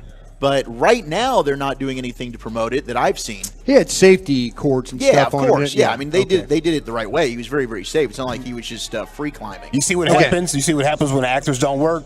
This fool's out here climbing the Empire State Building. Right, absolutely. For likes. Trying to stay busy. Yeah. Man, Big L. Maybe to make a movie about it once they start working again. Yeah, they got the footage, man. That's what I'm saying. They do have the footage. Big L, this was a headline that I think would scare anybody. Adult film star. Her pet python bit a partner's man piece. Ouch. That's an L. Yeah. Was the python involved? Is that what we're saying here? Well, yeah. The python's name's Betty. And this Australian actress is Danny DeBeo. And she went online, told her followers about this. She said, quote, "So earlier I had a friend over. We shot a video. Once we were finished doing that, he jumped in the shower, but he did mention he wanted to hold my pet snake afterwards. So he gets out of the shower. He's holding the pet snake. And, well, the snake must not have liked him very much. Wow. It attacked. Yeah. That's a nightmare situation. I don't think I can think of a worse thing than a pet python bite type of deal. And what if it latches on and you can't get it off?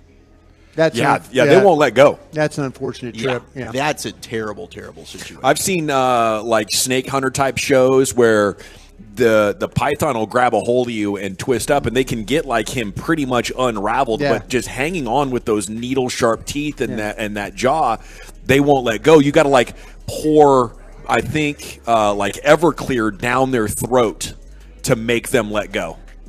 That's what you got to do. That's the only safe way to do it. You just get them super hammered. Everclear the booze? Yes, booze, or if you only got some 80 proof or something, you can try that. But yes, so anything booze down their alcohol throat. related. Yeah. They have a horrible reaction to it. 682 said a python bit a python and didn't like the competition.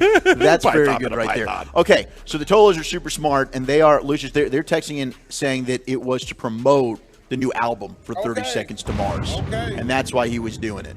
So 972, I met Jared Leto a couple years ago in Yosemite, and he's a huge rock climber. I mean, he knew what he was doing. He did not look like this is the first time he's ever been a climber in action. Yeah, but rock climbing is a lot different. I Than mean, what are you scaling a grabbing building? onto at the, Yeah. And no other band members climbed the Empire State Building, so it was just him. Yeah, I'm going to want 65% of all album sales from this point out because I climbed up that building so we can sell this damn album. We got a text from the 682, biggest L on the verge of divorce, biggest dub on the verge of divorce. So, you'll find your way, trust me. You could be winning. Yeah. 940 Don't make any important life decisions for about 6 months, but you'll be all right. Exactly. Biggest dub. And get a gym membership. Yes. Oh, after divorce. Yeah. Get some new clothes. Yeah. New underwear. Shave your face. Buy a date if you have to, just to show up to your old girl. Oh, yeah. Moving Just on. flaunt it. Yeah. No doubt. 469 biggest Dell turned 40 this week. Biggest dub, learning how to love myself every day. So there you go. That keep your mental. Wow, well. you figured that out this week, sir? Yeah, just nice figured work. it out at 40 years old. And I then just caught a big dub. Practice is on tonight. We've been missing practice the last 3 weeks with this damn rain. Keeps raining out our practices. 3 weeks? Girls were pretty rusty last week. I'm not going to lie. Oh, no. So we're shaking the rust off tonight. There's the practice debate right there. We got to get out there. Yeah, I feel We like gotta you get the have to reps. practice, yes. Absolutely. 940 biggest dub, Modern Warfare 3, baby. Are you going to get the new game, Gavin? Nah, I don't mess with the multiplayer. I just play Warzone. Just the Warzone? Yeah. I'm with you there. Okay, biggest dub. You guys. So we got to go out to Arizona twice this past year. We did. So you guys know the reputation of the 16th hole at TPC Scottsdale?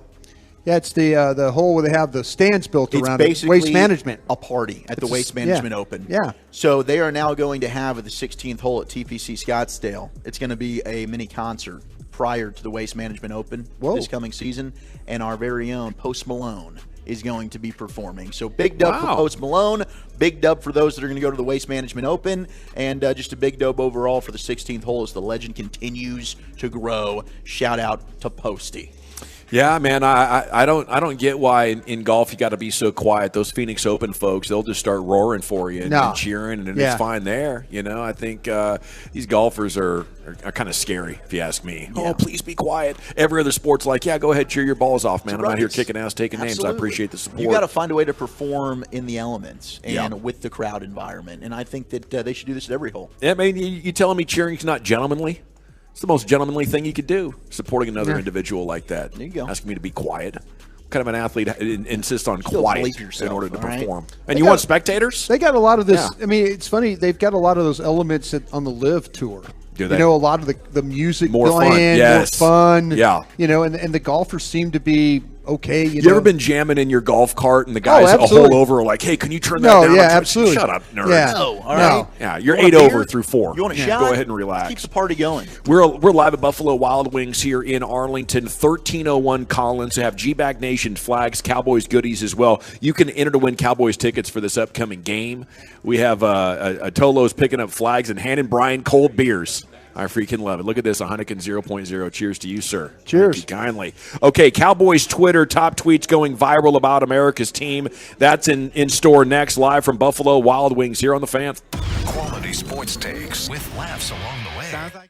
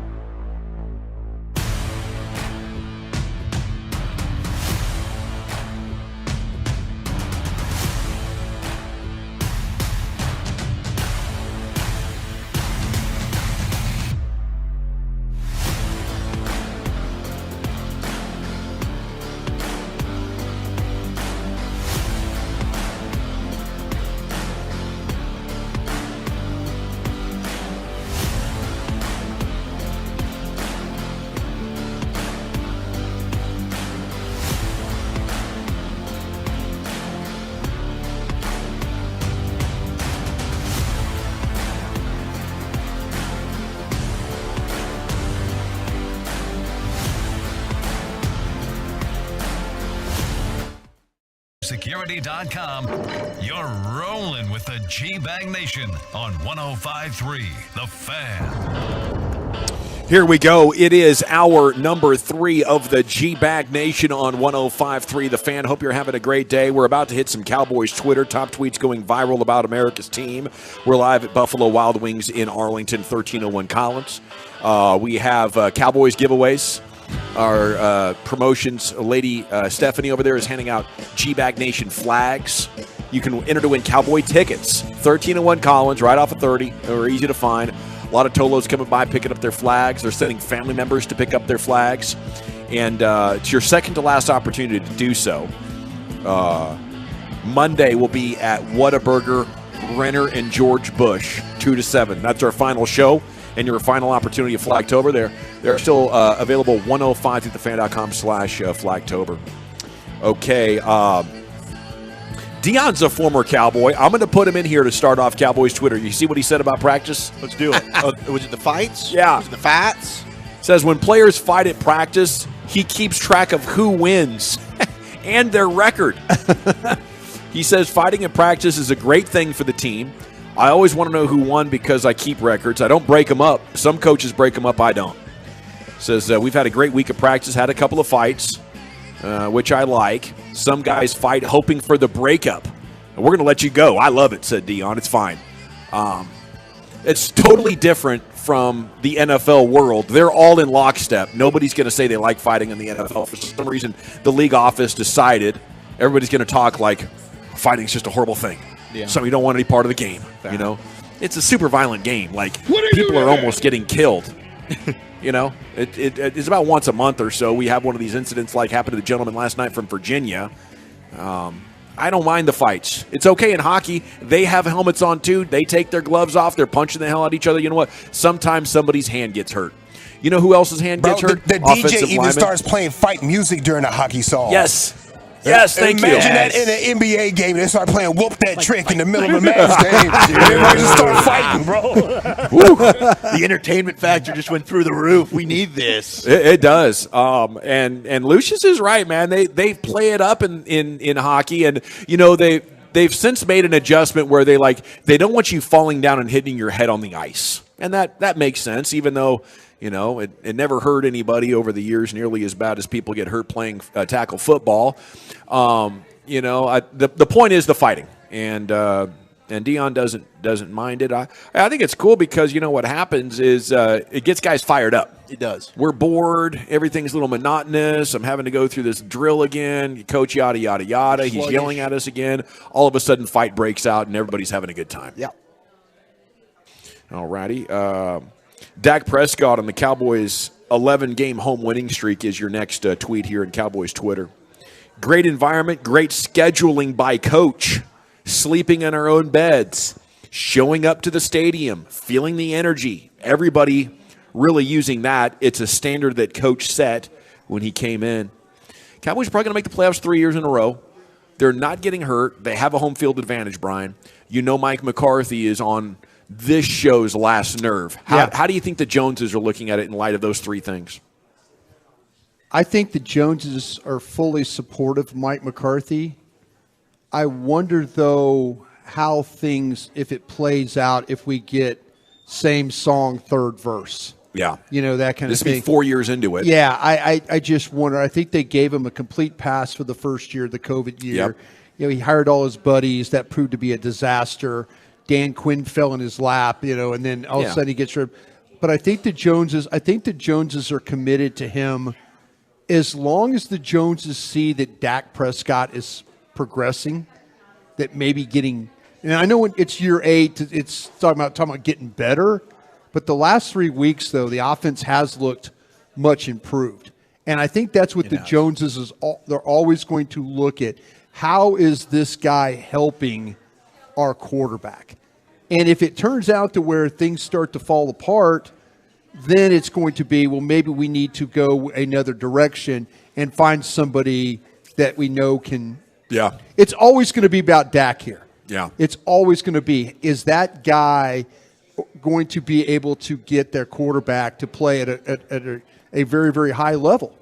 And I think that's where they're at right now, at least the last 3 weeks. Well, at home they are, and it'll be fascinating, especially if they can start to win some home games against real quality opponents like Seattle coming up in 4 weeks, Detroit, Philadelphia again, and Philadelphia, and then what's your home field advantage situation going to be like when the playoffs do get here? Hopefully, Philly can take a couple of losses and give you an opportunity to have home field. But if you can genuinely build home field and you're beating good teams here. If I'm the Joneses, I'm looking at that quite differently. Like, okay, maybe San Francisco's still getting the best out of us, but look at this home field advantage. Look at our guys staying healthy. And that is a recipe for postseason success that I might be willing to continue to invest in if I'm the Cowboys. They'll find a way. They'll find a way to get in this, and they'll probably stomp whoever is in the NFC South if they have to go. Now the question becomes then, how are you going to go play at Detroit or go play at San Francisco? Yeah, that's where this whole thing. You have another one. You have an embarrassing division loss. Mm-hmm.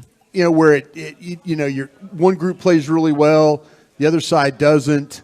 Especially if it's the defense that plays well and the offense struggles, and if it comes down to a situation that we've seen the last 3 years where you have a chance to go win the game, and then even last week against Philadelphia. And it's just constant dysfunction from the sideline to the quarterback and the line. That's it, right? Coach. No, that's it right there. We talk about the 9-1-1 games where it's you're trying to you can't make mistakes. You have to be. Everybody has to be together.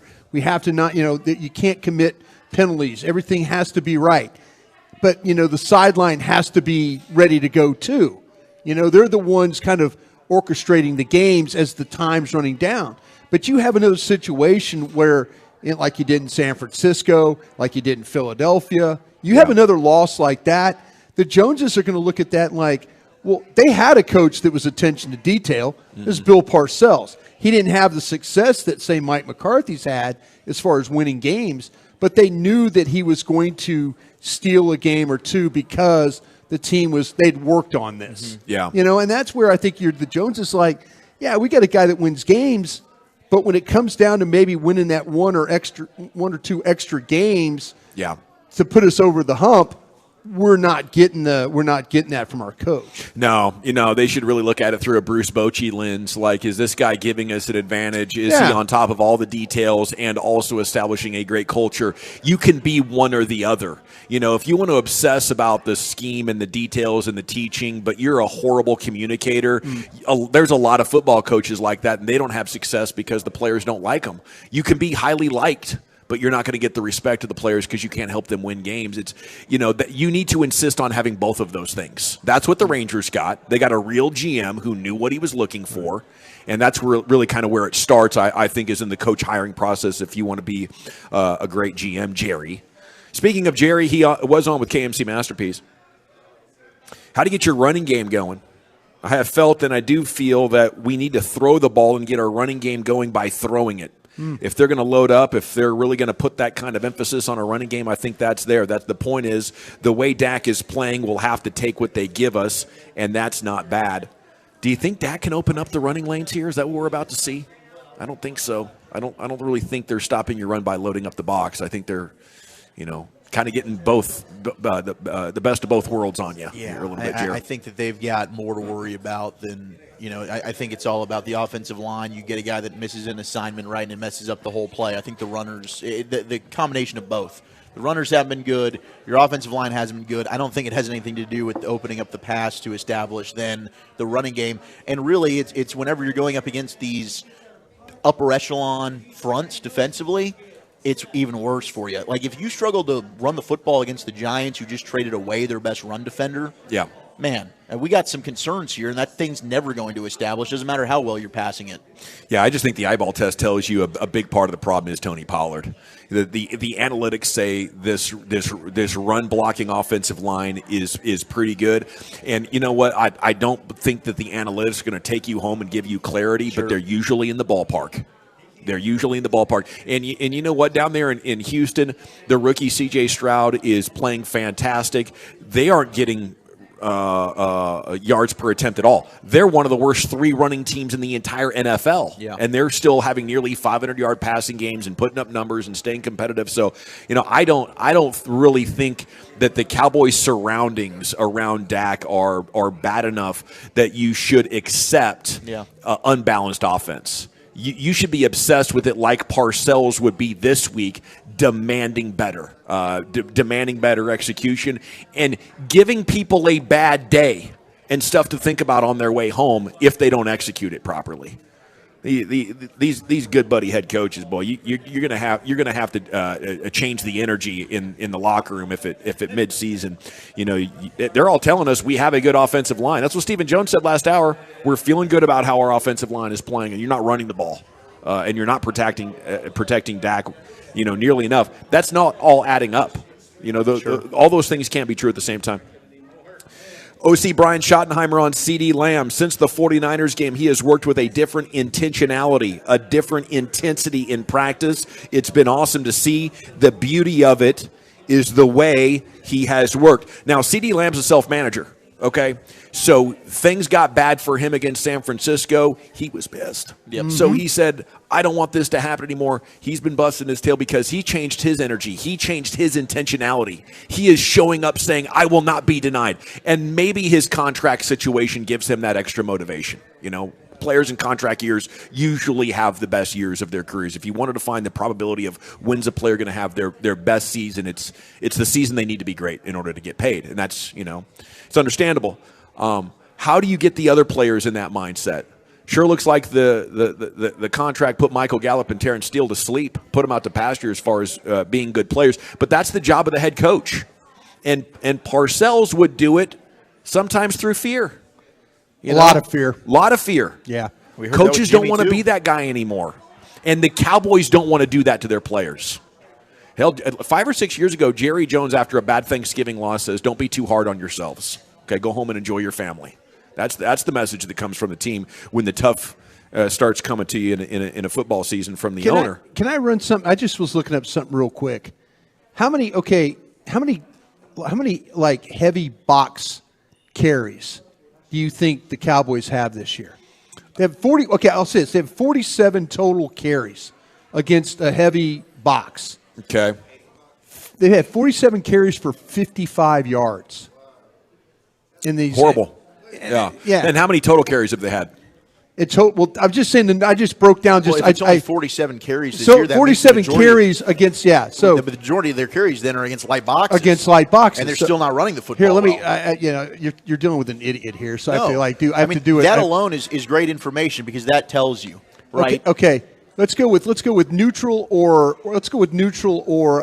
light is what we'll do. Yeah, and we'll see what that comes up as. 229 rushing plays so far. Okay, yeah. So 47 of those were in a heavy box. Neutral or light, 182 carries for when they run neutral or light, they're averaging 4.6 yards a carry on this thing. But when they run against heavy, they don't find a way. I think a lot of it has to do with what the back, and Dawson, you even brought it up. Is the back healthy enough to make somebody miss, to make somebody pay for being that way? That's why I do think I'd like to see a little bit more of Rico Dowdle implemented into this running game. It doesn't have to be a 50-50 shift, but I think you've seen Rico Dowdle brings you a little bit of juice. He brings you some violence as a ball carrier. He's downhill. He hits the hole hard. And TP certainly does not have that elite breakaway speed post-injury that he had last year. Dowdle against the light box or neutral box, 26 carries for 118 yards. That's 4.5 a shot. It's good. Pollard has 104 carries for 449. That's 4.3. So pretty even. Pretty even right there when it comes to that. He went from a top 5 running back to pretty much average, maybe a little bit remember this time average. last year we were talking about averaging 5.5, 5.8. Yeah, he was near like 6 yards a carry. Yeah. He was going off, and then late in the year, maybe the NFL started to figure out, hey, we got to pay more attention when this guy comes in the game. But it was still over 5 to end the year. I think you think of speed as I'm going to run away and I'm making this house call. To me, the speed is most impacted for Tony Pollard when he's trying to get through that hole before the linebacker is able to close it. Man. And it's in those first 4 or 5 steps that he is not able to win and get through before it closes. And now, like, these opportunities for 40 and 50-yard carries that he was having last year have completely dried up. There is no threat. And I'm really, stoked that Dak has been able to play as well as he has over the last three games. Yeah. I don't think maybe he's as good as the numbers would suggest, but he's playing efficient and not losing the game for you. And to be able to do that without any semblance of a running game is not something Dak would have done in the past. Yeah, Rico's not much better against the stack box. 9 carries for 15 yards. Well, I don't expect him to be good against the stack box. I mean, I think that's because the offensive line hasn't been. We've talked about the missed assignment, whether it's the tight ends as well in that, and that's kind. So I could understand the numbers being poor against the heavy boxes. You just need it to be better against light boxes, which is what they're saying. If we're passing to where teams are going to have to defend the pass, and you are running into a lighter box, it'll help the running game. That shows you, no, it's been pretty much the same for the most part. Yeah. Okay, it is the G-Bag Nation live at Buffalo Wild Wings here off Collins in Arlington, 1301. Come by for a G-Bag Nation flag. Get some Cowboys prizes as well. They're doing an enter-to-win great Cowboys tickets for this upcoming weekend's game against the Giants. Top 10's next. Wooly Bully, where are you taking us? Yeah, so I finished Gen V, and I know Lucius has probably finished it by now as well. I got the top 5 best shows of the last 5 years. What has been your favorite show in the past 5 years? That's next. We have you covered, Stars fans, with exclusive content from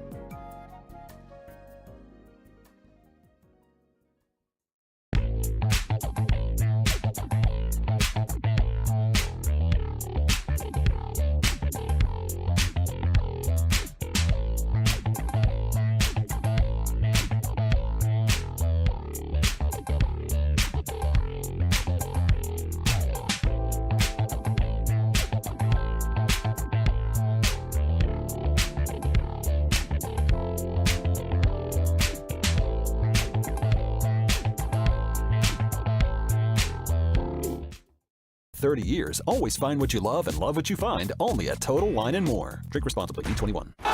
It's Fan Football Friday on 105.3 The Fan. Sponsored by Blue Nail Roofing and the Diamond Factory. Welcome back, G-Bag Nation. We are live at Buffalo Wild Wings in Arlington, 1301 Collins. One of your last chances to pick up a G-Bag Nation flag. Your last one will be at Whataburger Monday, 2 to 7 on Renner and George Bush. Time now for the Top 10 at 420. Segments brought to you by the Frankels. Life's unpredictable. Accidents happen. Frankel and Frankel, the go-to attorneys for car and truck wrecks in DFW. If your loved one's been in an accident, not your fault, call the Frankels, 214 or 817-333-3333. Go to truckwreck.com.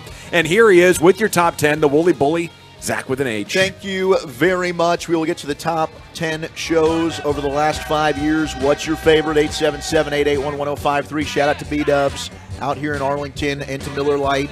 Just crushed a delicious Miller Lite. Man, that thing Gosh, was that thing tasty. was fantastic.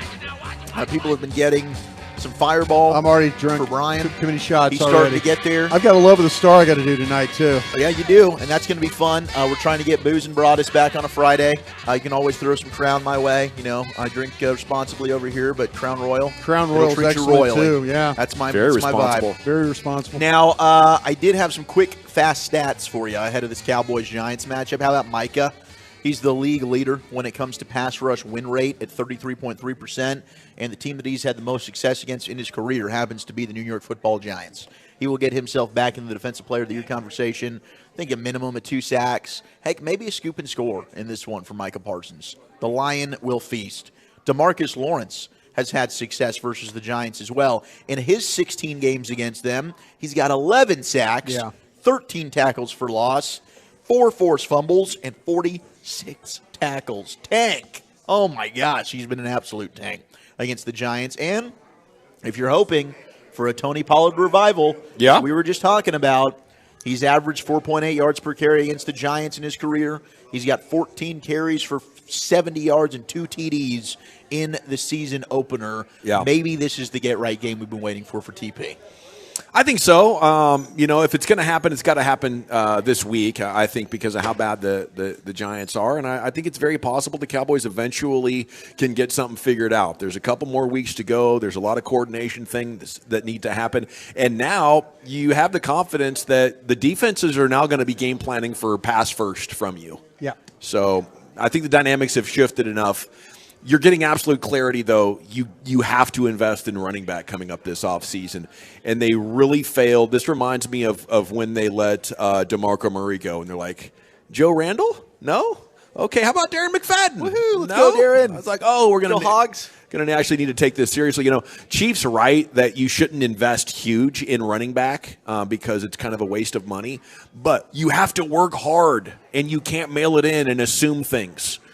Asked Stephen Jones 2 hours ago now, an hour and a half ago, basically, do you guys regret giving contracts to players that just got hurt? Good, fair question. And he had an interesting answer to that, Sure didn't did. he? Sure Said, you know, we have to continue to evaluate. Yeah. They've been doing this 30 years, and it's worked out for them at times, but boy, they are in a bad run of it now. Yeah, and and actually, Jerry, the guys asked Jerry about that this morning. Really? And he kind of said something very similar, that the path that you go, but sometimes you kind of feel like that maybe because a guy is nicked up or hurt or coming off injury, that you can get a better deal for him. take advantage that of that. The agent will say, listen, we're coming off an injury where we had to rehab for the last 6-7 months. Yeah. They're offering us money right now.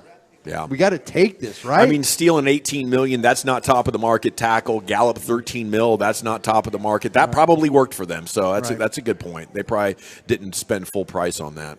Yeah, I think the Cowboys are always interested. I think CeeDee Lamb can get his money, could get near top wide receiver money if he doesn't try and reset the market. Similar to Diggs. If you play in that pool with them where you're trying to get maybe third, fourth, fifth money, they are much. They don't want to be the ones that reset the market, even though they have a history of resetting the market at times. Yeah. And I'm sure the Cap guys are listening right now, and I'm about to get a text or something like that from them. Yeah. But we love you. But what I'm saying is, though, if you don't try and be the number one guy, they'll they'll play in your ballpark. They'll go with you.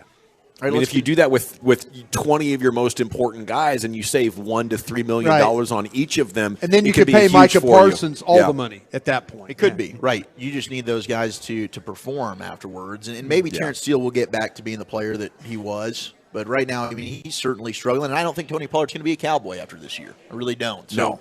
we'll see moving forward if they end up making any changes with that at all. All right, 877-881-1053. Let's get to the top 10.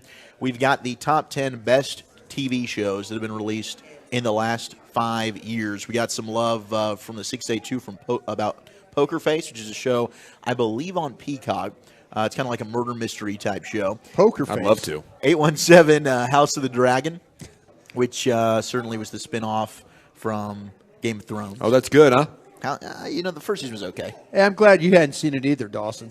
Yeah, I bailed on Game of Thrones Well, before the final episode. I never saw one episode. We know that you're not, probably haven't seen a lot of these. You don't like sci-fi stuff. I don't like, the kind of the mud on your face shows. I'm not interested Well, in see, that. you did watch Ted Lasso, and we'll get bunch of Ted guys Lasso will be wearing listed. fur, no mud on your face, dragons. Nah, not interested. See, I usually think it's killer. Yeah. But they lost it at Game They of Thrones. did. They lost it. The Mandalorian from the 817. Oh, great show. Mandalorian's fantastic. Might be the number one. Great show. That's all you talked about for a while. Have you seen this Mandalorian show? so damn good. And I was like, do I need to? It's Oh, so that's a good. great show. Well, you're not a Star Wars guy at all. I saw the original one.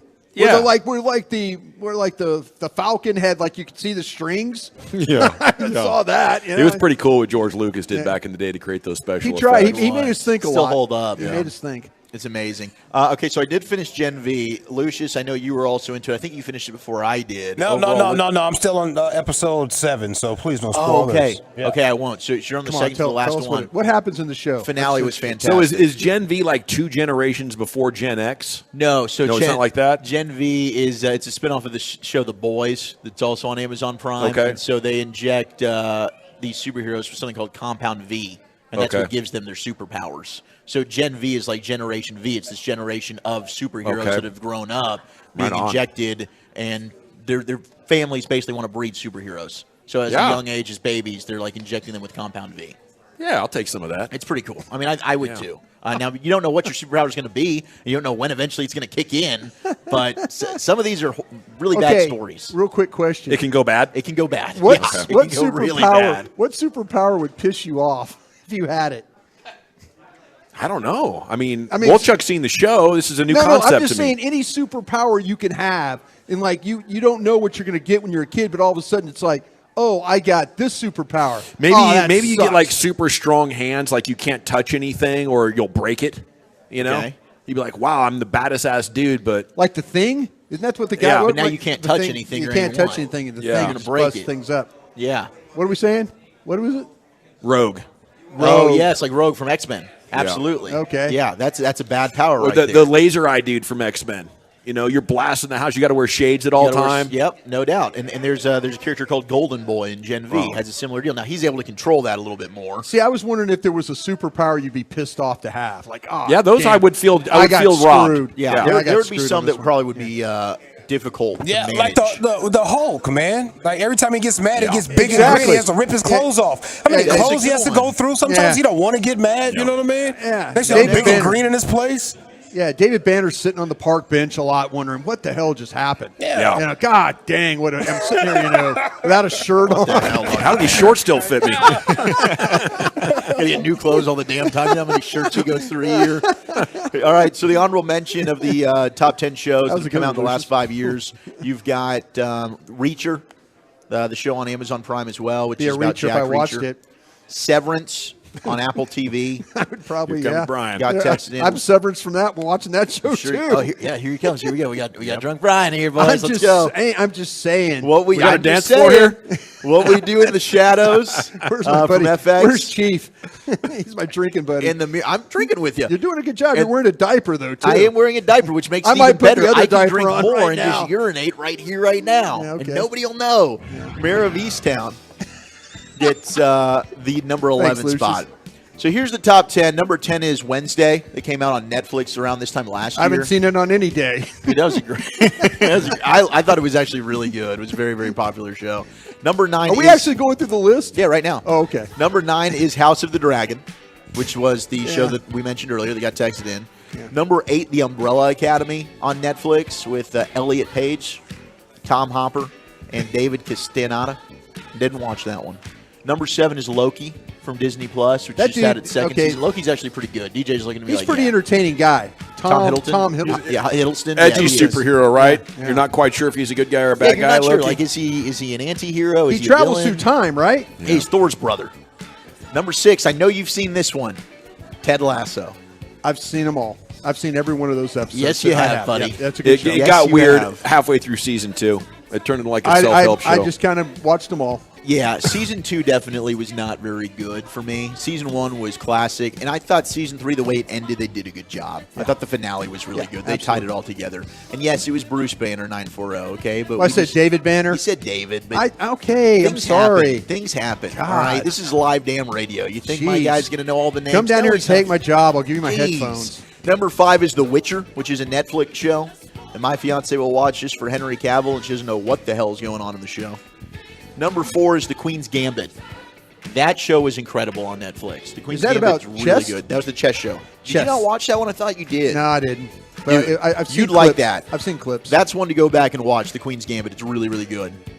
Number 3 is The Mandalorian, which could be one. Number 2. Gavin doesn't care right now. Lucius, it's The Boys. Number 2 is The Boys, baby. A lot of shows we got to get caught up on, Brian. What's the story of The Boys, please? The Boys is the Amazon. This is the superhero show we were talking about. Oh, another superhero and the Gen show. The Gen V spin-off. Oh, I see. I'm sorry. Yes, another one. I was trying to pay attention at that point. Number 1, though, and this is a history show. This was one of those mini-series that came out on HBO. It just made it into this 5-year barrier. Came out in 2019. Chernobyl. On HBO. I was living at that time. That was a great show. It really, really was. Even though they had a bunch of British actors that were playing Russians, and they still spoke in their British accents, but they were supposed to be Russian. Didn't really jive for me, but I looked past it, and was a very, very good show. So there's your top 10 best new shows of the past 5 years. You guys really need to catch up on your television. Yeah, I don't want to invest the time, and then at the first sign that a series is annoying me, I'm like, I don't want to give this show another 7 hours, 20 hours. And then I get distracted by a new thing that I think is cool, and I can totally forget about every show, every project that I have going on at any time, and just get totally sucked into the next thing.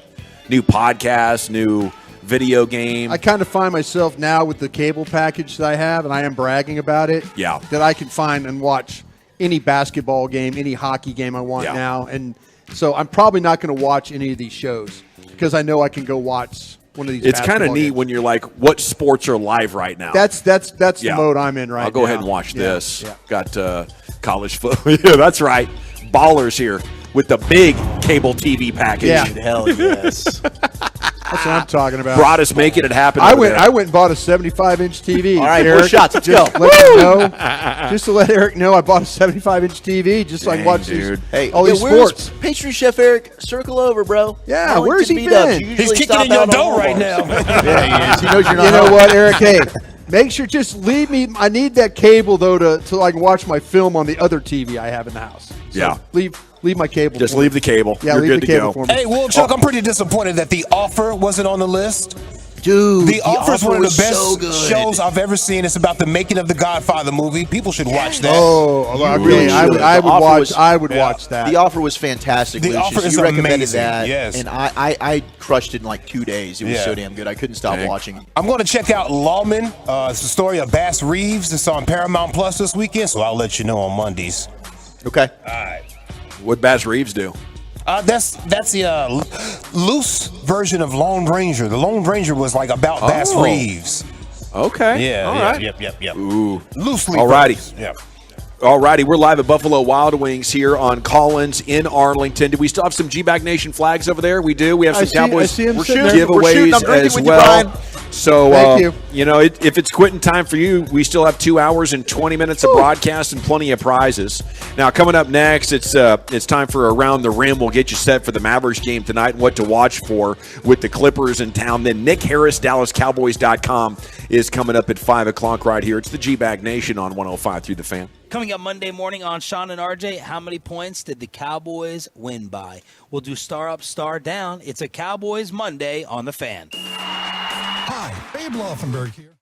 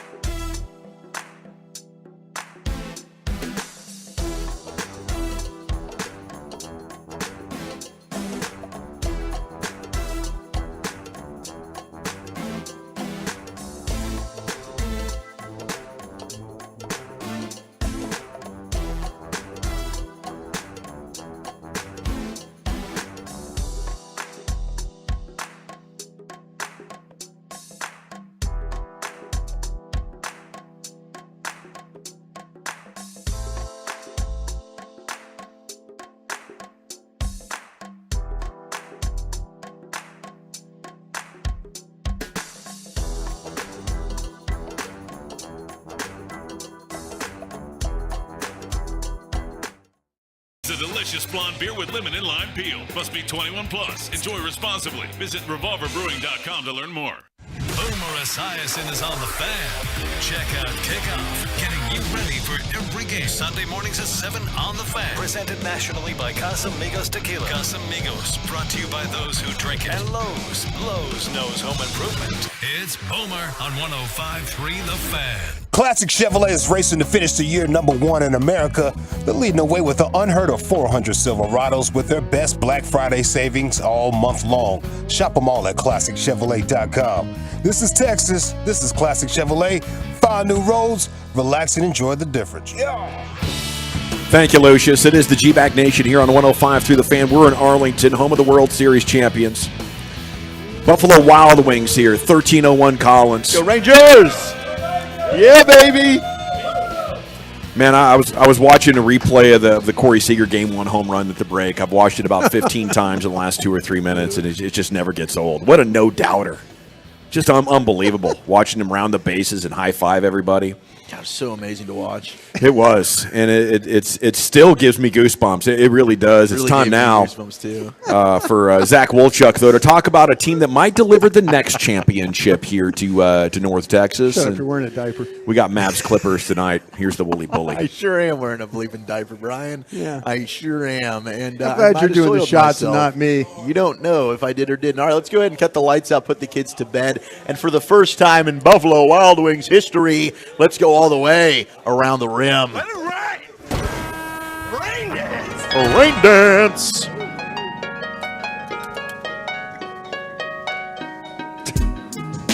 Mavs playing tonight against the Clippers. Unfortunately, you won't get to see the new stadium court for this in-season playoff tournament. I don't know what the hell's going on. We got a manufacturing issue. Must be some of the connector pieces, missing? Yeah. I mean, it seems like Mark Cuban would be down on these logistics. You should have this figured out. What the F is right, Lucius? Lucius and I, we're going to get together. We're going to watch this thing. We're going to pop bottles to the new court. Sometimes you get the bolts that need the Allen wrench. You don't got an Allen wrench around. You can't put it together properly. Unbelievable. You're trying to slap that thing together today after the hockey game. And the first time you're trying to put it together, you realize, holy crap. We're missing a couple of pieces. Yeah. Guys, we need to back order this. It's not going to get here till next week. Well, you got a nice stand like Gavin putting together a swing. Crap. Oh, look, I got a couple of extra wing nuts That's here. when you call the neighbor like Eric's wife did and said, hey, my husband can't do this. I need you to come put this together. Yeah. And happy birthday to Mrs. Chiafalo. Happy birthday to you, Marion. You're the best. I love you, and thank you very much for this wonderful throuple that I've been in for the last 5 years. Now, let's get to one notable change. Hey, by the way, Lucius, if you want to catch either the Nets and the Celtics, Lakers or Suns, 76ers or Pistons, you can watch their courts. They got the courts. They got their courts ready to go. Boy, am I impressive. Very impressive. So since drafting Luka, we know the Mavericks have been one of the slowest paced teams in all of the NBA. Not any longer. Luka and the Mavs' pace of play since they drafted him. Well, just the last 3 years. They were 28th in the NBA last year, 30th in the NBA the year before, 26th the year before that. Where are they right now through the start of this season? 13th. Come on. It's a noticeable difference. Yep. Pace of play for Luka. Mavericks' time of possession. Since drafting Luka, they would be very high. In fact, they've been the league leader in terms of time of possession the last 2 years. This season, 29th in the NBA. Why? Because they're moving the basketball. The pace of play is up. Shout out to Kyrie Irving. Shout out to Luka. And shout out to a guy like Derrick Jones Jr. Because now you got guys that are running the floor. You're allowed those long lob passes. And that's something we saw Luka doing in Europe. Playing with his national team. We know Luka can do this. It's not about Luka getting out and running. Just go push the ball up the floor and allow your teammates to do that. And they're starting to incorporate that more. We saw when Luka was out, Kyrie was in. Guys like Tim Hardaway Jr., who is having success playing this way. And hopefully we do end up trading him and he continues to perform well, Gavin, as you're manifesting in live, real time right now. But they now have a team they've put around Luka. It's actually going to work. That this is excelling. And Luka's now being more willing to do it. Yeah, you have real basketball players around him that he can trust. It is tough at the NBA level to be running, catch a ball, and pass it to a different person than the one that gave it to you. And they oftentimes make it look easy. But guys like Dorian Finney-Smith and Reggie Bullock made it look extremely difficult. Yeah. And you could not get the ball moving. I mean, the ball is going to be way faster than players. So if you're not going to get the ball moving because you just don't have enough good passing players, it can be really difficult to find, quality shots. So you end up bogging down with Luka. And 4 years into his career, it seemed like he had kind of fallen into a pattern of just expecting games to go that way. I think Kyrie is shaking him out of it. So you guys remember Jason Williams, a.k.a. White Chocolate? Yeah. Yeah, he was a really good player. Ended up being an NBA champion with the 06 Heat. And highly entertaining, man. He Incredible really passer is. himself. So I was watching a podcast of him recently. High school teammates with Randy Moss. They were a hell of a duo. It's so he talked about that. He talked about how it was flipped. When they were in high school, Randy Moss was the badass basketball player. Like, Jason Williams obviously still good. Yeah. But Jason Williams was the starting quarterback of the football team. Yeah. And so he was like big man on campus for football. Randy was big man on campus for basketball. Really, Jason Williams is only good because he's throwing it up to Randy Moss. And he's like, yeah, I chunk it up to Randy 4 or 5 times. He's coming down with it. Yeah. So people thought I was a badass. Realistically, no, it's all Randy Moss. Randy was only good at basketball because Jason Williams was throwing him Throwing him lobs. dimes. Yeah, absolutely. And then they end up being, Randy Moss, arguably one of the best, if not the best receivers to ever play the game, and Jason Williams had an outstanding NBA career. So he's on a podcast with Andrew Scholes and company, the comedian, and he talked about the Heat culture. He mentioned he won a championship with the Miami Heat. So they asked him, best team you ever played for, and then worst organization you ever played for. Here's White Chocolate. The Miami Heat organization is the best organization I've ever been a part of. Why? Top to bottom, just because the way they treat their players, the way they treat their family, the way they treat anybody that needs to be treated some type of way is just first class. Orlando Magic, you know how the Heat's the best organization in the world? Orlando's the worst? What? Don't tell me that, bro. Come on, bro. Don't tell me that. From Orlando, bro. That organization? You guys see the garbage truck driving around, right? You see the juice that's dripping from the back? That's the Magic. Wow. Don't say it. Not the organization, not the team. Why? Wow. Oh, my gosh. The Heat culture, which we hear about all the time, and I joked about during their finals run, but it's true. The Heat do have a great culture, but the Orlando Magic, my gosh, the juice dripping from the back of the dumpster truck. Wow, that's a descriptive He played in sentence. Memphis, too, early in his did. career. He sure did. Vancouver as well. Yeah. One of the coolest things he does is when he did that behind the back pass, but he would bounce it from his right elbow. And that's how he would end up bouncing the ball back over. He describes that play and kind of how that's a fascinating story as well. The last one I want to get to with Jason Williams talks about rookie hazing. And there was one player on one of the teams he was on. He got asked by the veterans, bring donuts. The guy would just refuse to bring donuts. He says, I'm not a rookie. I've been around. I've played in professional leagues outside of the NBA. Just because it's my first year in the NBA, he didn't consider himself a rookie. Well, the other veterans on the team were like, no, Rook. You're a rookie. Europe doesn't count, Peja He didn't bring the donuts. Jason Williams warned him, bro, just bring the donuts the next day. You and I are cool. Just bring them for me. You don't have to bring them for anybody else. Just bring them for me. He's trying to help him. Well, this is what happens when you don't play along in the NBA. So at the end of practice, they put a bin, like a big laundry bin in the middle. We pin our gear up, throw it in the bin so the equipment manager can go watch it. Well, they dumped all that shit out of there. Duct taped his legs, gear checks the Rook. Duct taped his legs, hands behind the back. Butt naked, put him in the laundry bin, filled it up with ice, rolled him into the shower, filled it up with ice water, rolled him out onto the pyramid floor, old pyramid in Memphis, onto the game floor right in the middle of the big old grizz. Left his ass there for like 3 hours. Disgusting. Dude, hypothermia. Yeah. That could have been murder. Unbelievable. And now, that doesn't happen for the reasons you just gave, Gavin. There's going to be a lawsuit. But, man, you should have brought the donuts. I think that's all I'd say. Jake Sakalides, center from the Republic of Georgia. Amazing. 03-04 Grizzlies. They'd moved to Memphis. He might have, or it was Pau Gasol. It could have been Pau Gasol. Could have been Pau Gasol. Like, man, I've played in Spain. I've played in national leagues there. I'm not a rookie. Yeah, I'm kind of a legend Gosh. here. Yeah. About to be Rookie of the Year. The greatest was when Jason Williams was a rookie before Rick Adelman had put the handcuffs on him and asked him to stop. Ultimately, he had to trade him to the Grizzlies for Mike Bibby because you couldn't win a championship with Jason Williams being such a young man and playing that style. But he was totally off the hook as far as playing, a showman style of the game, and a lot of the traditional coaches wouldn't like it. But these guys are so good at it. They should let it go. live with an extra turnover or two. These coaches are too big of control freaks, man. It's just too much fun when you get guys playing like that, and they can all do it. Can you imagine the show Kyrie Irving could put on if he was totally green lit? I mean, you get up 30. I think they're holding out on the fans. Nick Harris, DallasCowboys.com, set to join us. We're live at Buffalo Wild Wings in Arlington, 1301 Collins. Come by, win some Cowboys prizes, pick up a Gag Nation flag, and we're back with 2 hours of show here with you on 105.3 The Fan. I want to talk about my friends, though, at D&M Leasing, because we made it to the weekend, and if you want or need a new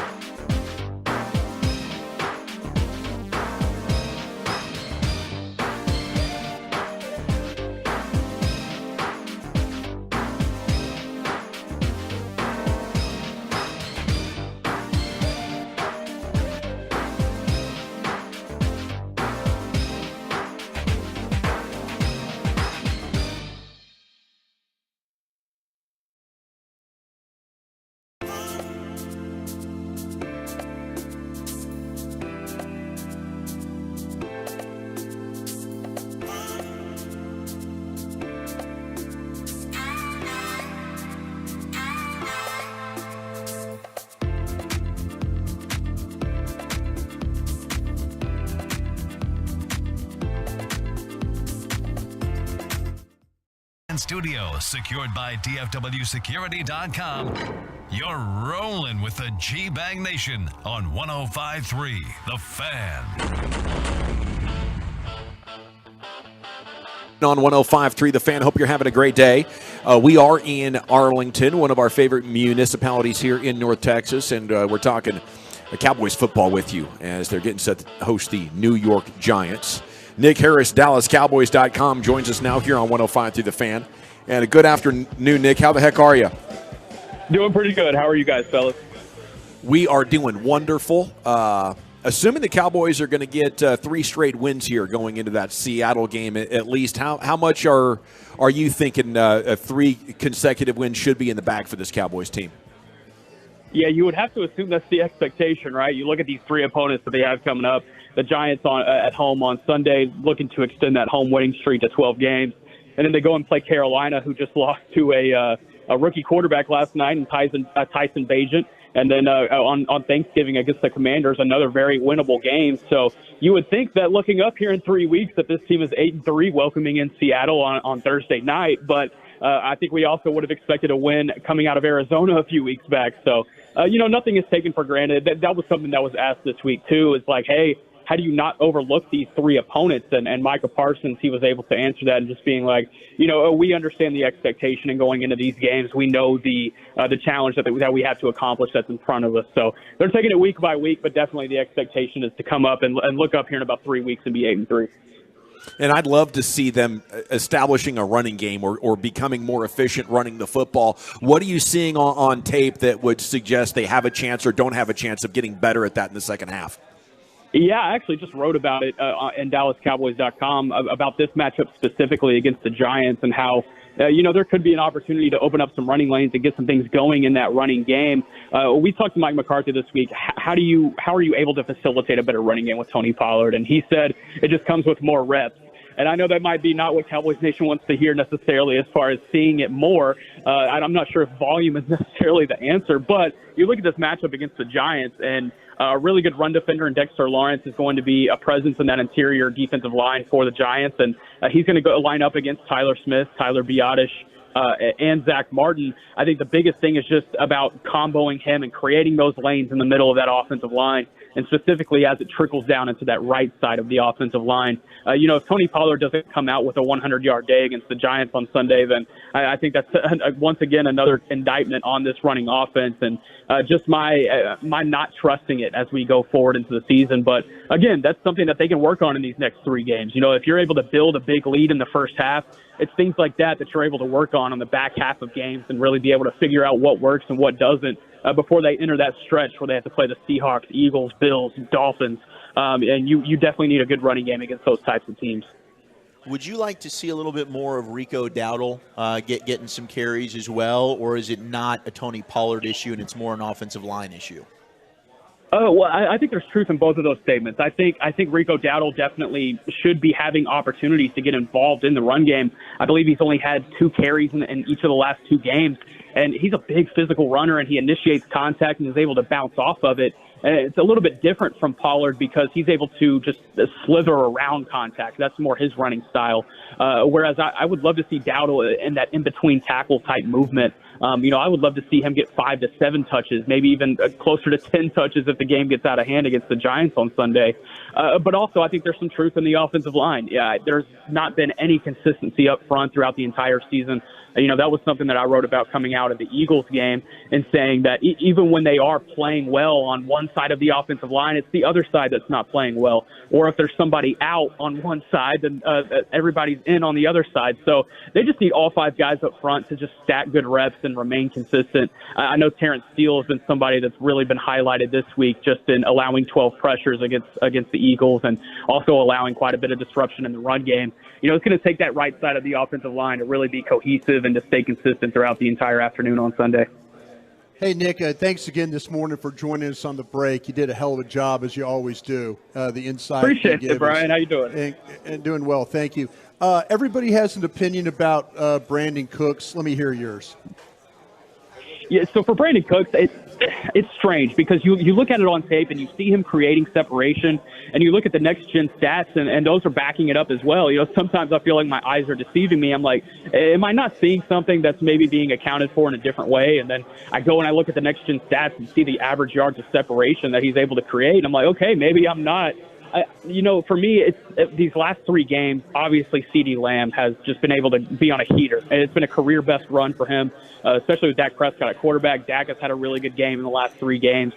How do you get Brandon Cooks involved? Does that mean taking reps away from CeeDee Lamb? And when he's on a heater like this, do you necessarily even want to? And I think there's 2 sides to that debate, but you're going to need Brandon Cooks at some point this season. And if the point comes to where you need him and you haven't built that chemistry with him throughout the season, then that's where you run into issues. I look at this game against the Giants.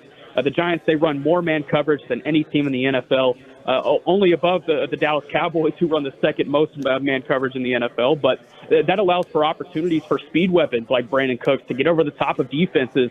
The Giants, they just rolled out Adoree Jackson on Sunday afternoon. So there's going to be another young corner that's going to have to be lined up with Cooks in a different matchup. So, I see an opportunity for Cooks to be able to get over the top of this defense and to be able to create some opportunities.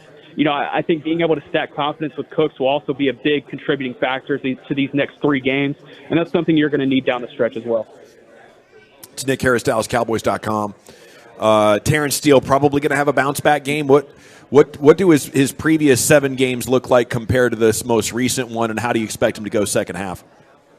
Yeah, so it's definitely been Jekyll and Hyde with Terrence Steele. He either comes out and he only allows 1 or 2 pressures, or it's the 8 that he allowed versus San Francisco, or the 12 that he allowed versus Philadelphia. And obviously the pass protection is the big thing that gets highlighted here, just because Dak Prescott has had to do so much in either escaping the pocket or going down in the pocket this season, and most of it has come off of that right side. We were able to talk to Terrence Steele this week, and he said, no one is harder on myself than myself. He comes from a military household, and he very much embodies that sense of, identifying what's wrong and working endlessly until he figures out how to get it right. But I'm just not entirely confident that it can get right before the end of the season, because we look at the halfway point and he hasn't been able to find much consistency. I'm hoping that he'll be able to stack some good games over the course of these next 3 weeks. It's not like he's going up against any world-class edge rushers over the course of the next 3 weeks. So there should be an opportunity for him to stack some good reps and stack confidence. But I think that's just going to be the biggest thing before he goes into that really big stretch down in December and January. But I think also there's some things that the Cowboys offensive line can do and setting him up in a little bit better situations. Have Zach Martin be able to lean into some combo blocks with them. And if Tyler Biotish can stack some good reps as well, then that allows just a trickle-down effect of the entire domino effect of that offensive line to be able to stack confidence. But, that's only going to be seen on Sunday. Nick, we talk a lot about the offense, and Brian and I will host the post-game show, and they'll say, hey, you guys aren't critical enough on Dan Quinn. And I'm sure this defense is going to crush it this week against the Giants, and they do against the lesser opponents. I think the frustration is this year, when they've played 2 better offenses in the Niners and the Eagles, they've given up some big plays. And to me, the safety position certainly has not been as strong as we thought it would be. When you're going back and watching the defense, what are some of the things that have stood out to you and maybe some areas that they need to improve upon? Yeah, I think that could be said for the entire team whenever you mention beating lesser opponents and overwhelming them. And I think you can look up here in 3 weeks after 3 commanding wins and look up at 8-3, and you probably have the same confidence that you have today, right? Sure. I think that's very just. But whenever you look at this defense and the safety position specifically, at least what I'm seeing on film, as I mentioned earlier, the Cowboys, they run so much man coverage, the second most in the league. But, the safeties, they aren't running man coverage every play. So it's those zones that are having to complement that man coverage at times in the middle of the field, and that's where guys get open. That's where you saw Garrett Wilson get open against the Jets. That's where you saw A.J. Brown be able to cook on that first drive against the Eagles, and it's happened repeatedly throughout the season. So I'm looking at guys like Malik Hooker and Jaron Kearse and Donovan Wilson. Those guys are definitely going to have to step up and be able to make an impact in that back half of the secondary, because whenever you travel to Miami and you face a presence like Tyreek Hill, or you travel to Buffalo and face a presence like Stephon Diggs, you're going to need that man coverage on the outside, but you're going to need that zone coverage to be able to be just as stiff in the middle. Nick, we talked about, and you mentioned the safety play, because I think there's been some good and there's been some bad. And I'm trying to find a way to get Wanye Thomas on the field more often, and I'm not having much luck there. And is it going to be probably that way the rest of the year, or is it just because coaches love to go with what they know? And I think we kind of know that Wanye Thomas can play, but I have a feeling that Dan Quinn doesn't want to take Curse or Hooker off the field. Yeah, and whenever you look at the safety group and what they did over the offseason, they paid two of those guys, and Donovan Wilson and Malik Hooker. And you look at the one guy that they didn't pay, in Javon Curse, and I'm not necessarily saying that Dan Quinn should be able to take him off the field just given his physical presence. You know, he's a tall, long presence in that back half of the secondary. So I think the question becomes, where do you fit in Wanye? And, you know, there's opportunities for him to be able to play some press man coverage, whether it's rotating in for some corners if they needed to take a snap off. But also in that safety department as well, and being able to come in and rotate with those guys. But as you said, Brian, and we talked about it on the break this morning, there just hasn't been a lot of that in the last 2 to 3 weeks. We were able to see him rotate in quite a bit in the first couple of weeks whenever they were still working Donovan Wilson into the rotation and Jordan Lewis as well. And Wanye, he excelled with those opportunities. He looked great on the field. And I'm surprised that we look up once both of those guys got healthy and Wanye was just completely negated from the defensive game plan. So, yeah, I would love to see him be able to get some reps if it turns into a blowout over the course of these next 3 games, just to be able to stack some confidence, not only with him, but with the coaching staff. I think that's going to be the biggest thing, and hopefully you see more of Thomas as the season goes on. Yeah, another guy to piggyback off Brian that we just haven't heard anything from, and he hasn't been active, is Izzy Mukwamu. And, I mean, Nick, I don't know if you agree. I think that teams are picking on Jordan Lewis. And Jordan Lewis has some snaps where he's really good, and he has some snaps where he's just not holding up in coverage. Are you hearing anything about Izzy Mukwamu, or is it just, hey, he's not going to get active until maybe somebody goes down and he's the next man up? I haven't heard much on Izzy Mukwamu, but I think an answer to your question could be the confidence that's always been put into Jordan Lewis from the coaching staff. But the thing with Jordan Lewis is, man, he can have a great day, and he'll give up that one big 55-yard play, and then that's what destroys the day. And, you know, as a corner, you can't give up those type of things. You know, that it's a thankless position, but it's a thankless position for a reason. You're there to not give up those big plays, and it feels like we've looked up at a couple of times over the course of the last few games, and especially it comes to mind whenever I think about his matchup with Keenan Allen, and you see Jordan Lewis and not being able to find a stride and being able to stay consistent and stack good reps. You know, I think Jordan Lewis is a fantastic presence on this defense, both in the locker room and on the field. He can be physical as a nickel, but I just need to see a little bit more. I need a little bit more jam at the line. I need a little bit more physicality and coverage. You know, I'd be completely okay if increased physicality means a DPI every once in a while. I just want to see a little bit more from Jordan Lewis for sure. All right, Nick, it's that time of year. It's Texas high school football playoffs. What do you got your eye on this week? What are some matchups that are exciting to you? Man, I am about to walk out the door about 10 minutes up the street from me, Lake Belton and Denton Ryan. Lake Belton has 5-star wide receiver Micah Hudson and 4-star cornerback Selman Bridges. Bridges is going to Arkansas next year as of now, and then Micah Hudson is going to Texas Tech next season. And they're playing Denton Ryan, who's obviously they've always got talent on both sides of the ball. It should be a really good one in 5A Division I tonight at C.H. Collins and Denton. Really good matchups across the state. Had a really good night watching football at home last night on Texan Live and saw some really good upsets, but it's the best time of year. I love Texas high school football, and if I had a free Friday night tonight, that's where you're going to find me. Hell yeah. Have yourself a time, Nick. Thank you so much. I appreciate it, guys. Y'all have a great one.